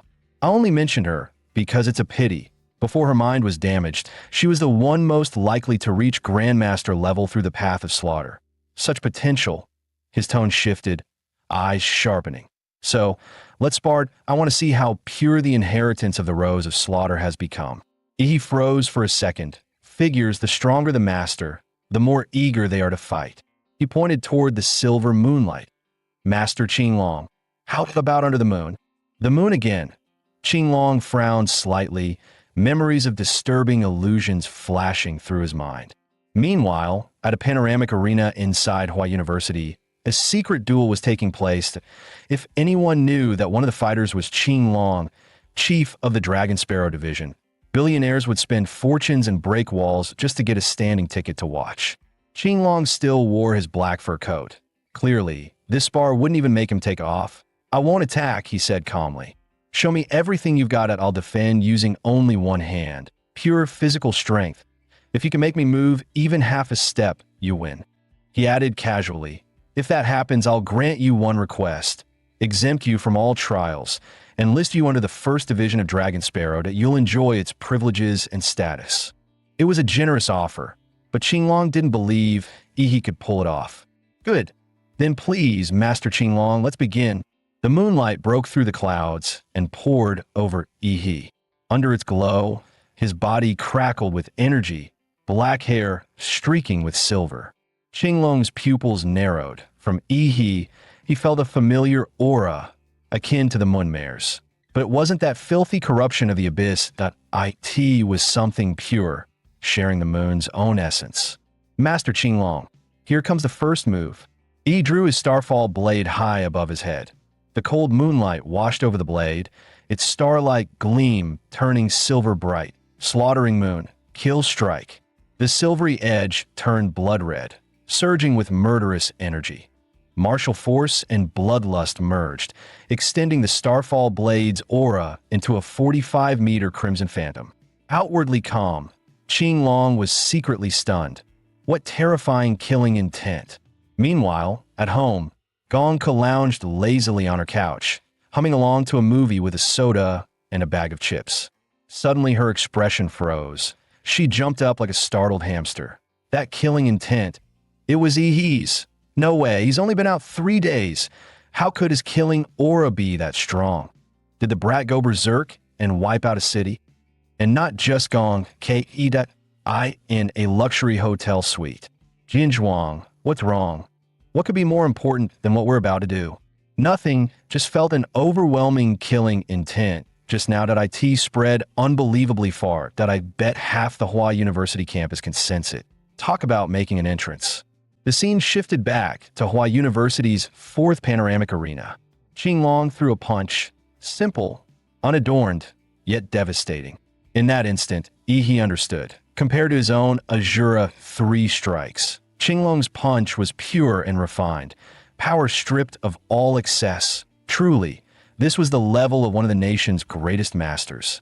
Unlike Master Gong Ku, who would target weaknesses to dismantle her opponent's attack instantly, Qinglong chose to meet the strike head-on. It was the essence of raw dominance, overwhelming force crushing all before it. The Army Combat Fist, Ili Jiang 1 strength to break 10,000 arts. Yi's pupils contracted. Here it comes. As Qinglong's punch connected, the massive blood-red moon above them shattered, collapsing into a storm of crimson wind that tore through the arena. The entire battlefield was soon blanketed in a veil of blood mist. Yi staggered backward, nearly collapsing. Qinglong frowned. Damn it. Too reckless to earn my approval. He's used a forbidden art that drains everything he has. He's one of Xia's future pillars. If his martial foundation breaks, it'll be a disaster. With a tap of his toe, Qinglong flashed forward, catching Yi before he fell. But the moment he caught him, Qinglong froze. Something felt wrong. Yi grinned mischievously, looking far too alive for someone supposedly exhausted. Ha! Master Qinglong, you've moved more than half a step. I win. He smirked. That blood mist you breathed and triggered the blood mare illusion, scrambling your senses. Add your weakened body from the moon demon's curse, and well, checkmate. Qinglong sighed, half helpless, half amused. This kid, not only skilled in martial arts, but sly enough to outfox the devil himself. Yi, you've won. Tell me, what do you want? Qinglong's calm voice carried a weight few on the planet could match. His promises were priceless. Calling them worth a fortune would be an insult to their true value. He thought for a moment, then decided to keep it for later. The stronger he became, the greater this promise would mean. Master Qinglong, I'd like to hold on to this favor for now. Qinglong nodded, impressed. Wise choice. That I like your foresight. Qinglong continued. Your killing aura and technique aren't bad. Gongka taught you well enough, but he smirked slightly. It's still lacking. Killing intent alone isn't enough. Without a powerful body, it all just floats on the surface. You mean I should train my physique? He asked, grinning. He was amused. He hadn't even shown his Godzilla form, yet that if Qinglong saw his 71% synchronization rate with that monstrous body, he'd never tell him to work on his muscles again. Yes, but more importantly, you need the right guidance that a solid foundation. The wrong path can cripple your future. Sometimes having someone with immense physical power as your guide makes all the difference. Qinglong thought his hint was obvious enough. Yi's eyes lit up. I get it. Master Qinglong, I'll go to the Physical Cultivation Academy tomorrow and ask the dean to coach me personally. Qinglong nearly choked. You get it? You get nothing. I was telling you to take me as your teacher. He sighed inwardly. When did I, Qinglong, ever offer to take a disciple? He looked smart a moment ago. Did his IQ just drop? Still, he couldn't entirely blame the boy. With his rank and reputation, few would even dream of asking him to be their master. Finally, Qinglong sighed, reaching in his coat and pulling out a small badge. Inside this emblem is a supreme body-refining art that I took it from a Western powerhouse I once defeated. It's said to be a national treasure, level martial technique that I'm giving it to you today. Train hard, point one day, you'll master it. Kid. This technique is no joke, Qinglong thought to himself with a faint smirk. The truth was simple. The martial resonance space it came from was Western in origin and refused to recognize a Xiao warrior like him. He'd only managed to obtain it by force, conquering that realm after reaching the Grandmaster stage. Now that he was passing it to Yi, Qinglong knew the boy would struggle terribly to cultivate it. Eventually, he would have to come to him for help. That way, he'd become the boy's teacher in all but name, and could make it official later when the time was right. After parting with Qinglong, he finally returned to his long-abandoned dorm room. Thinking back, he realized he'd spent nearly all his months at Hua University hiding underground with Gongkad. He hadn't slept here more than a handful of times. Looking down at the ancient metal emblem in his hand, he muttered, "This technique. Maybe I should use the sleep cultivation method to train inside it?" Just then, the doorbell rang. "Who is it? This late?" He opened the door and froze. Standing there was an unexpected figure. Ouyang Zhe. The man looked exhausted, hair disheveled, a far cry from the confident prodigy he had met months ago. "May I come in?" "Sure, come on in." He shrugged. The guy wasn't strong enough to be a threat anyway. What's he doing here? He wondered. Don't tell me he's here to drag me into some club again. But before he could ask, Ouyang Zhe suddenly dropped to his knees with a sharp thud, as if he'd made a desperate decision. "Brother," Ouyang Zhe blurted the moment the door closed. It was crowded outside, but now it's just us. "Please, I'm begging you, become the president of the Dragon Blood Society." He froze in disbelief. What the hell, he's actually kneeling. Looking down at Ouyang Zhe clinging to his leg, he didn't know whether to laugh or sigh. "Ouyang Zhe, what the hell happened to you? Half a year ago you were full of ambition, swaggering around Hua University, talking about splitting the student power base in half. Now look at you that you've turned into a complete wreck." He rubbed his temples. "Also, how the hell did you even know I was back?" Ouyang Zhe pouted. "One of our Dragon Blood members saw you return to the dorm." Yi's eyes turned cold. "You mean from one of those hidden cameras you installed?" He grabbed Ouyang Zhe by the collar. "All right, let's train a bit." Wait, e.g., let me explain. We didn't put any inside your room. Just the hallway. It was an emergency." 20 minutes later, after personally experiencing what it felt like to be used as a human basketball, Ouyang Zhe lay swollen and half dead on the floor. A final talk. "Why I need you as president. Our organization's in trouble." "Hold it," he interrupted, frowning. "You look like a dumpling and sound like a clogged pipe. I can't even understand you." "Shut up for a second. Guess I hit too hard. Here, take a blood-dissolving pill, then talk." Thanks to a warrior's strong metabolism, the pill's effect spread fast. The swelling faded within moments. E.g., Ouyang Zhe said breathlessly, "Our society can't keep running anymore. Please, you've got to come back and lead us." At Hua University, students could freely form their own clubs and organizations, but unless they achieved something exceptional, the school refused to fund them at all. When the Dragon Blood Society was first founded, the senior preparatory students were still away at the Imperial Capital's summer training camp. For a time, the new organization soared. Its reputation spread fast, drawing sponsorships from multiple martial corps across the country. Ouyang truly had talent. Under his leadership, the society built commercial partnerships that provided discounted goods, weapons, and equipment to members, which quickly attracted more students and created a thriving cycle of growth. But the good days didn't last. Once the students from the Eastern Summer Training Camp returned, things took a sharp turn. As the Dragon Blood Society expanded, it drew the ire of the Hua City Student Council, an organization dominated by local elites. The result was disastrous.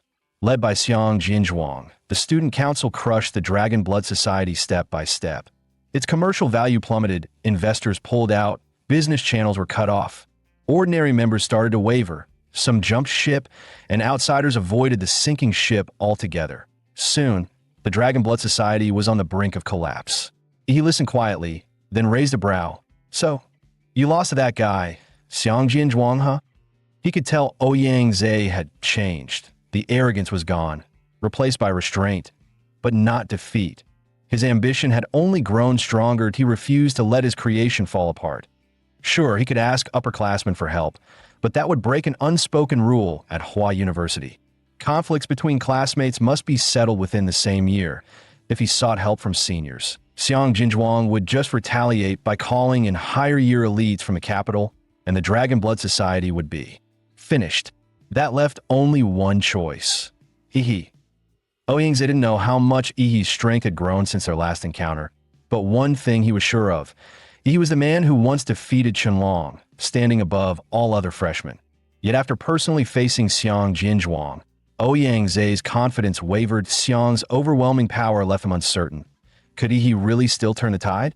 Ihi kept a low profile. No one outside really knew how strong he'd become. After that beating, Ouyang didn't resent him. If anything, he was happier. The harder the hit, the more thrilled he felt. While Ouyang paced anxiously, Ihi thought for a moment before speaking. Ouyang eyes went wide with excitement. He grabbed Ihi's hand. "You agreed, on behalf of the entire Dragon Blood Society." He was cut off mid-sentence by Ihi. Ihi said, "Don't call on me being president.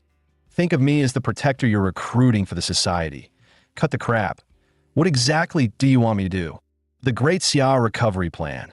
Ouyang blurted, outlining the plan since it wasn't exactly secret. He told him to skip to the point. The plan aimed to mobilize warriors nationwide to reclaim 12 cities and their outskirts, areas now overrun by beasts. Universities across the country would join. Senior students from Imperial University would be on the front lines. Freshmen wouldn't be sent to the most dangerous zones, but they'd handle the surrounding regions.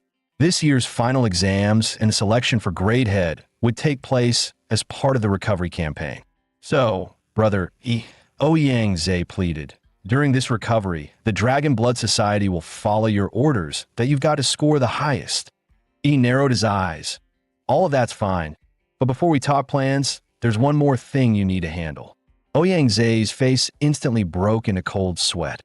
"Oh, one more thing?" "Tear down the cameras," he said flatly, his gaze sharp as steel. Ouyang nodded frantically and hurried off to remove every hidden lens. When he was gone, he leaned back in his chair, smiling faintly. "Ouyang, you've actually done me a huge favor."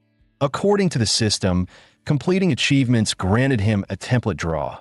The higher the achievement, the greater the chance of pulling a high-tier template. A twisted grin crept across Ihi's face. Ouyang might be a mess, but he had real talent in management. If Ihi could help him rebuild the Dragon Blood Society, make it stronger than ever, the organization's achievement reward template could easily surpass the ones he earned during the Anqing exams and the Zodiac City missions. Martial arts and templates, he would master both. The next day, inside the Dragon Blood Society's executive meeting room, 12 core members were present, including several familiar faces he had once educated back in Zodiac City. The guy with the middle-part haircut, Xan Chun, had his legs propped up on the table, cigarette dangling from his lips. Yin Zhengxiong, where's Ouyang? What's taking him so damn long? Yin Zhengxiong shot him a glance, a flicker of killing intent flashing deep in his eyes before quickly disappearing. Back when the Dragon Blood Society was thriving, This punk used to call Ouyangze president with respect and even treated Yin politely. Now he not only called it by name, but oozed provocation with every move. Clearly, he wasn't here today with good intentions. The vice president wanted to pick up the real president of the Dragon Blood Society. Yin said coolly, he'll be here soon. The real president. The moment those words left Yin Zhengxiong's mouth, everyone understood. Ouyangze had always called himself the vice president, never hiding it, even in public. The true leadership position had always been left for one person. Xian Chun and Lan Siyu's faces paled instantly. That name stirred memories they'd rather forget. The monster. Once hailed as prodigies, they'd been tossed around like rag dolls by Yi. The shame of that defeat still haunted them, mixed with a deep, lingering fear. But they couldn't afford to hesitate now. Their plan was simple. Settle things before Yi arrived, then get out fast. If he showed up, they'd be lucky to leave the room in one piece. Yin Jingxiong, Xian Chun sneered, don't tell me you're still pinning your hopes on Yi. You've seen Brother Jinzhuang's strength, and no one in our year can match him to be smart. Ouyangze's finished. Take your winnings and walk away. That's what a clever man would do. He stood up, voice sharp. Putting your faith in an outsider is meaningless. Birds choose better trees. Men choose stronger masters. The Dragon Blood Society was doomed from the start. Fighting the tide will only get you crushed. Lan Siyu chimed in coolly. He's right, there's no saving this club. The smart choice is to switch sides. Yin Zhengxiong's eyes burned as he glared at them. You too. What are you planning? It was clear now. They weren't here to talk. They were here to betray. Xian Chun smirked, leaning back casually. You all know the Zhou family from the imperial capital, right? The true martial aristocrats of Great Xia. Brother Zhou Kai, one of the Zhou family's direct heirs, has already offered us a place under his banner. Following him beats rotting here in this dying club. Better to serve power than wait to be destroyed by Jinzhuang. A few people immediately chimed in. Yeah, you really think that guy, Yi, who's been missing for half a year and too scared to even respond to Hua City's challenges, is going to show up now? Xian Chun ignored Yin Jingxiong completely and raised his arm, calling for everyone to take sides. Right on cue, several prearranged actors echoed his words. 6 officers who'd already been approached by Xian Chun and Lan Siyu. People who'd been wavering inside finally made their decision. He's right. They told themselves that we've worked hard for the Dragon Blood Society before. If it's going down, we don't owe it anything. Leaving for a better future isn't betrayal. It's survival. There's self-justifications. Spread quickly. Yeah, no one can save the Dragon Blood Society now. The atmosphere shifted entirely. As more people nodded, Xian Chun smiled, satisfied with how easily they'd fallen in line. Yin Zhengxiong gritted his teeth that he couldn't believe what he was seeing. 8 of the core officers were choosing to defect, leaving only him and 3 others still loyal. These weren't just names on a roster. They each controlled vital business contacts, confidential data, and entire groups of followers that if they left, they'd gut the organization from the inside. Even if Yi returned, he'd find nothing left but an empty shell. Just as Yin took a step forward to stop them, the conference room door was kicked open with a thunderous bang. A young man strutted in, decked out in gold chains and flashy designer clothes, his afro gleaming under the lights. Xian Chun, what's taking you so long? I've been waiting downstairs forever. Xian Chun's tone flipped in an instant, all smiles and flattery. Brother Kai, it's all handled, we were just about to leave. Yin Zhengxiong's fists tightened, raw martial energy surging through his veins. This is the Dragon Blood Society's hall. How the hell did you get in here? How else do you think I got in? I busted my way through that. Don't worry. I'll pay for the damages and training supplies later. The guards we beat up will get resources worth years of work. Won't they be thrilled? Haha. Zhou Kai laughed arrogantly. Yin Zhengxiong, a hot-blooded blade specialist, couldn't stand the provocation that he swung a fist straight for Zhou Kai's face. But a woman in black, who'd been shadowing Zhou Kai quietly, stepped forward and blocked him. Yin found himself suddenly pinned down, unable to move. This woman was not ordinary. Pathetic. You couldn't finish him off? Zhou Kai snarled. Xian Chun, Lan Siyu, and anyone joining me, attack. Beat him to the hospital. That'll be your loyalty token. The would-be defectors froze. They could leave for their futures, but they wouldn't soil themselves by turning on their old club in public. This was beneath them. Zhou Kai roared, "Don't want to? Then don't think you can walk out that door. Don't treat my place like a shelter for every stray. Disobey me, and you'll get bitten." His words were vicious. Then, in the next instant, Zhou Kai and his men clutched their heads. An explosive pressure slammed into them, as if their skulls were about to burst. Bang! The meeting room door burst open again. He walked in, one hand pressing down on Zhou Kai's flashy afro. "Ouyang Ze," he said flatly, "you really left me with this mess?" I could hear the noise from the second floor.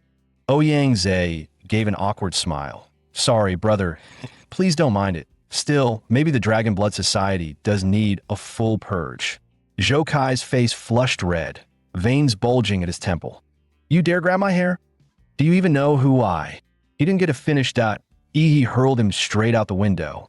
"Much better," he muttered, brushing his hands. "I could hear your barking from downstairs. I've been wanting to throw you out since then." As for Xin Shun and Lan Siyu, the turncoats, he didn't bother speaking. He grabbed them both and tossed them out after Zhou Kai, letting them enjoy a few seconds of free fall. Dusting off his palms, he turned to the remaining officers who'd tried to sneak away. His tone was cold. "Any of you still have something to say?" They froze, drenched in cold sweat. When he had moved just now, their eyes couldn't even track his motion. In that moment, they realized those stories about the legendary he weren't Ouyang Ze's exaggerations after all. "President, I'm sorry." The boy in the blue jacket was the first to bow. "I lost my head for a moment, believed Xin Shen's lies. I almost betrayed Dragon Blood Society." He was quick to adapt, smart enough to know that after offending Zhou Kai, he had nowhere else to go. The other officers followed his lead, bowing and apologizing one after another. He glanced at Ouyang Ze and gave him a subtle look. "These are your people. You deal with them yourself." Ouyang Ze stared at the bowed officers for a moment before he spoke. "I won't kick you out this time, but your officer positions are on probation. Fail, and you're removed. Also, you're banned from all Dragon Blood activity for the next week. You accept this punishment?" The room fell silent. I's aura dipped, a trace of killing intent lacing his voice as he asked coldly, still standing there, "Do you accept or not?" The officers felt as if a giant hand squeezed their hearts. One by one they muttered, "We accept." "Then leave now." Ouyang Ze watched their departing backs, eyes narrowing. These people would eventually be stripped of their positions, but the club couldn't afford a larger upheaval now, so for the moment they had to be kept in place. That was why Ouyang Ze didn't expel them on the spot. The remaining members in the room were his trusted court. He took the main seat without ceremony. Others sat in turn, and the meeting officially began. "Right? I've reviewed the Dragon Blood Society's problems. Bottom line, lacking funds and investors, correct?" He opened bluntly. "Yes." Ouyang Ze confirmed. "The Great Xia recovery plan in 1 month is our best chance to reappear." He cracked a grin. "Since I returned to Hua University, all I keep hearing is the name Xiang Jinzhuang. If he's the root of the Dragon Blood Society's decline, then call him out, fight him, win, and the problem's solved, right?" The room exchanged glances. That it sounded reckless, but at the same time there was a certain logic to it. Ouyang Ze spoke up, but Xiang Jinzhuang announced this morning that he's entering seclusion to break through to Martial Master level.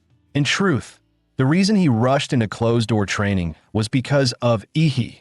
That night, Ihi's killing intent had shaken him to the core. His pride couldn't handle it, and he decided to advance earlier than planned. Ihi's face fell. "So, I can't drag him out and beat him up?" Then, a thought sparked. If the goal was to attract investors through sheer display of strength, the opponent didn't have to be limited to freshmen. What mattered was momentum. The spectacle that if he challenged the strongest across the whole university, wouldn't that make an even bigger scene? And then he remembered Qinglong's promise from that night, being listed under Great Xia's Dragon Sparrow First Division. That name carried serious weight. Perfect for publicity, he looked up and asked, "How much do you guys know about the Dragon Sparrow First Division?" The moment he said that, Yin Zhengxiong's eyes lit up with awe. Dragon Sparrow is the strongest martial institution in all of Great Xia, and the First Division, it's the elite of the elite. The regular divisions have members called Dragon Sparrow agents, but the First Division, they're all known as aces. He asked casually, "Oh, you want to get in that badly?" Of course, Yin said without hesitation. The First Division is basically a club for top-tier warriors. Its head is none other than Qing Long, the second strongest man in Great Xia. Every year, fewer than 3 Hua University graduates ever qualify for it. It's the dream of every martial student on campus. Yi nodded, a sly grin forming. All right, have the Dragon Blood Society's media team get to work, start spreading the word. The headline will be, He, president of the Dragon Blood Society and an ace agent of Great Xia's Dragon Sparrow First Division, officially challenges every Hua University student below the Grand Martial Master realm. The room went silent. The information bomb had too many explosions packed in one sentence. No one knew what to react to first. Was it that he wanted to challenge the entire university, or that he was somehow an ace of the Dragon Sparrow First Division? Yin Zhengxiong blinked in disbelief. Brother, you're an ace in the First Division? That's impossible. You can't even take the entrance exam until after graduation. He waved casually. Exam? I didn't take one. I can't say much, but I've already been directly recruited, that's all I can tell you. Directly recruited, without an exam? The light faded from Yan's eyes. The small-town striver in him was utterly crushed. Even Ouyang Zhe was stunned. Brother, you're not joking, right? This isn't something you can just make up. I'm not joking, he said calmly. I officially joined last night. YD should arrive in a couple of days. He leaned back. As for the challenge, any regular martial masters will get flattened. The exceptional ones might take a few extra minutes. He smirked. Come on, I've already killed 2 grand martial masters. Normal ones won't even be a warm-up. The only pity, he thought, was that if he wanted to take on stronger opponents, he'd have to use his trump card. Time stopped, but that ability worked best through surprise. Exposing it just for show and investment would be a waste. Otherwise, he would have challenged the entire Imperial University next. Seeing how serious he looked, Ouyang Zhe stopped doubting that IT sounded unbelievable. But this was If anyone could pull it off, it was him. Without hesitation, Ouyang called the media team, ordering them to work overtime and push the story live. He then began reaching out to investors, preparing to secure fresh sponsorships. The logistics were his job. On the other hand, had only one task: crush everyone who dared to face him. Within hours, a headline detonated across Hua University's campus wall. Breaking, the vanished freshman prodigy returns. Now an ace agent of Great Xia's Dragon Sparrow First Division, and challenges every Hua University warrior below the Grand Martial Master realm. The post went viral instantly, setting the entire campus ablaze. Who the hell is this guy? Challenging the whole school. Anyone ever heard of him? I think I have. Wasn't he the top scorer in the new entrance exam reform? Even the dean showed up that day. For real. Then why's he been missing for 6 months? I thought this year's big name was Xiang Jianzhuang. Well, Xiang's in seclusion now. Looks like Yi's back to steal the spotlight. Forget the challenge.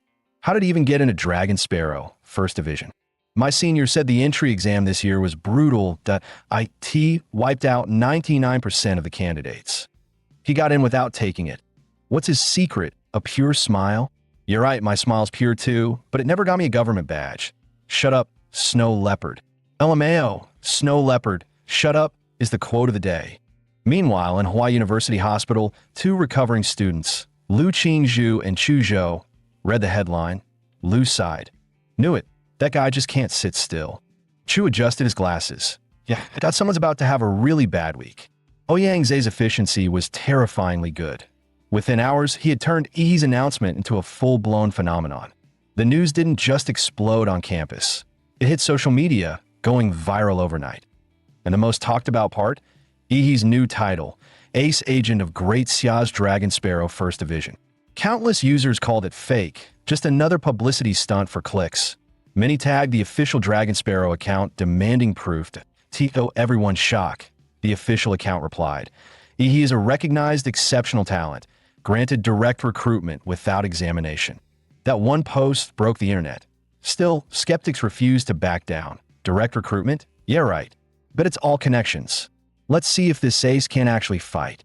Ouyang seized the moment, steering the narrative perfectly. He led his media-savvy team to flood comment sections.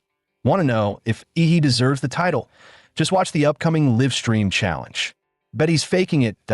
Let's see how long he can keep up the act. Soon, 3 clear camps formed online.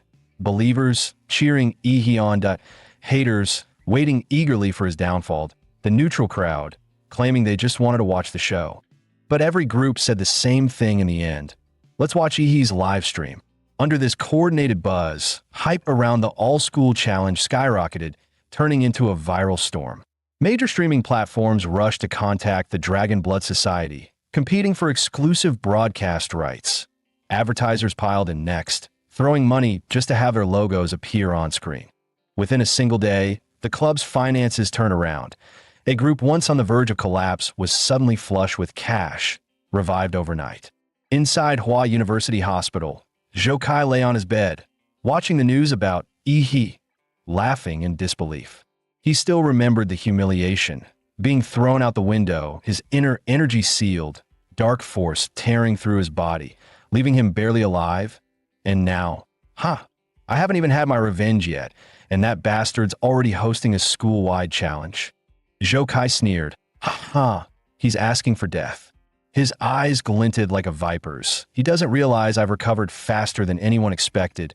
And on the arena, accidents happen all the time. Blades don't have eyes. Ihi's all-school tournament, hosted by the Dragon Blood Society, had become the hottest event at Hua University. What puzzled people most was his timing. He'd scheduled it for nighttime. Dragon Blood even rented out the largest full-view coliseum on campus, shaped strikingly like Earth's bird's nest stadium. By the time the event began, the stands were overflowing. Students roared and waved glow sticks, the noise rolling like thunder. Almost everyone was live streaming on their phones. Within minutes, the live broadcast viewership surpassed 30 million. The feed cut to the sky. A military helicopter hovered over the glowing arena. Ihi stood at the open hatch, wind whipping his hair as he grinned down.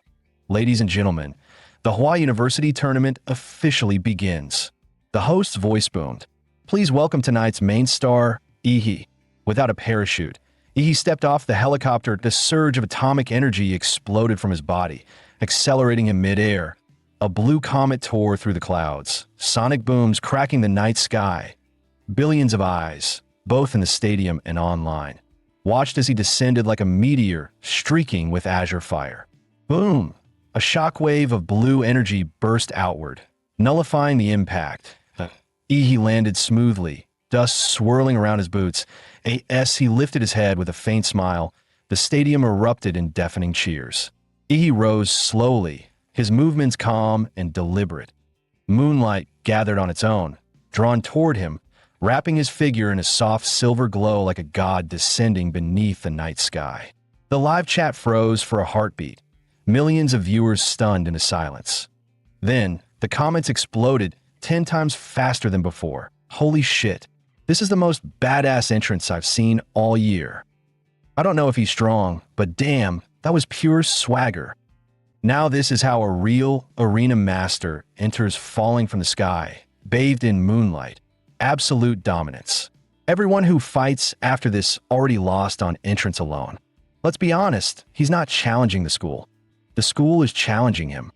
The senior students at Huada just stared, half speechless. That Ihi's flashy entrance was so over the top it made their own upcoming appearances look painfully dull. Damn, this freshman really knows how to make an entrance.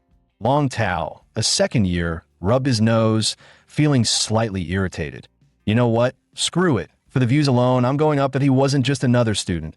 Long Tao was a minor campus influencer. This tournament was the perfect chance to boost his fame. First to step up?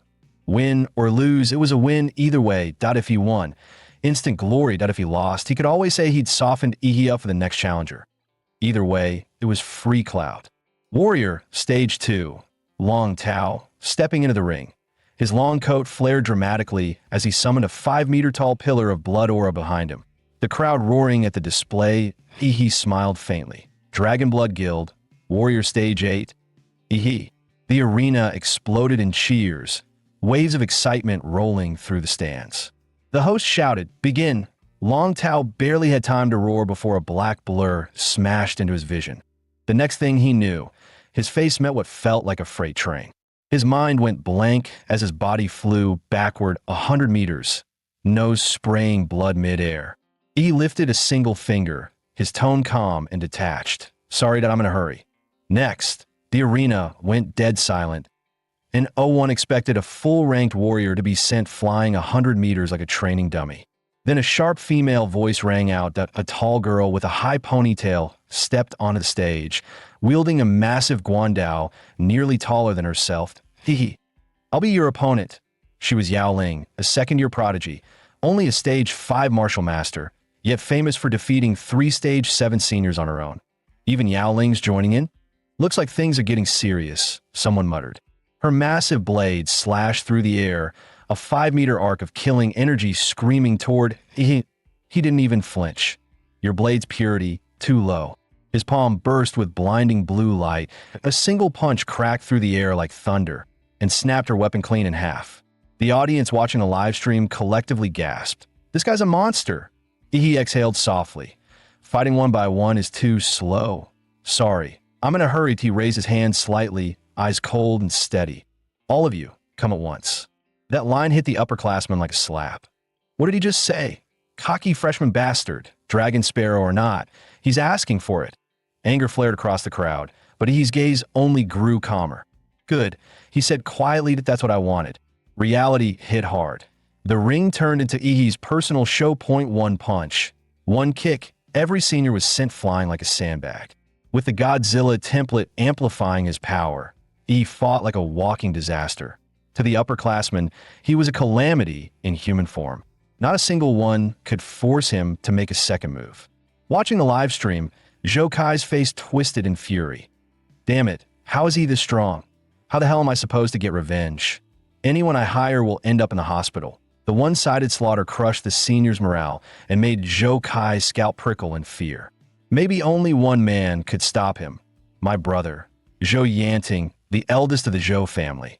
But that straight-laced fool was too righteous to ever take his side. He'd never spent a coin to help. Unless... Zhou Kai's lips curled into a sinister grin. Ah, looks like it's time to play dirty. On the arena stage, he scanned the fallen seniors and said calmly, anyone else? Standing tall at the center, his presence towered like a pillar holding up the sky. From his stands came frustrated shouts. Can't he just stop already? Leave us some face. The sophomores and juniors of Wada had lost all dignity. From this day on, whenever Ihi's name was mentioned, theirs would come next, beneath his feet. Just then, a man wearing metallic boots stepped onto the arena. Holy crap, it's Zhou Yanting. We're saved. The crowd erupted in cheers. At last, the reclusive 9th stage martial master had arrived to put Ihi in his place. Zhou Yanting wasn't an ordinary fighter. After rebuilding his martial foundation from scratch, he perfected his realm so thoroughly that he could even defeat high-ranked grandmasters. He was about to pay the price for his arrogance. Under the eyes of tens of millions watching the live stream, Zhou Yanting appeared in a silver nano-combat suit. Unlike his flamboyant younger brother, Zhou Kai, his presence was calm, refined, and effortlessly handsome. He carried the Zhou family's inherited bloodline power, solar blood fire, whose purity was unmatched in generations. The energy within him was so intense that it often flared out of control, burning his own body from within. To keep him alive, the Zhou family crafted a custom nanosuit to regulate his body temperature and suppress energy surges. They also made him study calligraphy, chess, music, and meditation since childhood, so he could temper his heart and live a normal life. But just as everyone expected the air to crackle with killing intent, Zhou Yanting did something no one foresaw. He clasped his fists and bowed slightly to Yi. And why, younger brother Zhou, Kai caused trouble for your guild? He said calmly, for the inconvenience and losses, the Zhou family will compensate you, double. You're that spiky hair guy's brother. Yi raised a brow, his tone calm but curious. You don't strike me as the violent type. Since you're not here to avenge that idiot Zhou Kai, then why are you challenging me? Zhou Yanting replied in a deep voice, I'm not here for my disgraceful brother. I'm here for the honor of the Zhou family. Even if my brother was at fault, you still shouldn't have humiliated the Zhou name in public. Chuckled, his eyes filled with mockery. Humiliate your family? I didn't even talk to that clown. I just threw him out like trash. Seems your little brother knows how to twist a story. Classic move. stirring trouble, then playing the victim. He shrugged, smirking. Doesn't matter. With the National Guardian Grandmaster Qinglong backing me, I don't need to worry about offending some so-called noble family. Zhou Yanting's expression darkened. You'll kneel before the entire academy and apologize to the Zhou family. He snorted. Kneel, you'll have to earn that right. Unless your family could take a few punches from Qinglong himself. Zhou Yanting's fury ignited. Yi's arrogance was beyond tolerance. The two clashed, fists colliding with an explosion that shattered the air itself, shockwaves bursting outward as their power matched blow for blow. They pulled back and launched again, fists roaring like a torrential storm. The space between them rippled with violent pressure waves, each sonic boom louder than the last. Any low-level martial artist standing nearby would have been shredded by the sheer force of their collision. Their auras kept climbing with every clash, each breath roaring higher as crimson energy flared behind them like twin volcanoes erupting into the sky. The sound of their punches thundered like exploding storms, each impact louder and heavier than the last, heating the air itself. With a shattering boom, they collided again, shockwaves rolling outward as the arena's energy barrier flickered under the force. The silver nanosuit on Zhou Yanting's arms began to disintegrate, revealing scorched red skin beneath. The moment it touched open air, his body temperature spiked by 20 degrees. He immediately sensed the danger. Every time Zhou threw a punch, sparks and smoke burst from the air, and waves of heat rippled around him. Flames danced along Zhou's fists as blazing energy wrapped around his arms, his veins glowing like molten iron. A student gasped. That's solar blood fire. He's finished. At that moment, everyone in the arena shared the same thought. These two weren't human. They were monsters. The students held their breath, wondering which of them would fall first. Compared to this, Dragon Tao and Yaoling's fights were child's play. As expected of a martial aristocrat, Zhou Yanting's power is unreal, someone muttered. Another whispered back, yeah, but who can even last a few moves against Yi now? He's become Huada's own demon king. Zhou Yanting suddenly felt a strange illusion. He seemed to grow larger before his eyes, his presence looming like a mountain, suffocatingly heavy. As Zhou blinked, he finally saw it. Yi's body was covered in black scales, his eyes blazing blue, and every time they clashed, it felt like a bomb exploded inside his chest. Was that his so-called monster template? No, that was a real demon standing before him. Yi let out a cold chuckle, his voice low and mocking. Zhou, young master, lose focus and you'll lose your life. Hesitation means defeat. The next instant, his fist crashed into Zhou's face, sending him flying like a rag doll across the arena. From the crowd, a little boy waved a toy figure and shouted, "Go, fire-breathing big brother, beat the demon king Yi." On stage, Zhou Yanting wiped the blood from his mouth and sneered, "How could Dragonfinch ever fancy someone like you? Your fighting style is nothing but brute savagery." He clicked his tongue and frowned. "TCH? Or is it just me? Or are you actually getting bigger?" Yi's lips curved into a mocking grin. Be more confident, Senior Zhou. It's not your imagination, I'm getting bigger. His tone turned sharp and calm. Instead of releasing my humanoid power all at once, I'm channeling it gradually inside my body. With the vampire's control over blood and flesh, I can increase speed, reflexes, and strength simultaneously. My body grows stronger every second. Fighting you now is like an adult sparring with a child. He lunged forward, throwing another earth-shattering punch. The impact split the air apart, sending a shockwave through the arena. And no wonder he dared to challenge the whole school, Zhou thought, stunned. That kind of power, can a human even possess it? He gritted his teeth, his eyes narrowing. That I thought my bloodline was monstrous enough. But compared to him, I'm nothing, this guy. He's a humanoid high-tier beast in disguise. His bones screamed in protest, muscles tearing, blood roaring through his veins. The body he had spent years forging as a martial vessel was reaching its limit. Fine, I'll rebuild it later, he muttered under his breath. But first, I'll crush this monster. Finally catching a brief gap between Yi's attacks, Zhou's boots flared with blazing jets of flame. With a thunderous roar, the explosion launched him forward like a cannon shot, tearing the air apart. He finally got a brief break from Yi's violent punches. Knowing he couldn't win by strength, he decided to rely on speed and prepare to change tactics. But an unexpected scene appeared. His whole body lit up in blue light, atomic energy gathering in his mouth. Looks like you never studied my combat data. Coming here unprepared makes you the real arrogant one. He swung his giant hand toward Zhou Yanting, and Zhou didn't dare let him get close. Zhou pushed his weapon to the limit, eyes firm. This move might kill you, don't say I didn't warn you. The nano suit that suppressed his inner energy turned visibly red and began to melt, unable to contain the volcanic blood power surging inside him. He let out a loud shout as his glowing red hand, hot like iron, suddenly thrust forward. All the solar flame energy inside him surged into his palm under the guidance of his chi.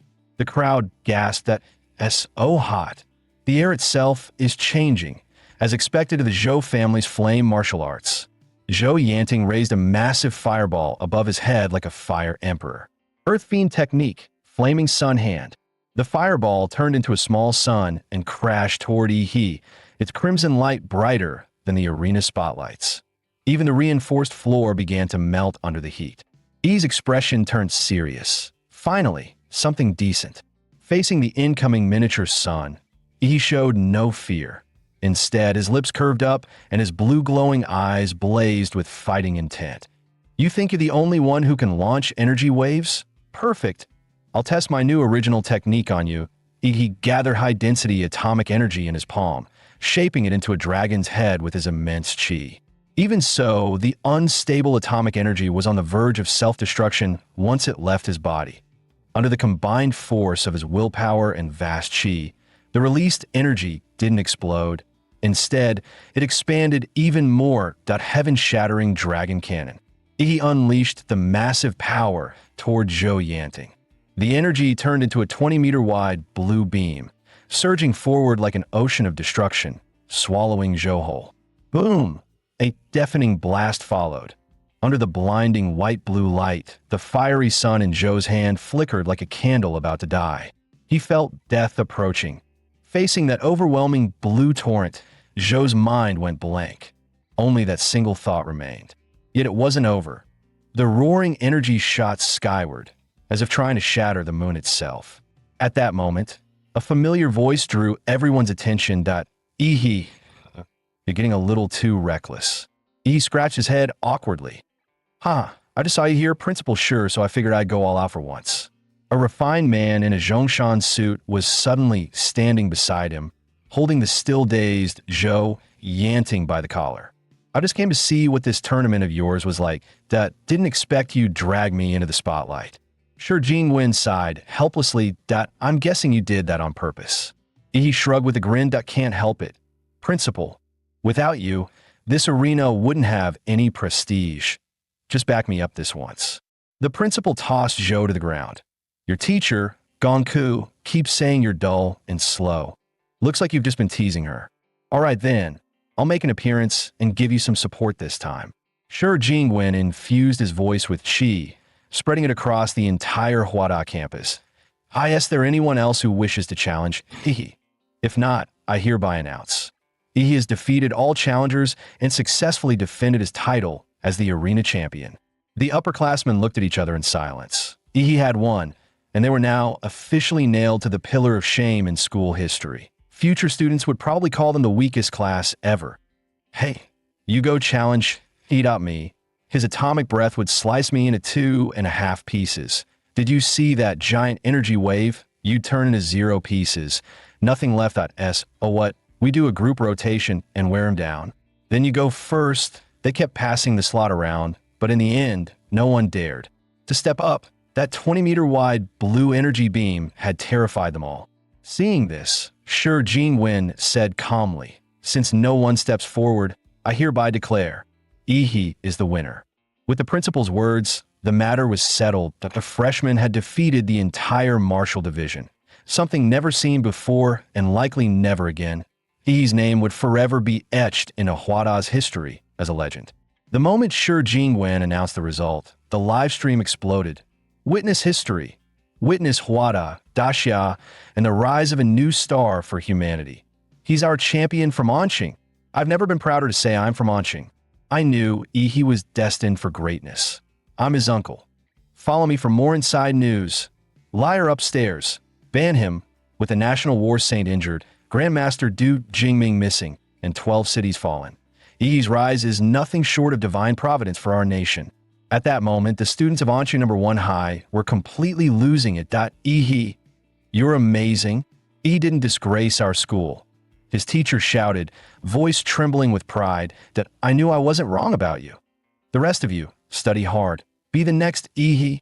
While the masses drowned in celebration, a few calm minds started to think. Why did Principal Shi Jingwen himself come forward to announce Yi's victory? Why would university principal appear at what was supposed to be a student sparring event? The message was clear. Shi Jingwen's relationship with Yi was anything but ordinary. It implied that standing behind Yi was none other than National Guardian Grandmaster, one of the most powerful figures in Daxia. Because of this, Yi's name entered the sights of countless organizations and power blocks across the nation. To those in high places, Shi Jingwen's open show of support meant more than Yi defeating the entire Huadao Martial Division. The government even issued a statement. Yi's identity involves Longke classified matters. All parties are to cease any targeted public discussion immediately. Failure to comply will result in direct enforcement by the Longke Bureau. At this moment, the Dragonblood Society was in full uproar, and Ouyang Zhe, breaking his usual demeanor, cheered, well done. Let Exin Shun and those villains regret it. The Dragonblood Society will rise.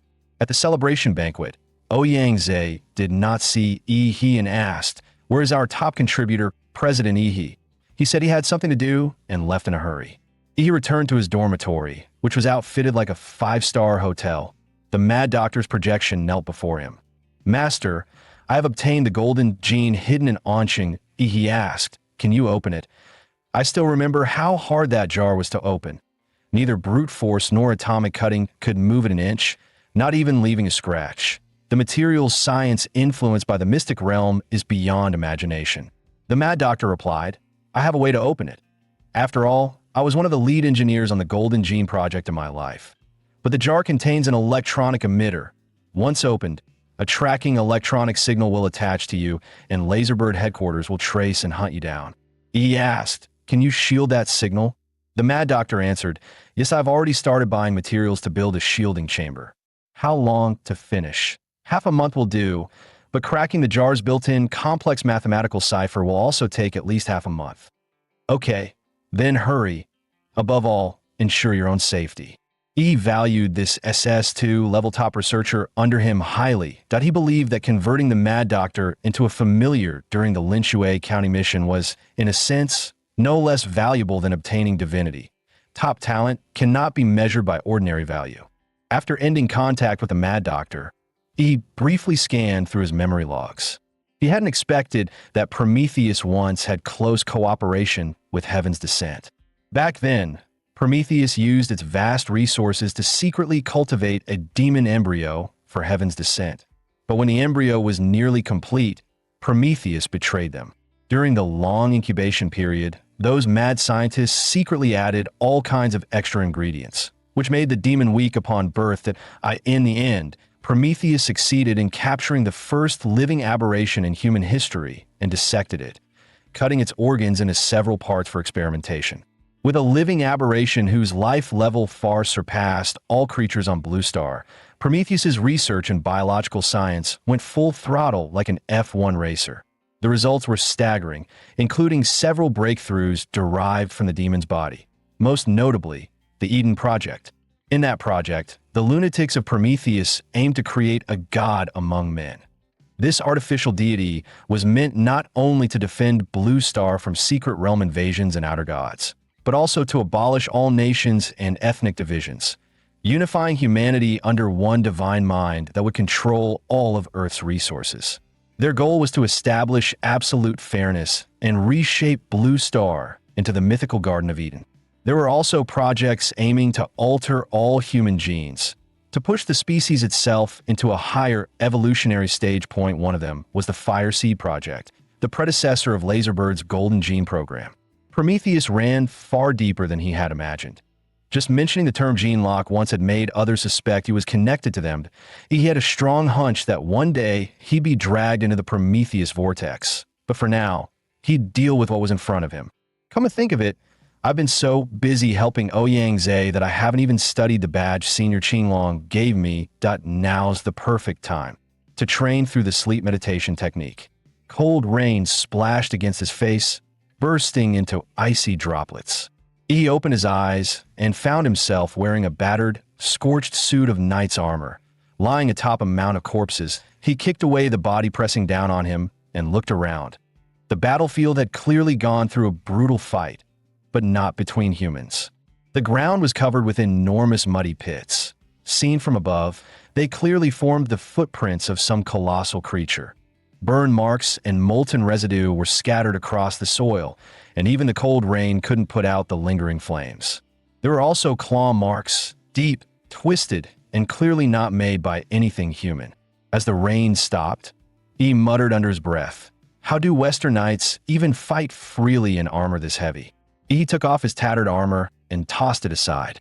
He then dug through the pile of corpses and found a knight's greatsword that was still mostly intact.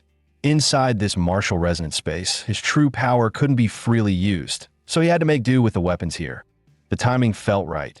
The so-called martial resonance master, like a quest NPC, should appear any moment. Sure enough, a sharp neigh echoed from the distance. Soon, two tall warhorses pulled an ornate carriage up to him. The curtain lifted, revealing a stern old man wearing a hat and an eye patch over his left eye. The moment the old man saw he let out a cold snort and quickly dropped the curtain again.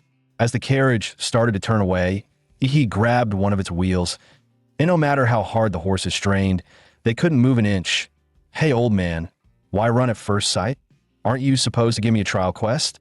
The old man grew flustered. This boy actually had the strength to hold the whole carriage in place. "What's there to talk about with a bandit like you?" he snapped. "Bandit?" He was confused. This martial resonance realm was something Qinglong had acquired after killing a Western warrior, one of that man's legacies. "Don't play dumb," the old man roared. "That azure-haired warrior years ago broke in for the same reason, to steal my family's inheritance. My useless descendants couldn't protect it, so I've been trapped here, guarding our honor. That bastard forced his way through with sheer violence and took the legacy by force. You're no different from him. Bandit, bandit, bandit." His voice trembled with rage and unwillingness. "Old man, I'm not interested in your grudges, but as the quest-giving NPC, you can't just stand there doing nothing that you've been here all this time and still haven't given me a mission. 1-star review incoming." Seeing the old man ignore him, yet unwilling to let this key figure slip away, he decided on a compromise. He lifted the greatsword and, with 2 sharp strikes, chopped off the carriage wheels, then pulled the old man out by the arm. "Hey, brat, what do you think you're doing?" the old man shouted. He grinned. "Sorry, old sir, but since you're such an uncooperative guide NPC, I'll have to make sure you stay by my side while I explore the map." The old man was fuming. "You little punk, you actually broke my carriage." "Apologies, old master," he replied lightly to the ruler of this martial resonance realm, "so I'll have to trouble you to lead the way personally." The old man snorted. "Humph, at least you've got some sense. Follow those scorched tracks. They'll take you to the trial ground." The tracks eventually disappeared without a trace. He frowned. "Great, that's a problem." The old man sneered inwardly. "Ha, foolish boy. Did you really think I'd lead you to the trial? You'll be wandering this martial resonance forever." He lifted his gaze toward the sky. "Wait, if there are no footprints on the ground, could it have gone up into the air?" The old man's expression stiffened, a cold sweat running down his cheek. He hadn't expected the boy to catch the keys so quickly, such awareness, and with that level of talent. If only he were truly one of my descendants. What a pity. He had no idea what the old man was thinking. Once he realized the creature had taken to the sky, he finally had a direction. Flying creatures never build their nests on low ground, and since they were on an open plain, the highest point ahead had to be their destination. His eyes lit up. "Old man, I'll have to borrow your horse." The old man looked reluctant, but didn't argue. After riding for a long while, he crossed the endless plain and reached a snow-capped mountain peak. He rode freely with the old man behind him, the wind whipping past. It almost felt liberating. Suddenly, the horse shuddered and neighed in panic, sensing the aura of a powerful being ahead. A flash of sword light cleaved into the ground before them, and the shockwave threw both Ihi and the old man off their mounts. "Looks like we've found it," Ihi muttered. Then his eyes widened as a figure descended from the sky. "What the hell is that?" That thing, could it be the legendary nemesis of Emperor Ghidorah, the devourer of souls, King Ghidorah itself? He looked up to see an enormous creature blotting out the sky. Two colossal wings spanned dozens of meters, and 3 long serpentine necks rose high, each ending in a majestic white dragon head. With a deep hiss, one of its heads spewed a torrent of flame. Boom! The explosion erupted right before Ihi, fire swallowing everything in front of him. The old man froze, convinced the boy was dead. "You may have found the right place," he muttered coldly, "but you're just another speck of ash consumed by its wrath. Unlike you, I'm a master of this realm. I can't die." Watching the storm of thunder and dragon fire tear the land apart, he smirked. "Foolish kid. This trial was never about slaying the 3-headed white dragon. The true test is to find a sacred relic guarded by other beasts and offer it to the dragon as tribute. Only then can one earn its recognition and obtain the inheritance." Of course, he recalled bitterly that azure-haired warrior was an exception. After breaking through, he simply crushed the dragon with brute force and seized the legacy. But this boy, with that level of cultivation after the first strike, he should already be. The old man's eyes widened in disbelief. Within the storm of lightning, Ihi's figure stood tall and unmoved. Like a pillar holding up the heavens, untouched by the raging storm. "That he's still alive?" The old man whispered. "No, something's wrong with his body." When he first entered the martial resonance realm, he couldn't draw out any power from his templates. The compatibility was simply too low. But now, as that resonance deepened, the template's strength finally merged with his soul, allowing him to unleash it freely within this space. He grinned, tossing aside the worn sword he'd been holding. "Let me show you my real power." The old man's pupils contracted. "Impossible. This kid's a monster." Ihi's body expanded rapidly, growing several times his height. In the old man's stunned gaze, he transformed into a massive black beast, equal in size to the 3-headed white dragon. Like a living, raging titan.it was a form he'd never revealed before because its destructive potential was simply too great, a walking apocalypse. If unleashed in the real world, even a few minutes of battle could level an entire city. With 71% of the Godzilla cell compatibility achieved, the giant's power was fully consumed and transformed. This was Godzilla, complete form. But this monstrous state had limits. Once his giant force and atomic energy were drained, the transformation would collapse. Still, even 2.5 minutes of full output would be more than enough. Only within this vast realm could he truly let loose. Facing the abyssal beast, the 3 white dragon heads instinctively recoiled, releasing wary growls that rumbled through the mountains. I's eyes glowed with a cold blue light as he smiled. "Godzilla versus Ghidorah. Let's run it back. Right here, right now." The old man was frozen in terror, his voice trembling. "And Mother of God." Boom! The entire mountain range quaked violently, as if the world itself were breaking apart. Each clash between the 2 colossal beasts shattered peaks and split the earth. The scene was so overwhelming it felt like a myth brought to life. A battle of titans written into legend. In the first round, Ghidorah was completely overpowered, slammed into the ground, and dragged across the snow. Its 3 dazed heads shook violently. It finally realized that fighting this black monster in close quarters was pure suicide. The dragon tried to spread its wings and take flight, but he wasn't about to let that happen. The dorsal fins along Godzilla's back began to glow one after another, from tail to head, as atomic blue light surged across his body. He smirked at, "Don't forget, I've got ranged attacks too." A blinding beam of blue atomic breath erupted from his jaws, splitting the air. The blast collided midair with Ghidorah's storm of lightning and flame. Where the 2 forces met, an unstable dark red sphere began to expand, radiating destructive energy across the sky. The energy drain from full Emperor Ghidorah mode was already monstrous. after firing the atomic breath. Ihi's time in the Godzilla form was rapidly decreasing, but he wasn't stupid enough to waste it on a beam struggle. After all, with multiple combat templates fused into his body, he had far more than one trick. Meteor Ghidorah! He roared, in an instant. Countless massive black spikes burst from his abdomen, piercing straight through the three-headed white dragon's body. The creature was too focused on maintaining its energy beam to react. Its muscles hadn't even tensed when boiling blood and shattered white scales exploded into the air. The thunderous lightning beam was instantly snuffed out, leaving only 3 shrieking heads. Ihi recalled the name Ghidorah, smirked faintly, then stopped wasting energy. He leaped forward and stomped down hard on the dragon's chest. The impact made all 3 heads scream, the ground beneath them cracking open. Deep within his core, the atomic energy gathered again. Ihi's eyes flashed cold. This time, he would obliterate what remained. Boom! Torrents of atomic energy surged from his jaws, flooding into the dragon's eyes, nostrils, and mouth, burning down its throat. The 3-headed beast bit down wildly, but couldn't even scratch Godzilla's hide. The atomic current sliced through the central neck, melting it completely, before detonating inside the creature's lightning-generating organ.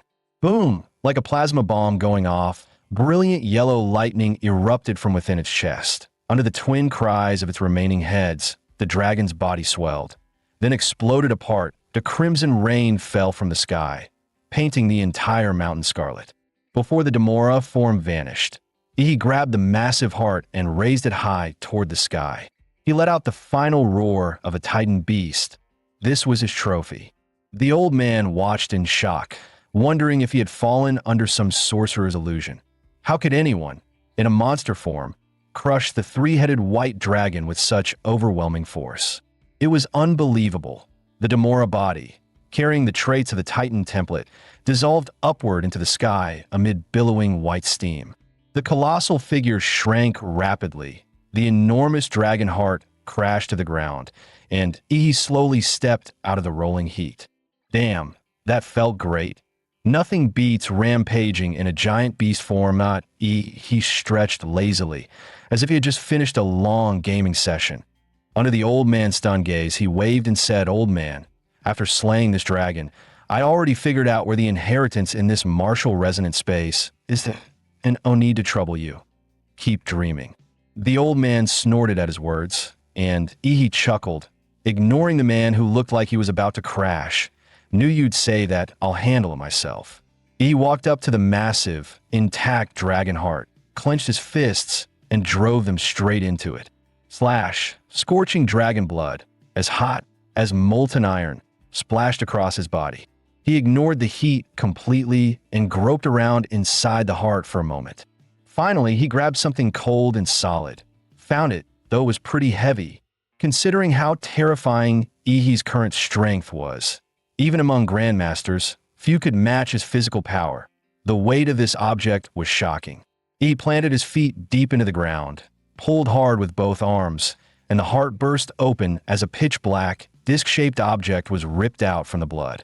The old man was completely dumbfounded. In the next second, the object melted into a soft, liquid-like form, climbed up Ihi's arm, and began wrapping around his entire body. It turned out to be an armor with a living organic texture, soft, almost like skin, covered in dense, pulsating veins. At this moment, the armor seemed to breathe, its surface rising and falling. And from a microscopic view, countless vein-like tendrils extended outward. Those tendrils pierced into Ihi's skin, intertwining with his capillaries, and gradually, the armor's rhythm synced with his breathing and heartbeat.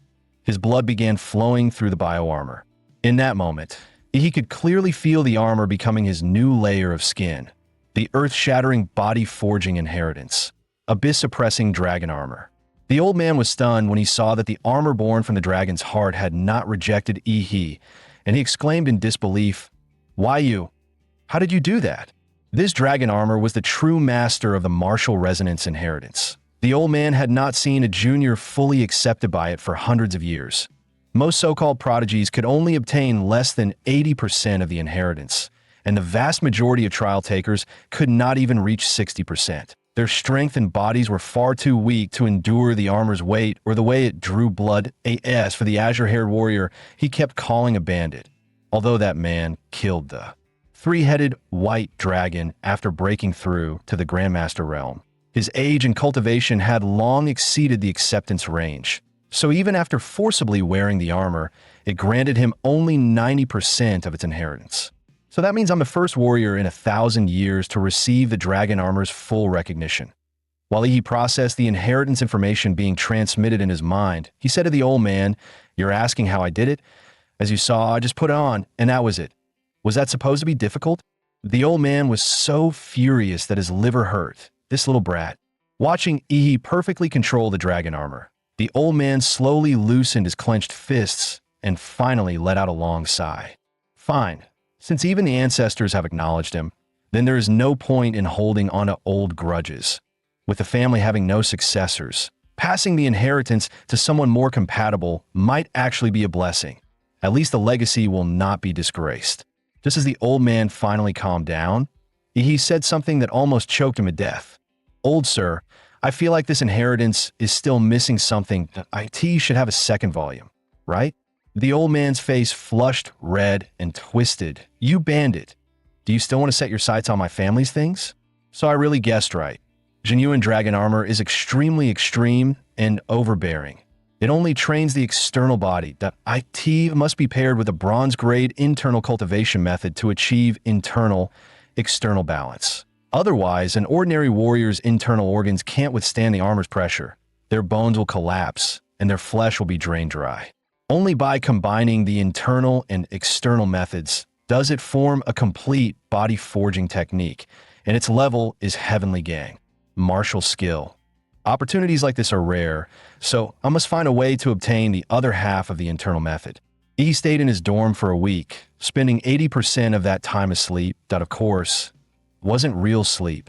He was secretly grinding inside the martial resonance space that on one hand, the information contained within the genuine dragon armor was immense and needed to be slowly processed. On the other hand, after fully receiving the inheritance, he needed to gradually refine its martial resonance into his body. Right at that moment, he received a call from Chuzhou. "Ihi, after Qingzhou and I were discharged yesterday, we were notified to go to the University Activity Center today to settle our mission rewards. And the director in charge of student missions asked me to tell you this. Your mission reward has to be settled in the principal's office, personally by the principal." The principal's office? Ihi's mouth tilted. That the principal planning to have another private chat with me? He walked into the core hub of Huada's floating metropolis, the Tianfeng Tower. The tower was gold and red in color and stood 100 meters tall. That IT looked like a traditional Daxia-style structure, but in truth it contained the most advanced technology on Blue Star. Underneath Tianfeng Tower was the power system that connected to the entire floating city, the very heart of its energy. Yet despite being so important, there were no guards stationed here, not even a single security officer. Because one of Daxia's strongest combatants, Principal Shi Jingwen, was sitting at the top of the tower. This place was likely one of the safest locations in the world. After entering the tower, he was immediately greeted by a staff member wearing a fitted women's suit. "Student He, we have been waiting for you. My name is Manhwa. Principal Shi is waiting for you upstairs. Please follow me." He looked at her delicately made-up face and raised his eyebrows. Even though she simulated breathing sounds and adjusted her body temperature to match a human's, he still immediately recognized her mechanical nature. Manhwa led him to an elevator. After scanning her identity card, the doors opened, and Ihi couldn't help glancing at her again. "Student Ihi, you seem very curious about my body." Ihi froze at her words. That he had indeed been examining her body repeatedly, not out of any improper intention, but purely out of curiosity toward advanced technology. He thought, "This level of imitation is way too realistic. I just wanted to study the tech." Manhwa suddenly smiled. "Something feels different that I think you're about to misunderstand." "What do you mean different?" "Wait, hold on. You really misunderstood. That's not what I meant." Manhwa then unbuttoned her suit jacket, revealing the smooth, silver interior of her mechanical frame. This mass-produced service chassis was nothing like a human female structure. Only the head was crafted realistically to increase user affinity. Yes, oh, that's what you meant. Good Lord, you scared me. He nodded with a serious expression, as if he had just solved a difficult math problem. The elevator soon arrived at the top floor, level 667. The principal is waiting for you in his office. All right, thank you. He had just stepped out of the elevator when his vision suddenly flickered, as if the scene had dropped a few frames. In the next instant, he was already sitting on a comfortable leather sofa. How did I suddenly get here? Where is this? You slept long enough, didn't you? Have you mastered the martial manual Qing Long gave you? This was the principal's office, and Shi Jingwen sat across from him, brewing tea. This tea is a variant improved by the Research Institute from a secret realm plant. The flavor is unique. Try it.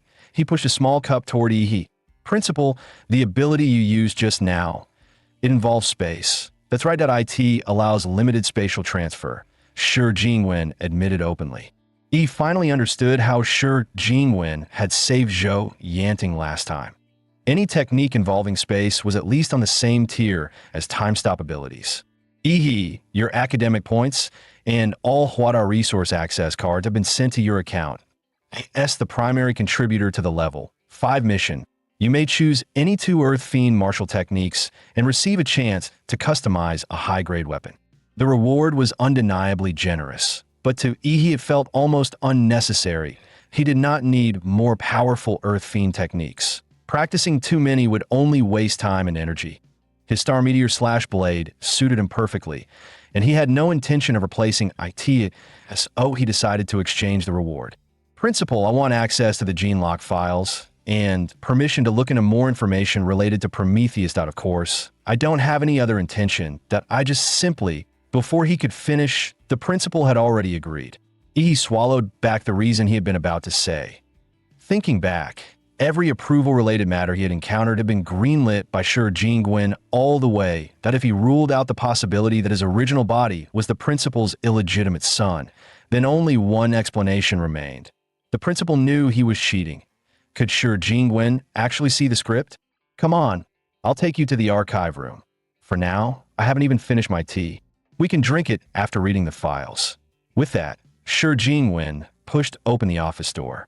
He widened his eyes, because the space outside was not the corridor he came from, but a bright, enormous chamber. Inside a truck-sized glass tank floated half of a tender red brain, covered in dense cables, with countless worm-like tendrils swaying slowly on its surface. What kind of creature's brain was this? Faced with such a sci-fi, shockingly intense creation, he even forgot to complain about Shi Jingwen's Dorman magic door operation. This is Manhwa's central computing device, its true body, and this half-brain belonged to Prometheus decades ago. He instantly recalled that insane project about dissecting an otherworldly god. In other words, this half-brain once belonged to the first alien demon captured alive in human history. Such a towering, transcendent existence had been chopped into pieces by Prometheus, and oh wonder the organization had dared to launch the Eden Project at its peak. If they dared to kill a god, then unifying the planet and allocating all of humanity was nothing to them. Shi Jingwen said nothing more. He looked at the half-brain and spoke. Sir, I am here. Synthesized female voice responded. Export the data. Yes. Shi Jingwen took out a USB drive and inserted it into a nearby console. After completing a series of verifications, he handed the copied USB drive to I stored a portion of Manhwa's core into this drive. Many things you want to know can be asked directly from Manhwa. He accepted the USB drive, feeling the trust somewhat unreal, and no one knew how many top-level secrets Manhwa, the central computer, controlled, matters tied to Huada, and even to the entire Great Xia's strategic missions. And Shi Jingwen actually handed this thing to him. In a sense, this was more valuable than 10 earth-shattering martial arts techniques. Could it be a conspiracy? Shi Jingwen patted his hand. Don't just stand there. Even for me, bringing a student in here is a violation that we should leave. Damn, the principal is literally leading me to break rules. Thrilling. At this moment, thick white steam rose from Xiang Jianzhuang's body, accompanied by continuous thunder-like rumbles inside him, and his aura kept rising. Air burst from his lungs, forming visible shockwaves. Today, Xiang Jinzhuang had broken through and achieved the realm of martial master. Finishing what an ordinary Huada student needs more than a year to achieve, all in the first semester. The gap between people is truly enormous. Even among geniuses, there are levels, and I, Xiang Jinzhuang, am level 9. Laughing, he opened the training room door and suddenly saw a familiar figure. He had seen the person's photo during school opening, and with a warrior's memory, he naturally wouldn't forget. So you're Ihi, the one Ouyang Zhe mentioned. Finally meeting you, didn't expect you to walk right up to me yourself. Xiang Jinzhuang stepped toward Ihi with a confident, generous smile. Ihi frowned at him. Classmate, you're also for Dragoblood Society? Then go find Ouyang Zhe if you need something, that I'm using the training room now. Hearing this, Xiang Jinzhuang erupted with the aura of a martial master. But in Ihi's eyes, despite being dense, that aura still carried the unstable fluctuation of someone who just broke through. Pretending. Don't you know who I am? You must have heard my name. I'm Xiang Jinzhuang, the freshman who stepped on Ouyang Zhe and almost erased your Dragon Blood Society from history. Before he could finish, Ihi suddenly chopped down with his palm. Xiang Jinzhuang's head was struck, and he felt as if lightning smashed into him. His entire body tightened, and he fainted instantly. Damn it, I said I'm using the training room. Still standing here BBBANG and blocking the door, annoying to AS for what happened afterward, Xiang Jinzhuang didn't know, because when he woke up, a whole week had passed. At this moment, inside the advanced training room exclusive to special talent students. Finally, no more obstacles. The king of monsters is starving. Come on, devour to your fill. During this period, he had gathered a large number of high-grade magic cores, most of them plant-type. Normally, these were hard to collect, but with Huada providing massive resources, the gathering went fast. It was time to raise the compatibility of the Moth Emperor template, considering that feeding too many cores at once would put his body into a sleep state metamorphosis and release a large amount of nuclear radiation. He had Manhwa, the electronic maid, open the largest and most sealed training chamber for him. Ever since he obtained Manhwa, the whole Huada campus felt like his own home. Any permission he wanted, Manhwa opened it instantly, no procedures needed. When others have privileges, I get angry. When I have privileges, damn, it feels good. Manhwa, activate the energy shielding of a training room that I'm starting. Yes, master. He poured out the magic cores from his spatial ring like candy and swallowed them all. Pure genetic energy burst through his body. But he still felt it wasn't enough. Not enough. Not enough. The higher the compatibility went, the harder it became to increase. The number and quality of magic cores needed rose exponentially. That was also the flaw of a high-level template. The growth phase was too long, and the resources required were terrifying. If the template couldn't be quickly converted into combat power, it would slow down his entire progression. That was why he still worked hard on martial cultivation. Even with cheats, you need a brain. After all, even a cheat user can die, can lose, right? 3.5 hours passed in a flash. As the magic core energy kept pouring into his body, blue crystals formed on Ihi's skin until they sealed him completely, turning him into a giant blue crystal coffin. Power strong enough to flatten the entire Huada floating city brewed slowly inside the blue crystal coffin, and when it opened, the king of monsters would appear. Today was the start of the Great Xia Reclamation Plan. 70% of the nation's warriors were marching out. This was what Principal Shi Jinwen had said.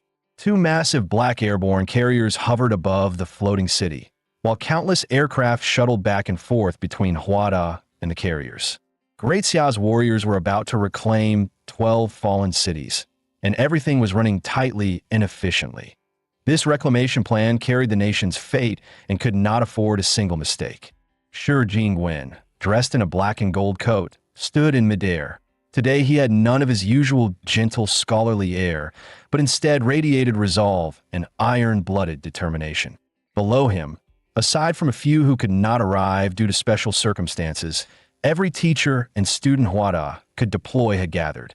All Huada students ignited their blood energy flames, and Shi Jingwen's voice echoed across the sky. Yes, the voices below rolled like thunder, answering Shi Jingwen's command, in the next moment. Countless crimson blood energy smoke columns surged upward. The blood energy of thousands of warriors rose into the sky at the same time, finally converging and intertwining as one through the clash of martial aura and blood energy. Everyone briefly felt a single, pure collective emotion, and that emotion was battle intent. The determination to reclaim lost territory and restore Great Xia, even at the cost of death. The students' blood energy smoke formed a crimson pillar that pierced heaven and earth, its martial pressure spreading for thousands of miles. Shi Jingwen looked at the students below and spoke.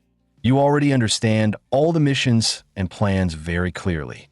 I know many of you are prepared to sacrifice yourselves, but you must come back alive. Only by living can you keep hope.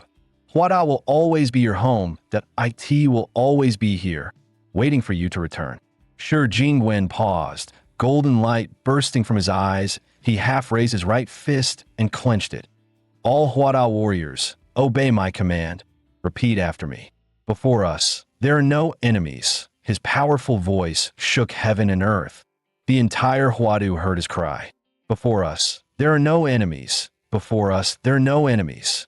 At this moment, he still had not awakened. In the cultivation chamber, the massive blue crystal coffin trembled slightly. A flash of blue radiance flickered, then fell silent once more. Director U.2 warriors whose brains had been deeply mechanized lowered their heads respectfully to the approaching woman. The woman, wearing delicate gold-rimmed glasses and sporting a cool short haircut, ignored the two puppet-like warriors. Her black stiletto heels clicked sharply as she strode forward in a hurry. Yu Yan was a former level 2 researcher of Prometheus, now an executive of Laserbird. She had been troubled by the company's dire situation lately. First, the Golden Gene was stolen, then an important base was taken, and finally an elite squad was wiped out. Laserbird had been plagued by disaster after disaster this year, and the board had begun to suspect that all incidents were caused by the same person, someone aiming to destroy Laserbird. But they still lacked evidence. Although Black Lion had already erased most traces of the Jinshan Temple base, the Dragon Sparrow Bureau still targeted Laserbird. If Dragon Sparrow weren't busy reclaiming fallen cities, Laserbird would likely have been hit already.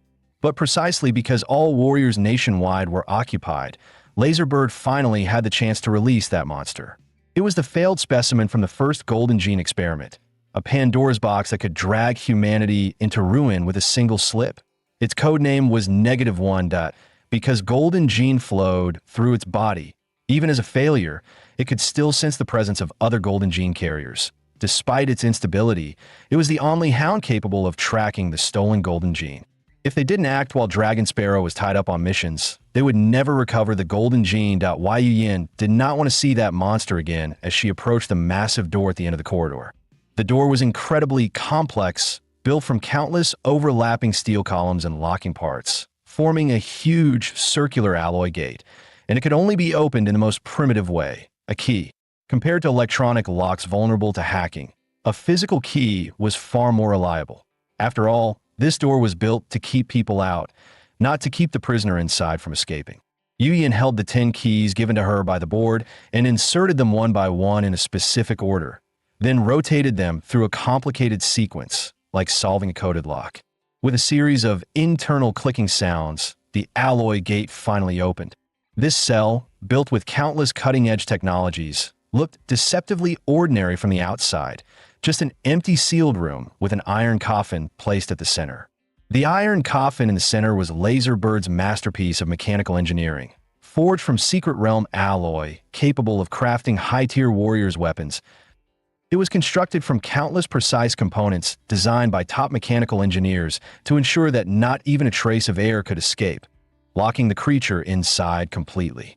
Perhaps triggered by unpleasant memories, Yu Yin began taking drugs like mad, that it's time for the world to witness your horror. At the same time, an invisible stealth aircraft sliced through the sky, flying at extreme speed and complete secrecy. Inside the aircraft cabin, Subject -1 was still bound by both the iron maiden-style head cage and the iron coffin. Staff members were carefully inspecting and recording, but the restraint on his mouth had been removed, revealing the lower half of his face. No lips, torn skin on both sides, dried gums exposed, forming a grotesque and sickly grin. Coupled with the black gold triangular shark teeth, there was only one word for it. Monster, a perfect casting choice for an R-rated gore slasher killer. To turn at the front corner.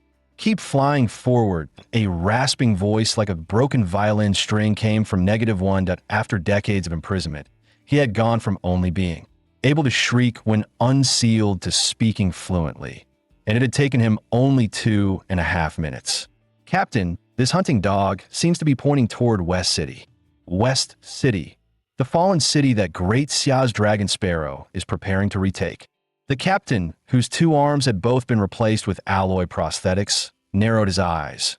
Relax, one cigar-smoking teammate said with a grin, as long as the thief isn't a Grandmaster tier fighter. Even if it's a Xuanwu tier warrior, we can still surround and kill fast. Yeah, Captain, when have we ever failed under your lead? As long as we don't run into Dragon Sparrow Division 1, we can always retreat intact. The team trusted their captain deeply. Eve, block the aircraft signal and hack the flight system.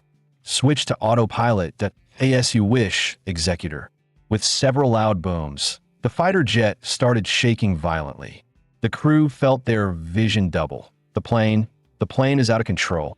Almost at the exact moment the pilot finished speaking, a bloody hole burst open in his neck. The captain shook off the blood from his alloy palm and looked at the squad, all frozen by Eve through their combat suits. N01 had expected their own superior to betray them before the mission even began. Captain, when did you become a traitor? The captain gave a chilling smile. That wording is wrong, that I was never one of Laserbird. So how could I betray them? Sorry, everyone. When I go to hell, you can punish me all you want. But for now, you all go first. The teammates, now reduced to helpless prey, had no ability to resist and could only watch as that alloy hand crushed their necks like crushing a soda can. On the other side, the prisoner -1 burst into a delighted laugh. Ha ha, they're all dead. Brother, can you give me some blood? I'm so thirsty. -1 stuck out his dark red tongue and licked his dried skin. The captain grabbed a teammate's heart and stuffed it in a -1's mouth. These team members are all Grand Warrior tier fighters. Make sure you enjoy their hearts well. Hunting dog, from now on, you are free. But -1 smacked his lips, clearly unsatisfied. Give me all of them. The captain's true identity was an agent of White Baidon, and this operation's goal was to release this monster imprisoned by Laserbird, letting it run wild and disrupt Great Xia's reclamation plan as much as possible. -1 asked what the captain wanted him to do. You don't need to do anything specific, just vent yourself freely on the land of Xia. The revival of Xia was something the Empire on the other side of the world absolutely did not want to see. The captain then placed his hand on the hatch handle. I should leave now, or you'll tear me apart the moment you get out. These Grand Warrior corpses will be your first full meal after release. The captain opened the hatch. The roaring wind surged in, yet failed to shake him at all. He tossed his extinguished cigar into the sky below, and then he jumped down after it. I used to be a hunting dog searching for things, and now I'm a mad dog off the leash, huh? They really underestimated me. Good, that I want to bite everyone apart and swallow them whole. Bang, bang, bang. The steel nails embedded in the Iron Maiden head cage. All shot out like bullets, each still smeared with brain matter. The nails ricocheted through the interior of the aircraft, bouncing back and forth before rhythmically striking the key nodes of the iron coffin. Under the combined assault from inside and outside, the perfectly sealed iron coffin began to crack apart. -1 was completely free. I will first complete the golden gene, achieve true metamorphosis, and then become a god that I want to see who still dares to treat me like a dog by then. A dried, twisted ghoul crawled out of the steel-forged tomb. West City is in fierce combat right now. Please evacuate before the bombing. Our battleship is about to begin a full fire sweep. Their plan is to use large-scale bombardment to draw the entire beast tide together. Then, when the perimeter is empty, send a blade team led by Marshal Grandmaster straight into the enemy's core to perform a decapitation strike on the Overlord. Countless missiles poured down from the warship like a meteor shower, sweeping across the fallen, ruined city ahead. No one noticed the stealth jet sliding out from the clouds on the flank, flying straight toward the heart of West City. Above it, the clouds suddenly revealed massive black wings as a monster with 6 huge eyes tore through the sky. its twin talons hooked onto the jet, as if it had successfully hunted its prey. Rip! The creature tore open the top of the jet with its beak. But there was no one inside. Just as the monster hesitated, the once mummified but now full-bodied subject, -1, appeared ghost-like atop its head. A different flavor this time. His torn lips rubbed together, grinding those black-gold triangular shark teeth. The next moment, his left hand stabbed straight into the back of the monster's skull. The arm inside split into countless black-red tendrils, snaking out like roots of a tree and crawling through the creature's limbs and bones. The monster couldn't even scream. Its body was drained in seconds, leaving only a layer of skin. Whoosh! A pair of black wings from the bird-type beast spread out from -1's back. With the sun behind him, he spread his arms. Under his skin, countless living shapes writhed as he looked down at West City. 6 newly grown eyes on his face spun rapidly. Such a rich genetic ecosystem. My damaged body can recover perfectly here. This is the best buffet I could ask for. Ha ha ha. At this moment, the battlefield in West City could only be described as brutal.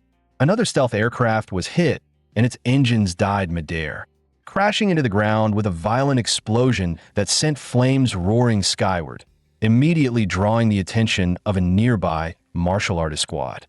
Sister Lou, a plane was taken down by a beast over there. Let's hurry and save whoever's inside. A young man with a blade on his back pointed anxiously at the rising smoke. Sister Lou stopped him.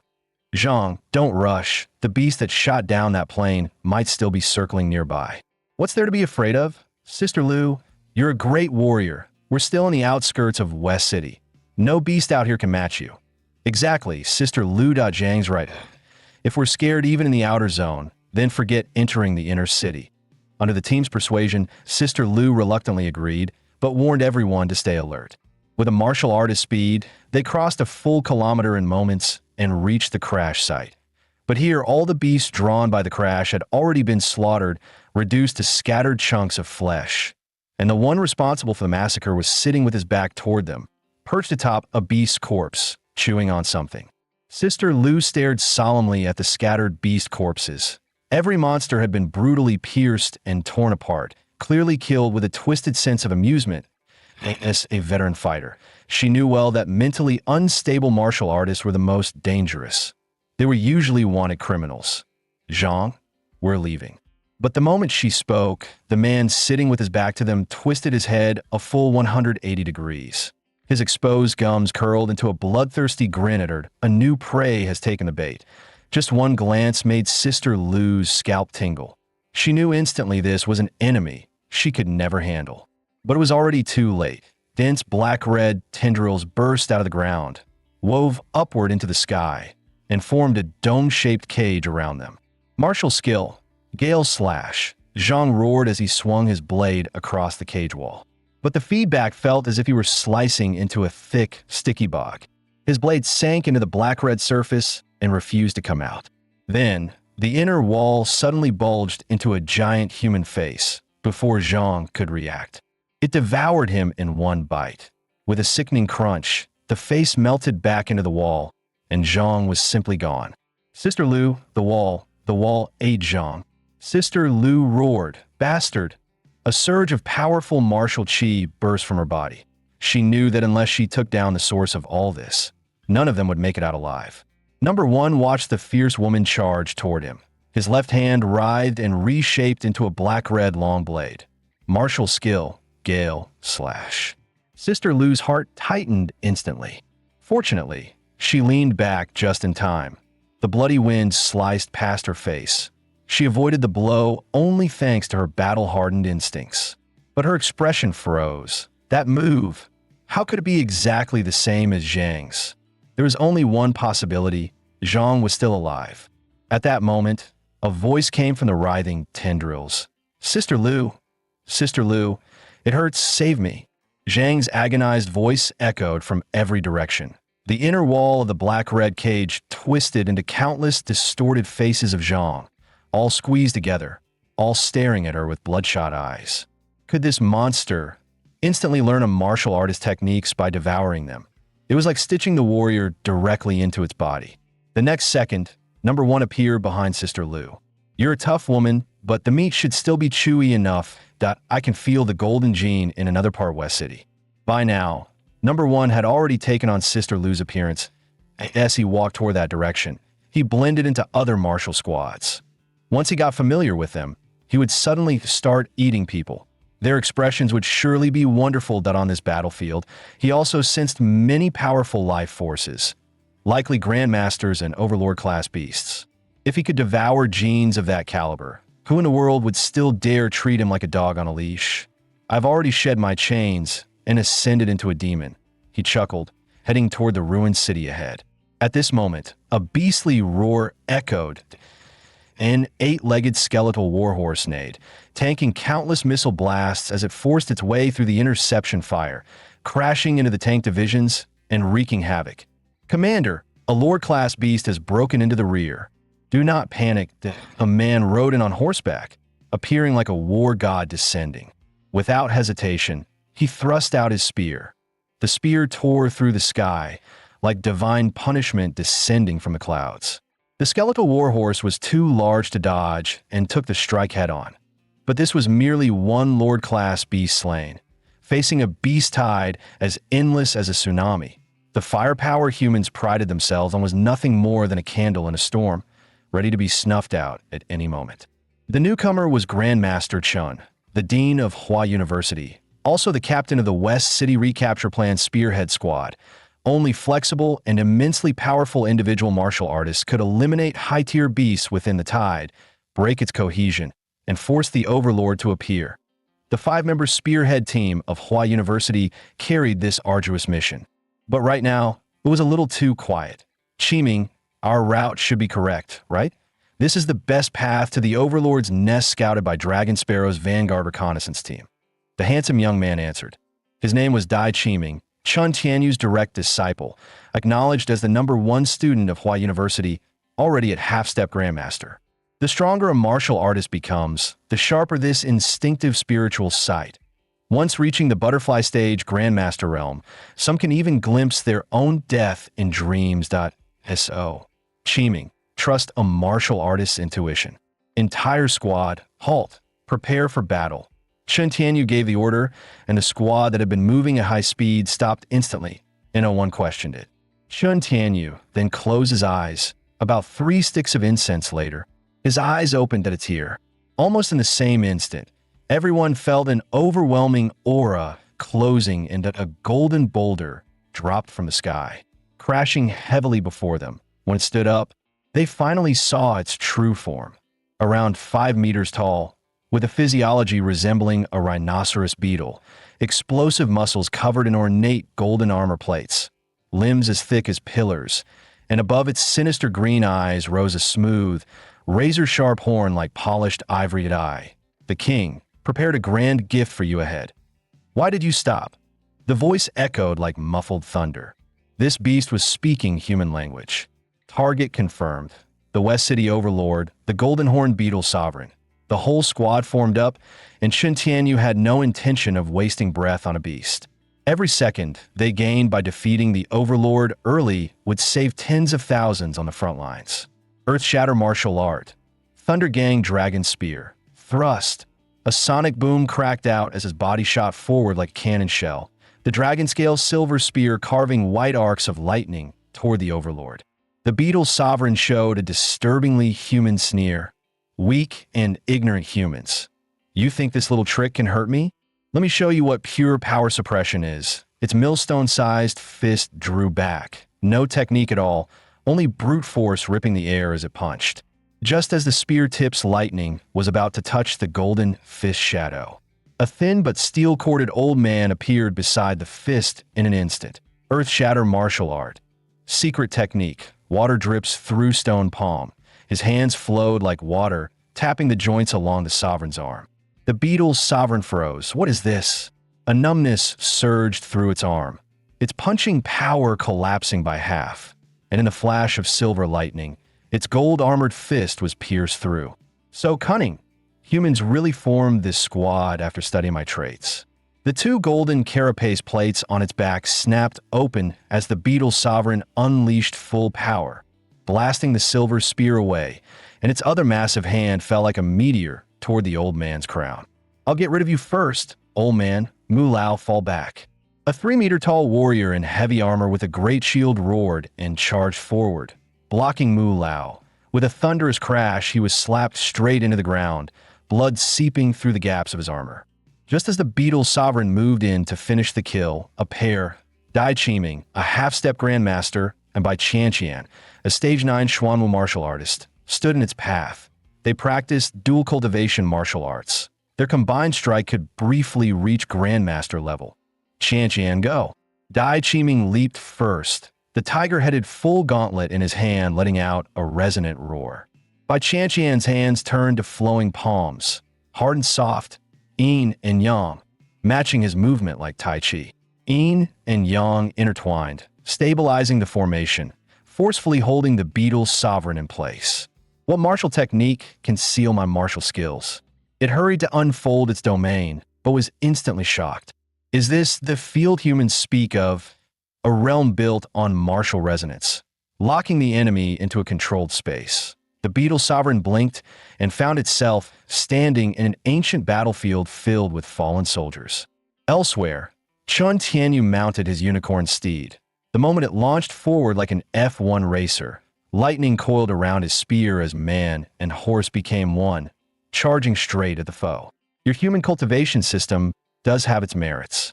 Perhaps the Emperor was right. We should learn from it. The golden horned beetle sovereign roared, its body swelling to twice its size as the wings on its back vibrated violently. It accelerated to several Machs, turning into a golden streak that shot toward the battlefield like a comet. With a massive boom, the clash of terrifying power shattered the entire domain's intent, erasing everything along its path. Did we kill the Overlord? Impossible. Injuring it heavily would already be considered achieving the goal. Human, you are impressive that a normal Overlord might indeed fall to that strike. But unfortunately, Overlords differ, and I stand above them. The half of its body that was pierced began swelling with fleshy nodules, which then formed new carapace. Its 5-meter frame split with cracking lines, until a slightly smaller but far stronger dark golden form broke free from the old shell, appearing before Chen Tianyu. A second molting state, and even a rare metamorphosis form. Everyone's eyes widened. In the next instant, the golden horned beetle sovereign's body produced afterimages, clearly caused by extreme speed. I'll kill that old man first. Dai Qiming and Bai Qianqian, closest to Elder Mu, stepped in front of him with guarding stances, while Elder Mu instinctively used force redirection. A boom erupted, the shock wave blasting through the sky. 3 bloodied figures were hurled away.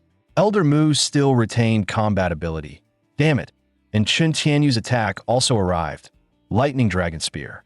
But the lightning spear was caught in the Overlord's dark gold hand, while Elder Mu was blasted away again. Chen Tianyu shouted loudly, "Wuhong." The next second, his unicorn steed was flung aside by the beetle sovereign. "Out of my way, beast." And Chen Tianyu himself was grabbed by the neck. "Yeah, your little squad schemes so hard yet can't deal with just one Overlord. How will you handle the other Overlords in West City?" His words made Chen Tianyu's pupils constrict. What? West City has other Overlords. The eastern battlefield had already become a blazing inferno. Every structure flattened by the fleet's bombardment and the monster's iron cavalry. Inside the massive airborne carrier. Level 1 alert, level 1 alert. A huge biological energy signature detected 1,000 meters underground, rapidly rising toward the surface. Based on computation, the entity's level matches an Overlord. Ground forces have no Grandmaster present. Strategic retreat advised. Impossible. Wasn't West City's only Overlord already engaged by Director Chen's spearhead team? A technician cried. But the Supreme Commander roared, "Don't hesitate. Tell the ground troops to retreat. Raise the altitude of the air battleship immediately. Get away from the surface. Prepare the burrowing nuclear warheads for launch." Just as the command was issued, a tentacle lashed toward the aerial station. It was quickly detected. The captain said, "A tentacle is coming at us. All we can do now is counter whatever comes our way." The electromagnetic cannons fired, blasting the tentacle off instantly. When it hit the ground, it created a thunderous boom. But the next second, something horrifying happened. The severed and charred stump began swelling with dense, wriggling flesh buds. As the buds burst open, a new, tender-looking tentacle grew out. The Supreme Commander realized time was up. They had to deploy the burrowing nukes now that if this monster broke free from underground, the air battleship could be destroyed. And once that happened, the plan to reclaim West City would be over. 3 launch tubes aligned with the 3 nukes, each fitted with a rocket booster. The nukes dropped from the underside of the battleship, and the drill heads activated right before hitting the ground. Endless light and heat erupted from underground like a volcanic explosion, hurling dark red radiance and mushroom-shaped dust clouds into the sky. The shockwave was so massive that even the air battleship shook violently as if struck by a storm at sea. The power of 3 nuclear warheads was terrifying. All they could hope was that the warriors below managed to evacuate safely. When the explosion finally ended, the captain noticed the Overlord's life signal hadn't disappeared. The Supreme Commander slammed the table in fury and despair, losing his composure for the first time. What? It survived 3 nuclear warheads. Damn it. Is the West City reclamation plan going to fail? But the next moment, the central computer was suddenly overridden by a higher authority. The voice of Hua University's supercomputer, Manhwa, echoed. Alert! Central System Authority has been taken over. Repeat, Central System Authority has been taken over. The Supreme Commander was shocked yet again. The voice continued. Thank you to all warriors of the West City War Zone for your bloodshed and valor. Now, please leave the battlefield to him. Him? Who is he? The Supreme Commander looked up in confusion. Just then, another operator reported, an intercontinental missile is heading toward our position. The Supreme Commander completely lost his composure. An ICBM. A bright flash appeared in the sky. No, that missile is showing a life signal. What the hell? There's actually someone standing on it. That person, of course, was Yi. A few minutes earlier at Hua University, a brilliant blue pillar of light had shot into the sky, dyeing the clouds above the capital city in shades of blue. Countless residents thought it was some new secret weapon developed by Hua University, praising, as expected of Hua University, truly the pride of Daxia. Little did they know, it was actually Yi's breakthrough. Student Yi, congratulations on breaking through, said a service robot temporarily controlled by Manhwa, holding a wrist device. It approached the unclothed Yi and fastened the device onto his wrist. This is a special nanosuit prepared for you by Long K. Countless flowing black-blue nanoparticles streamed out from the wrist device, rapidly covering Yi's body and forming a nanosuit. He instinctively expanded his life magnetic field, only to realize that almost no life signals remained around Imperial University, which meant the Daxia recovery plan had begun. Manhwa, how long since Hua University's West City forces departed? 5 hours. Yi hadn't expected to be this late. Prepare a supersonic jet. No, forget that. A supersonic jet is too slow. Use an intercontinental missile. It's faster. This time he had 2 goals in West City. First, meet Mad Doctor and retrieve the Golden Gene. Second, kill the Overlord and obtain an Overlord-grade core, the final step toward evolution. At this moment, Yi's compatibility with Crazy Impera had reached 99%. His mutation path, Star Cosmos Impera, already had an 87% success rate, and his Imperial Temple alignment was nearing 90%. Below Lord grade, all demon cores were meaningless. Even Lord grade cores only offered fractions of a percent. He had brute forced his way to 99% using massive resources. So many Lord grade cores that Hua University's market ran out of stock, but the final 1% could not be brute forced. Only a higher tier gene could complete the last step. Yi stood before the missile silo, fully prepared. Student Yi, the intercontinental missile is ready for launch. Wishing you victorious fortune. As the ICBM neared the ground, he looked at the creature below 0.3 nuclear strikes, and you still didn't die. Looks like that last 1% will depend on you. According to the database, this tentacle monster was called Earth Fiend, a pretty intimidating name.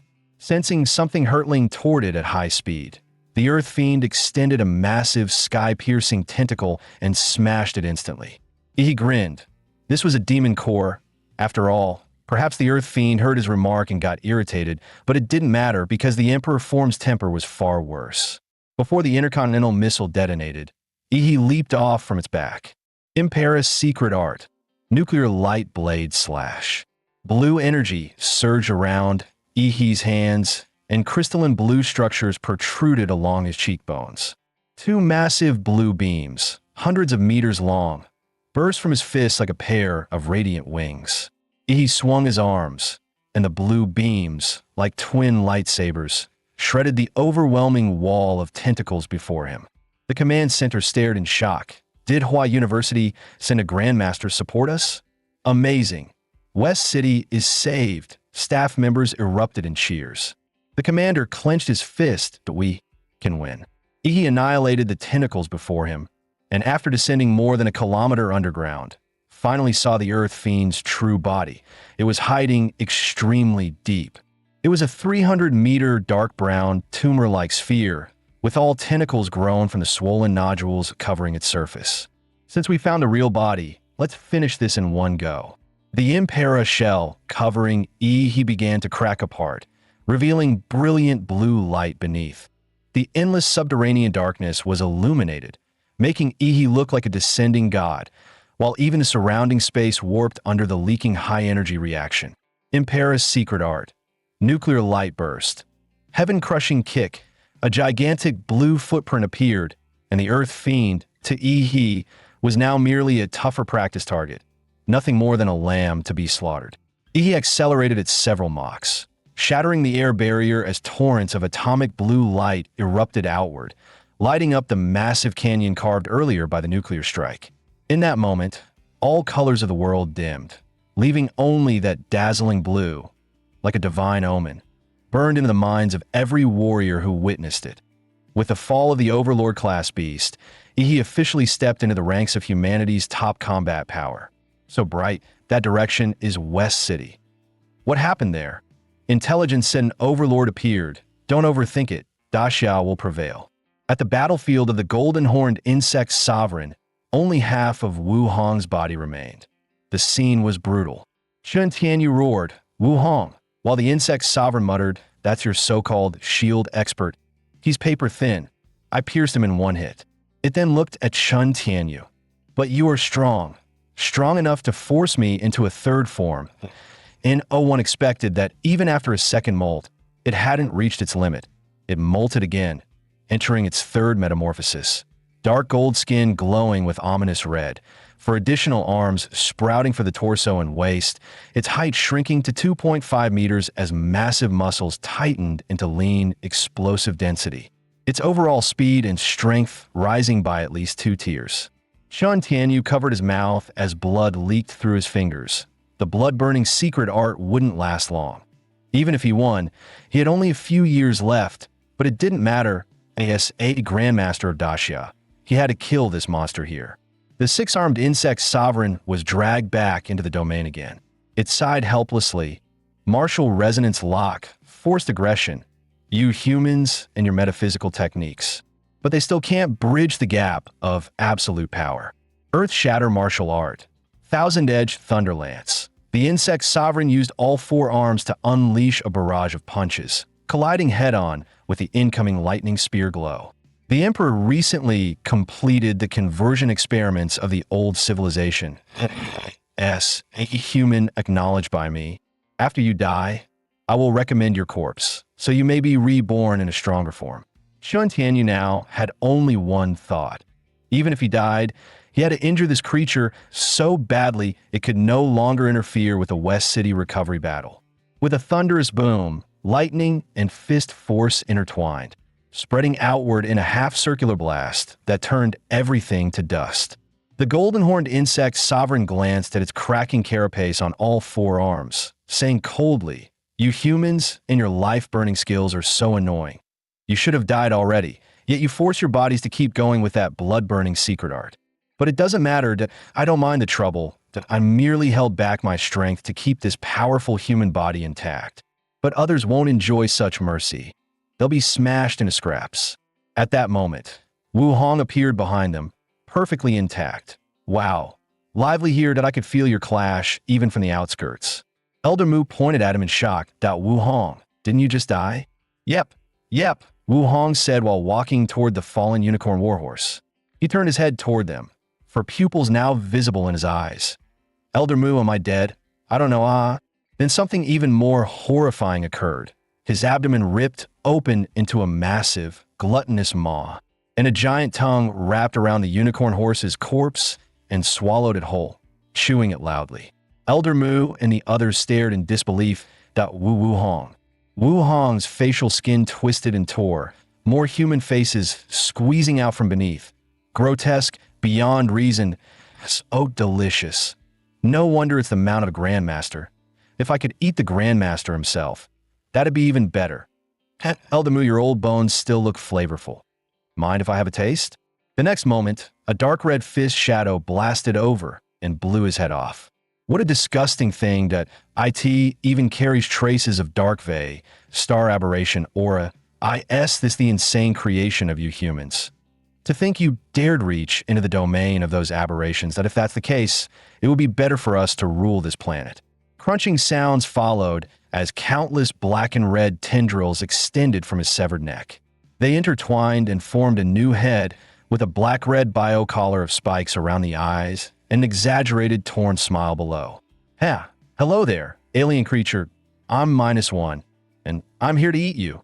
The golden horn insect sovereign responded with only 2 words. Arrogant thing. It punched again, blowing -1's head apart, feeling slightly disappointed at how weak he seemed.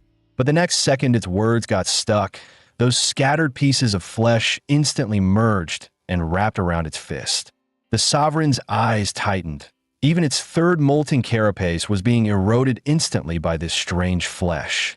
It decisively severed its own hand and flapped its insect wings to retreat at high speed, but -1 only smiled strangely. Alien, how far do you think you can run? What you're seeing is just a lure. My real body is elsewhere. The ground collapsed as a massive blood-red maw, spanning hundreds of meters, erupted upward. You know anglerfish, right?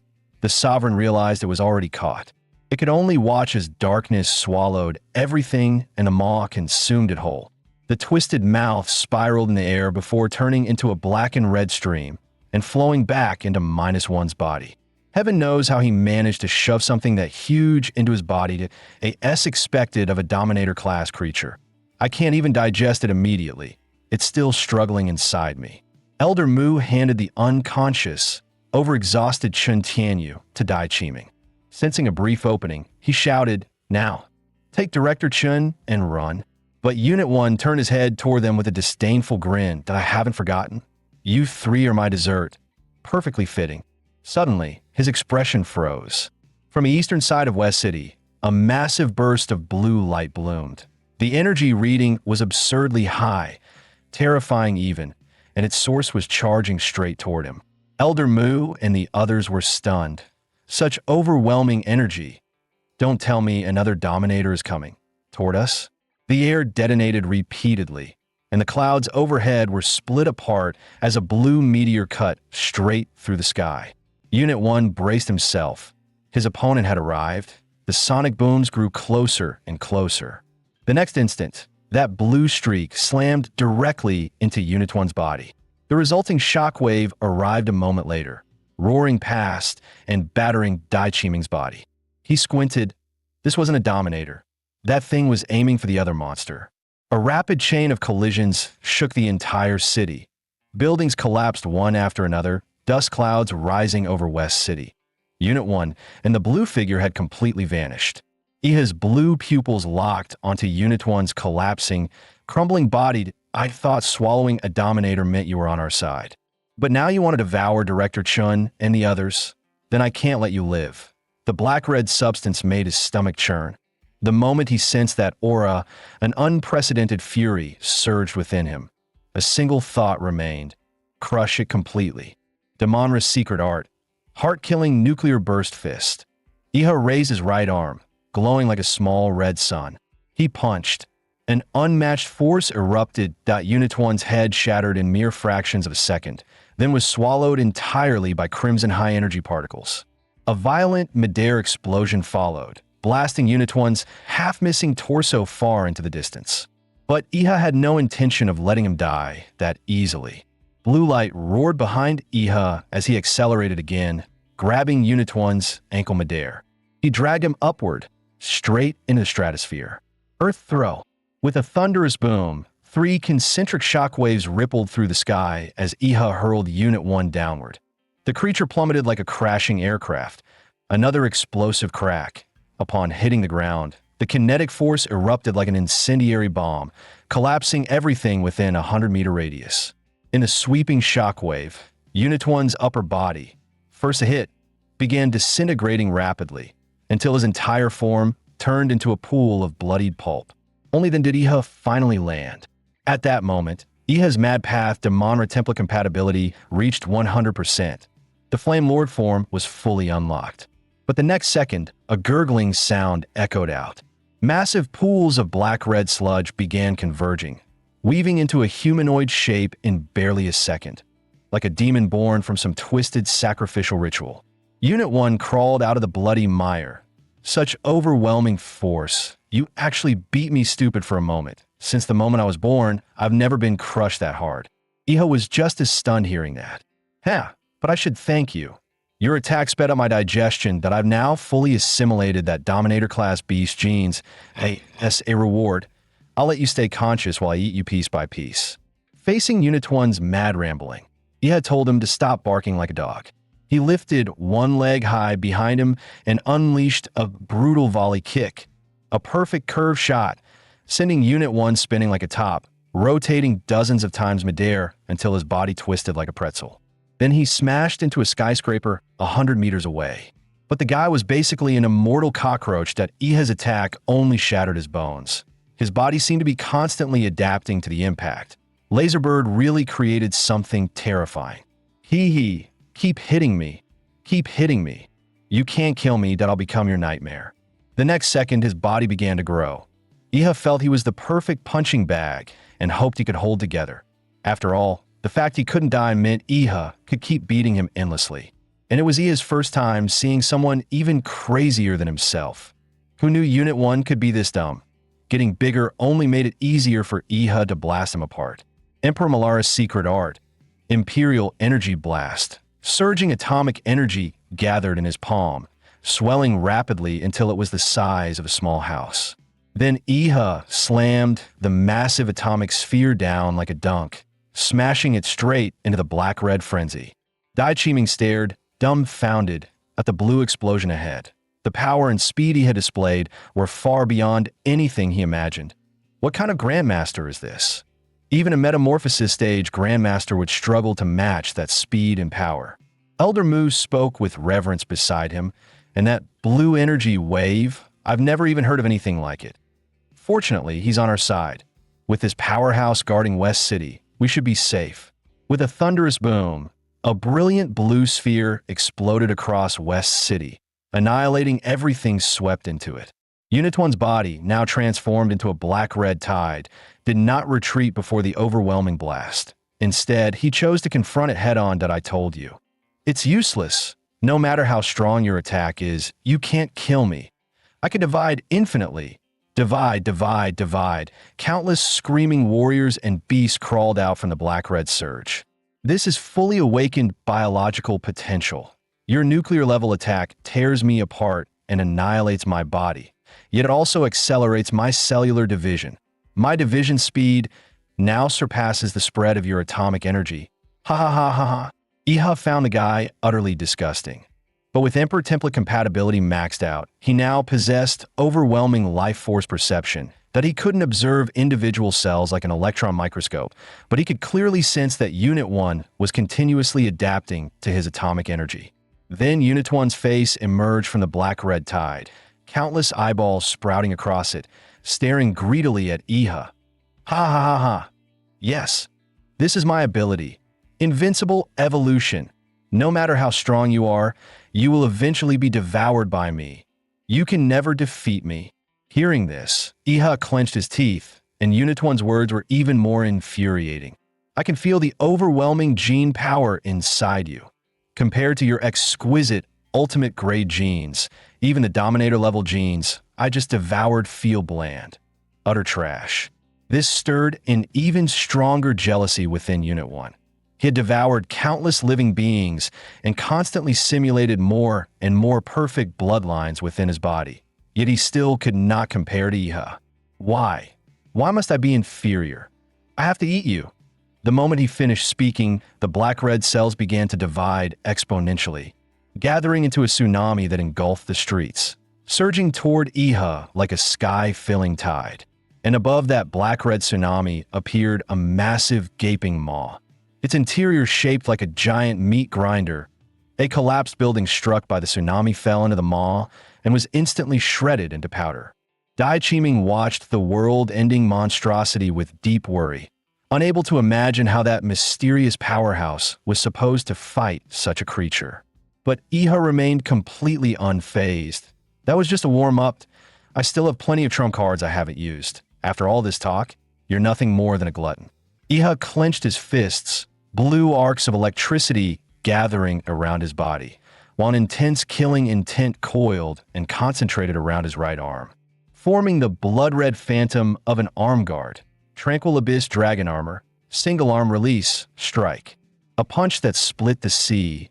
The phantom fist slammed down with a thunderous crash, shattering the black-red tsunami cleanly from the center, sending massive fragments of the black-red title remains flying in all directions. Unit 1 fell into emo again. How? How are you doing this? To him, Iha looked like an unfathomable god. What? Your power can still increase. The black-red matter reformed into Unit 1, his twisted expression fixed on Iha. He thought he had begun to adapt to this power, but he never expected that what he adapted to wasn't even Iha's full strength. And the power just now was so overwhelming that his body didn't even have time to adjust before collapsing and shattering entirely. Iha looked at him with playful mockery. Yeah, my strength will always be above yours. But Unit 1 refused to accept this and activated his genetic ability. The air detonated, the 100-meter radius boiling like scalding water. And the next moment, it exploded like an airburst bomb. Under the force of that massive explosion, a golden demon figure embraced Iha, leaving not even a speck of dust from the explosion on him. Iha lightly patted his shoulder. What makes you so sure that this is my peak form?